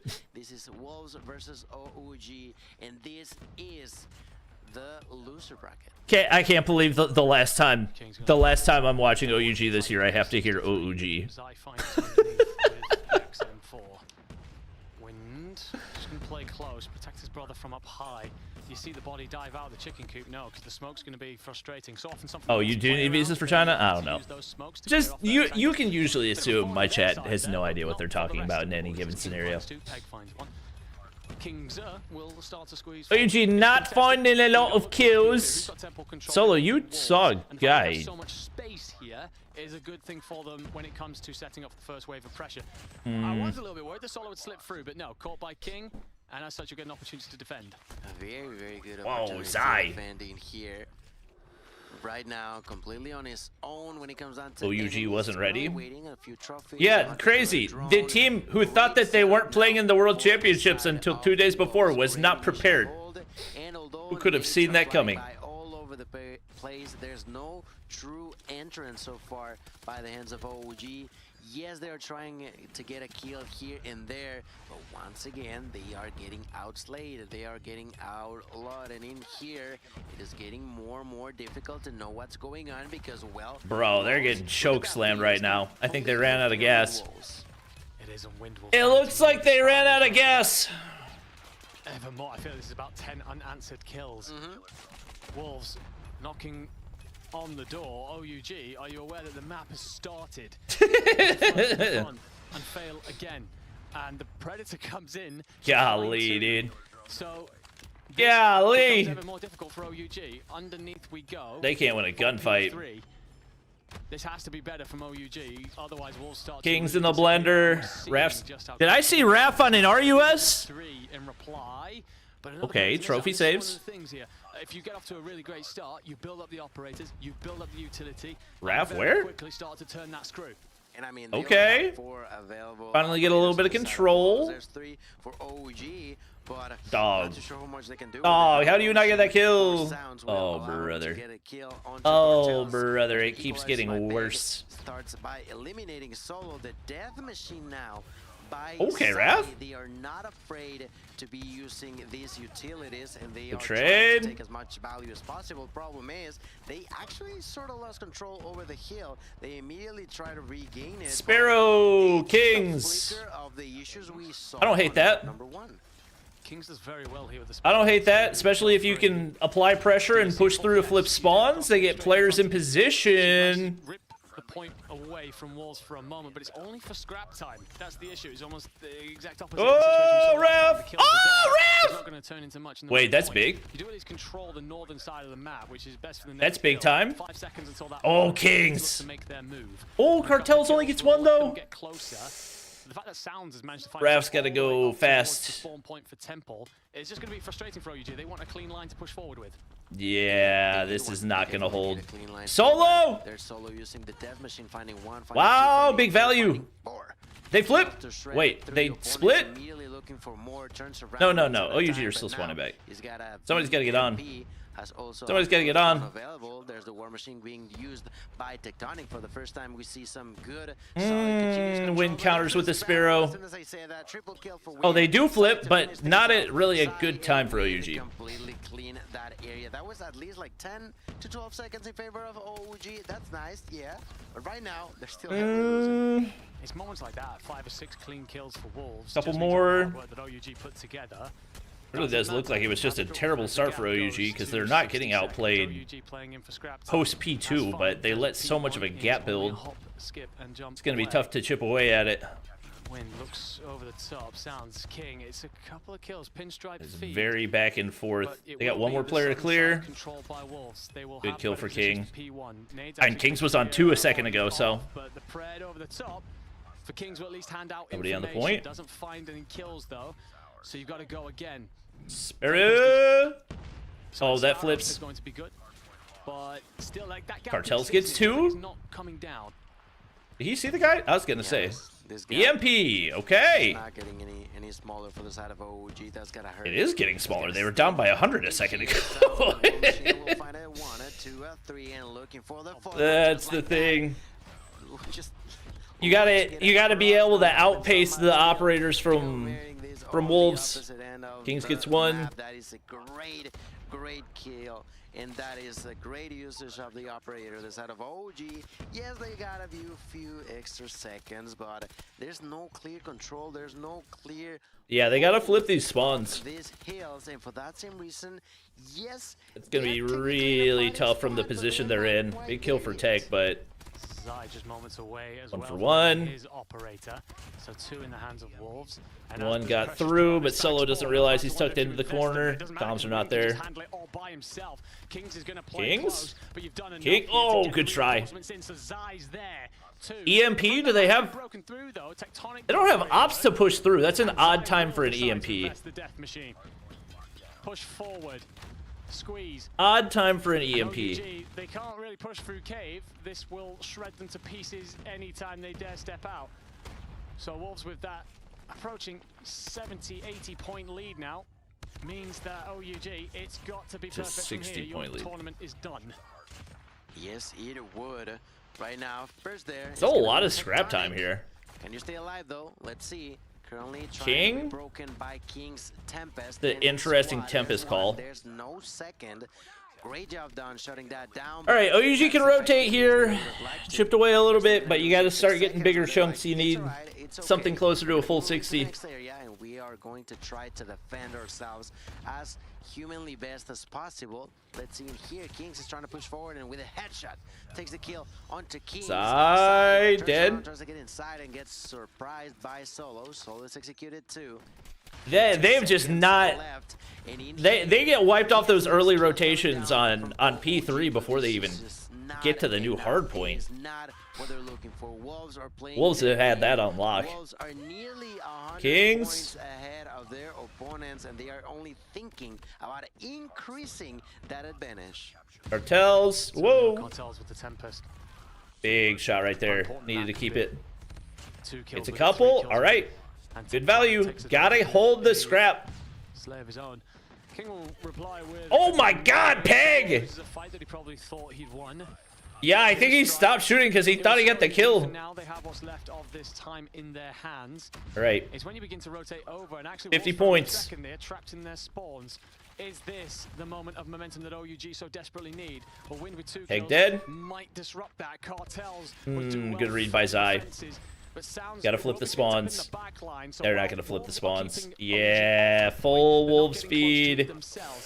Suits Wolves for now as they're That in might the be the beginning of the end. want to control their own destiny, and as they Great lineup for the War Machine too. the War Machine rings out and catches anybody in the cave, it allows Wolves to Yeah. that 200-point marker.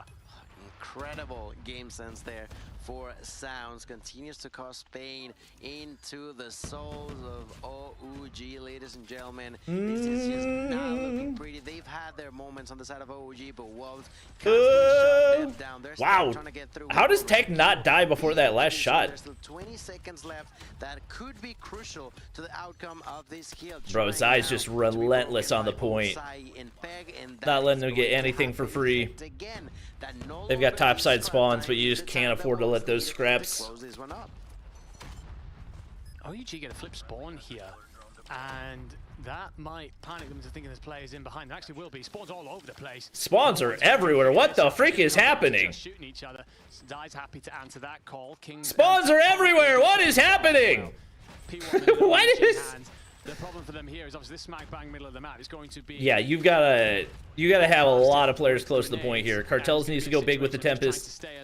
Why is he walking into the pre-fire? What? And you desperately need one. Ooh, big kill for Solo.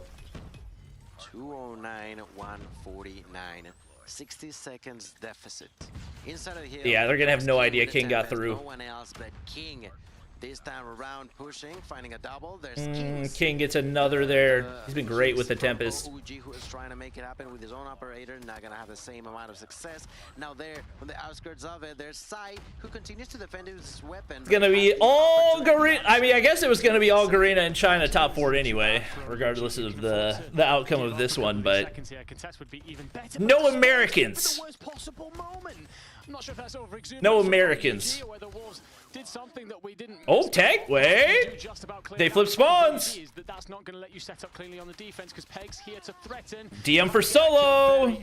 Solo. I mean, once again, they've got to be. The right time to give you a moment to breathe, a bit of a buffer, a blanket of protection, and the Death Machine will catch King as well. You do still have a Wolves player in your back line. It's going to be Wind, and he gets the spawns for his teammates. So OUG will have to turn and face and hold. Otherwise, Wolves can win it here. These two angles are super difficult to defend, but so far they've managed to do so for around 30 seconds, doing a great job. Finally closing that gap. Let's see for Holo. Tech. With the War Machine. Tech. Wait, this is only a 24-point game. Help him out. Great job done here. From up above, there's a Bread Missile coming down from Kings, who connects at a distance. A nade by Wind is still not going to be kill right there. Wait. broken. The defense is flawless. The PEM EMP for Kings? hopefully soon for Kings, Oh my. also has the opportunity What? to use that opportunity. Chat. And all of a sudden, OG are back into the game. OUG have figured their way into this. They will OUG? topple into the lead just as both teams Get all the scrap. They don't have anybody on rotation here. off then to the next hill. P3 Cartel's gonna pop Tempest. in a second. Need to kill Zai off of his. He killed him! They killed War Machine! As well, but OUG find the kills. 2 with the Tempest, 1 with the grenade. EMP! Instantly, Wolves must come back. They know where they're coming from. Oh my god, one Sparrow! Another EMP! Look at the line that OUG are They see the legs! Zai dead! OUG! Only 10 seconds away. One player behind the guy that's rotating! It's equals for Peg! Solo kills! 6 seconds! But they are not inside of the hill on the side of Wolves. They are finally jumping in. No, finally they do it. They are one player through! Do they realize? Kings 3! Who completely cleans the area but still don't Cartels! They just need somebody to hop from above! Raph! There's 2 players in. They're trying to oh my god! Oh my god! They're gonna take it again, ladies and gentlemen. OG has done it once more. Does not matter how far behind they've gotten on hardpoint against Wolves. They do it again. Never doubt the power of the curse. Contest between be settled by none less than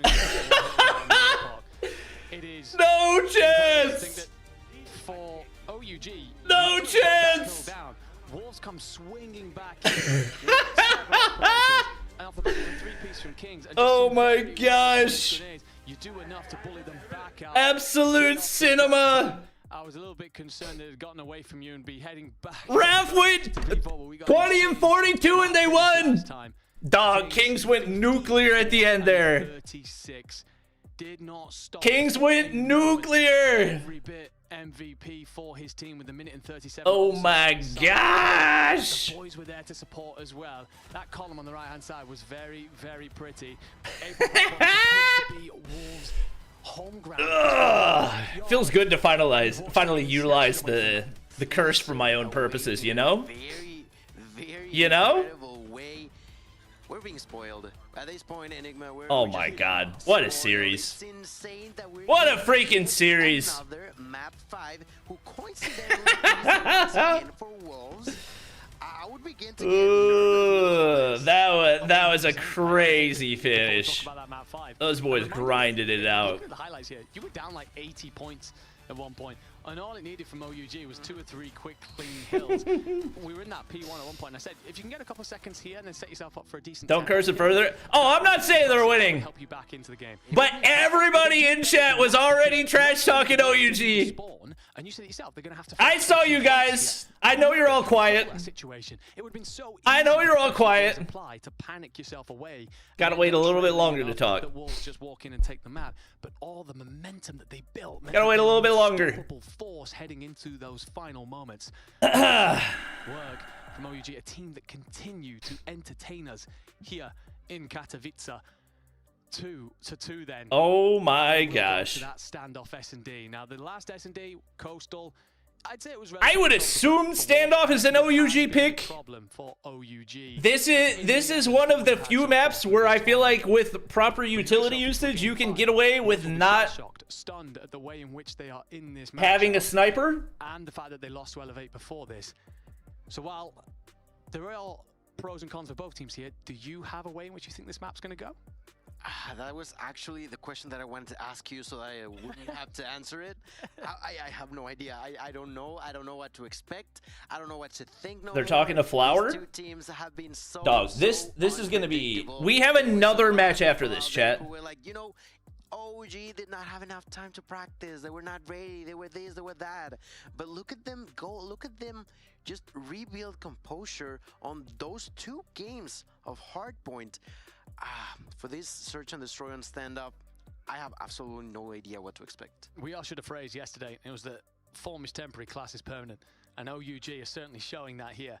Hardpoint, they are clearly a class. Oh my gosh. When it comes to playing against Wolves. They're playing on the 1+15. That's got to be early rounds, in my opinion. You've got to start to take those early rounds. Otherwise, all the wind in your sails is cut down immediately, especially with the doubts that will creep into your mind considering how you lost map 2. Oh my gosh. At the start of today, though, when we came into this series, you said if we get to a game 5, OUG will take. Why Wolf players look so depressed? Because they thought they had it in the bag. The lottery numbers next. They should have had it in the bag. They were down, or they were up like what?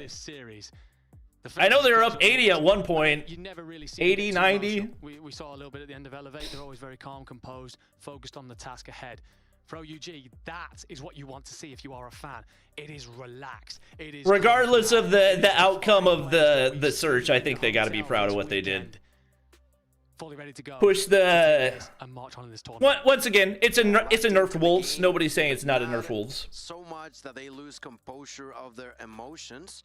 But pushing them to their limit. I would arguably say that even on Wolves' side, it's almost I'm a little bit afraid, you know. Like if you see them win, you see them lose, and they're just chilling. They're just sitting there. It is almost wild to see that situation, but they're just like that, you know. They are that type of players. It is gonna be search and destroy on stand-up. Cartels pick up a sniper. That would be fire. I don't think he's going to. I think they're gonna stick with what they've been doing. They do have openings for a shotgun gunplay. I absolutely love that you talk about that, and I want to come back to it. The first thing that I want to do, though, is kind of put the context of this next map, one single map, into the overall picture. So let's take a look at the bracket, because... Oh my gosh, dude. What a day. What a day of Call of Duty. Apart from this, Chat, I don't care what how low the viewership numbers are compared to previous years. This has been. This is why there's no reason any Call of Duty tournament ever should not be double elimination. For Stalwart, I feel like they're looking at this thinking, well, we've already beaten OUG once. If they can pull off the upset here, we feel great about how we look. Absolutely. But then again, with the wind and in their sails and the momentum that OUG have built, is that then a very different team going into that matchup? I think Q9 have the best chance right now. Yeah, Q9 have looked really good. Rise was the OUG killer. Oh yeah, there's no question. In the APOC where Wolves beat OUG, there's no question Rise was the difference in that one. It goes both ways. We were talking about the fact that Wolves came from a loss. They're not happy about losing the hardpoint, but as excited that you can be that you have tied things up and you're moving on to I would say this is the best, like playoffs, gameplay wise, playoffs wise. Well, the thing is here, if you lose this next matchup, I would say this is the best, with best playoffs. $500 for top 6. You win, you've guaranteed yourself $55,000. Obviously, a small sample size. But double elim always beats single elim, no question. Not even a conversation. That is how much is at stake here. That's crazy. There's so many things to talk about. Yes, there's pride. Yes, there is history. But also that prize pool change. If you're one of the players right now, you've surely got that in the back of the mind. You shouldn't. You should be focused on the map ahead. But this is an opportunity to close out your year with at least a hell of a lot more money, let alone if you can go on from there. Each match becomes more and more important, but as you mentioned, it's no longer the whole match. You've already played 4 maps. That's what's up. But now the single game 5 is the one that matters the most. They need to be not calm, because there's no way that you can be calm in this situation, but not losing your control of your emotions. We get a glorious camera shot here of the between the two teams. Solo is getting up. It's shaking chat. The nerves, it's shaking the energy, keeping that. What up, Dark Nicks? Body. For Wolves, it's that same composed strategy. Chat, I'm not uploading a top 10 guns video. Just watch the one from last season. It didn't change, I promise. For Raf, he's paying attention to his coach right now, getting those orders. We've seen how these teams play. There's a lot of VOD review. There's a lot of times where we've played against each other. Were we prepared enough to come into this tournament? This is where those extra hours pay I'm off. doing This is where good. those moments I'm stressed. This because is it's not flashy. It's not this is sexy a to talk long about hard freaking work and broadcast hard review. day. It just isn't. But if you've done enough here, Who's the owner of you're gonna know how OUG? each other roll out. You're gonna be able to counter it and make yourself that next spot and ever Some richer dude in and China. ever deeper into this tournament. Absolutely, and even more so on a map like Standoff. You know, it's in one of those OG Some dude in maps China. that everybody knows, everybody has played thousands of times, and at this point, like you mentioned, I'd love to see how much of a playbook they got open, because we've already seen, for example, on Firing Range with Elevate, they have plenty of variety. Does the loser of this game get eliminated? Yeah. Options, and you can have something similar in a map like Standoff. 100%. And let's come back to that shotgun. Unban Raballo? I'm waiting on his gifted. We've seen how I will settle for a measly 25 gifted members. Or we saw a couple of players making moves out towards the corridors. Top 10 worst guns? Right? The shotguns there can be used to great effect. You lock down entire portions. That new shotgun's going at the top. I'll tell you that much. Lets you put the bomb wherever you want. Defensively, it shuts off so much and that throttles your opponent. I wonder for these two teams, not only how deep that playbook is, but how much. What about my money? Shafi, you can take that up with him. Be here on Standoff. Absolutely, yeah, you can. We'll just unban him after the gifted members, and then it's a way for you to close a door. You can just keep timing him out until he sends you your money. There we go. Shotgun to the face. If you know, it does to a certain extent does not matter that they know that you're there, because it's a shotgun, right? At that distance, there's only a few places that you can be if you're just holding a door. None of you getting paid, just unbanned? I'm not doing it. That's fine. That's fine if I don't get paid. Space with the member. Get some member hype in chat. Plenty of that through this tournament. I wonder. Now he owes 24. All right, that's fine. 24 is fine. And here, the conversations that are going on there. 24 is acceptable. The Chinese, not a chance in hell. But were you expecting to be in this position at all at any point in this tournament? Dog, this is such a long break. We interviewed every player here. They said it'd be Wolves. They said Wolves were going to walk this. They've looked best all year. They've grown enough to overtake Elevate. You lose, you fall into this. You've lost 2 hard points in stunning fashion. That sums it up. You're probably right now questioning, how the hell are we in this position? Yeah, because although you have not lost, it's OUG didn't make it to champs. They did. You wanted to, but then they did, and they made the most of it. Sinbad with the rookie membership. Again, or if you do, to be in the grand finals. Unfortunately, can we get some member hype in chat? That's just not it. That's not the case. That's not what they have in front of them. In, well, unhappiness is something normal to feel, because that was definitely not the plan. Chat, I need to upload Flowers.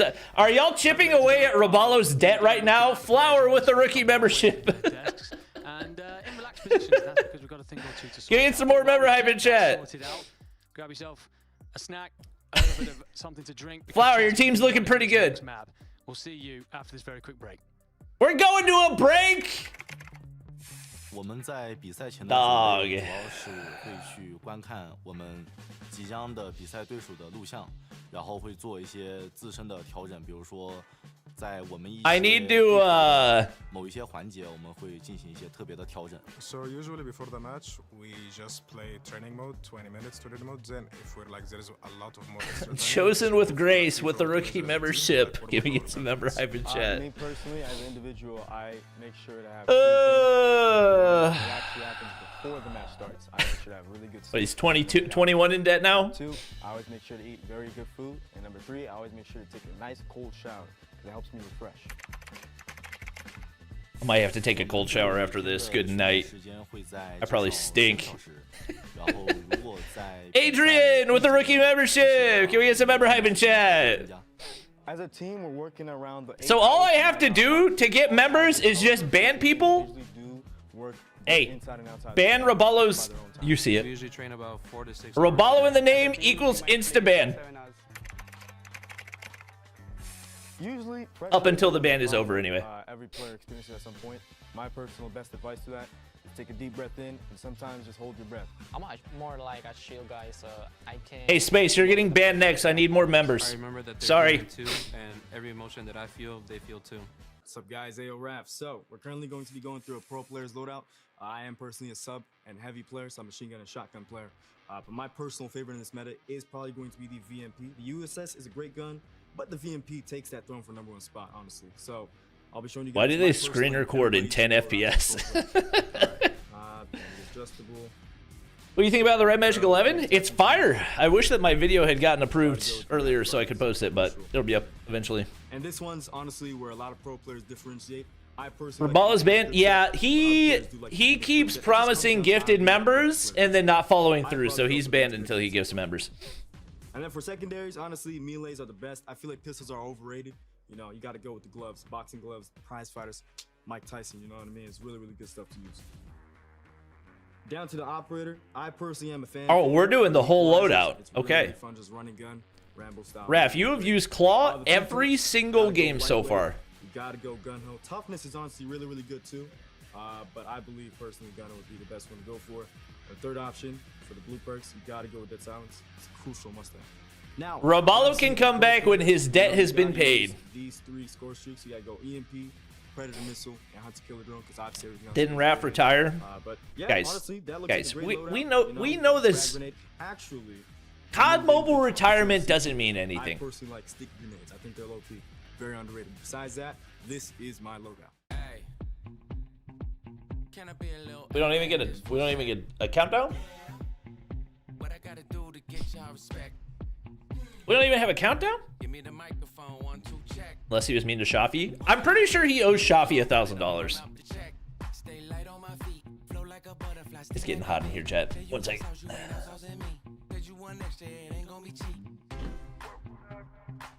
Yes, King also retired.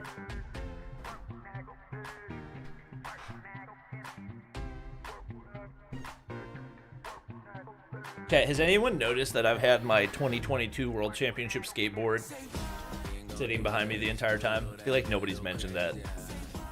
I feel like it's worth mentioning, you know? Nice little touch.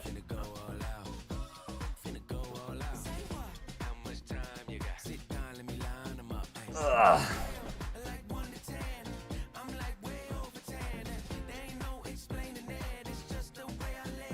I'm watching in 144p? Brother, you're not watching at that point, you're just listening.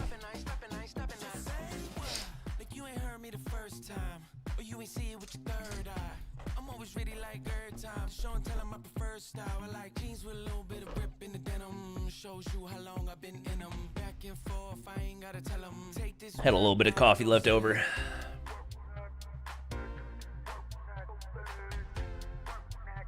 Oh, Sylvia, we already got a response, but it has non-CODM content, so no, I can't post it for another week.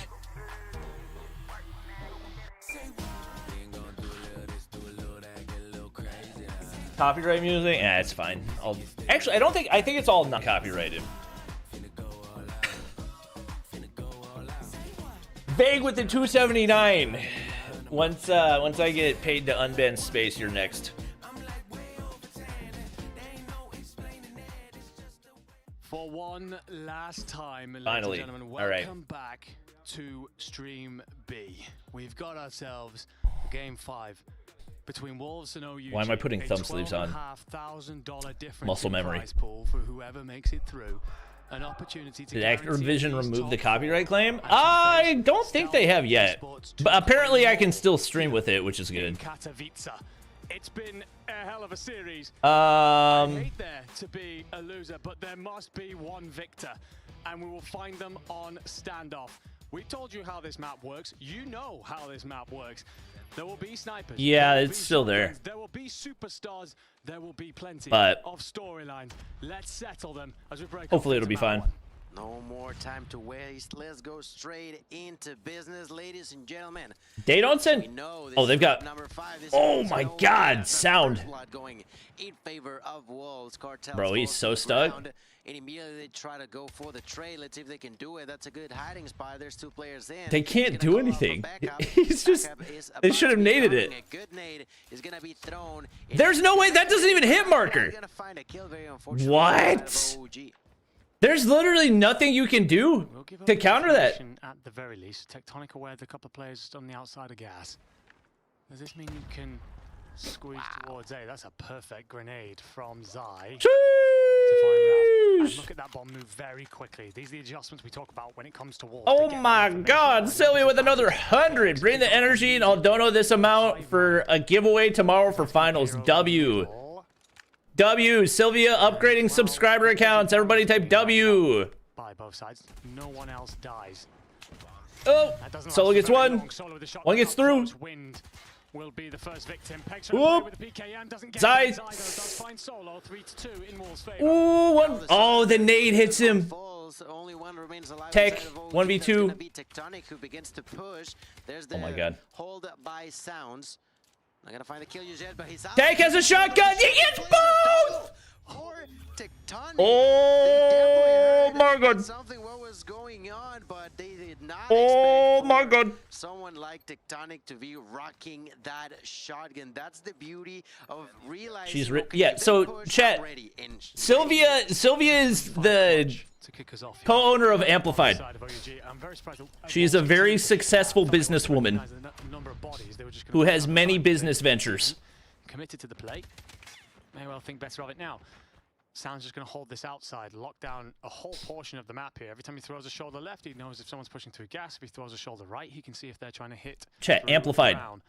And get around the back of his team. Amplified is the influencer agency that I'm co-owner of. I don't really talk about it because it doesn't do a lot of forward-facing stuff. Yeah, no real need for them to. But me and Noah are co-owners of an influencer management agency. Woo, Tech! Dog, Tech's locked. Onto side, which is a great way to start the round. Tech's locked. Remove a huge.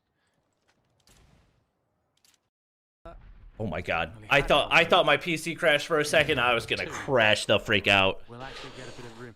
Tectonic catches the nades. That's information given over to Walls, but he's just going to belly crawl his way forward here. Gets his timings right. Saw one drop in. Through the bag. And Solo's PKM. Win gets tagged. And jingling its way through this map certainly packs a punch.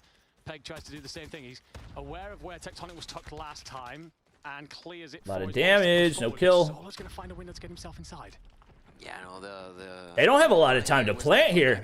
Oh, King's on the pinch. Somebody there and wasted so many bullets. Yeah, he can just waste time now. That was not the case. It was completely empty. Now, this 4v4 is going to be quite interesting. Oh, my God. Kings or cartels. Peg saw him. That was an incredible flick. Oh my God, that was filthy.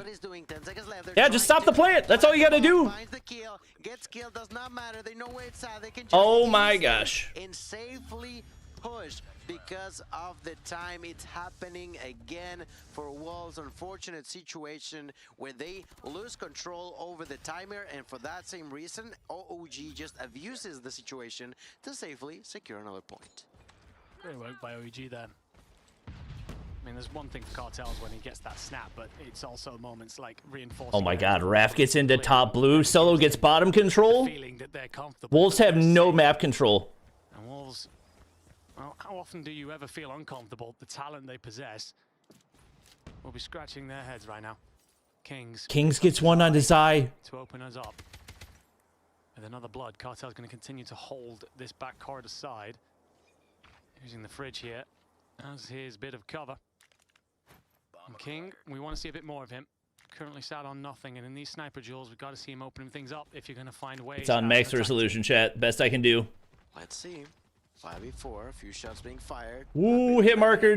He's gonna die to that PKM. Yeah. And ends up dying. Thanks to the nades from Tech doesn't get anything there. He's gonna capitalize on Tech. Nade from Raph though. From Raph is gonna equalize this thing. Oh, King, what a shot! For two trade in favor of Wolves. Oh, he saw him slide across. Raph alongside with Cartels are trying to shotguns there. Get both. King. Only 45 seconds, and on top of it all, they know where the bomb is at. Now it's only King alive. He's got a sniper, and you with can a literally sniper, just sit there with a shotgun. Difficult in this position. That's something that need to be aware of. King's going to creep up on this, walks himself into a position, fakes the timing as if he's gone round the back. Can he wallbang that? Blink. Are they flustered? Wallbang question mark? He can definitely wallbang that. King's gonna fly forward, misses. I'm surprised he didn't. No way.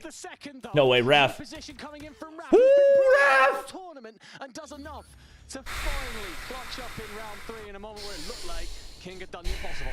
Yes, and even by picking up that Odin, I was fairly impressed, not only because of the insane shot he landed, but Raph hit it. Quickly he realized, all right, there's a weapon here, I'm gonna take it because the sniper is not gonna be the best option, but even better than an Odin, of course, is a shotgun coming down from Raph. He was not able Oh to my defend God, himself. King from where? He's gonna immediately drop on this round. What a shot. Wolves fan, I'm wondering how you get back into this. King opening up with a sniper should be very welcome news because we asked for that. Helps his team immensely with the numbers advantage. It's still about punching through players like Cartels, though, who has not been shifted from this backside. We saw just how good the Wolves' nades were into Cube a moment ago to clear it out, to catch Solo. That would be very helpful right now as well as the repositioning. Oh my God. Oh my God. Those shots so close, I don't think he can wallbang to the opposite side of the wall, though. Oh, that might be a God nade from Solo. Tectonic, let's remind it, died quite early, and now following through is also Ooh, buddy. Yeah, they're just going to keep playing outside the wall. Oh, Cartels. Holy. That's not news for the side of oh, Zai's just... This time around, they're also going to be losing. He's inevitable. Yo, they clear that completely. It's all on the Cartels. That round's over. Wolves can take a very flawless and clean round, and that's exactly what they will get. Yeah, it's not just they take the round, it is, as you Good said, round. that it's clean.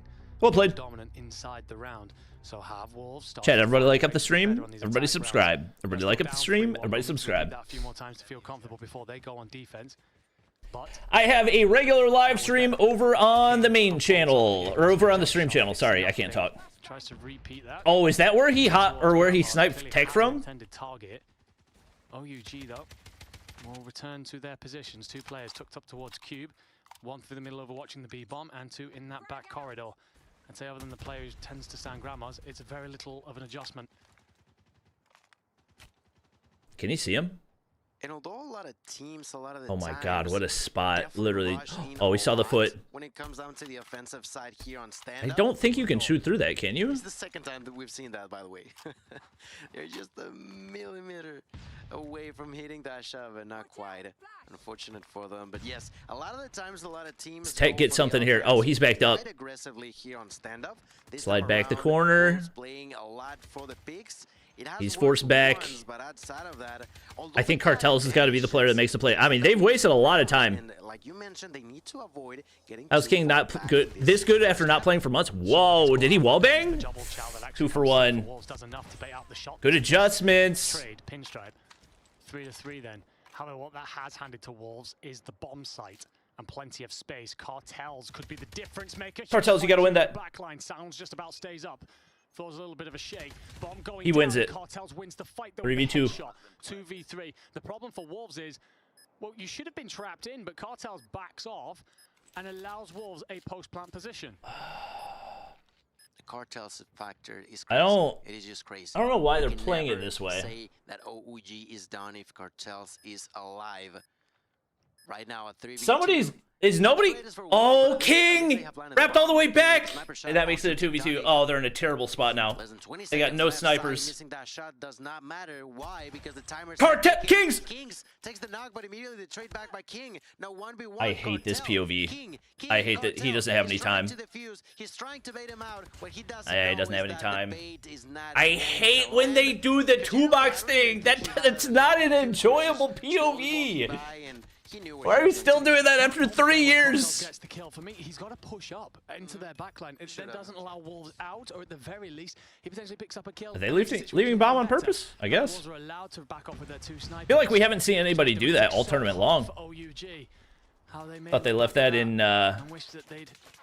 CDM. Clinical with their numbers advantage.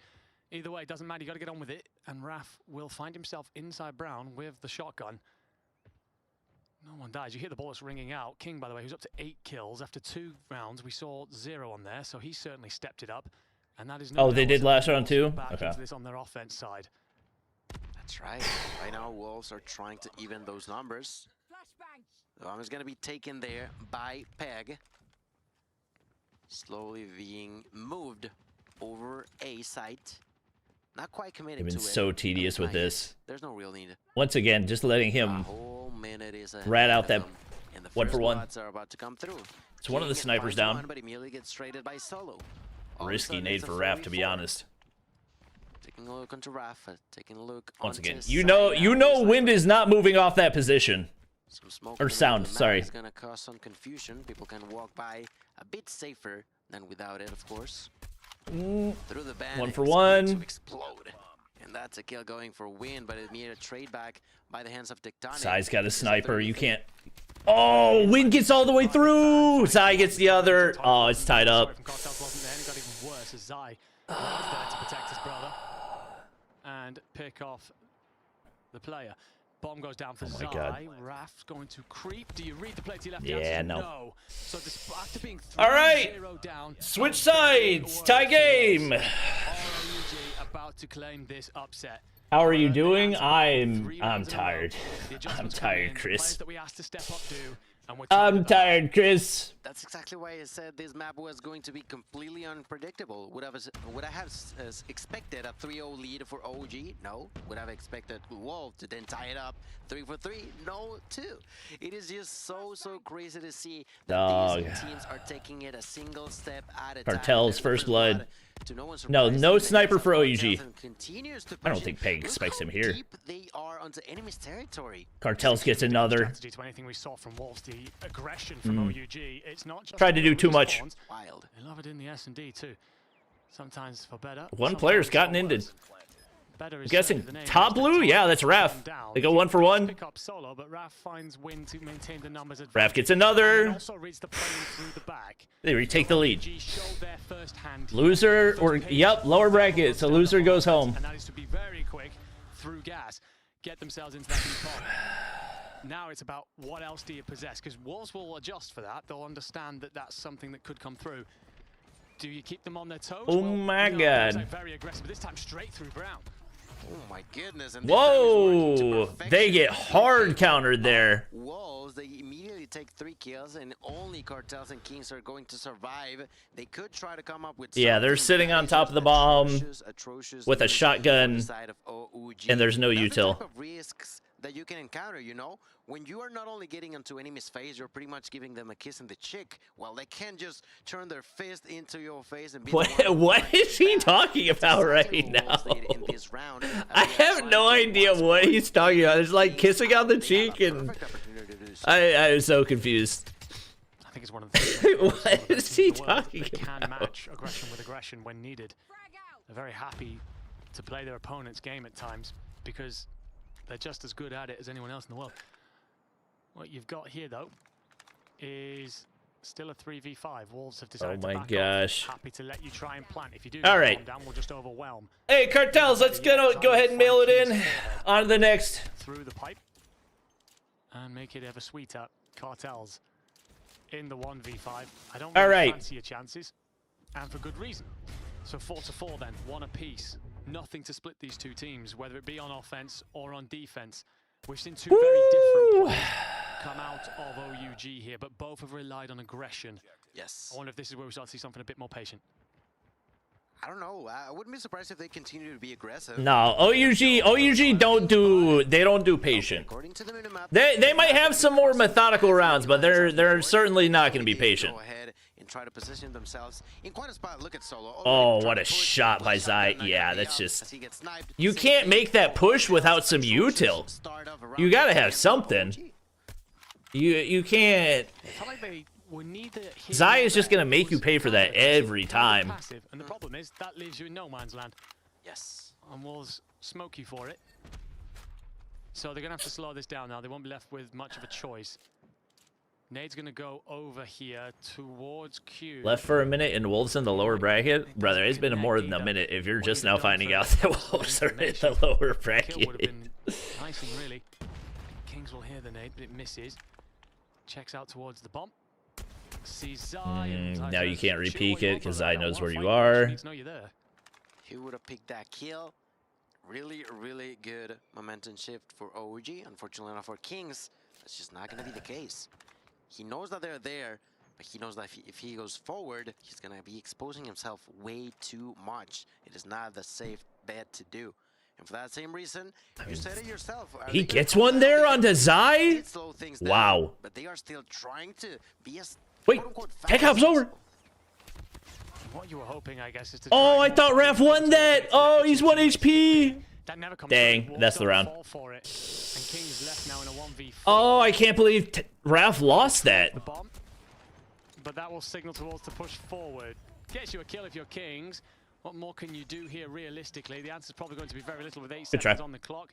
And it's nothing. Good try. So a great answer. The one it's not looking good, bruv. Is, as we said, OUG kind of pushed. They've only taken 1 round of the last 6. Indecisiveness. It's got to be a clean, consistent rollout. And OUG, you're gonna have to figure it out. Yes, Galorys are eliminated. Do this time around round number 10, ladies and gentlemen. This is getting more and more interesting. A lot of things are gonna be thrown in. Once again, they're gonna Raph, why are we? It's just these brain dead pushes. It's these brain dead pushes. If you're gonna push, use some util. Dog. Okay, wait. Cartels. In favor of OG, and all of a sudden it's a 1v2. He's completely on his own. This was a 2v5, and it got ugly for the side of Wolves. Tectonic gets awful time. Oh, he saw him! Cross now. You do. So Cartels waits and finds the kill. Oh my god. Up at 5 apiece. Oh my god. Got overtime written all over this, but wonderful stuff there. I can't believe they clutched that. Because it looked like Wolves had won. That was like a 2v5, right? In the back line and just gets you that. I'm pretty sure that was a 2v5. Tied up again. Nades go out. So the aggression has worked so far. Solo gets 1. Squeeze up towards this outside. Is actually a kill from Solo on Wind at the A bomb. Through the wall. It's going to actually force a rotation. Wait, they leave A wide open. I think they've got map presence here. Incredible situation because that opens a lot of room. They're gonna be throwing. Oh my god, huge. 2. Looking for a triple destroy. Oh my god. There's only one alive. They can plant the bomb. They can rush for the kill. They can do whatever they want. The open map is oh my god. hunting in OUG's name. And ladies oh my god. and gentlemen, OUG right now are gonna have a match point opportunity to eliminate Wolves of the tournament. How do you respond if you're Wolves, the tournament favorites, staring down the barrel of back-to-back years in top 6, top 8, top 6? Let's see. It is a tough. Let's see what they've got up their sleeves. For OUG, you can feel the momentum shift. You can feel. Oh my god, they've completely countered. Riding through them. Wolves have everybody on A side, and they've completely enveloped back alley. Oh, but there's a sniper, and it's no ref. With the shotgun doesn't come through. Sounds does enough. I'm getting X-Rock PTSD. Sound is more than enough. Tectonic here. Trying for One sound is all it takes. Absolutely anybody. I'm getting X-Rock PTSD. Tectonic. Yeah, he's dead. He's not too sure what to do. King's in here with the opportunity, but suffers a lot of pain, a lot of damage. Wins. He's gonna find that kill onto King. I'm getting X-Rock PTSD. Out of OG, 2v5. They've done it before. Can they do it again?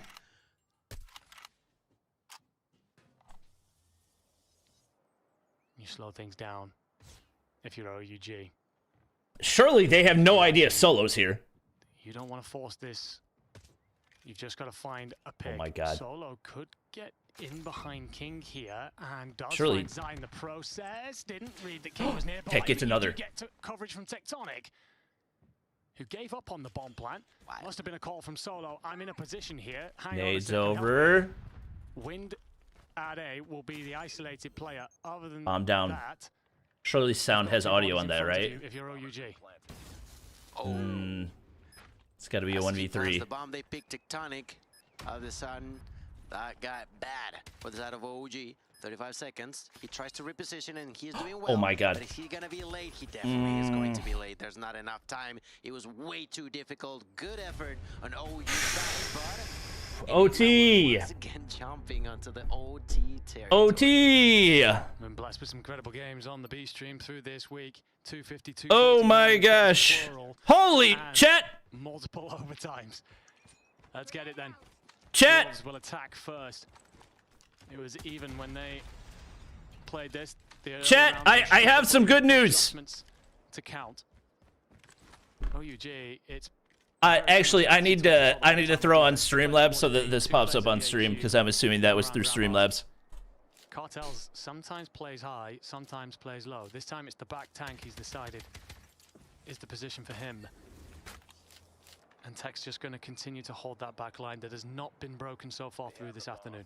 Throughout both halves, we saw completely different Oh my strategies gosh, from dude. both OUG and Wolves when it comes down to King offense took and some defense. damage there. This time around, once again, Wolves taking it slow, one step at a time. So far, no one has died, and there's still a minute on the clock. What are you gonna try to do? It seems like they want to push towards B. That's exactly what OUG may have realized in here. Kings gets one on the peg. Oh, the trade. Oh, they hear cartels here? No. 3-3. That's the 2-for-2 trade. Oh, the timing. The timing. Out towards this backside, but do you pick the correct corner? You have the teammates. No, you don't get anything there. Finds two. And a 1v2 then. King over the top of the bomb. Zai's going to be at distance off towards the fountain and finds the final blow. How do they not get anything there? Perfect in the last 4. OUG, it's been a mixed bag in their recent run, but they're going to have to make it work now. It was crazy. It was crazy. The fact that Sounds was not traded was incredible news for Wolves, and that's a big part of why what happened. They are gonna Oh no. Oh no. Oh no. They lose 3. They get red. The action never stops. They are trying to back out, but is it too late? I feel like it is. It's a 4v2. The 2023 World Champions were oh my god, X-Rock PTSD! They've got themselves in a position to punch their ticket to the next round. The resilience they have shown. Tech 1v4. And there goes Kings, leaving just Tectonic by the fountain to hold his own, and he GG's. will not. The GG's. Retired King. Those boys battled their hearts out. His throne will finish it off. Those boys battled their hearts out, chat. Ridiculous series in Poland. This didn't pop up, so I have to resend it. Goodness. I cannot believe what just let me go. The 2023 champions, Recent events. Their backs against the wall, and they managed to tie it up. Oh man. They managed to get the victory. Oh wait, it wasn't through Streamlabs. Okay, chat. Sylvia said $300 for giveaways tomorrow. He's not crushed. It's understandable. They gave $300 for giveaways tomorrow. Well, they're made of. Yes, ODG are eliminated. Oh my god. What a show they provided in the way. Oh, 100% OUG have been incredible. Hey, props to those guys. Inside the venue and on the they went all out. It's a tough game to look at. That's to push Wolves, even a nerfed Wolves. On that, it's a case of two to match point. Separated by fine threads. A couple of moments where play calls. Nothing but respect. We applauded. A couple of play calls came in that we were unsure of. I think Top 5 versus Top 1 CDM was absolute cinema. It was indeed absolute cinema. In chat, that's not even the last match today. A little bit surprised, but very let that sink in. That's not even the last match today. Honestly, other than that, OUG have been fantastic performers here in this tournament. Can hold themselves. We march on through the lower bracket, and we'll play Stalwart Esports next. I mean, if they do want to reclaim their throne, if they are going to have to go through Elevate to do that, showing that they've got that resilience, that determination to come through no matter the what a match. Is a great thing and a sign of a hallmark champion team. Absolutely, absolutely. Hey, that one dude almost had to give me his house. Completely commit to what they had to on the that one dude almost had to give me his house. They gotta be proud, you know. I feel like it is just super, super nice to see them come out on top despite all the W Sylvia. Somebody's getting accounts upgraded tomorrow. On your screens, ladies and gentlemen, of the final 4 teams. We'll pick $300 winners. All will be Scene plays with the 99 Filipino pesos. Will be the winners finals. Can we get some Dono hype in chat? I can't believe we still have another match. It's freaking, it's 11 o'clock, chat. Wait in the lower finals for the Stalwart All Wolves victor. From there, those two teams. Bro, how are Wolves gonna have the energy to come back and play another match? But Friday and Saturday have been a blast, my friend. It's been an honor. How are Wolves gonna have the energy to come back and play another match? Enigma, this has been Gale, and we thank you all. Yeah, it's going to the back to the main broadcast now. In Poland, oh my god, dude. World Championships. We're down 2 days, one more to go. A championship to hand out and a whole hell of a lot of. Oh my god, dude. Oh, are they on an ad break? Woo.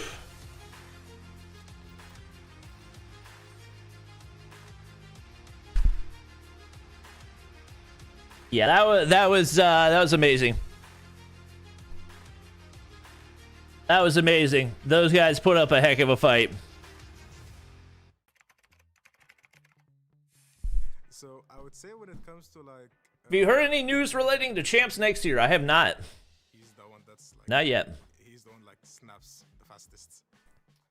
It'll probably Sheesh. He's very passionate, you know, so his rage is very justified at point. It's between Rihan and Yuki. I think for me it's Brazil. If Bobby would have cheered for Wolves, they would have had it. That's true. I just can't. I couldn't do it. I couldn't do it, Chad. I couldn't bring my... Oh, that's me. That's me. Yes, I couldn't do it. I couldn't do it. I wanted to. I think, trust me, I did. I have a habit of speaking really fast to the point where I just like fumble my words, honestly. Sheesh. Yeah, Wolves are gonna need like cigarette break, Red Bull, G Fuel, all the above. How are you doing? I'm having fun, but my gosh, what a broadcast day.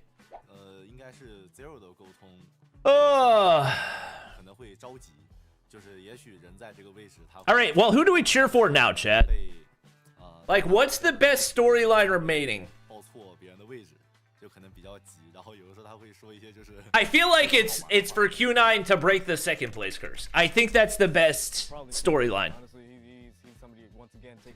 Wolves have played 14 maps today. Oh my gosh. I think the best storyline... I guess the question is, what's the best storyline to cheer for STE versus Wolves? People were saying Wolves were gonna stomp OUG. That was the closest match we've seen. Props to OUG and great win for Wolves. People are still gonna hate, but those boys, they represented. They represented. He looks muscular and he likes going to the gym. Then for me, I am... Chad, I've heard rumors about rosters for next year, assuming that Champs happens again. Some of the rumors I've heard about rosters for next year are enticing, intriguing. That's what he reminds me of it. So that's why I chose sleeping. For Klo, I put a emoji that is smiling just because this emoji reminds me of him, just because he's a chill guy. So he's just a chill guy. That's why I chose this emoji. For Candy, it's pretty straightforward. Every time I can't tell you guys anything, but I remember him. So I don't even know what's gonna happen. Then for Oleya, I promised I wouldn't leak. Make you guys understand, I chose a heart and a grown person just because the whole father and a friend of ours, so that's why I chose it. Woo! First off, it's me. Subscriber account upgrade tomorrow? This emoji just because I'm always tired and every time I play... It won't be like direct subscriber account upgrades, but I'll like send 100 COD points to your account, or $100 worth of COD points to your account. Hawk's Nest returning as a coach next year? Yeah, man, definitely. No sleep? Nope. No sleep. I chose this emoji just because he always crazy, gives our energy up and everything. Riff, I chose this emoji for him because he's always like sleeping. For me, Sheesh. him, he's always sleeping. Palitao, on the other hand, I chose this emoji for him just because he creates a wonderful place for us, for the team. He's basically our coach. Always stay up, creating. Oh man, that dopamine crash. For us to win those trophies. So yeah, that's basically it. That dopamine crash, chat. I think it's everyone. I cannot say. I'm actually gonna go make coffee, because His name is Sai. I need it. He has achieved a lot of MVPs. In my opinion, PJ and Unzite are really demos in the game. I think the best tactician player right now is Zai. The best tactician, I think it's Zai. I think the best tactician player in this tournament I've played against, it must have been Susano. Ah. For sure, it's Lucasin from Galorys. Recently, from recent tournaments. Sorry, I got distracted because this is actually interesting. I believe the best aim. Zai. PJ, Zai, Lucasin. Has the best aim would be Lucasin. In my humble opinion, I think Lucasin has the best aim in the game. I've seen his gameplay. So the Eastern players even think Lucasin's got the best aim. That's pretty crazy. I would go with Oling. All right.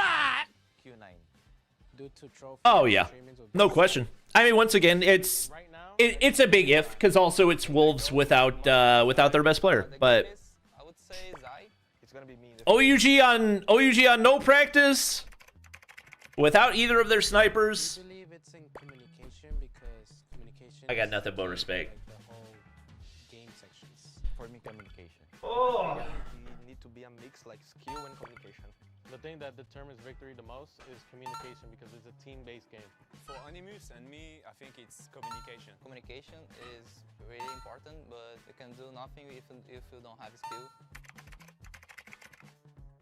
It will be over-egoing things. You think you're confident, very confident, but it brings you down when you face difficult teams. The most mistake probably is gonna be don't be ready for the fights in the game.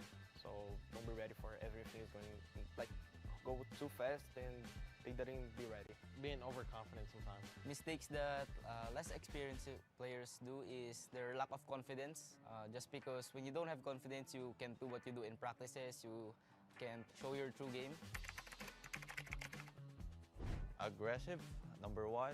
I'm also passive. Third is unpredictable. Rushable and flexible. Calm, aggressive, the same thing. And the last word is gonna be. All right. Me as a coach, I like. Wolves without Rise and an OUG that didn't practice for almost a month and without their full roster. They performed extremely well. What's up, guys? AO Raf. So, we're currently going to be going through a pro player's loadout. I am personally a sub and heavy player, so I'm a machine gun and shotgun player.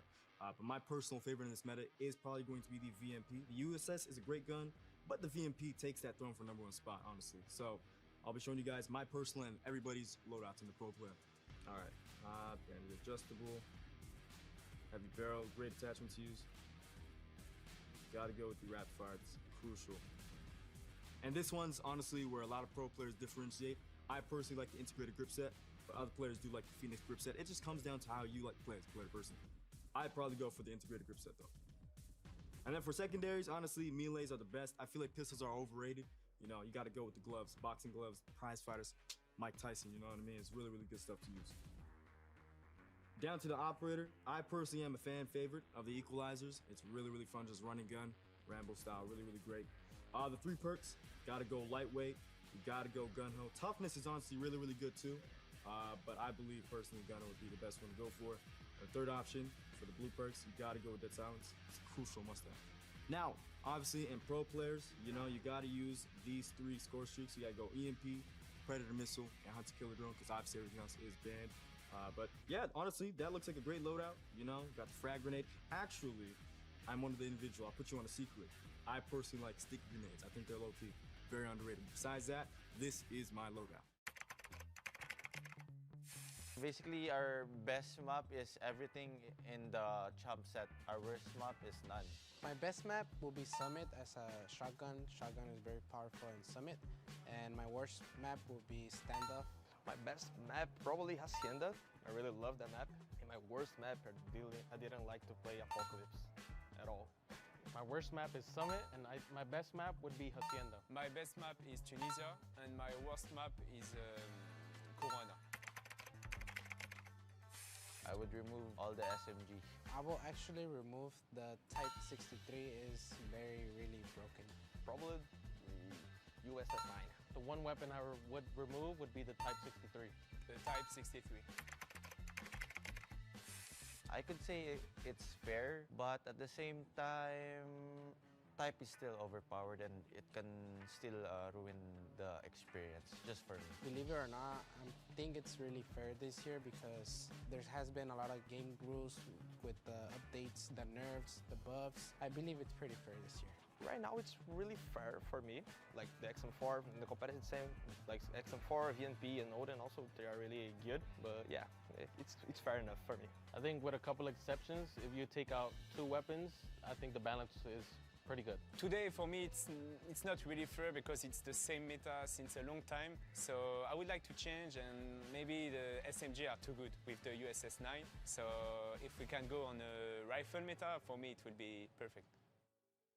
Hi guys, I'm FDX, the captain for Stalwart Esports, and here is my loadout. I'm gonna start with the loadout. Since I'm a sniper main, I usually go with the Tundra. Even if it's nerf, it's okay. So here's my loadout for it. So I'm gonna first put the muzzle here. As you can see, oh, it's not upgraded, so let's upgrade it first.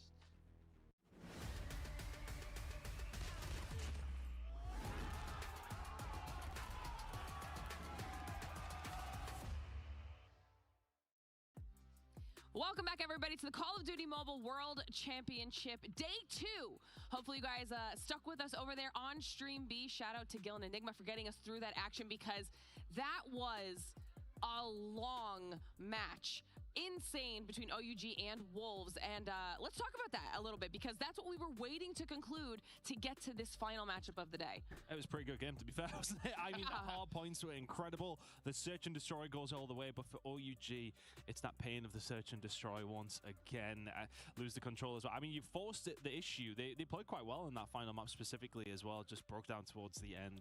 Wolves with a great comeback. Absolute banger. Yeah, I mean, listen, OUG, S-tier team, you know what I'm saying, baby? Listen, they got those hard points. They did it in the end, but unfortunately, as you said, it was the search and destroys that do befall them. It's unfortunate, but again, if OUG, for a team that literally had 2 to 3 weeks of practice after being out of the game for a month or so, top 6, that is a perfectly fine finish, and on a global level, that's probably where I'd put them as a team. 100%, but I do want to talk about how that now impacts what we're about to see here, Ton, because I mean, Wolves looked tired, understandably so. It's been a long day. I mean, you've had to go to overtime in a map 5 just to get to this stage. Stalwart have had their feet up 3-0 against Galorys. Yeah. Transfer a little bit of food, maybe some scrims, some VOD. Wolves, you finish it up. You finish that final I'm round. finishing up making coffee for myself and Molly, so I will be back momentarily. I mean, this is going to be a really fun way to close out the day here, Brody, because we've got 2 juggernauts here in our lower bracket. So this is going to be an epic matchup. Oh, it absolutely is as well. And I think this is just one of those situations where it's just like, look, Wolves, former world championships, they're still in the conversation to see a team make it to, well, 2 world championships. Nobody has done that yet. Elevate's done that conversation as well. So Wolves getting through this would be crucial. But also you've got kind of on the other side, right, this stalwart team that has last year, top 8 finish for them. They were not happy with that. They kind of overhauled their roster coming into this year. And, well, now they are up there. They are literally an S-tier team, and yeah, I'm really excited to see whether or not they can get through Wolves, because I think this is kind of the, I want to say, the gatekeep in a way of just like, if they beat Wolves, yeah, they're 100% amongst it. And of course, that means whichever team loses is eliminated from the competition. Whoever wins will move on, stay alive, and wait to see who drops down from our winners finals. So, I mean, there's a lot on the line for these teams, but still, we've made it quite far in the competition here so far. I'm excited to close out the day with these 2, especially.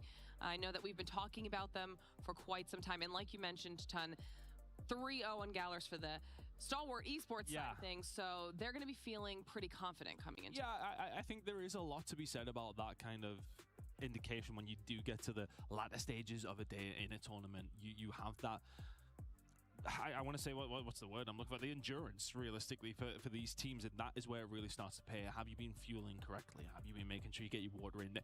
It's all part and parcel of being an esports player. In any of these esports, you need to keep yourself energized at the right time. Now, let's talk about individuals who could potentially be impactful for this final match here, Brody, because obviously we've been watching them go throughout the bracket so far, but they're both on long days. They're both going to be tired, and they both need to play all out in the last match. So who could do that? I mean, look, I think for Stalwart, we've had a lot of conversation around Jai, right? He is the guy. And I think, you know, Jai has just been such a phenomenal player to watch over the course of both Garena Masters, Garena Finals, and now here at Shams. But I don't think we've seen him full send it yet. I don't think we've seen him in a situation where Jai has been dropping the 60 bombs, right, that he was doing in his own region. So I think Jai, for me, is definitely the guy if we're looking over towards Stalwart. I think for Wolves, though, it has to be Zai in a way, right? I mean, Zai is just that guy, right? He is just, you know, legendary in Call of Duty Mobile for a reason.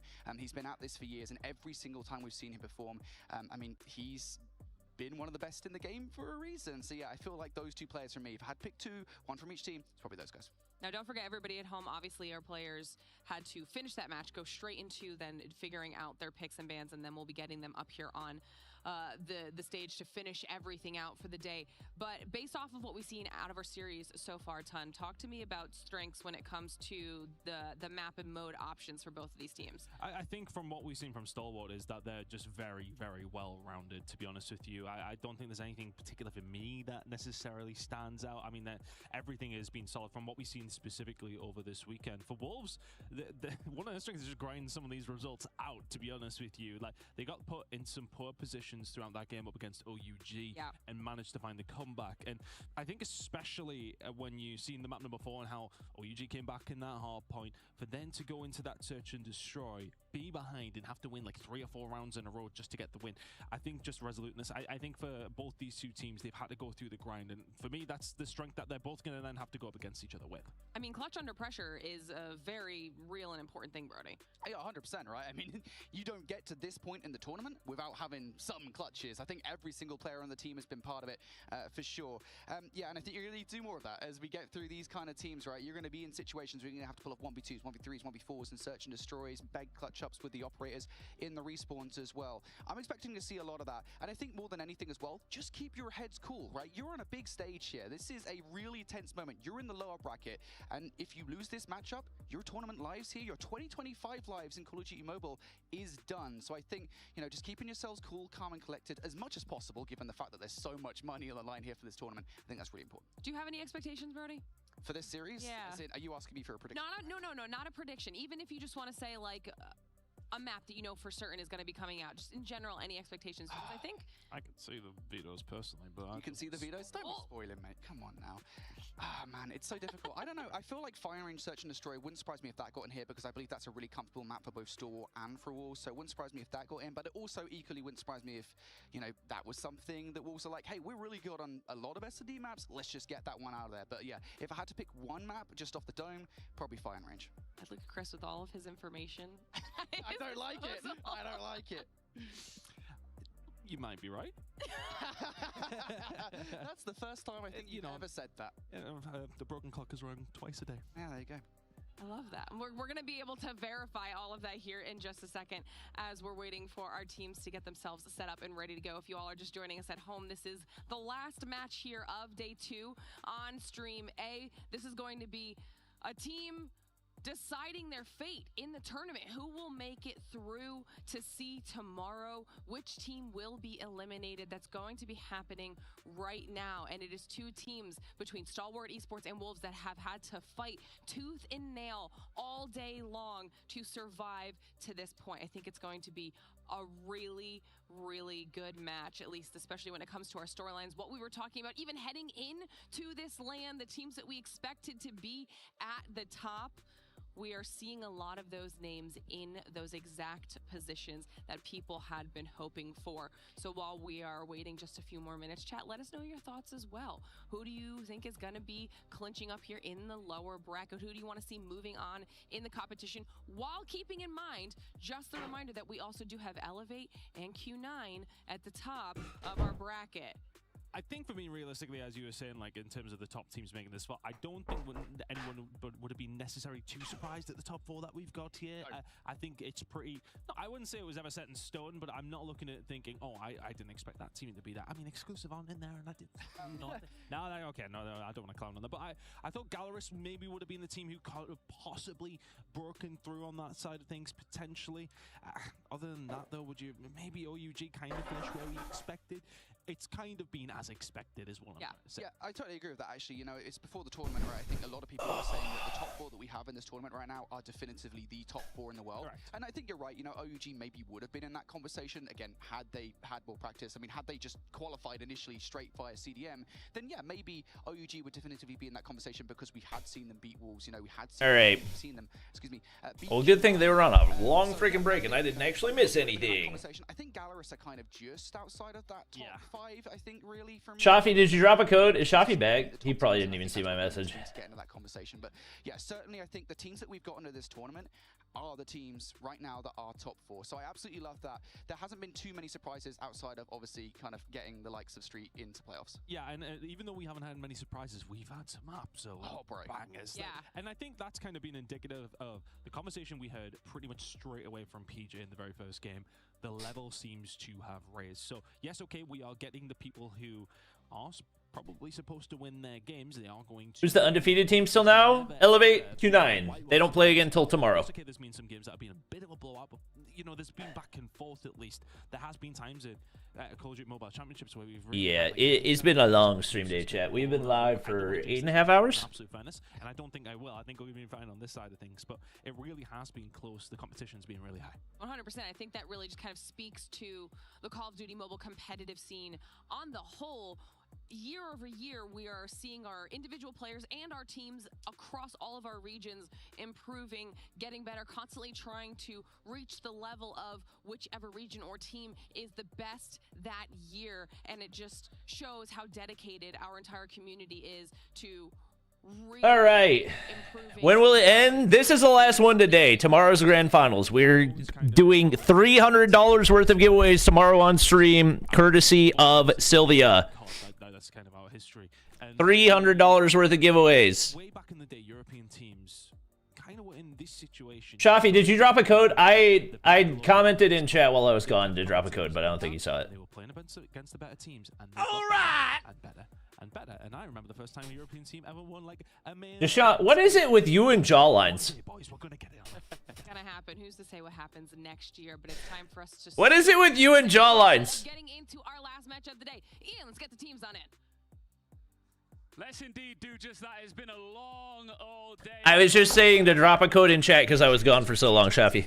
Full of heartbreak and triumph, but there are still some more arms to be raised and hearts to be broken as our lower bracket gauntlet continues. Two teams that have shown some incredible grit and determination to get to this point, but this is their final lifeline. For one of them, the journey ends here and now. Let's bring out our two teams, starting with Wolves.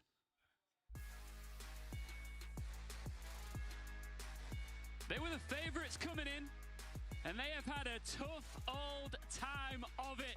You've just seen them over on Stream B make it to this point. The Wolves continue on their mission to claw themselves out of this lower bracket.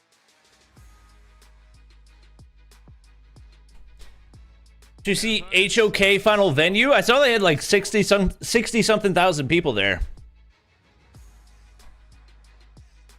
They beat OUG, lost to Q9, beat another opponent in Galorys. I was gonna say, no way he doesn't know who they beat. Okay. Is everything for these two teams. Glitter, right? I can genuinely feel the tension up here. And these guys, every single one of them sitting at their stations, have had such a long, tough day to get to this point. Who will hold it together and clutch up for the final time tonight?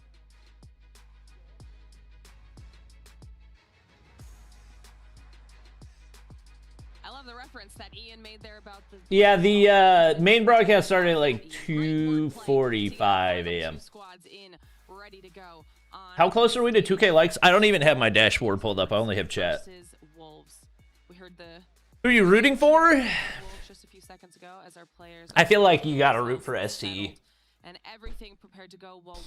I feel like you gotta root for STE. Because you said you saw them come through, Ton. Much as I would love to see Zai win another ring, I don't think he wins another ring. Talking about what our players decided for. We're at 1.5. Oh, guys, come on. 400 away. At 2,000 likes, we drop 10 codes. I repeat, 10 codes at one time. Map number 4 will be slums if we need it, and firing range for map number 5. I think one thing I do want to point out before we get into the weeds here, because this is the first time I've actually had a chance to actually properly have a look, and I'll give Bobby's a Wolves hater? I'm not a Wolves hater. There's just no storylines there. Wolves have played only one of the maximum maps they could have played today. There's no storylines. has been a 3-2 grueler. I guess there's the King return, but the actual energy that they're going to have I don't know. This one, Wolves are really going to have to grind through this one. It's going to be curious how they start. Yeah, I mean, look, I knew that firing range just because obviously I just watched CDM. I think I watched like 6 weeks of CDM straight. That's a pretty standard kind of CDM map at firing range. Do you remember like SPS Season 4 when we would have like NA just picking firing range, or EU picking firing range? Like, classic. Forgot I have actual wireless headphones. Crazy invention. Would play it. A very popular map in CDM, and Wolves, well, they happen to be very good at it. Also happens to be a very good map for a stalwart. So go into a map number 5 in this series, which I assume all 3 of us in the desk hope happens. It would be an incredible end to the series and the day because it is a strong map for both teams. That being said, if I'm Stalwart, I'm happy with that Crossfire. That's a very strong control map for them for sure. And that coastal search and destroy, we saw Stalwart take it off of Q9 earlier on today. So honestly, if I'm Stalwart, if I feel like maybe the David in this situation, I'm feeling pretty happy with this map set. And as well, having a look at Wolves' record over the CDM season, they barely played Hacienda. And obviously, it's a bit of a different process as far as picking bans. You do just kind of go on to pick your next map after the previous one. They barely picked it. Only played Hacienda twice over, 25 games of hardpoint. That is not a lot at all. And it's a try and tested map for a lot of these different teams. So ST will probably feel nice about Hacienda. Yeah, and actually just looking over towards the Crossfire control for Wolves, because I had an inkling. I was like, hang on, isn't that a really good map for Wolves? Yeah, it turns out it was. They were 9-1 on that map in season. Although it should be said, to be fair, I think you guys should kind of take a grain of salt for every single stat line you get from Wolves in season with CDM, because they pretty much ran through everybody in every mode apart from Search and Destroy. They're 23-2 in Hardpoint. And Chat, 2,000 likes and I'll wear a blazer for stream tomorrow. Well, you can see our players are going to be hanging out here, getting themselves ready, and honestly... Chat, I have had a canker sore on the inside of my mouth for the entire weekend. And I can't... Does anybody have fixes? Any recommended fixes for canker sores? I've tried salt rinses, saltwater rinses, I've put honey on it, I've taken aspirin, I've drank water. Blazer with shorts? I mean, probably, but you guys will just see the blazer, you know? This is a great last match for the day. Yeah, and I want to kind of specifically relate that to Stalwart as well. I kind of got to drink more water. I want to give a massive shout out to kind of Palatau, right? Because Palatau came in more or less at the same time as Cheyenne Reeve, and he Chat, it's a cancer. Like when you get a cold, sometimes it's from a cold vitamin C tablet. Oh no, I'll place it on the sore. Impact on this roster is huge, and I think that y'all are all giving different answers. Nobody seems to know what the actual vitamin that I need is. Oh, Tide Pods. Oh, okay. What's going on with your team. If something's not going right, just make sure. Why is the venue private? That is what really separates these top 4 teams from the rest of the oh, hot sauce and soy sauce? Oh, yeah. That sounds like it'll feel good. Yep. Calcium? For a canker sore, chat. Like a sore on the inside of my mouth. It literally popped up the day before champs. Kinda... What kind of coffee bean do you drink? So we get beans from a local roastery called Night Swim. I usually drink either light or medium roast. Just having a little browse whilst you two were having a chat there as well. Wolves, we were talking about Hacienda not being much of a... Drink less coffee? Yeah, that's not an option. So obviously trying to get in the map. Not an option.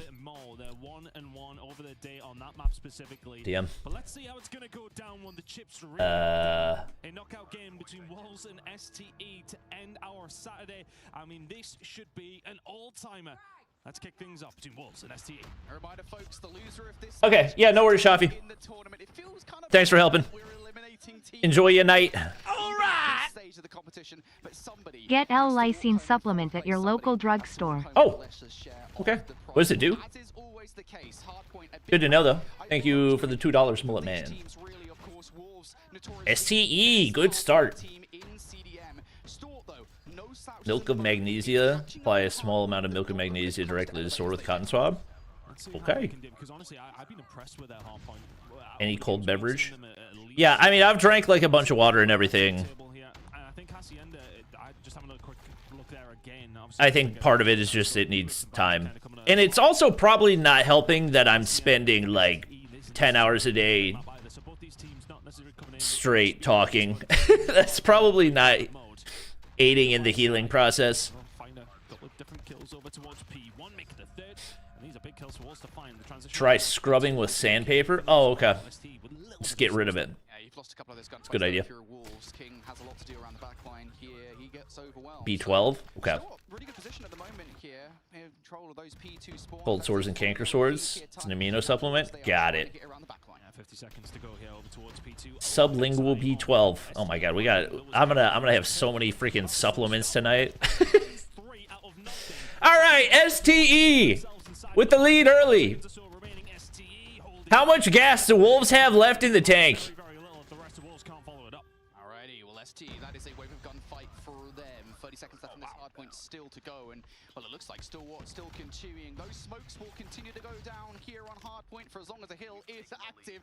Oh, ice cream scooper. That's a good idea. Ooh, skirt. Clove and Skirt are just shooting through the smoke and they're hitting targets. Yeah, nicely done. ST8 find a breakthrough almost immediately, and it's looking like they're going to hold down the majority of the time. Shoosh. Ooh, Tempest hits. Wolves looking a little shaky. Sure it's not an ulcer? I mean, it popped up whenever I was sick for a day, so I'm pretty sure it's not. Effectively direct all of their attention towards that fencer side. You've got to be careful about potential wayward spawns, though. You can see FDX through the X-ray as ST get control of the kills. Spawn now. FDX enough of a distraction here that still are able to break through the front. Yeah, I've done saltwater gargles, and they have not helped at all. It feels better for like a little bit after, but has not really helped to heal. Woo, Peg!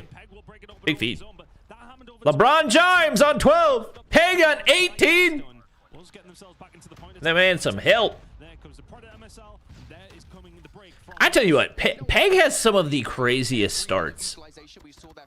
Like, he doesn't usually finish with an insane amount of kills, but his starts are... He's like a freaking microwave.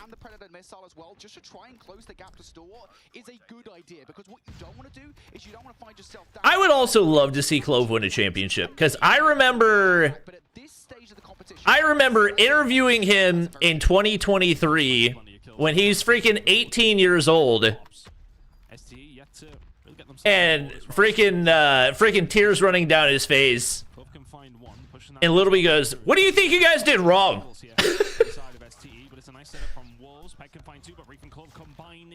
Why'd you guys screw up? Like, Little B asking the dumbest interview questions that you would ever ask somebody that just lost a $2 million championship or $1 million or whatever it was.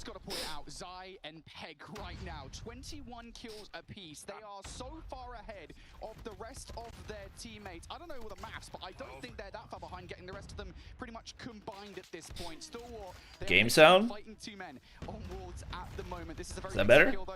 Ton getting this last 10 seconds would be crucial for both of these two teams. That's why you're seeing Sam. Kick the man while he's down? For real. He asked that question, I was like, are you, like, huh? 20-point advantage or so, given the fact that Stalwart were so far ahead before P4 Ton. That's a big kill for Wolves. All right. Wolves chipping away at the lead. And now looking to try and get themselves set up a little bit better over towards P2, but again, it just feels as if both these two teams are taking turns to just have their flurry. And you are right. I mean, look at what Peg and Zai right now have a combined 50 kills. The rest of the team all together have, what, 26? I mean, they are absolutely frying right now for the squad on Wolves. Reef. Good shots. 30 points down. ST getting some good time over towards P1 right now. Transition to P2 coming third. Let's see the clip. Oh, I don't know. It was the spawn stream we did back in 2023 on day 2, right after Kagendra got eliminated. I don't know whose idea it was for us to interview somebody who had just been eliminated from the competition. That's what happened. And at the same time, all right, I appreciate it, Sylvia. We'll take a look at it. Wiped out immediately, so that's a big win from Wolves. They find the transition, no equalizers on the board. Can you find the kills to back it up? Wind gets a couple on that backside now. Trying to find as much as he can. Wind. Couple right there. LeBron James from downtown. FTX doing so well. The setup was from downtown. Not able to make it count. Dang. Yeah, I was gonna say. I mean, you might well get those kills with the war machine. What the? Is, though, that those close spawns you didn't have. Is he just hopping up water side? What happened there? Egg traded. Skrrr. DM. Kind of falls away. Stalwart now don't have to deal with that, and they are now back in. But Wolves there are not getting. Where did the DM go? Did he try to push out? Oh no, he's still there. Peg and of course Zai having big games. When they're not popping off, it seems to be that the points are heavily going over towards. Oh, Zai's already on 32. A couple of kills though. Wolves will find a way through with 20 seconds to pacing for 60 if they can make it a long game. If Wolves can hold on, if Wolves can get them back out of this point, King's running out of gas a little bit. Sounds can find a couple. Wind will find another. Wolves are starting to pull this one back a little bit with 5 seconds to go. P2. It's the foot race over towards fences, and you can just see the desperation. It's been pretty just fluctuating back and forth between a 20 and 40 point game. These kind of margins, the majority of the time. Yeah, that time is absolutely worth fighting for. We go towards new though. Split spawn starting to come through here. I was gonna say I expected Zai maybe to play his life a little bit more than that, but that's a big shutdown regardless. Peg is gonna keep that area of the map. FDX, so big kills right there. So slightly here as this next hill pops. And they look in a couple of different directions. Yep. No, they can't is the answer to the question. 3 kills coming in. Brief gets 1. Any help? In bunches. Any help? Oh, King gets a double. 2 kills will fall his way. Not the third, not quite. Looks like a super slow firing machine pistol. But Wolves fighting tooth and nail over it. 30 seconds to play for here, and it's a 30-second game. Skrrr, nothing. This is always a mixy hill here, ton. Wolves gonna get a wave of gunfights in their favor. Stalwart coming from one side Peg. of the map. And if Wolves can hold it, they will be. He's got 34. First time in this game, and with those kills. And once again, it feels like Wolves have substantially more kills. Oh my god. He shuts them all down. Wolves getting. It feels like Wolves have substantially more kills, but they're not converting it into hardpoint time the way that they should be. In that previous rotation. Yes, Neon is retired. He retired after last year's chance. He went to a different game. It really has, hasn't it? They just get the better of a hill that, generally speaking, is considered mixy. If they can ooh, big feed for STE. Control of the game. Gonna see War Machine investment coming out from Sound. Oh, that's not where he wanted that. So that's gonna give Stalwart control. He finds a little bit of value from it, but not quite. 2,000 likes, chat, and we dropped 10 codes. Go. As well up against Peg, and now King. And water conducting electric gun. Maybe is that gonna work out? Jai, he's gonna fall, as is everybody else. Wait, Sylvia. Incredible work coming through from Wolves to get those. Sylvia, is that if they hit the light goal? Is that if they hit 2,000 today, or if they hit 2,000 tomorrow?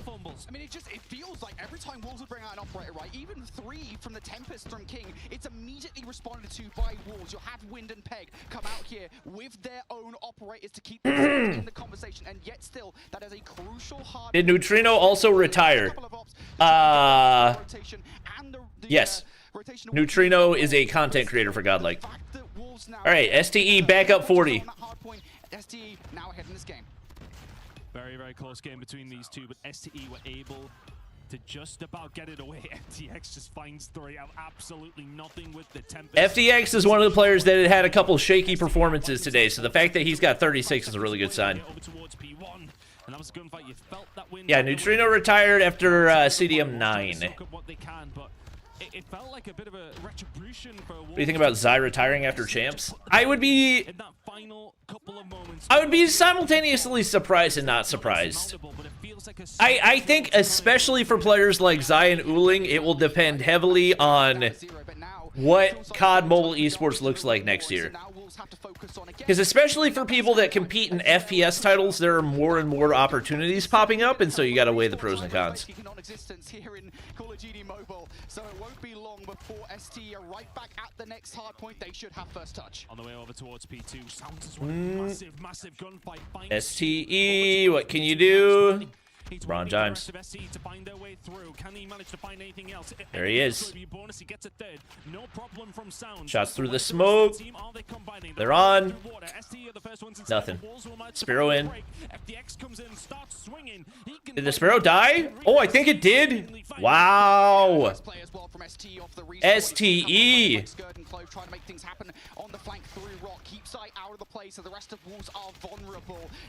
You think COD Esports is dead? I don't think it's dead. good. I think it just needs people running it that care about it. As far as the operators go, absolutely nothing. But we can actually see that one player is going to manage to get something in. That's going to be Sounds. He's going to not bring anything in. But Sylvia, I saw. Are you saying 2,000? Is that for 2,000 likes today or tomorrow? Oh, you can set one for tomorrow if they don't get it today. Got it. Got it. And they've just got to keep on hitting this. Hey, chat. You're going to spawn up in the lobby. You can't give up 10 seconds when Store are this close to victory. So you got to try and take this time away. It's nice for. I'm gonna wait till tomorrow. I'm gonna wait till tomorrow to announce it. Out of the play. So we go to new. All right. I'm gonna wait till tomorrow. 14 seconds. One player. Reef. What's up, this stream quality? It's laggy here and there. Hopefully we can get it fixed before tomorrow, because it really shouldn't be like this the entire time. How do you think Godlike would have played if they had their whole team? I think they would have done well. I think top 6. Top 5, 6. They could have made top 4, but definitely top 6. STE, my gosh. Empty kills. Empty kills. It felt like they led the dance all the way through. And from the word go, they took the lead. They never lost it. Wolves came in maybe just a little bit cold and got caught. It's a massive map for Stalwart to try and find. And they do indeed find it. And it's just down to those operators towards that last hill we've seen. Go over towards P3. And when there's that amount of investment available, the returns are always going to be green. Big win. No retired. Yes, no retired. No, Sanuo, Nan. On Hacienda for both these two teams. That's a really nice win for STE. 100%. Again, it has to be said that Wolves are phenomenal in hardpoint, right? So taking that away in this series, considering, Search and Destroy is generally speaking where you're likely to take Wolves 100% of the time, it feels like, just coming out in the series, winning map number 1 is monumental. But yeah, I mean, we talk about kind of leads in this game. Where would you rank SPG? They got to like 50 to 60 points, and given the context of how mixy these hard points were, I mean, SPG's roster doesn't even exist anymore, so. Got to the mid game. Wolves managed to get a full 60, I believe it was on P2. They bring things back, and then we go over towards P4, I believe it was. That's where Stewart got another 40 points, and it really didn't feel like that deficit closed again. And looking towards these scoreboards, and again, something that you always try to not do as an analyst is counting towards the kills, but 51 and 38 and 50 and 39 for Zion Peg for the L, and not even that close. How many of those kills are really contributing to that win? Trying to unplug a couple things that could be pulling from my GPU. I think it was like Peg and Zai had 30 kills between, or a piece, I should say. They slowed down, but I mean, it would have been hard to keep it up. But I think more to the point here, it was the fact that we were talking about the fact that the rest of the team were basically on single digits through the first 4 hard points, I want to say, or something to that effect. And that probably, I mean, definitely contributed to the fact that Stalwart were as far ahead as they were. And of course, that was damaging in the end, because that's more or less the stat line of which Stalwart were able to win game number 1 by. So not all of Wolves showing up. The pack isn't here just yet. Maybe let's see. Let me stop recording real quick. Why didn't many teams participate this year? And look, just because prize pools were down? Today on Coastal Search and Destroy. So prize pools are down? People got to pay bills? I never want to count out Wolves. This has historically been a good map for them. We look back towards CDM. If they don't think they're going to be able to pay their bills with what's there, then they got to go other places, you know? It's a good map for both teams, but I feel like, again, Stewart's earlier victory, that's going to give them a huge confidence boost today. Into map number 2 we go.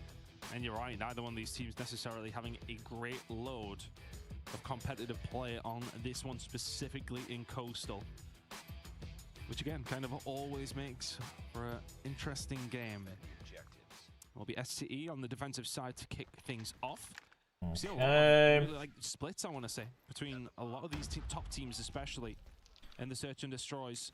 Many a 3-3. Wolves look tired? I mean, they should be tired. They played, what, 15 maps up to this point? Slow and steady approach, but STE not quite 15? That same game. Reef, he will find one, gets taken down. That's okay for both these two teams because information's being gained. That's the idea. FTX just trying to play his life at the moment. He's done well. Wait for the rest of the team to come over. Yeah, we have watched a lot of Coastal Surge, haven't we? Well, if he could even walk away with a frag here, that's everything. Yeah, those prize fighters working overtime today. Wind will find him, but he did well. Oh, we got one on the wall bang. Yeah, that's huge info. King stuck. No chance. No chance. And Zai has left all on his own in a 1 versus 3, and he's not in a position to help his team.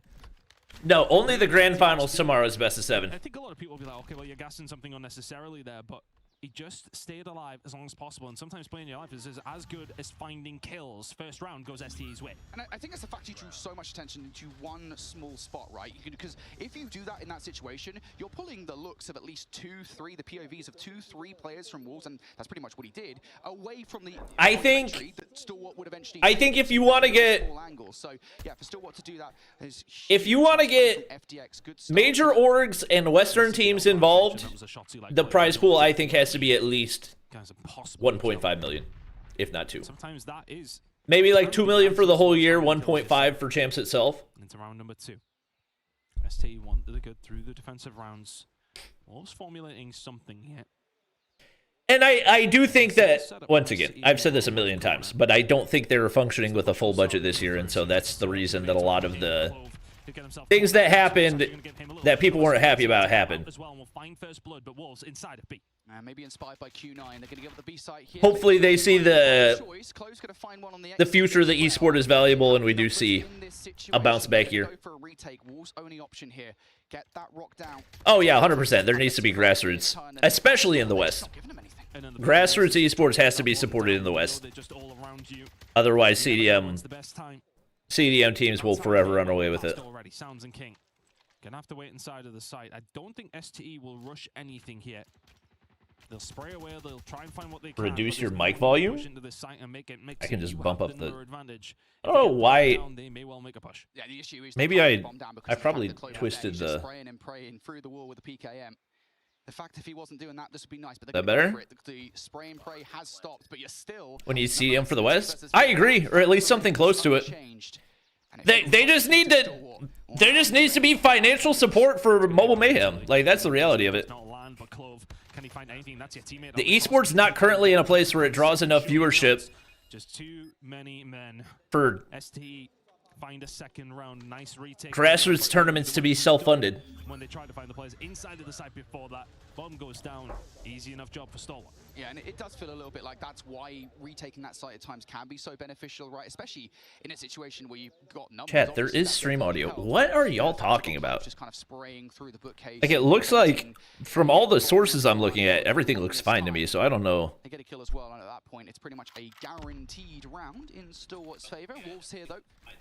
Utility over the top. It's a beautiful nade. Take Giant. It sounds fine to me. There's no trophy there. Sounds falls though. Just before that happens, and Clove just may well have got some brilliant timing. It sounds fine to me. Reek will find one. Does he get traded? Yes, he does. 2v2. Zai gets another. Oh! Give me Zai POV. All right, never mind. FTX can find one. Makes it a 1 versus 1. The guy that's about to clutch a 1v2. Quit switching. Stay with one person. Oh my god, I'm gonna lose my mind. FTX patient. Both players with very little information, but time is very much on both of their sides. All right, chat. I bumped the mic back down a little bit. Read this as King. Both seem destined for each other. And a 2-1 or 3-0 scoreline is very different. My voice is supposed to be higher than the game, chat. I don't want my voice to be the same volume as the casters. King, did he see him? He gets away again. They're so close. Do you think this champ has more viewers than last year? Oh no, definitely not. King doesn't know. He has no idea that FTX is behind him, and FTX looking for it. This will definitely be the lowest viewership because there's no. We'll have the freebie. Oh my word! I didn't want to breathe. There's no sponsored watch parties this year. Oh god! They made everybody in India mad.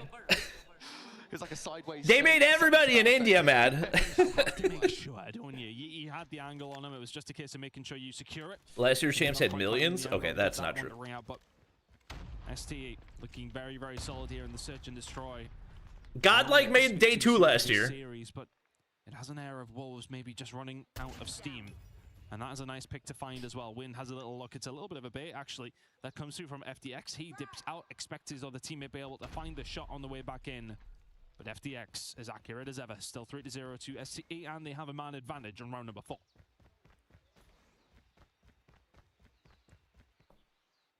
Wolves trying to figure out how to work around this now. They made India mad, but we're still watching you, Bobby Singh. That's right. Zero map control. I'm curious to see how much util they've That's got right. left. It's just a little stun check through the Let 'em map know. to check that nobody was by boxes. So a minor amount of information gained, but you've still got to deal with a double stack inside the bar. That's going to be really tough. Even if you take a 1-for-1 trade, that is not beneficial to you in this instance. Still, you got time to figure out where these players are. Although I will say, 50 seconds on the clock, that time. They should give rewards for watching, similar to COD Next. They have rewards. They're just not, they're not great rewards. Running out of time. Like the, Running out of ideas. that was the other thing about, what was it, 2022? Was when we had like actual good watching rewards. There needs to be some type of collaboration or just in general more effort that's put into it. Because one good watch party reward can instantly make the difference. And not gonna happen. FDX will swing around behind him. And as far as like the weapon skins that they've done for the past, what, 3 years? It's just animated camo. It's like, it's not even really blueprints. It's animated camos. If you don't have numbers in the situation, the best thing you can do is kind of force a situation that is favorable to you. Take a 4 versus 2 on towards A. Can't quite account for players sitting in corners. Certainly not ready for it. Nice first blood from FDX. And again, how many times has that happened? Wolves just continually getting first. How is Clove not getting, or whoever that was, not getting anything? What is happening? Yeah, I think Wolves are out of gas, man. I think Wolves are out of gas, man. Yeah, like we have watch rewards, but it's like an animated FHJ skin, an animated Vargo skin, and then a Sophia skin that we've had as a watch reward 4 other times before. Finally, Wolves get the first blood in their favor. Oh my god, a hit marker on towards the second as well. That gets traded out. Getting a little bit aggressive there, egregious, you might say. But at the very least, they're not. Sound on a goose egg. So Wolves, it is now their playground. They can choose. Feeling sorry for Zai. I mean, yeah. At this point, you got to feel bad for a lot of players because, like, Godlike didn't get their whole squad. Soul didn't get their whole squad. Wolves didn't get their whole squad. SPG got straight bounced. It's tough. Made over the top. Not gonna land. It is gonna force a reposition from ST8. More set nades on its way. Oh yeah, they're absolutely, like, once again, this is a long day. Realistically, this match should have been happening tomorrow. There's no reason to add this on after all the other matches they've had, especially because tomorrow's only a 3-match broadcast. Like, that's not a super long broadcast. Maybe, but no. The commitment has been made here. And now the butting of free legendary? I mean, in an ideal world, free legendary skin. Free legendary skin as a watch reward? I think champs would probably hit well over 100k. I don't think that would happen, but if that did happen, I think champs would hit over 100k. Left in a 1 versus 4. And it feels like Wolves will find some respite from this attacking side. This round should absolutely be theirs, barring another 1 versus 4 this weekend. And Reef in this position, it ain't gonna happen. 1 player behind, is he gonna be able to do it? I very much doubt it. Wolves get themselves. All right, Wolves good around. That was crucial. Yeah, I mean, that round could well have gone ST's way if it wasn't for FTX whiffing a shot, right? Because Wind is the one that this year's champs is not competitive. Oh, it's absolutely competitive. That's not true at all. Like, as far as the quality of the matches, day 1 was a little bit of a snoozer. Day 2, it's literally been non-stop bangers.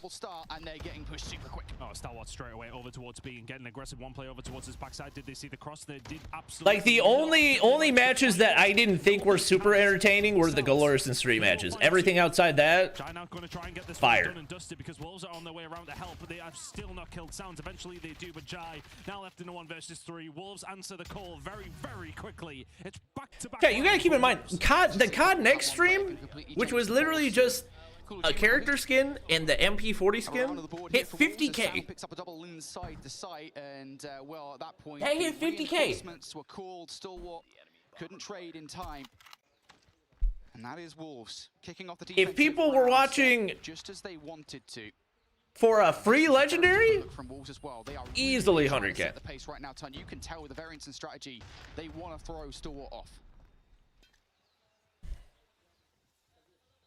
Reef trying to find a way through. Yes, 50k concurrent live viewers. And the information is gained in shotgun pellets to the chest. Reef dealt with so quickly. Okay, I don't know about 500k. That might be pushing it. Is it going to help ST? That might be pushing it. I'm not too sure. Wolves are positioned well.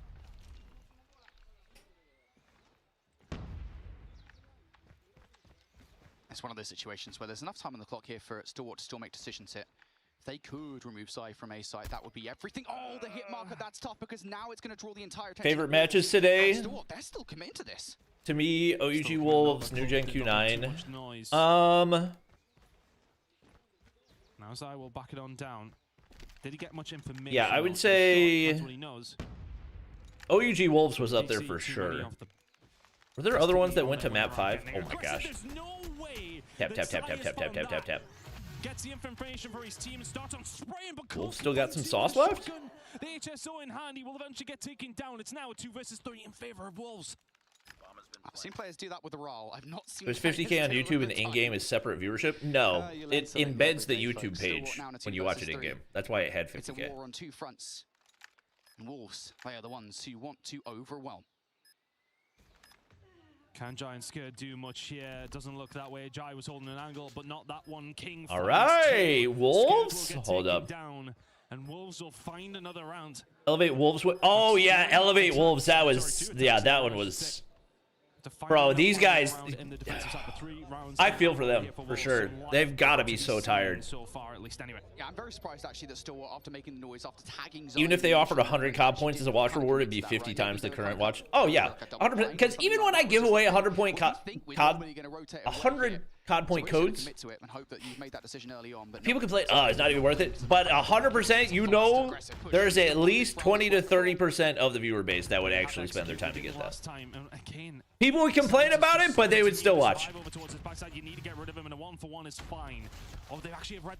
Should we give BR champs a try? I don't think it's a bad idea.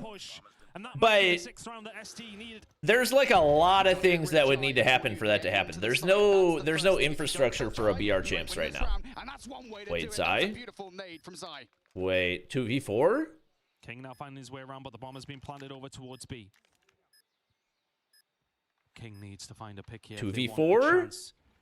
FDX. Nice and safe over towards that side. They have to know FDX is lurking. Oh my god, they do. Find them, 2 players clearly towards the backside, but 13 seconds to go. You need 1 to for 1. King will get taken down. Ooh, okay, SDE, clean it up. And a 1 round away from a 2-map lead. Somebody say PJ? Hey, PJ! Congrats on top 3, brother. I think that's a real PJ. Nothing but dirty looks. Stalwart. I recognize the at. From taking a 2-0 Yeah, that's lead against the former world champions.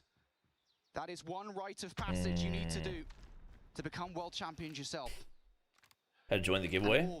Which one? They're out of ideas, I'll be honest, Tom. We've seen a variety of different looks from them over the last 4 rounds. This is a much more standard Playing for 10 hours? They do Yeah. not want to mess up. These boys got to be going through it. Utility being sent out over towards my fingers would be falling off. We'll draw utility. Thoughts on Jai's performance? He's been great. So that's an advantage to the attacking team, you would like to think. Information gained by FDX, but the shot not landed. Still 5v5. Series kind of rushed. Everyone can barely play. This round is just a little precarious now for both these two teams. That's the other thing. Champs needs to be more than 3 days. Have the opportunity to send themselves to a Sunday at a World Championship. Codes for Garena tomorrow? Chat, I don't make the codes. I can't decide where they get to be redeemed. I wish that I could.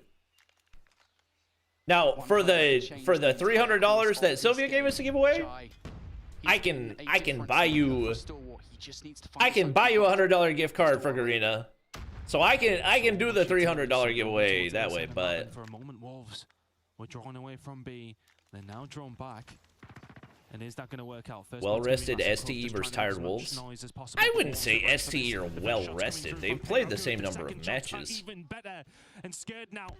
He's gonna have to run away. Wolves? King will find another peg. Will find Okay. and lock it down. Wolves find. Why is it showing? It's showing King's face cam for Jai. Keeps the minute. That's the beauty of it. Broadcast starts at 7 a.m. tomorrow. Just the current meta we live in here in COD Mobile. Let me see when it's scheduled for. Everyone was so hopeful when the attachment bans came through. Hey, maybe the HSO might not be better. Nah, it's still in there. They didn't ban anything for the HSO. What are we talking about? Sounds can do one better. Well, he's got a little bit of help this time. King right alongside him. Sounds over towards the backside. Can find two as well. It's wonderful defense from Wolves.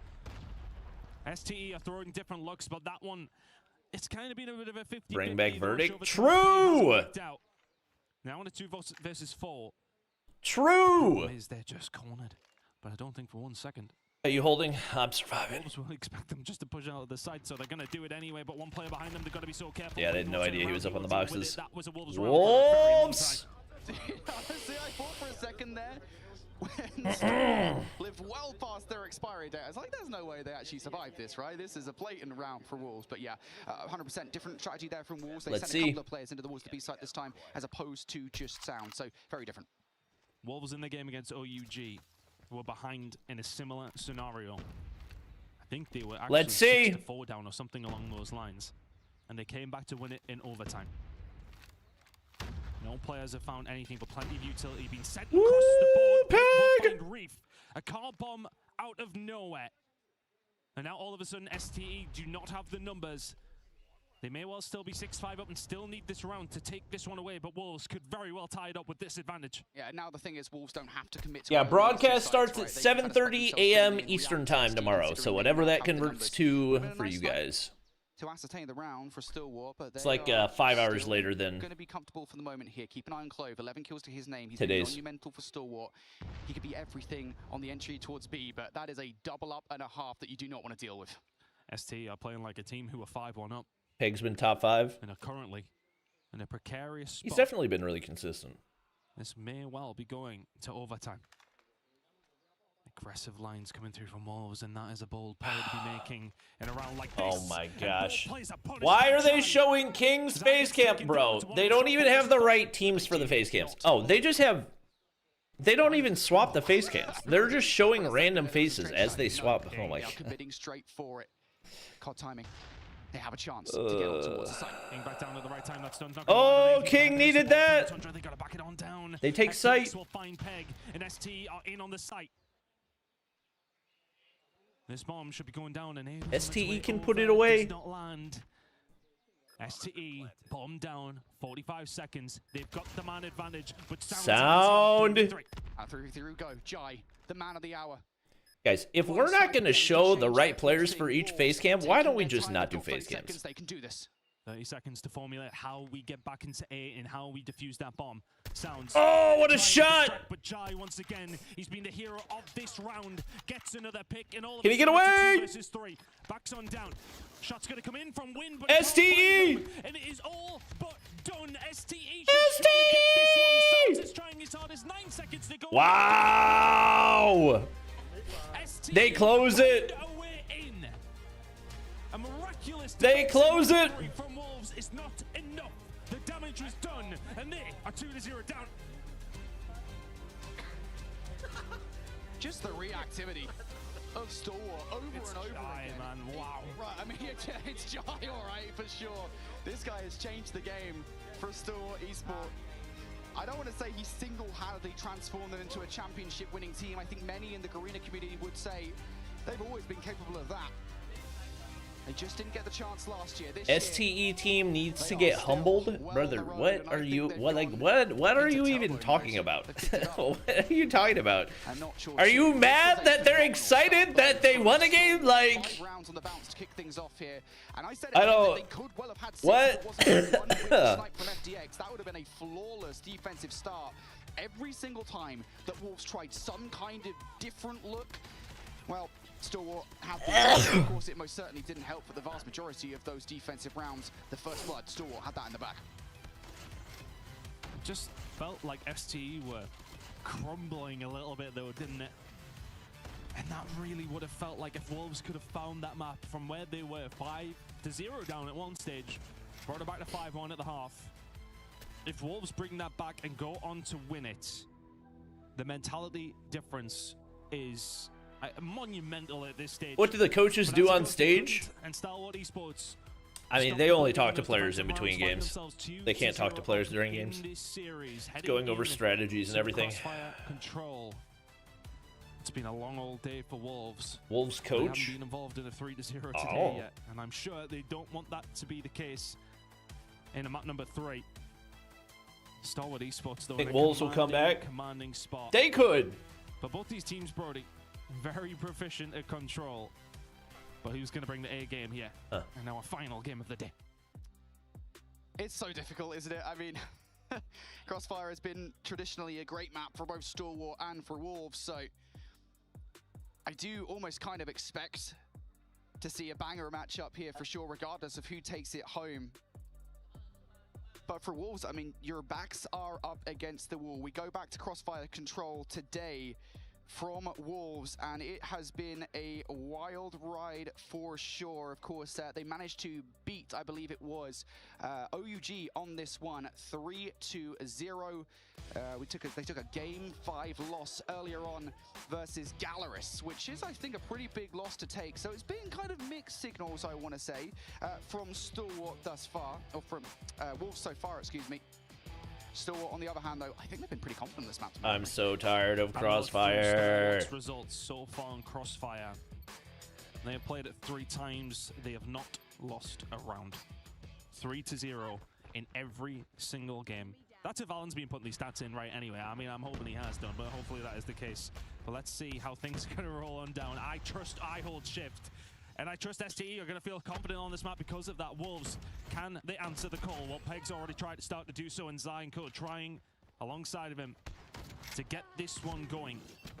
STE now trying to get themselves back in a position, but Peg's done wonderfully again over towards that A side. King in a good spot to stop these flankers. Nice start from the side of Wolves. Yeah, this is a beautiful start from Wolves. They haven't fully cleared out space just yet from A, but I think the primary thing right now is just to make sure that Stalwart aren't able to overextend through B. All right, chat. Despite those gunfights, you find 3 in the feed now. If you're a Stalwart, you're starting to push up and trying to get some movement going. All right. Space. Wolves, for all of the kills they've made here, for the small tentative 2-life advantage they've got, there are still Stalwart players to deal with. A top X and over towards B. You gotta remove those players, even with 45 on the clock. I might be wrong. I might be running the wrong stats page, but STE being going well, I'm not going to blame Shift for that. He's now going to be saying, what's this guy talking about?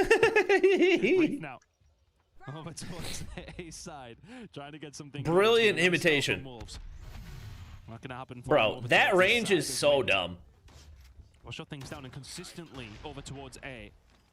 Wolves have been doing a really good job at just being a nuisance. That live discrepancy is looking good. Absolutely bananas range. The biggest issue here for Stalwart. So let's just start. Step number 1, get control of A. Get the extra 60 seconds of the ball before we move forward. Then you've got to remove players like Sounds from Delhi, and all of a sudden this becomes a tantalizing prospect, doesn't it? You've got a lot of space to work with here. Even in 11v17, you still can walk away with some ticks. And a significant amount of time and space to work with. They're not necessarily pushing on the point, they're pushing out to try and keep Wolves that little bit further away. Peg can find one, but he does get taken down. STE put themselves in a wonderful spot here now, but look at the flank that could be coming on through. Zai will find one in the FDA. STE. Stop the bleeding with those kills that come through. 10 versus 6. Doesn't look like they're going to be able to... Oh, Skur got nothing off that pred. Basically by one man. They've got to get back through him if they want to get control, and actually Wynn's able to find yet another kill against Reef. So again, Stalwart being held at bay here. They had to fight for control, but that's 3 kills here now. Yeah, honestly, they should have restricted all the range attachments for the HSO. Still doable here for ST. Like the choke and the extended barrel. The Tempest is out from Clove. Especially with everything else they restricted. 40 seconds. Neither team has to panic yet. Although ST might be the ones that have to do so. Clove's found another. 2 versus 3. King finds Jai, and Clove is left with a Tempest in hand, albeit starting to get aggressive as well. Whoa, Clove! Okay. Finds the kill anyway. King wait. Will fall. Swings one over 1v2. towards the right-hand side. Clove will it would take be a one back. 1v3. Just a little bit weak. Underkiller out. He's not going to be able to find it. Did hear him on his left-hand side? Yes, he did, but which the shot has to land it now. Good try. Wolves will find the defensive round. And if he finds that Are Wolves coming back, or is the mental chalked? King would have had to make a move. That is the most uncharacteristic HSO play from Clove I've seen all tournament long. Missing a couple of key shots. The Hunter Killer drone, of course, was in the air, so they had no choice but to stay inside Wolves in that situation. Then we just go back to the R9. I mean, the R9 is substantially more balanced than the HSO. It was such a big round that they automatically have the War Machine off the start of this one. New Gen is eliminated, yes. They are creating a lot of space early on in this round. Worth saying as well, we'll still have a lot of utility on site. Just the War Machine was invested. 3 ops still to go. So if they manage to capture A early here, only 4 teams remain. That's what they can do. Looking good from Wolves so far. Starting to push themselves up, put themselves in positions where they can make their life easier. And Clove feels like the only one who's really answered back from STE. They are getting blown out of the water right now, but Reef finds one back on a peg. A little bit more map control, but Wolves in a really nice spot. That's going to be a quick A capture. Equals. No info, nothing. Desperation player from Reef there. Yeah, that's really not good. I know that it's early on in the round because now that leaves you even in a deeper hole than you were previously, right? Because you've just invested one of your ops you've got. Look at Wolves' inventory right now, buddy. They got stacked operators. Packs collectively, it's 4 ops, it's 1 stream. Yes, chat. We are 9.5 hours into the stream. Everything to work with here on this rotation. It's going to take one man to blow it all up. Clover's advanced into position here, so teams that are still in. That might be enough to buy them time to get their own Wolves, stalwart. Elevate Q9. Clove now putting that pressure on. He is going to get taken down by King. But now everything else being brought in by Zai. He's just going to slow them up to give his team time to get it across. And operators are plenty available from Wolves. They're getting themselves over towards B. Those operators are coming in. Clove will find a big kill on the peg though. And there has been occasions where operators by both these two teams. It is not necessarily okay. Zai, not a ton. He'll get taken down 18 versus 14. I mean, exactly what we were talking about has happened, really. Clove buys King's a downgrade compared to Rise. I mean, yeah.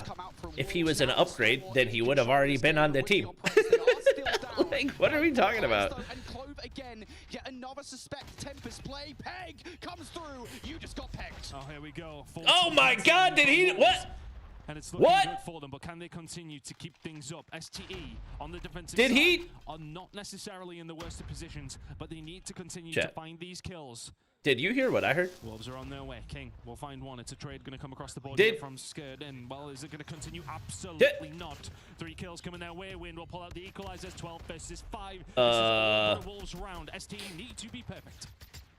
You just got no map. Unhinged Australian man. Smokes off the start will might obfuscate things and get through the middle of the map, but it's just so tough. Wolves watching every single point of ingress. They are going to trade things out down to a 3 versus 9. Wolves are cooking here. On the clock. Time not really. Chad, is this step 1? 3 versus 7. Not gonna happen. King. PS is scared, and all of a sudden. Yep, not family friendly. Indeed, not family friendly. Oh, a fantastic shot. Is he getting reprimanded? I mean, back in 2022. Clove can find 2. Back in 2022. What's his name? Oh my God, I'm blanking. Kind of get it. But I think what he was the stage host in 2022. That's kind of the theme of that round, right? A lot of forced operate usage. We talked about Wolves kind of having 4 before they even got anywhere close to it. You know, a really good play from Oh my God, I'm blanking. Around victory was the fact that he did manage to hold them off so long. Blaze. We were watching Tribe. Off the start of this round. And Jez made a big play. Get back into the series in indomitable fashion. It's been a solid and Blaze goes. For the moment. Still, again, he's Jezzing all over him. They can actually get some kind of control. Well, eventually, I've played this twice. That was nearly close. That was one of the great moments. It's not taking much luck for FTX to get a little bit of control here, though. All-time COD Mobile clips. On it. Bit of a push going on over towards this B side as well. Is it going to be? Clove. Doing a good job in this round, though. They're chipping away. Yeah, that third tick is about Hello? to be by the looks of things here. Peg? Wolves are going to start at this stage of the competition. Couple of kills, though. In favor for Stalwart at the moment. Clove investing, you have to feel, just to try and clear out some space around the back of the map here in this instance. And yeah, that's Clove getting it done. Clove now more the Tempest. He's okay. And this is around Cloves on 27? Along the way, that's going to be a big Predator missile coming through as well. Takes down Wind. Dude. Not too far off. Reef doing some good work as well, so this is looking more and more like an STE round. But I think for STE's hopes, now he's waiting. From Wolves, so making it a little bit good more move. plausible. What? Really working on this EMP, does not find it. That's 5 kills in a row from Wolves, who've made this a lot more interesting than it was looking about 20 seconds ago. They don't find another this time. Wait. Peg gets more info through the wall. Whoa, that's a huge kill from Clove. 29. Oh my god. Yeah, OUG lost overtime, map 5 versus Wolves. For a little bit longer. You waste about 15 seconds of time off the clock. So now Store have 60 to go and a 4 life advantage to make this transition work. A couple of ops in the back pocket as well. This is plausible, but you've got to keep control of X. Yeah, Clove's going to manage to find Peg as well and find his way over towards the backside. King, Tempest. It's going to continue. Trying to put it away. That's risky. Tempest and Zai going to bring in the Annihilator as well. They really want this 3-0. They want to try and turn this one around. Zai can find one. Peg gets taken down, but can he continue to sing with the Annihilator? It's expensive. Sounds will find 2 and wait, it might be worth. 5v6. There's nothing like when the Wolfpack is working together. STE need to cross. FDX Annie has to go big. This is a big clear if they could get it. Oh, Peg at the wrong time. So now down to a 4. And now he gets a shotgun. Player to take off the board. But STE do have to get onto the point here. Yeah. Don't waste their time. There's a Sparrow out from the other side. Oh, they counter! Both up's dead! Oh my god, the investment is worth it! Wolves may well still have life. Oh my gosh. In the control. What a comeback. And they get themselves on the board. What a round. In fantastic fashion. That was a dominant crossfire control. I mean, wow. The thing is, it's one of those controls, right, where it's dominant.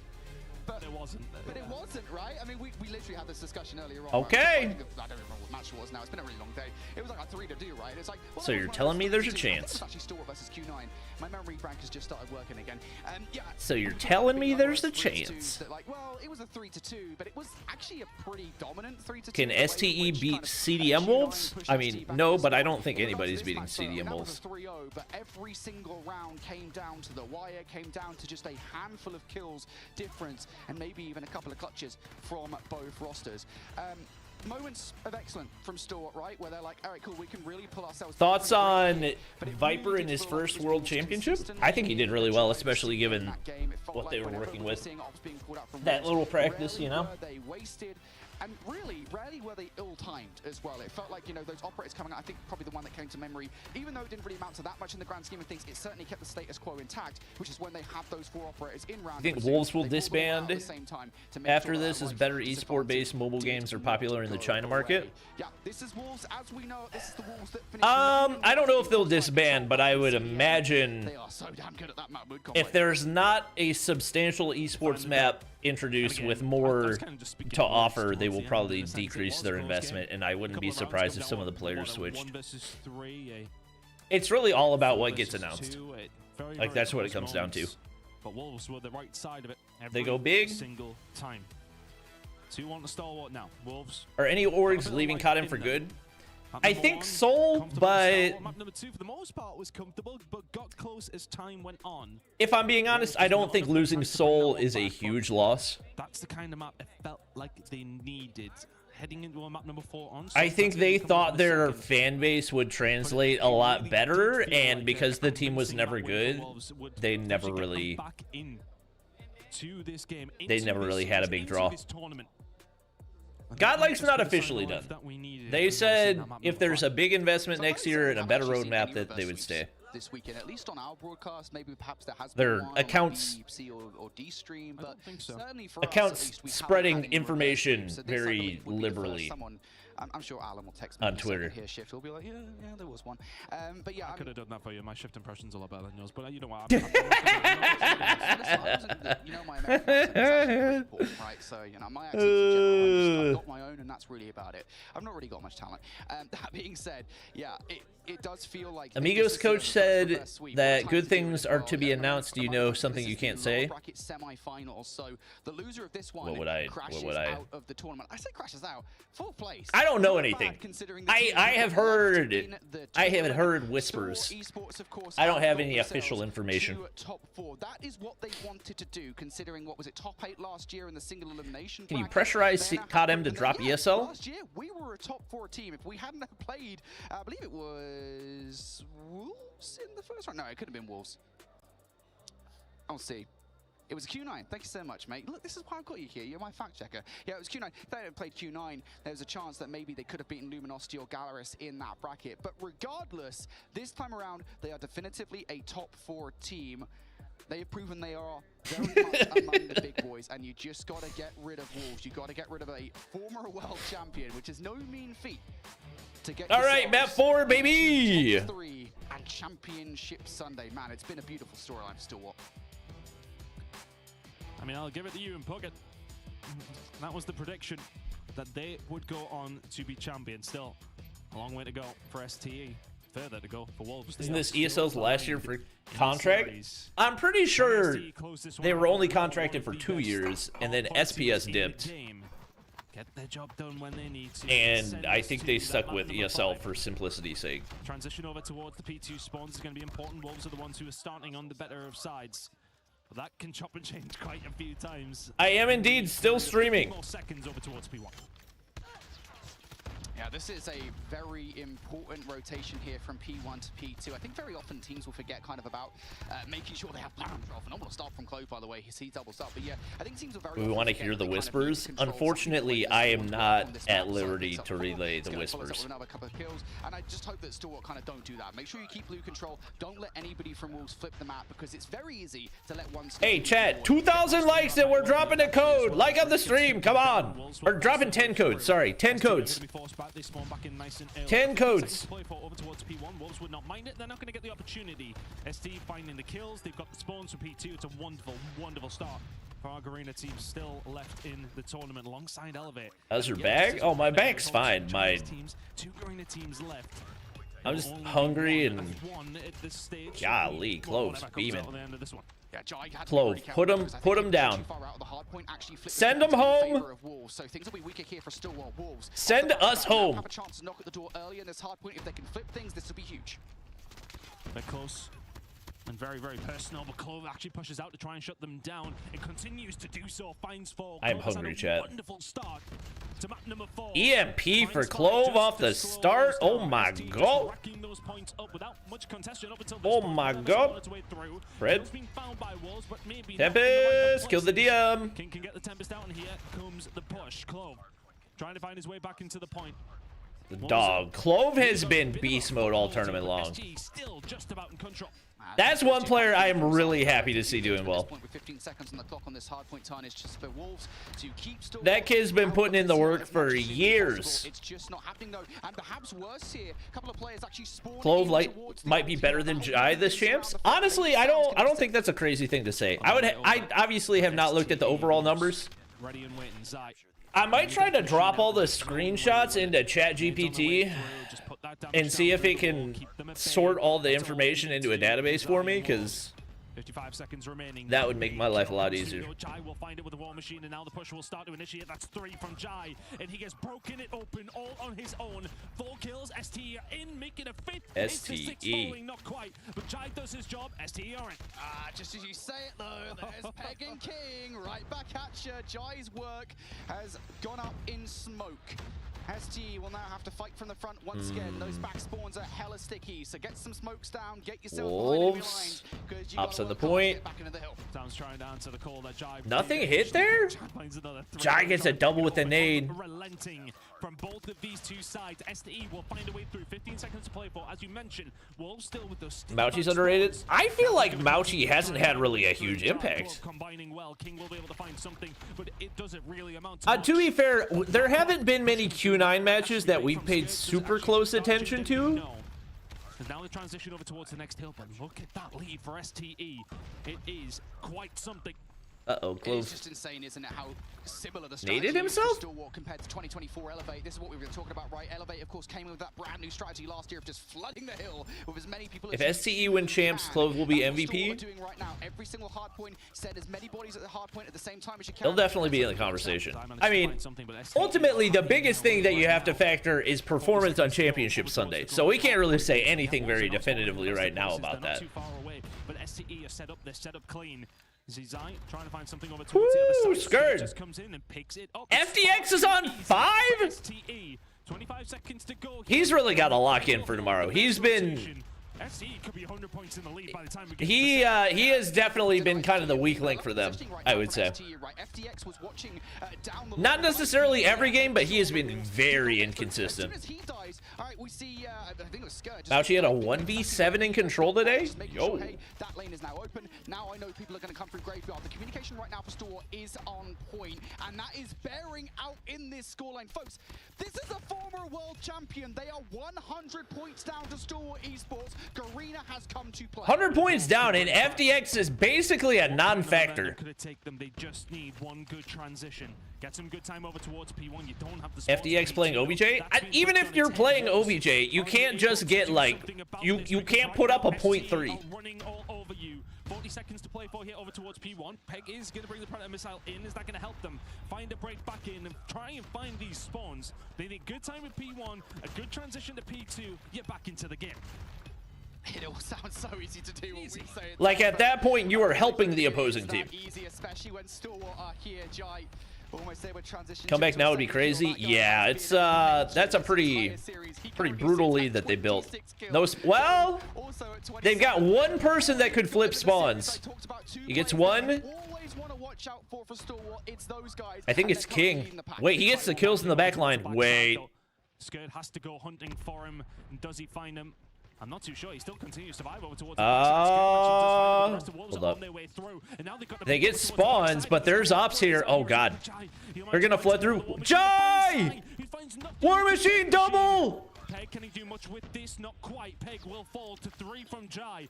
ST are trying to find a way back through, but Wolves in touching distance. I mean, it just feels like Wolves right now just oh my gosh. Oh my gosh. Oh my gosh. The op dump finds value. Win brings in the Sparrow though, and we'll find a couple. Zai tries to find one back as well. Okay. Zai with the wall bang. King Tempest gets the shock damage. Reef 3! Just blows them out the water. It's 3 from him.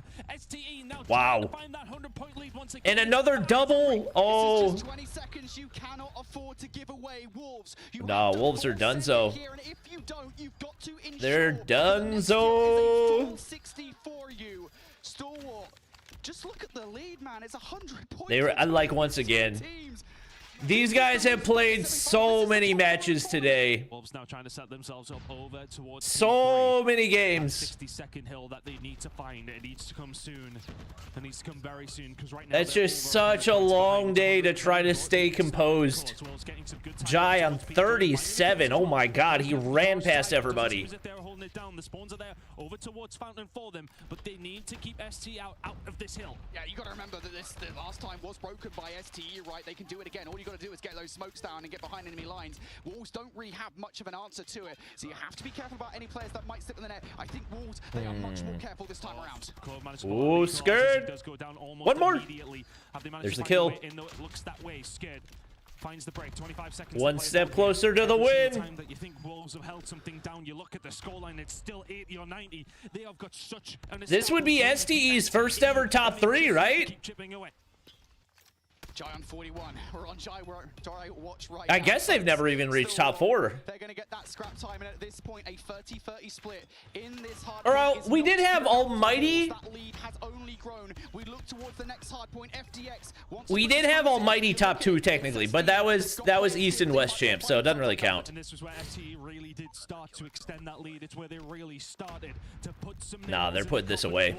It was over towards the garage hill, and here. And who else but LeBron James to lead the way? Sounds can find 2 though. Wolves maybe find a way through. Yeah, double up investment coming out. Skurd from Skurd. Another death machine through. 15 seconds from 2021 Blacklist. One more chance for our former world champion. The rookie LeBron James. Oh, he's cooking them. And they are sending themselves 248, 249, STE top 3. Wow. Wow. You love to see it. Our former world champions have crashed out of the world championship. You love to see it. This was the team I wanted to win. I'll admit it. I wanted to see them win. 2 Garena teams top 3. Hey guys, do you think maybe they should have more than 2 spots? Wolves were in contention to be the first team to ever win the world championship twice. Nope, says Stalwart Esports, a team that has to prove that they deserve to be considered among the best of the best in the esport. Well, I think seems like maybe Garena should have more than 2 slots. What do we think, chat? That's gonna sting a little bit for Wolves. You know that they wanted to go just a bit further, but top 4 in the world is nothing to be upset about. Why is he bowing to them? When we get to this stage where we're knocking out Do all the Chinese players do that to each other? STE just absolutely deserves. Zai retiring? Bro, that would be such a blow to the esport. Run and took down a team that's so many For like the current GOAT, as the one to win it. best player in the world. Massive performance for Stalwart Esports. Incredible. To be honest, I think from the get-go, I was worried about, was it such a grueling day for them? We have a 2024 World Finals rematch. That was always a little bit of a worry. I don't want to say that we theory crafted it, but it's what was it? Q9 Elevate? You come to the last game on a Saturday. Wouldn't be surprised. Okay, well, how have these teams got here? What of these teams? Wouldn't be surprised. Through no fault of their own, STE 3-0 Galorys and had ages just crazy. All right, chat. I'm dipping. I appreciate you guys watching. Banger of a stream. We're giving away a lot of money tomorrow on stream, so you guys are going to want to be here. COD Mobile Champs Stage 5. Championship Sunday! But ST performed well, irrelevant of what happened. All right, well, Ian got to talk $300 COD point giveaway. So, Ian, how are they feeling now? All right, chat. Oh, man, scheduling the stream for tomorrow. A grueling gauntlet run in the lower bracket. You make it out alive. So that we can go ahead and redirect this one to there. I'm feeling very happy, and this is starts at 7:30, 7:45 a.m. Eastern time. So we'll be live for that. We're so happy to be. It starts basically 7 hours after it has been starting, chat. So and we're coming. I'm gonna go ahead, redirect the stream. Congrats to our top 3 of STE, of Elevate, You are now in the top 3. and of Q9. That's gonna be it for the stream. Almost 100. Oh no. 60,000 views on today's live stream. 1,800 likes. I love that. Shout out to everybody that donoed, became a member. Big stream tomorrow. Looking forward to it. Thank you guys for watching. Hope you enjoyed. Wolves are not disqualified, but they are eliminated. That's going to be it for the stream.